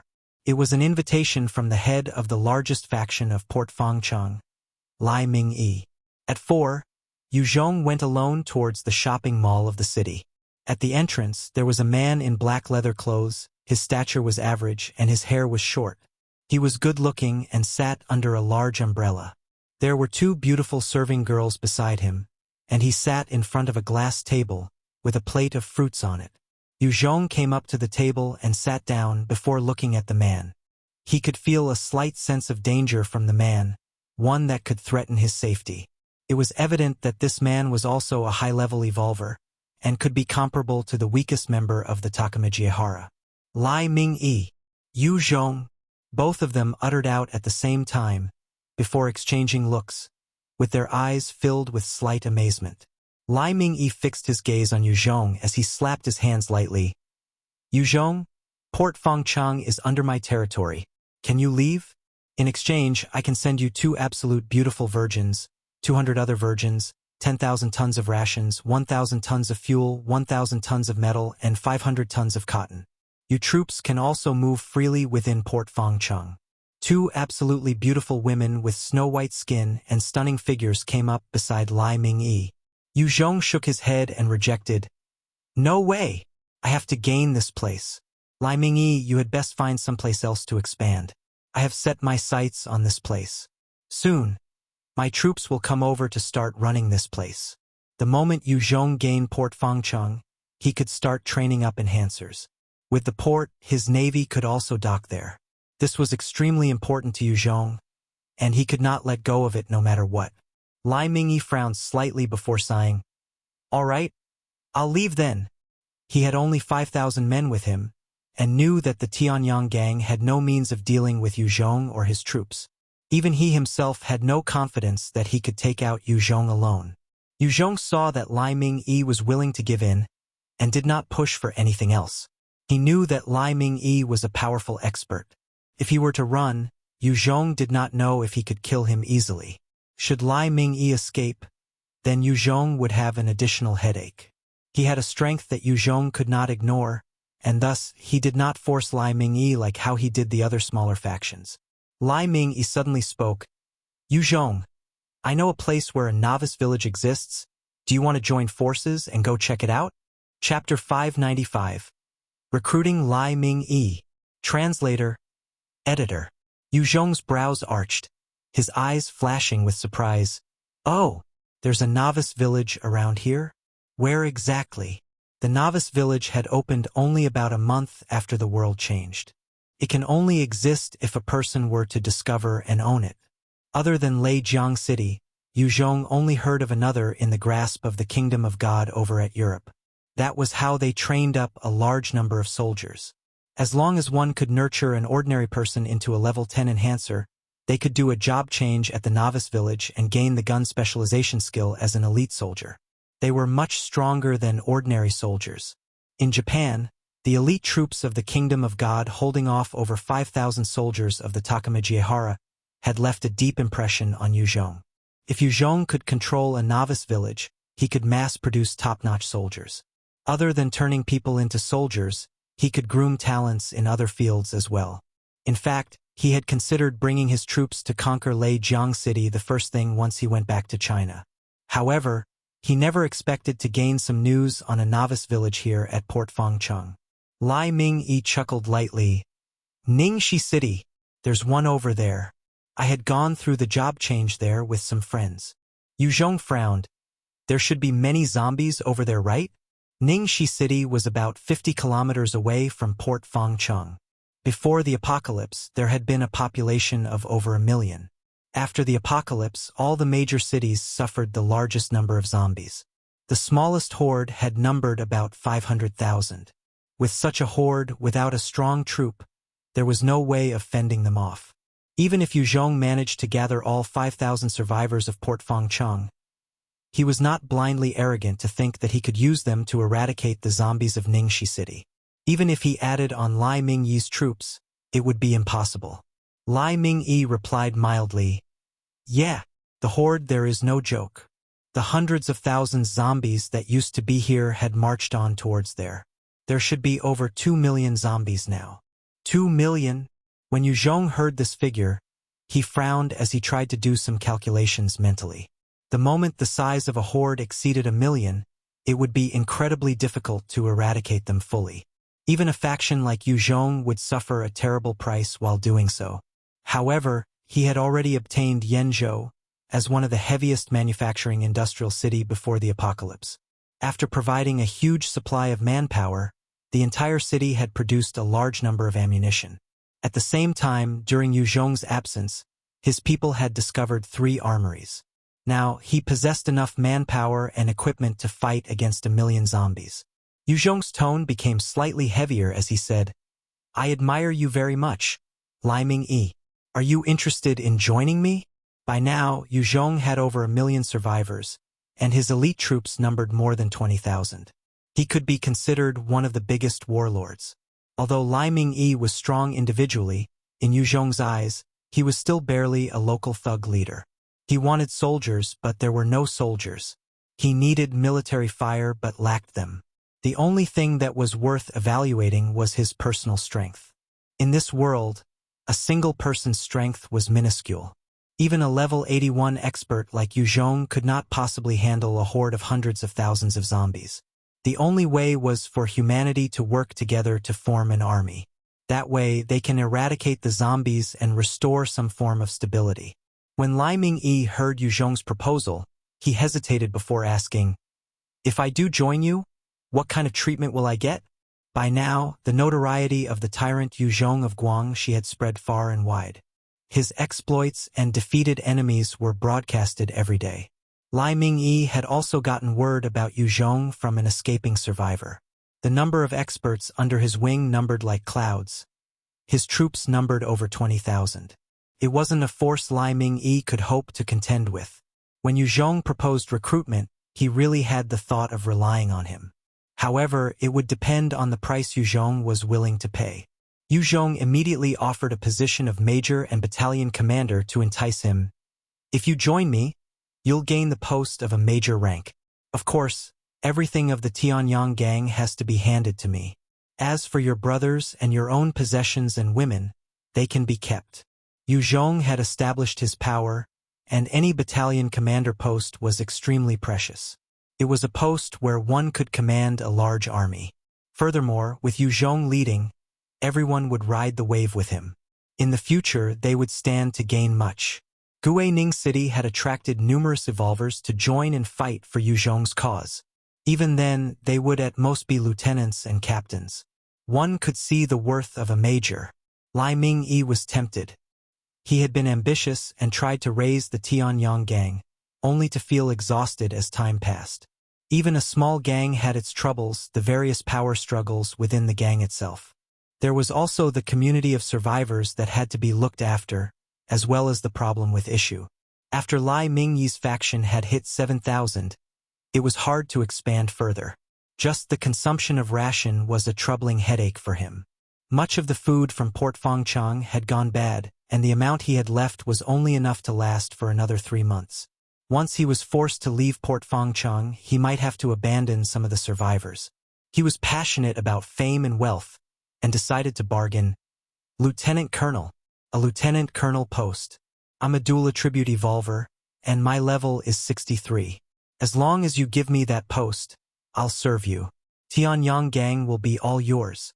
These two absolute beauties are yours as well." Yue Zhong revealed a smile. "Agreed." Yue Zhong felt that exchanging a position of a lieutenant colonel for the loyalty and service of a powerful dual attribute evolver was worth it. He could offer such a position because his faction had expanded greatly. Furthermore, he had established some form of stability in society, plus his experts were numerous. That was why Lai Ming-yi felt comfortable throwing his weight in with him. If Yue Zhong had been alone, even if he was at level 100, Lai Ming-yi wouldn't have chosen to follow him. "Thank you, Commander." "No, Leader," Lai Ming-yi exclaimed in excitement. He had always wanted to be an officer when growing up, however, since the bureaucracy was too strict before the apocalypse, he didn't have the chance to even be a civil servant. Now that Yue Zhong was willing to, he was excited. It must be clear that it was an honor to many Chinese to become officials and ranking officers. From ancient China till now, it was a dream of countless heroes. Yue Zhong had formed some government in Guining City, and Lai Ming-yi knew he had no chance of fending off Yue Zhong's army. Thus he chose to submit, hoping to gain some merit, and earn some fame and riches for himself. Lai Ming-yi managed to calm down, and immediately motioned for the two ladies beside him. "Xie Jingyun, Wang Shuangru, why aren't you greeting your master?" To someone who was excited about fame and riches, women held little allure over him. Compared to women, power was something a man should lust for. In fact, for the sake of a post, many had no qualms presenting their wives to other officials. Xie Jingyun and Wang Shuangru had nothing to do with Lai Ming-yi. That was why he had no qualms giving them to Yue Zhong. "We greet Master." Both of them spoke up with a smile to seek favor with Yue Zhong, although not before a look of helplessness and bitterness flashed past their eyes. Humans during chaos could not compare to dogs in Peace Star. Both these women knew that the world had changed, and they were no longer females that were chased and sought after. If they didn't face reality, then they would just suffer a worse fate. Yue Zhong swept his gaze past them faintly, but did not linger on them. Instead, he continued, Lai Ming-yi, if you join me, there will be some in your gang that would not agree. What do you plan on doing?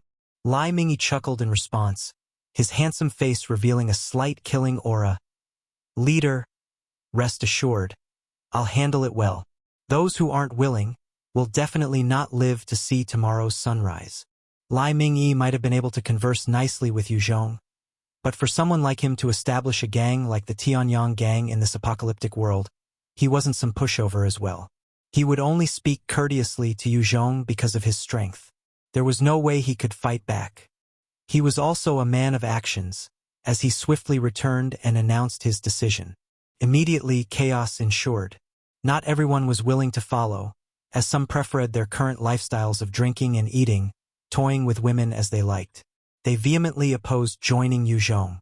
After slaughtering 8 of the dissident voices, the entire Tianyang gang swore fealty to Yue Zhong and assimilated with his troops. With Lai Ming-yi's submission, there were no other parties that could stand up against such a force. The smaller factions either chose to leave or join Yue Zhong. Soon, the entire port of Fangcheng as well as the city fell into Yue Zhong's control. Evening time, Yue Zhong sat on Greenie's back as it flew towards the direction of Ningxi City. A huge elite army had already set off from Guining City upon Yue Zhong's orders. Along the way, they managed to clear 300,000 zombies and camped about 50 kilometers away from Ningxi City. Yue Zhong came specially to survey the place and conduct a recon of his own to better understand the situation. Chapter 596, Strange Blood Lotus. Translator, Editor. Yue Zhong arrived in the airspace above Ningxi City. When he looked down, he could see the entire city densely packed with countless of zombies. In the dark, a ball of white light caught his attention. He steered Greenie towards the location housing the source of the white light. He noticed 2 large queues around a large gate. Countless zombies were patrolling around that gate, of which they were mostly evolved zombies. There were the large L4S and L3S, the fast and speedy S-types and devourers, as well as the H1S that could shoot fireballs. It didn't matter how strong a single expert was. Charging headlong into this bright gate would only mean death. Other than those evolved zombies, near the Gate of Light, there was also a monstrous organism of over 8 m in length. Its body was covered in various barbs and tentacles. It had a pair of thick legs and a pair of claws. Its body was ash-colored, and its head was an ugly visage of a snake-like form, its mouth filled with rows of sharp teeth. It stood there with a large bulging stomach. Level 98 Infected. Mutant Infected Womb. It possesses an incredible regenerative ability and powerful combat abilities. It is unaffected by the Z-type's control. Yue Zhong looked at the gigantic mutant infected womb, as a chill came over his heart. What a terrifying monster! I think this must be the guardian beast of the novice village. Seems like I'd have to pay a huge price to attack Ningxi City. A level 98 strange beast was almost on the level of a Type 4 mutant beast. Without any heavy weapons, it would be easy for such a monster to kill over tens of thousands of people. Furthermore, compared to a Type 4 mutant beast, this mutant infected womb could infect other people and turn them into zombies. As Yue Zhong flew around Ningxi City a few times, he did not discover any place that he could utilize. He frowned. Is a frontal charge the only way? Within Ningxi City, the numbers of the zombies were really too many. Even if they could win the war, he would have suffered too much casualties. It would impact his other plans. Yue Zhong's strategy was to focus the majority of his troops on recovering the big cities, and make use of the resources and equipment in these cities to bolster his forces. Each and every huge city had over hundreds of thousands or even millions of zombies. Conquering each one was no easy task. Without enough ammunition or heavy firearm, it would be impossible. As he continued to survey from the skies, he noticed flocks of mutant giant birds swooping down to swallow some of the zombies. When a large number of them were gobbled up by the mutant giant birds, having eaten their fill, the aerial beasts took to the skies again and disappeared behind a nearby mountain range. Since the apocalypse, countless mutant beasts had increased in size. The large density of life in the seas had allowed the larger mutant beasts to eat their fill. On land, many of these mutant beasts treated humans and zombies as their food sources. I might be able to make use of those mutant beasts. Yue Zhong looked at the flock of mutant giant birds flying and directed Greenie to follow them. Yue Zhong sat on Greenie and flew towards the mountain range. When he reached, he leaped down and activated his second-order stealth. His body was instantly shrouded in a layer of energy, distorting others' perception of his. Under the cover of the night, Yue Zhong proceeded carefully towards the nesting areas of those mutant giant birds. Within the huge mountain range, there were numerous mutant beasts. As he walked carefully through the dense foliage, he could see spiders the size of discs, mutant wolves the size of tigers and lions. There were even huge mice as large as buffaloes. Many had reached their Type 2 stage. Under the cover of the second-order stealth, he evaded them and proceeded deeper into the mountain range. The deeper he went, the larger the mutant beasts. Yue Zhong had even caught sight of some Type 3 mutant beasts. He held his breath, trying his best not to arouse their attention. His aim wasn't to kill these powerful Type 3 mutant beasts. All of a sudden, he heard an earth-shaking roar. At the same time, numerous roars sounded out in succession. When he heard that, his heart was shaken. That sound? A Type 4 mutant beast? Yue Zhong walked towards the source of the commotion. In the dense forest, a fierce battle was happening between two powerful beasts. One was a bear-like monster about 6 m, its body covered in a layer of black scales. It had powerful fists that could envelop an entire human body. Its claws were 1 m long, and it was engaged with a beast that had the head of a tiger and body of a leopard. The other beast was covered in a layer of white scales, each of them incredibly sharp. There was a single horn on the head of the tiger beast. Although the bear-like monster was huge, it was incredibly agile. Each movement it made, there was a fleeting shadow left in its wake. Its speed had exceeded the Type 3 lightning and surpassed the sound barrier. With each slap, there would be a Mach 1 force behind its fists. Its strikes would punch through the scales of the tiger-like beast when connected, drawing blood. The tiger-like beast's speed was even more terrifying. It seemed even faster than the bear-like monster. Each time the bear-like monster drew blood with its fist, the tiger-like beast could launch 2 attacks in retaliation, tearing flesh from its enemy as well. Level 95 Mutant Beast. Type 4 Steel Armor Bear. Level 96 Mutant Beast. Type 4 White-Scaled Tiger. What terrifying Type 4 mutant beasts! Yue Zhong crept past them as he watched them going at each other, his heart full of shock. The two of them weren't exceptionally large. In fact, their bodies could not even compare to some Type 2 mutant beasts. However, their combat abilities far surpassed any Type 2 mutant beasts.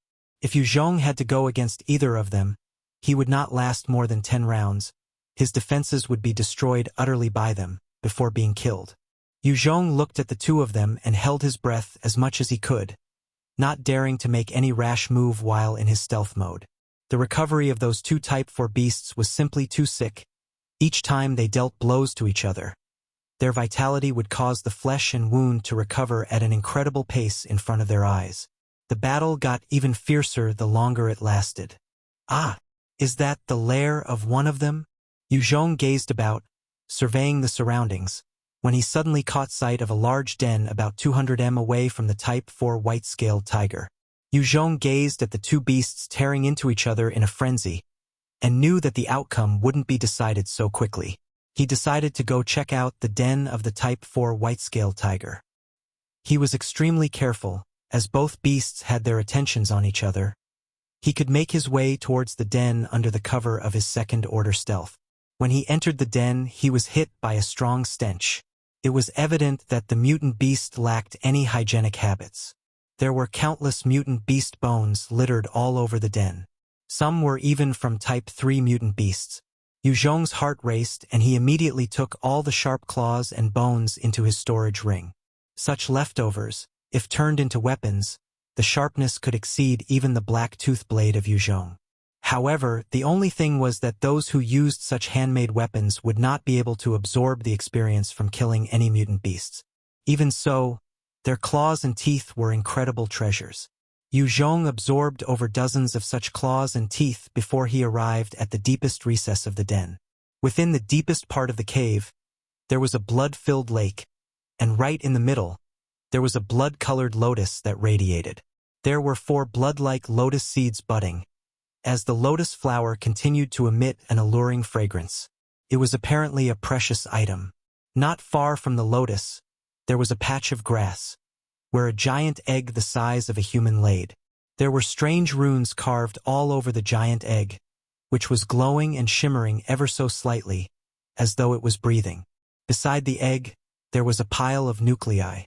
This was evidently leftovers the Type 4 mutant beast had set for its child.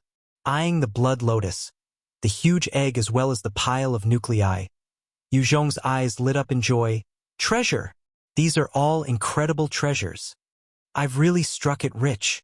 He swiftly got out a glass basin and stored the blood lotus root and all into it. He then waved his hands and swept all the nuclei into his storage ring, before grabbing the giant egg and making a mad dash for the exit. The moment Yue Zhong exited the cave, he activated his shadow steps, bone-encompassing armor, and let out a sharp howl towards the skies.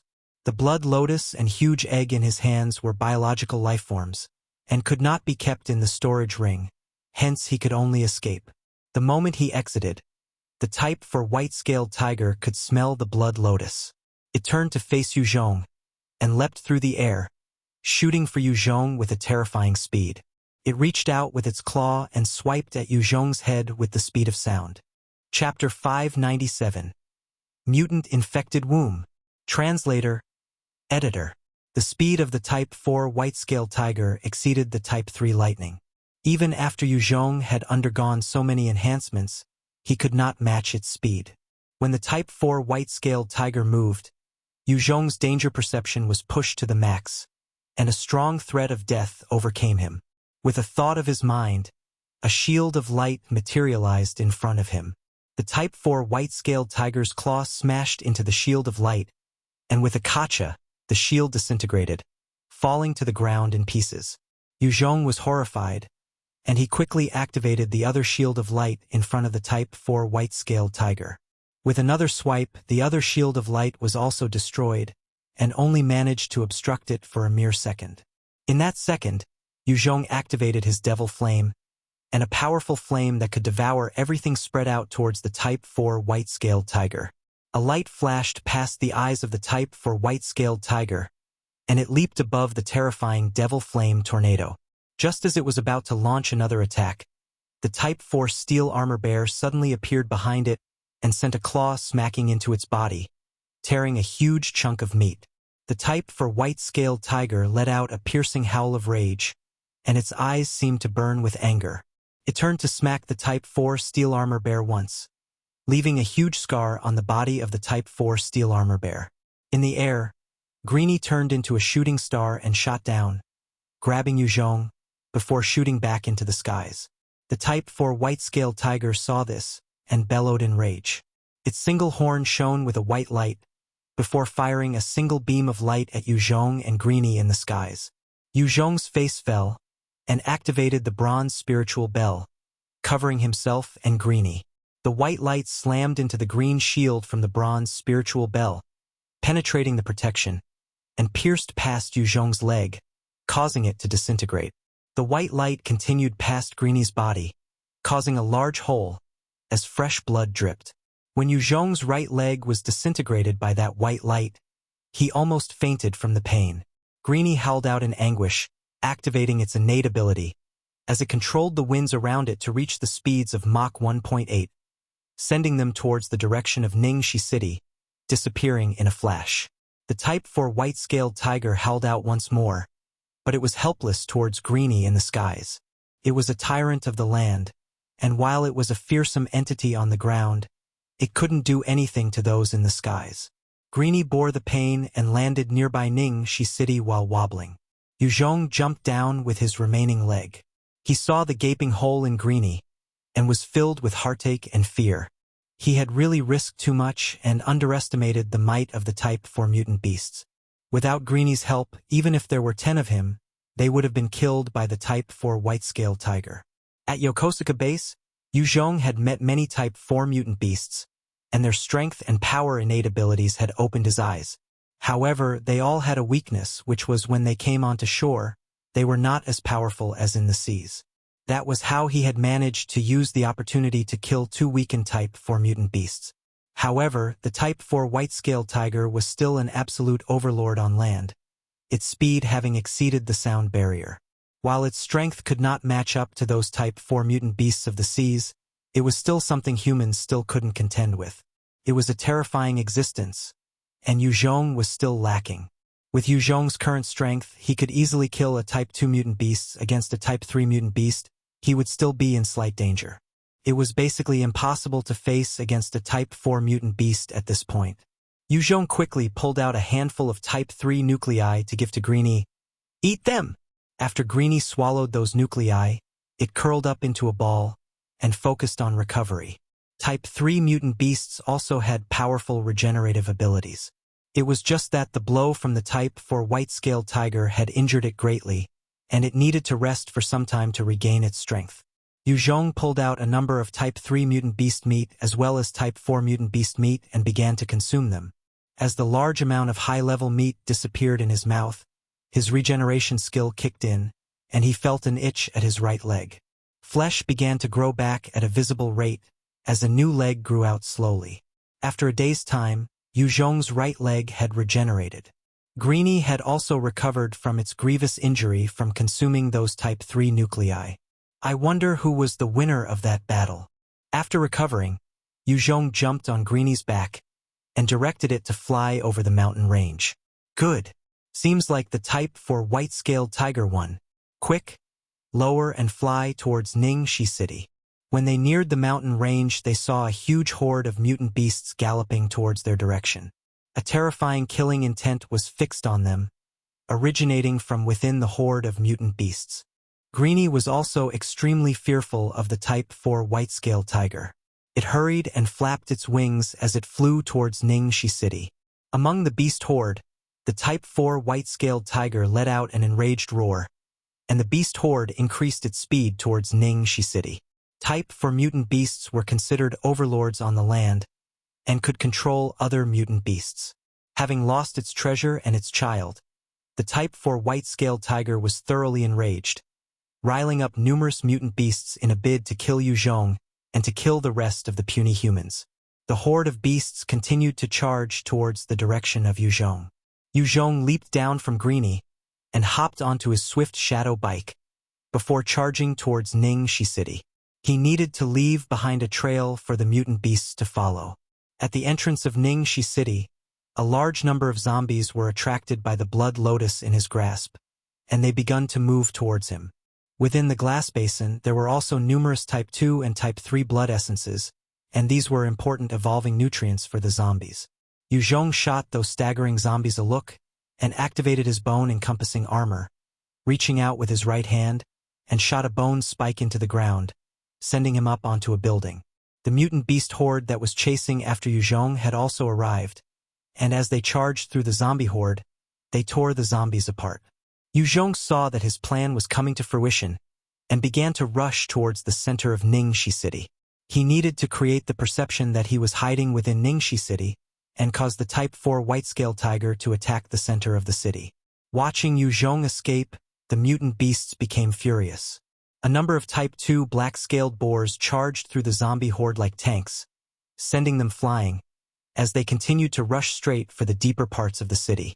The rest of the mutant beasts also continued forward, steamrolling over the numerous corpses. With the sudden attack of the mutant beast horde, it enraged the zombie controller in Ningxi City. Numerous L4S, L3S, S4S, S3S and other evolved zombies charged for the mutant beast horde. The two mighty armies clash, and countless abilities were displayed from the mutant beasts. As both sides tore into each other, the body count rising constantly. Mutant beasts were invincible existences to ordinary zombies, but the evolved zombies possessed enough strength to threaten them. As Yue Zhong weaved in and out on the roofs of the buildings, he was chased by a number of Type 2 hunters, chasing him while crawling up buildings like lizards. He had to stop from time to time, waving his black-toothed blade to kill them with a single slash. With his current strength, as long as he wasn't swarmed by them, he could still carve out a bloody path for himself. Yue Zhong continued to make his way towards the center of Ningxi City, while keeping his distance from the mutant-infected womb. That existence was simply too dangerous. Yue Zhong did not want to be assaulted by that freak. There was no known data on the attack patterns of the mutant-infected womb, and to Yue Zhong, an unknown enemy was too dangerous.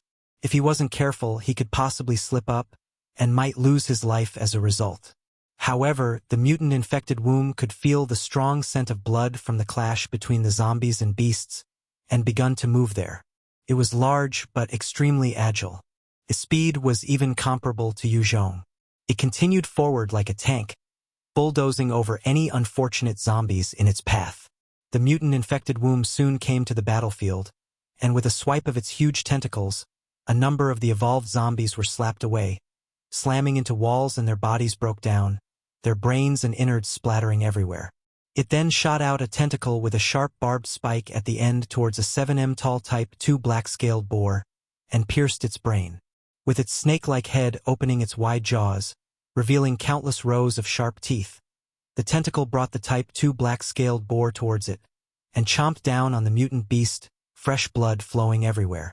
It munched and chomped, swallowing the Type 2 black-scaled boar in a gruesome and horrifying manner. Chapter 598. Clash of Two Tigers. Translator, Editor. The gargantuan mutant-infected womb began to devour the Type 2 black-scaled boar in huge mouthfuls, with its stomach expanding rapidly for a short while, before deflating to its usual shape. The dozens of tentacles with sharp barbed tips were thrashing about constantly, turning a number of mutant beasts into meat paste, before sweeping their remains into its huge mouth to consume. The mutant-infected womb was like an insatiable beast, swallowing large numbers of mutant beasts. Fresh blood splattered everywhere, with dismembered limbs lying about. Its surrounding was like it had been struck by a disaster, and it didn't matter whether they were zombies or mutant beasts. As long as they were within its vicinity, they would be killed. Yue Zhong observed this from afar, and was filled with shock. It's freaking strong! What a terrifying existence! The tentacles flailing about were truly horrifying, with each strike easily smashing the heads of the Type 2 black-scaled boars. With the defenses on Yue Zhong, even if he were to activate all of them together, it would at most be enough to defend against one strike from that mutant-infected womb before he would be smashed to death. One Type 2 mutant poisonous python of about 80m opened its jaws wide and fired a number of poisonous green fog in short bursts at the mutant-infected womb. Those green blobs of poison were the innate ability of the Type 2 mutant poisonous python, and it could corrode even the toughest carapaces on Type 4 mutant beasts. When the poison landed on the body of the mutant-infected womb, it began to sizzle, and the flesh began to corrode. However, even though the poison corroded the flesh, it would recover at a speed visible to the eye. The corrosive ability could not match the speed of the flesh's regeneration. The mutant-infected womb slapped out with its tentacles and hit the head of the Type 2 poisonous python, smashing it into smithereens. Another tentacle pierced into its body and dragged the entire corpse towards the mouth of the mutant-infected womb. It was incredibly ferocious, and anything it touched would die. Mutant beasts were consumed by it at a frightening speed, and all it was doing was using its tentacles to slap around. The Type 2 and Type 3 beasts could do nothing to block the tentacles, and they were consumed immediately after being smacked. Its flesh and body was able to recover even under the innate ability attacks, with no visible wounds barely 5 seconds after the attacks. Where it was currently occupying, the other evolved zombies tried their best to avoid. The other high-level mutant beasts were also frightened till they trembled when they saw what the mutant-infected womb was capable of. Yue Zhong watched from afar, and his scalp felt numb as well. This terrifying monstrous entity was even scarier than the Type 4 flame bird, and he didn't dare to approach it even with his strength. As the mutant-infected womb continued to devour the mutant beasts, it grew a new tentacle with a sharp, barbed end, and became even more threatening. As the monstrous freak of nature continued to devour the mutant beasts, a powerful beam of light came shooting from a distance, blasting into the chest of the mutant-infected womb. It penetrated the entire chest, resulting in a bloody hole the size of a fist. Some strange pus oozed out from the wound and dripped onto the ground. The pain caused the mutant-infected womb to scream out in agony. This was the first time it had suffered a grievous wound. Such an attack that could pierce the entirety of the mutant-infected womb was not a simple one. It caused the mutant-infected womb to scream in pain, and its attacks became even more ferocious. It began pulling in more mutant beasts into its mouth at a faster speed, before chomping and gobbling them up. Its flesh then began to heal at a visible rate. The Type 4 white-scaled tiger could not watch anymore as it hid behind the mutant beast horde, and after it had fired that powerful white beam of light, with a single leap, it charged towards the center of Ningxi City. Damn it! Its target is still me. Yue Zhong was on top of a building, and he determined that the Type 4 white-scaled tiger was still not giving up on Yue Zhong, or rather, its offspring. What a pity! When he knew that the white-scaled tiger was aiming for him, he immediately took out the egg and threw it towards the mutant-infected womb. With his 12 times strength, the egg shot towards the mutant-infected womb with a shooting star-like speed. When the mutant-infected womb felt the incoming projectile about 20 m away, it reached out with its large tentacle and smashed its tentacle towards the egg. Instantly, the egg was smashed into smithereens, revealing a partially formed white-scaled tiger fetus. The tentacle then pierced into the fetus and brought it into its mouth. As its sharp teeth clamped down, the fetus was directly turned into minced meat. The Type 4 white-scaled tiger let out a piercing roar of grief and rage. It immediately pushed its speed to the maximum and charged right at the mutant-infected womb. Its powerful claws came swiping down on the body of the mutant-infected womb, clawing out a huge chunk of meat. The mutant-infected womb retaliated by sending dozens of its tentacles smashing towards the Type 4 white-scaled tiger. At this point, the Type 4 white-scaled tiger exhibited its insane agility.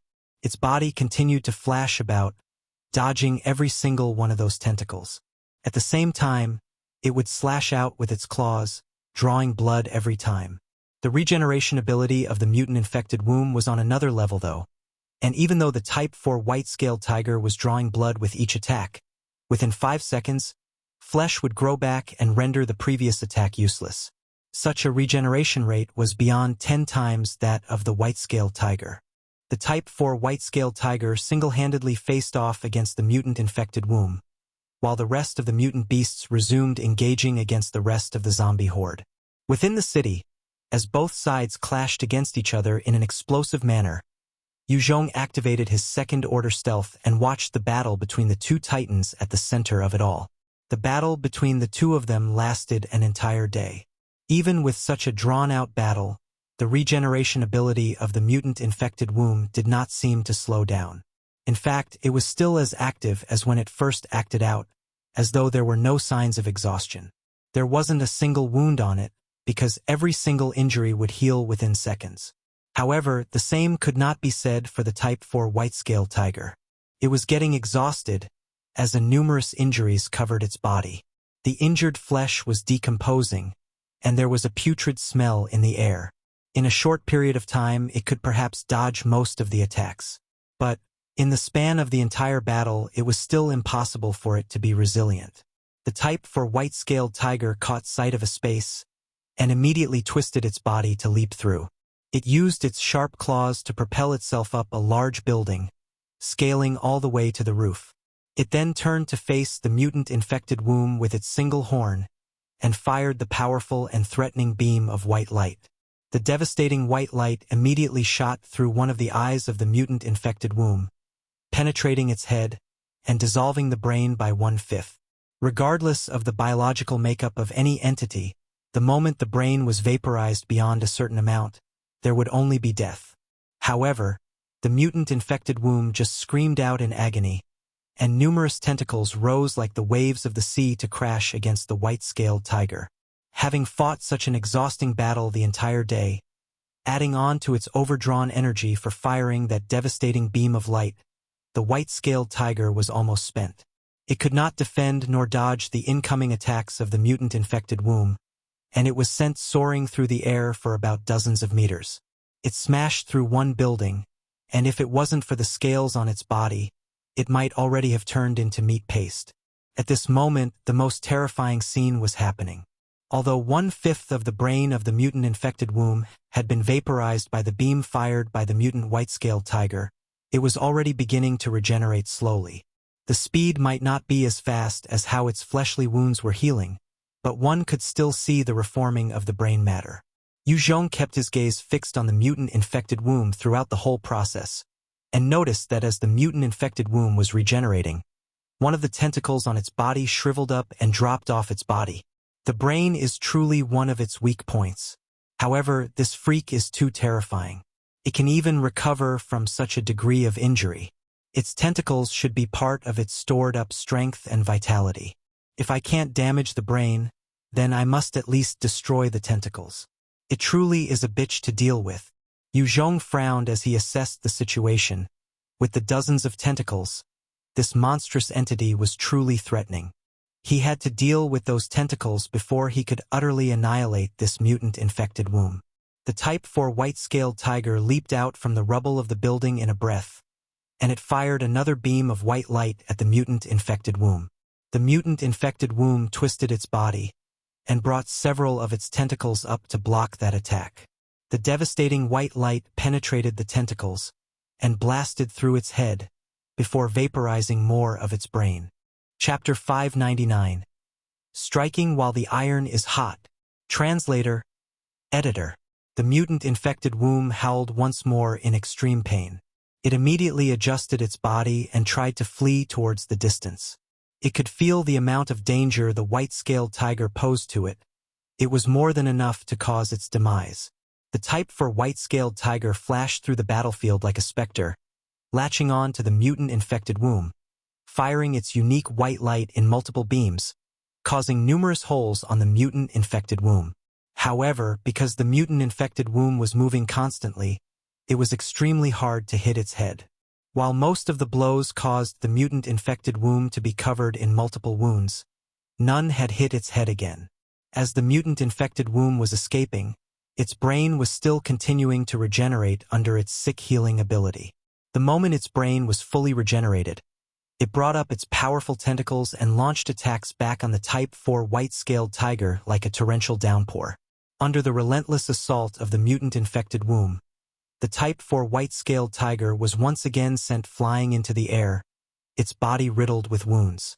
Yue Zhong stood on top of a tall building, and as he watched the Type 4 white-scaled tiger losing its advantage, he immediately barked an order into his walkie-talkie. "It's time. Begin the assault." After giving that order, he then leaped onto Greenie's back, and they soared into the sky. Attack! Under Yue Zhong's order, a number of artillery troops on standby began firing from outside the city. Hong! Hong! Hong! Powerful shots resounded throughout Ningxi City, as a large number of cannons lit up the sky when they came shooting down towards the hordes of zombies and mutant beasts, blasting them into pieces. Yue Zhong's artillery troops had already undergone numerous training and exercises, and they had chosen the locations where the zombies and mutant beasts were concentrated. Each time a rocket landed, it would take out at least tens of thousands of zombies. Under the fearsome volley of heavy fire, a number of L4s that were as large as houses were also not spared. A large Type 2 mutant python was blasted apart by a round of 122mm cannons. In the skies, 8 Thunder Fighters and the Sky Fortress came swooping over Ningxi City, firing countless bombs, enveloping the large areas where the mutant beasts and zombies were clashing. Amidst the explosions, countless zombies and mutant beasts were killed every second. This was the might of advanced weaponry and tactics of the human race. The mutant-infected womb was also treated as a high-priority target, and the 8 Thunder Fighters fired numerous rockets at it, covering its flesh and body with numerous wounds. Although the mutant-infected womb was terrifying, its effective attack range was only about 30 m. Against those Thunder Fighters in the skies, it could only dodge and evade, while screaming out in pain. The Type 4 white-scaled tiger was already heavily injured before, and it was caught in the blast of one 122mm round, sending it flying through the air again. The loud explosions rang throughout the city. These were the ammunition that Yue Zhong had accumulated in Yanzhou City these few months. He had also brought in any heavy artillery that they had found in their scavenging expeditions. These were all just to conquer Ningxi City and to fully gain control of the newbie village. When enhancers reached level 10, through the job change option, Yue Zhong could gain a whole load of talents. By selecting soldiers, he could train up an entire battalion of elites. Some could also be groomed as doctors, then he would have health care. Some could become scientists, and his research and development team would be strengthened and grow. Of course, it was not that once they went through the job change that they would instantly become experts of their chosen field. However, they would gain the advantage in their growths there. At the very least, they could still become lower-level doctors or scientists, and to Yue Zhong this was more than enough for the short term. The terrifying explosions continued without stopping. Other than the huge door with the two lights, the rest of Ningxi City was covered in explosions. Each blast radius was enough to take out hundreds and thousands of zombies. To experts who had to fend off horde attacks, such groups were difficult to entangle with, but to the powerful artillery, they were great targets. Under the constant ravaging of the artillery, the zombies of Ningxi City were at a loss. They could not see the enemy, and did not know what to do, only suffering the damage from the projectiles.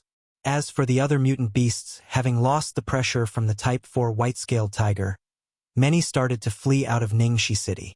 Yue Zhong did not deploy his troops to go stop the mutant beast horde. In any case, he had only intended to make use of them to kill the zombies. To truly conquer Ningxi City, it would still require Yue Zhong and his army. The powerful heavy artillery continued throughout the night, consuming almost everything in the flames, as countless zombies and mutant beasts lay charred and dead across the city.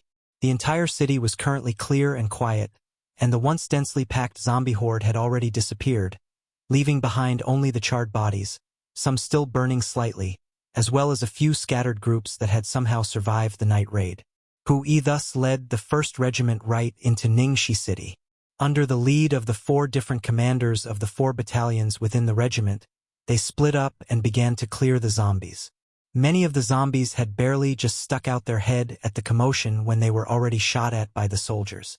The evolved zombies were taken out by the enhancers within the troops. Just using heavy artillery would not be enough to handle the problem, as there were plenty of zombies that had managed to slip past the net.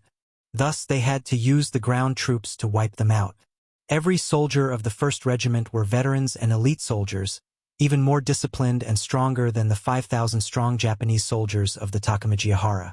They were like a power sickle that claimed the lives of the zombies as easily as cutting wheat, and as they marched on, there was almost no resistance to their advance. Within the city, the zombies numbered about 2 million, but the majority of the evolved ones had lost their lives during the clash with the mutant beasts in the previous night. Hence, all that was left were largely ordinary zombies. Under the terrifying artillery fire, hundreds of thousands were incinerated and blasted to pieces. Even more were reduced from the million that had been left over. Furthermore, since most of the zombie horde was concentrated at the south side of the city, there was not much resistance in the north area. When Yue Zhong noticed the troops entering the city, he immediately gave an order. Let Bai He lead the 4th Long-Range Company to assist me. The forces that were under Bai He were powerful and elite snipers groomed by Yue Zhong. They were all proficient in the sniper rifles, or possessed the specialization skill. Of them, Bai He had the 2nd Order Enhanced Bullet skill, and Level 3 Sniper Specialization. He was the top sniper under Yue Zhong. In fact, he could almost rival the gun demon of the Takamajihara. Compared to him, Bai He was just lacking in the fact that he wasn't a dual attribute evolver. However, his sniper skills would not lose out. This 4th Long-Range Company was one of the trump cards kept by Yue Zhong. They possessed powerful destructive powerful from a long range, and at least 8 of them could shoot down a thunder fighter. Every single soldier of the troop could take down a normal aircraft. Their only weakness was close combat, and they could not compare against powerful close combat experts. Bai He led his 20 men as they swiftly proceeded towards Yue Zhong's location. Meanwhile, Yue Zhong was riding Greenie as they soared through the skies, chasing after the mutant-infected womb. The mutant-infected womb had been bombarded by the 8 Thunder Fighters, as a large number of rockets were fired at it constantly. However, it waved its tentacles constantly, smashing the rockets away.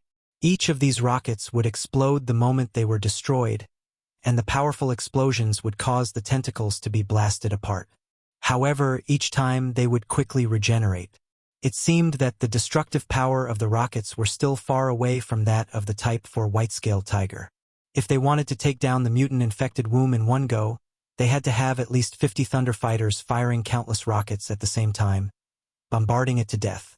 However, the moment they couldn't take care of it in one strike, it would be able to regenerate and resurrect itself. It truly was a difficult opponent. Yue Zhong sat on Greeny's back as he flew up in the sky, over the mutant-infected womb, as he watched it regenerate time after time. His scalp went numb. This mutant-infected womb was truly something else, even more fearsome than the Type 4 flame bird or the Type 4C mutant beasts that he had come across. Yue Zhong then quickly gave an order.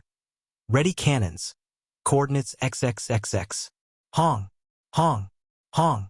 Under that order, the area of the mutant-infected womb was instantly enveloped by numerous heavy artillery, and it continued for a good 5 minutes, covering the entire space, destroying the surrounding construction and structures, causing dust clouds to rise. As the dust cleared, Yue Zhong saw the tentacles shielding the brain of the mutant-infected womb. Its body had been damaged badly under that barrage of rockets. Its dozens of tentacles also dropped off, yet it was still not dead. The mutant-infected womb had truly suffered greatly under that powerful volley of artillery fire, but its overbearing regeneration was still kicking in, as its wounds recovered at a rate discernible to the human eye. Chapter 600.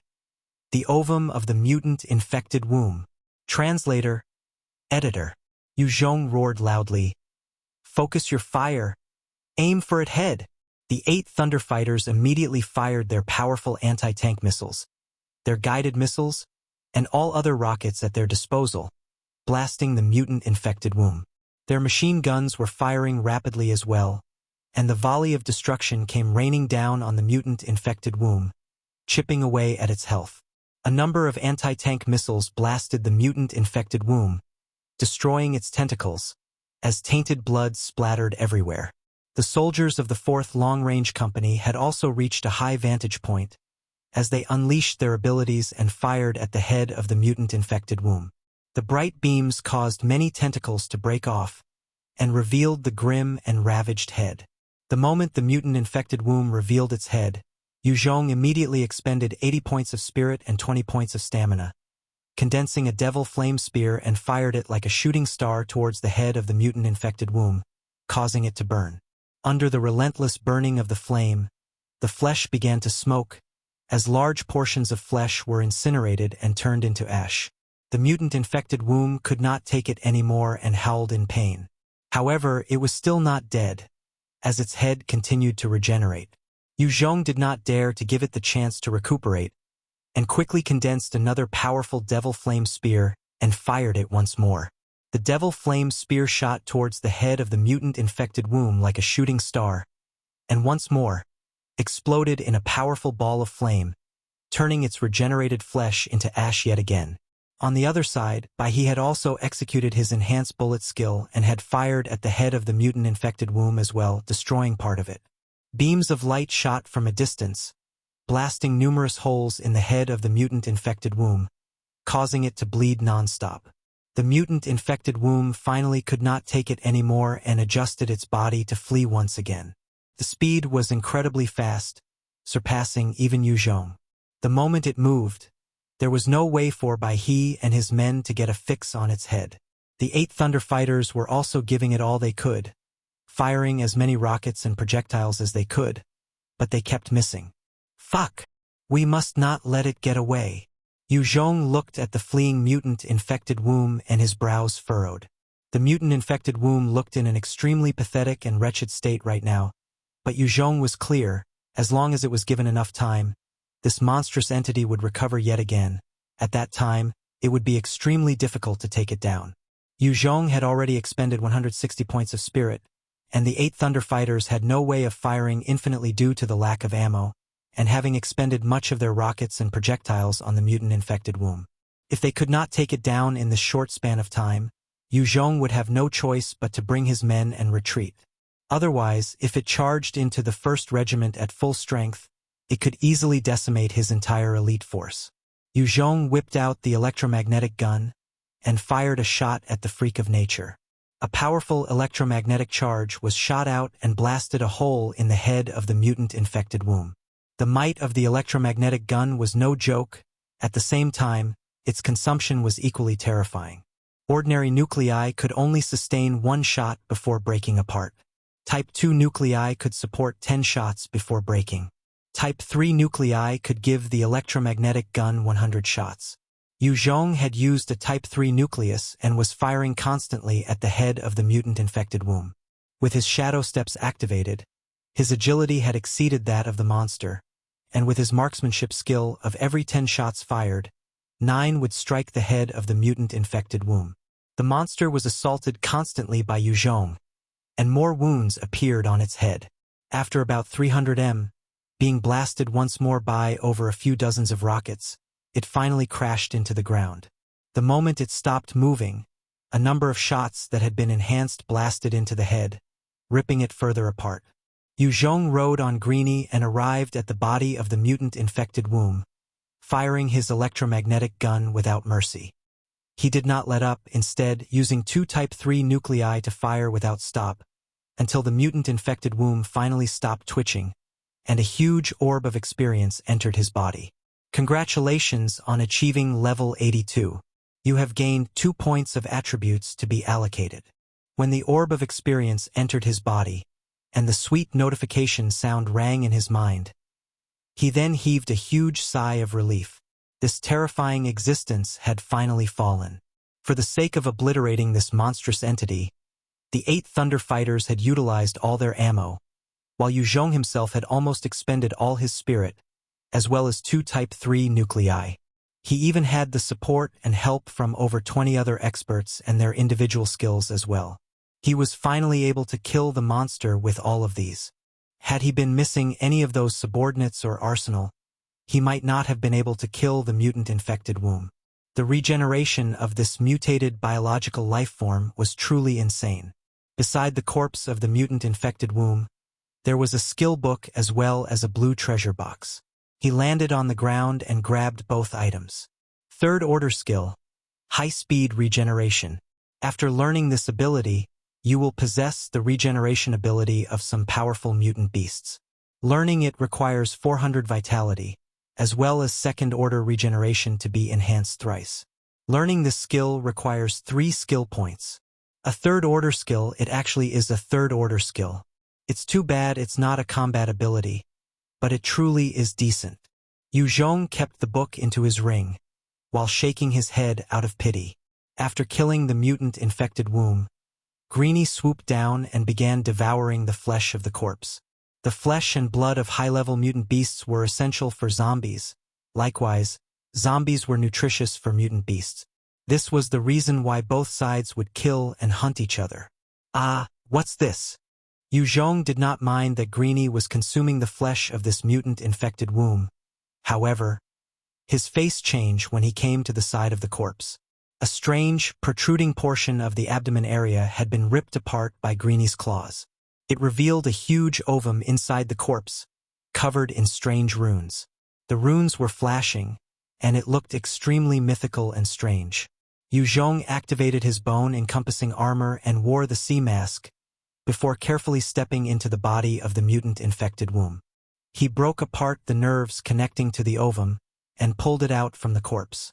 Yue Zhong eyed the huge ovum as large as a human, his eyes disturbed. The biological life form was evidently extremely weak, and Yue Zhong could destroy it in one punch. However, he was slightly reluctant to, as if he could subjugate the life form inside with his beast tamer ability, then it would be an additional boost to his strength. Yet, if it happened to a life form like the mutant-infected womb, then it would be a disaster to him. Right as Yue Zhong was hesitating with Ecchi, the runes covering the ovum shattered, and juices spilled out everywhere, as the life form within jumped out and pounced towards Yue Zhong in a gust of wind. Before he could respond, The life form had already landed on him, and he was utterly shocked, his face drained of color in fear. He had always prided himself in his speed, and could even handle the unbelievably quick Type 4 white-scaled tiger. Yet, this entity from the ovum had jumped on him before he could even react, and this scared him greatly. Yue Zhong was about to conjure up his devil flames to incinerate the life form, when he opened his eyes to look and faltered. That which was laid on top of Yue Zhong was actually a little girl that looked about 12, her hair silver and long, her limbs as delicate as can be, as though they could be broken with just a snap. Her skin was extremely fair, her looks exquisite, and her eyes absolutely charming, so much that one could be lost in those eyes. The little girl laid in Yue Zhong's arms and stuck out her tongue to lick Yue Zhong's sea mask, smiling as she licked. High-intelligence mutant life form, possess incredible evolving potential and extremely high intelligence. Yue Zhong looked at it, and his scalp turned numb. What's going on? That freakish thing could actually give birth to such a girl. Is she human or a zombie? Yue Zhong had slaughtered so many zombies, but he had never seen a pregnant one that was carrying an ovum, or one that could produce such a beautiful girl. Yue Zhong tried to pry the little girl from his grasp, but the moment he placed her down, with a flash of her body, she leapt onto him again, smiling adorably.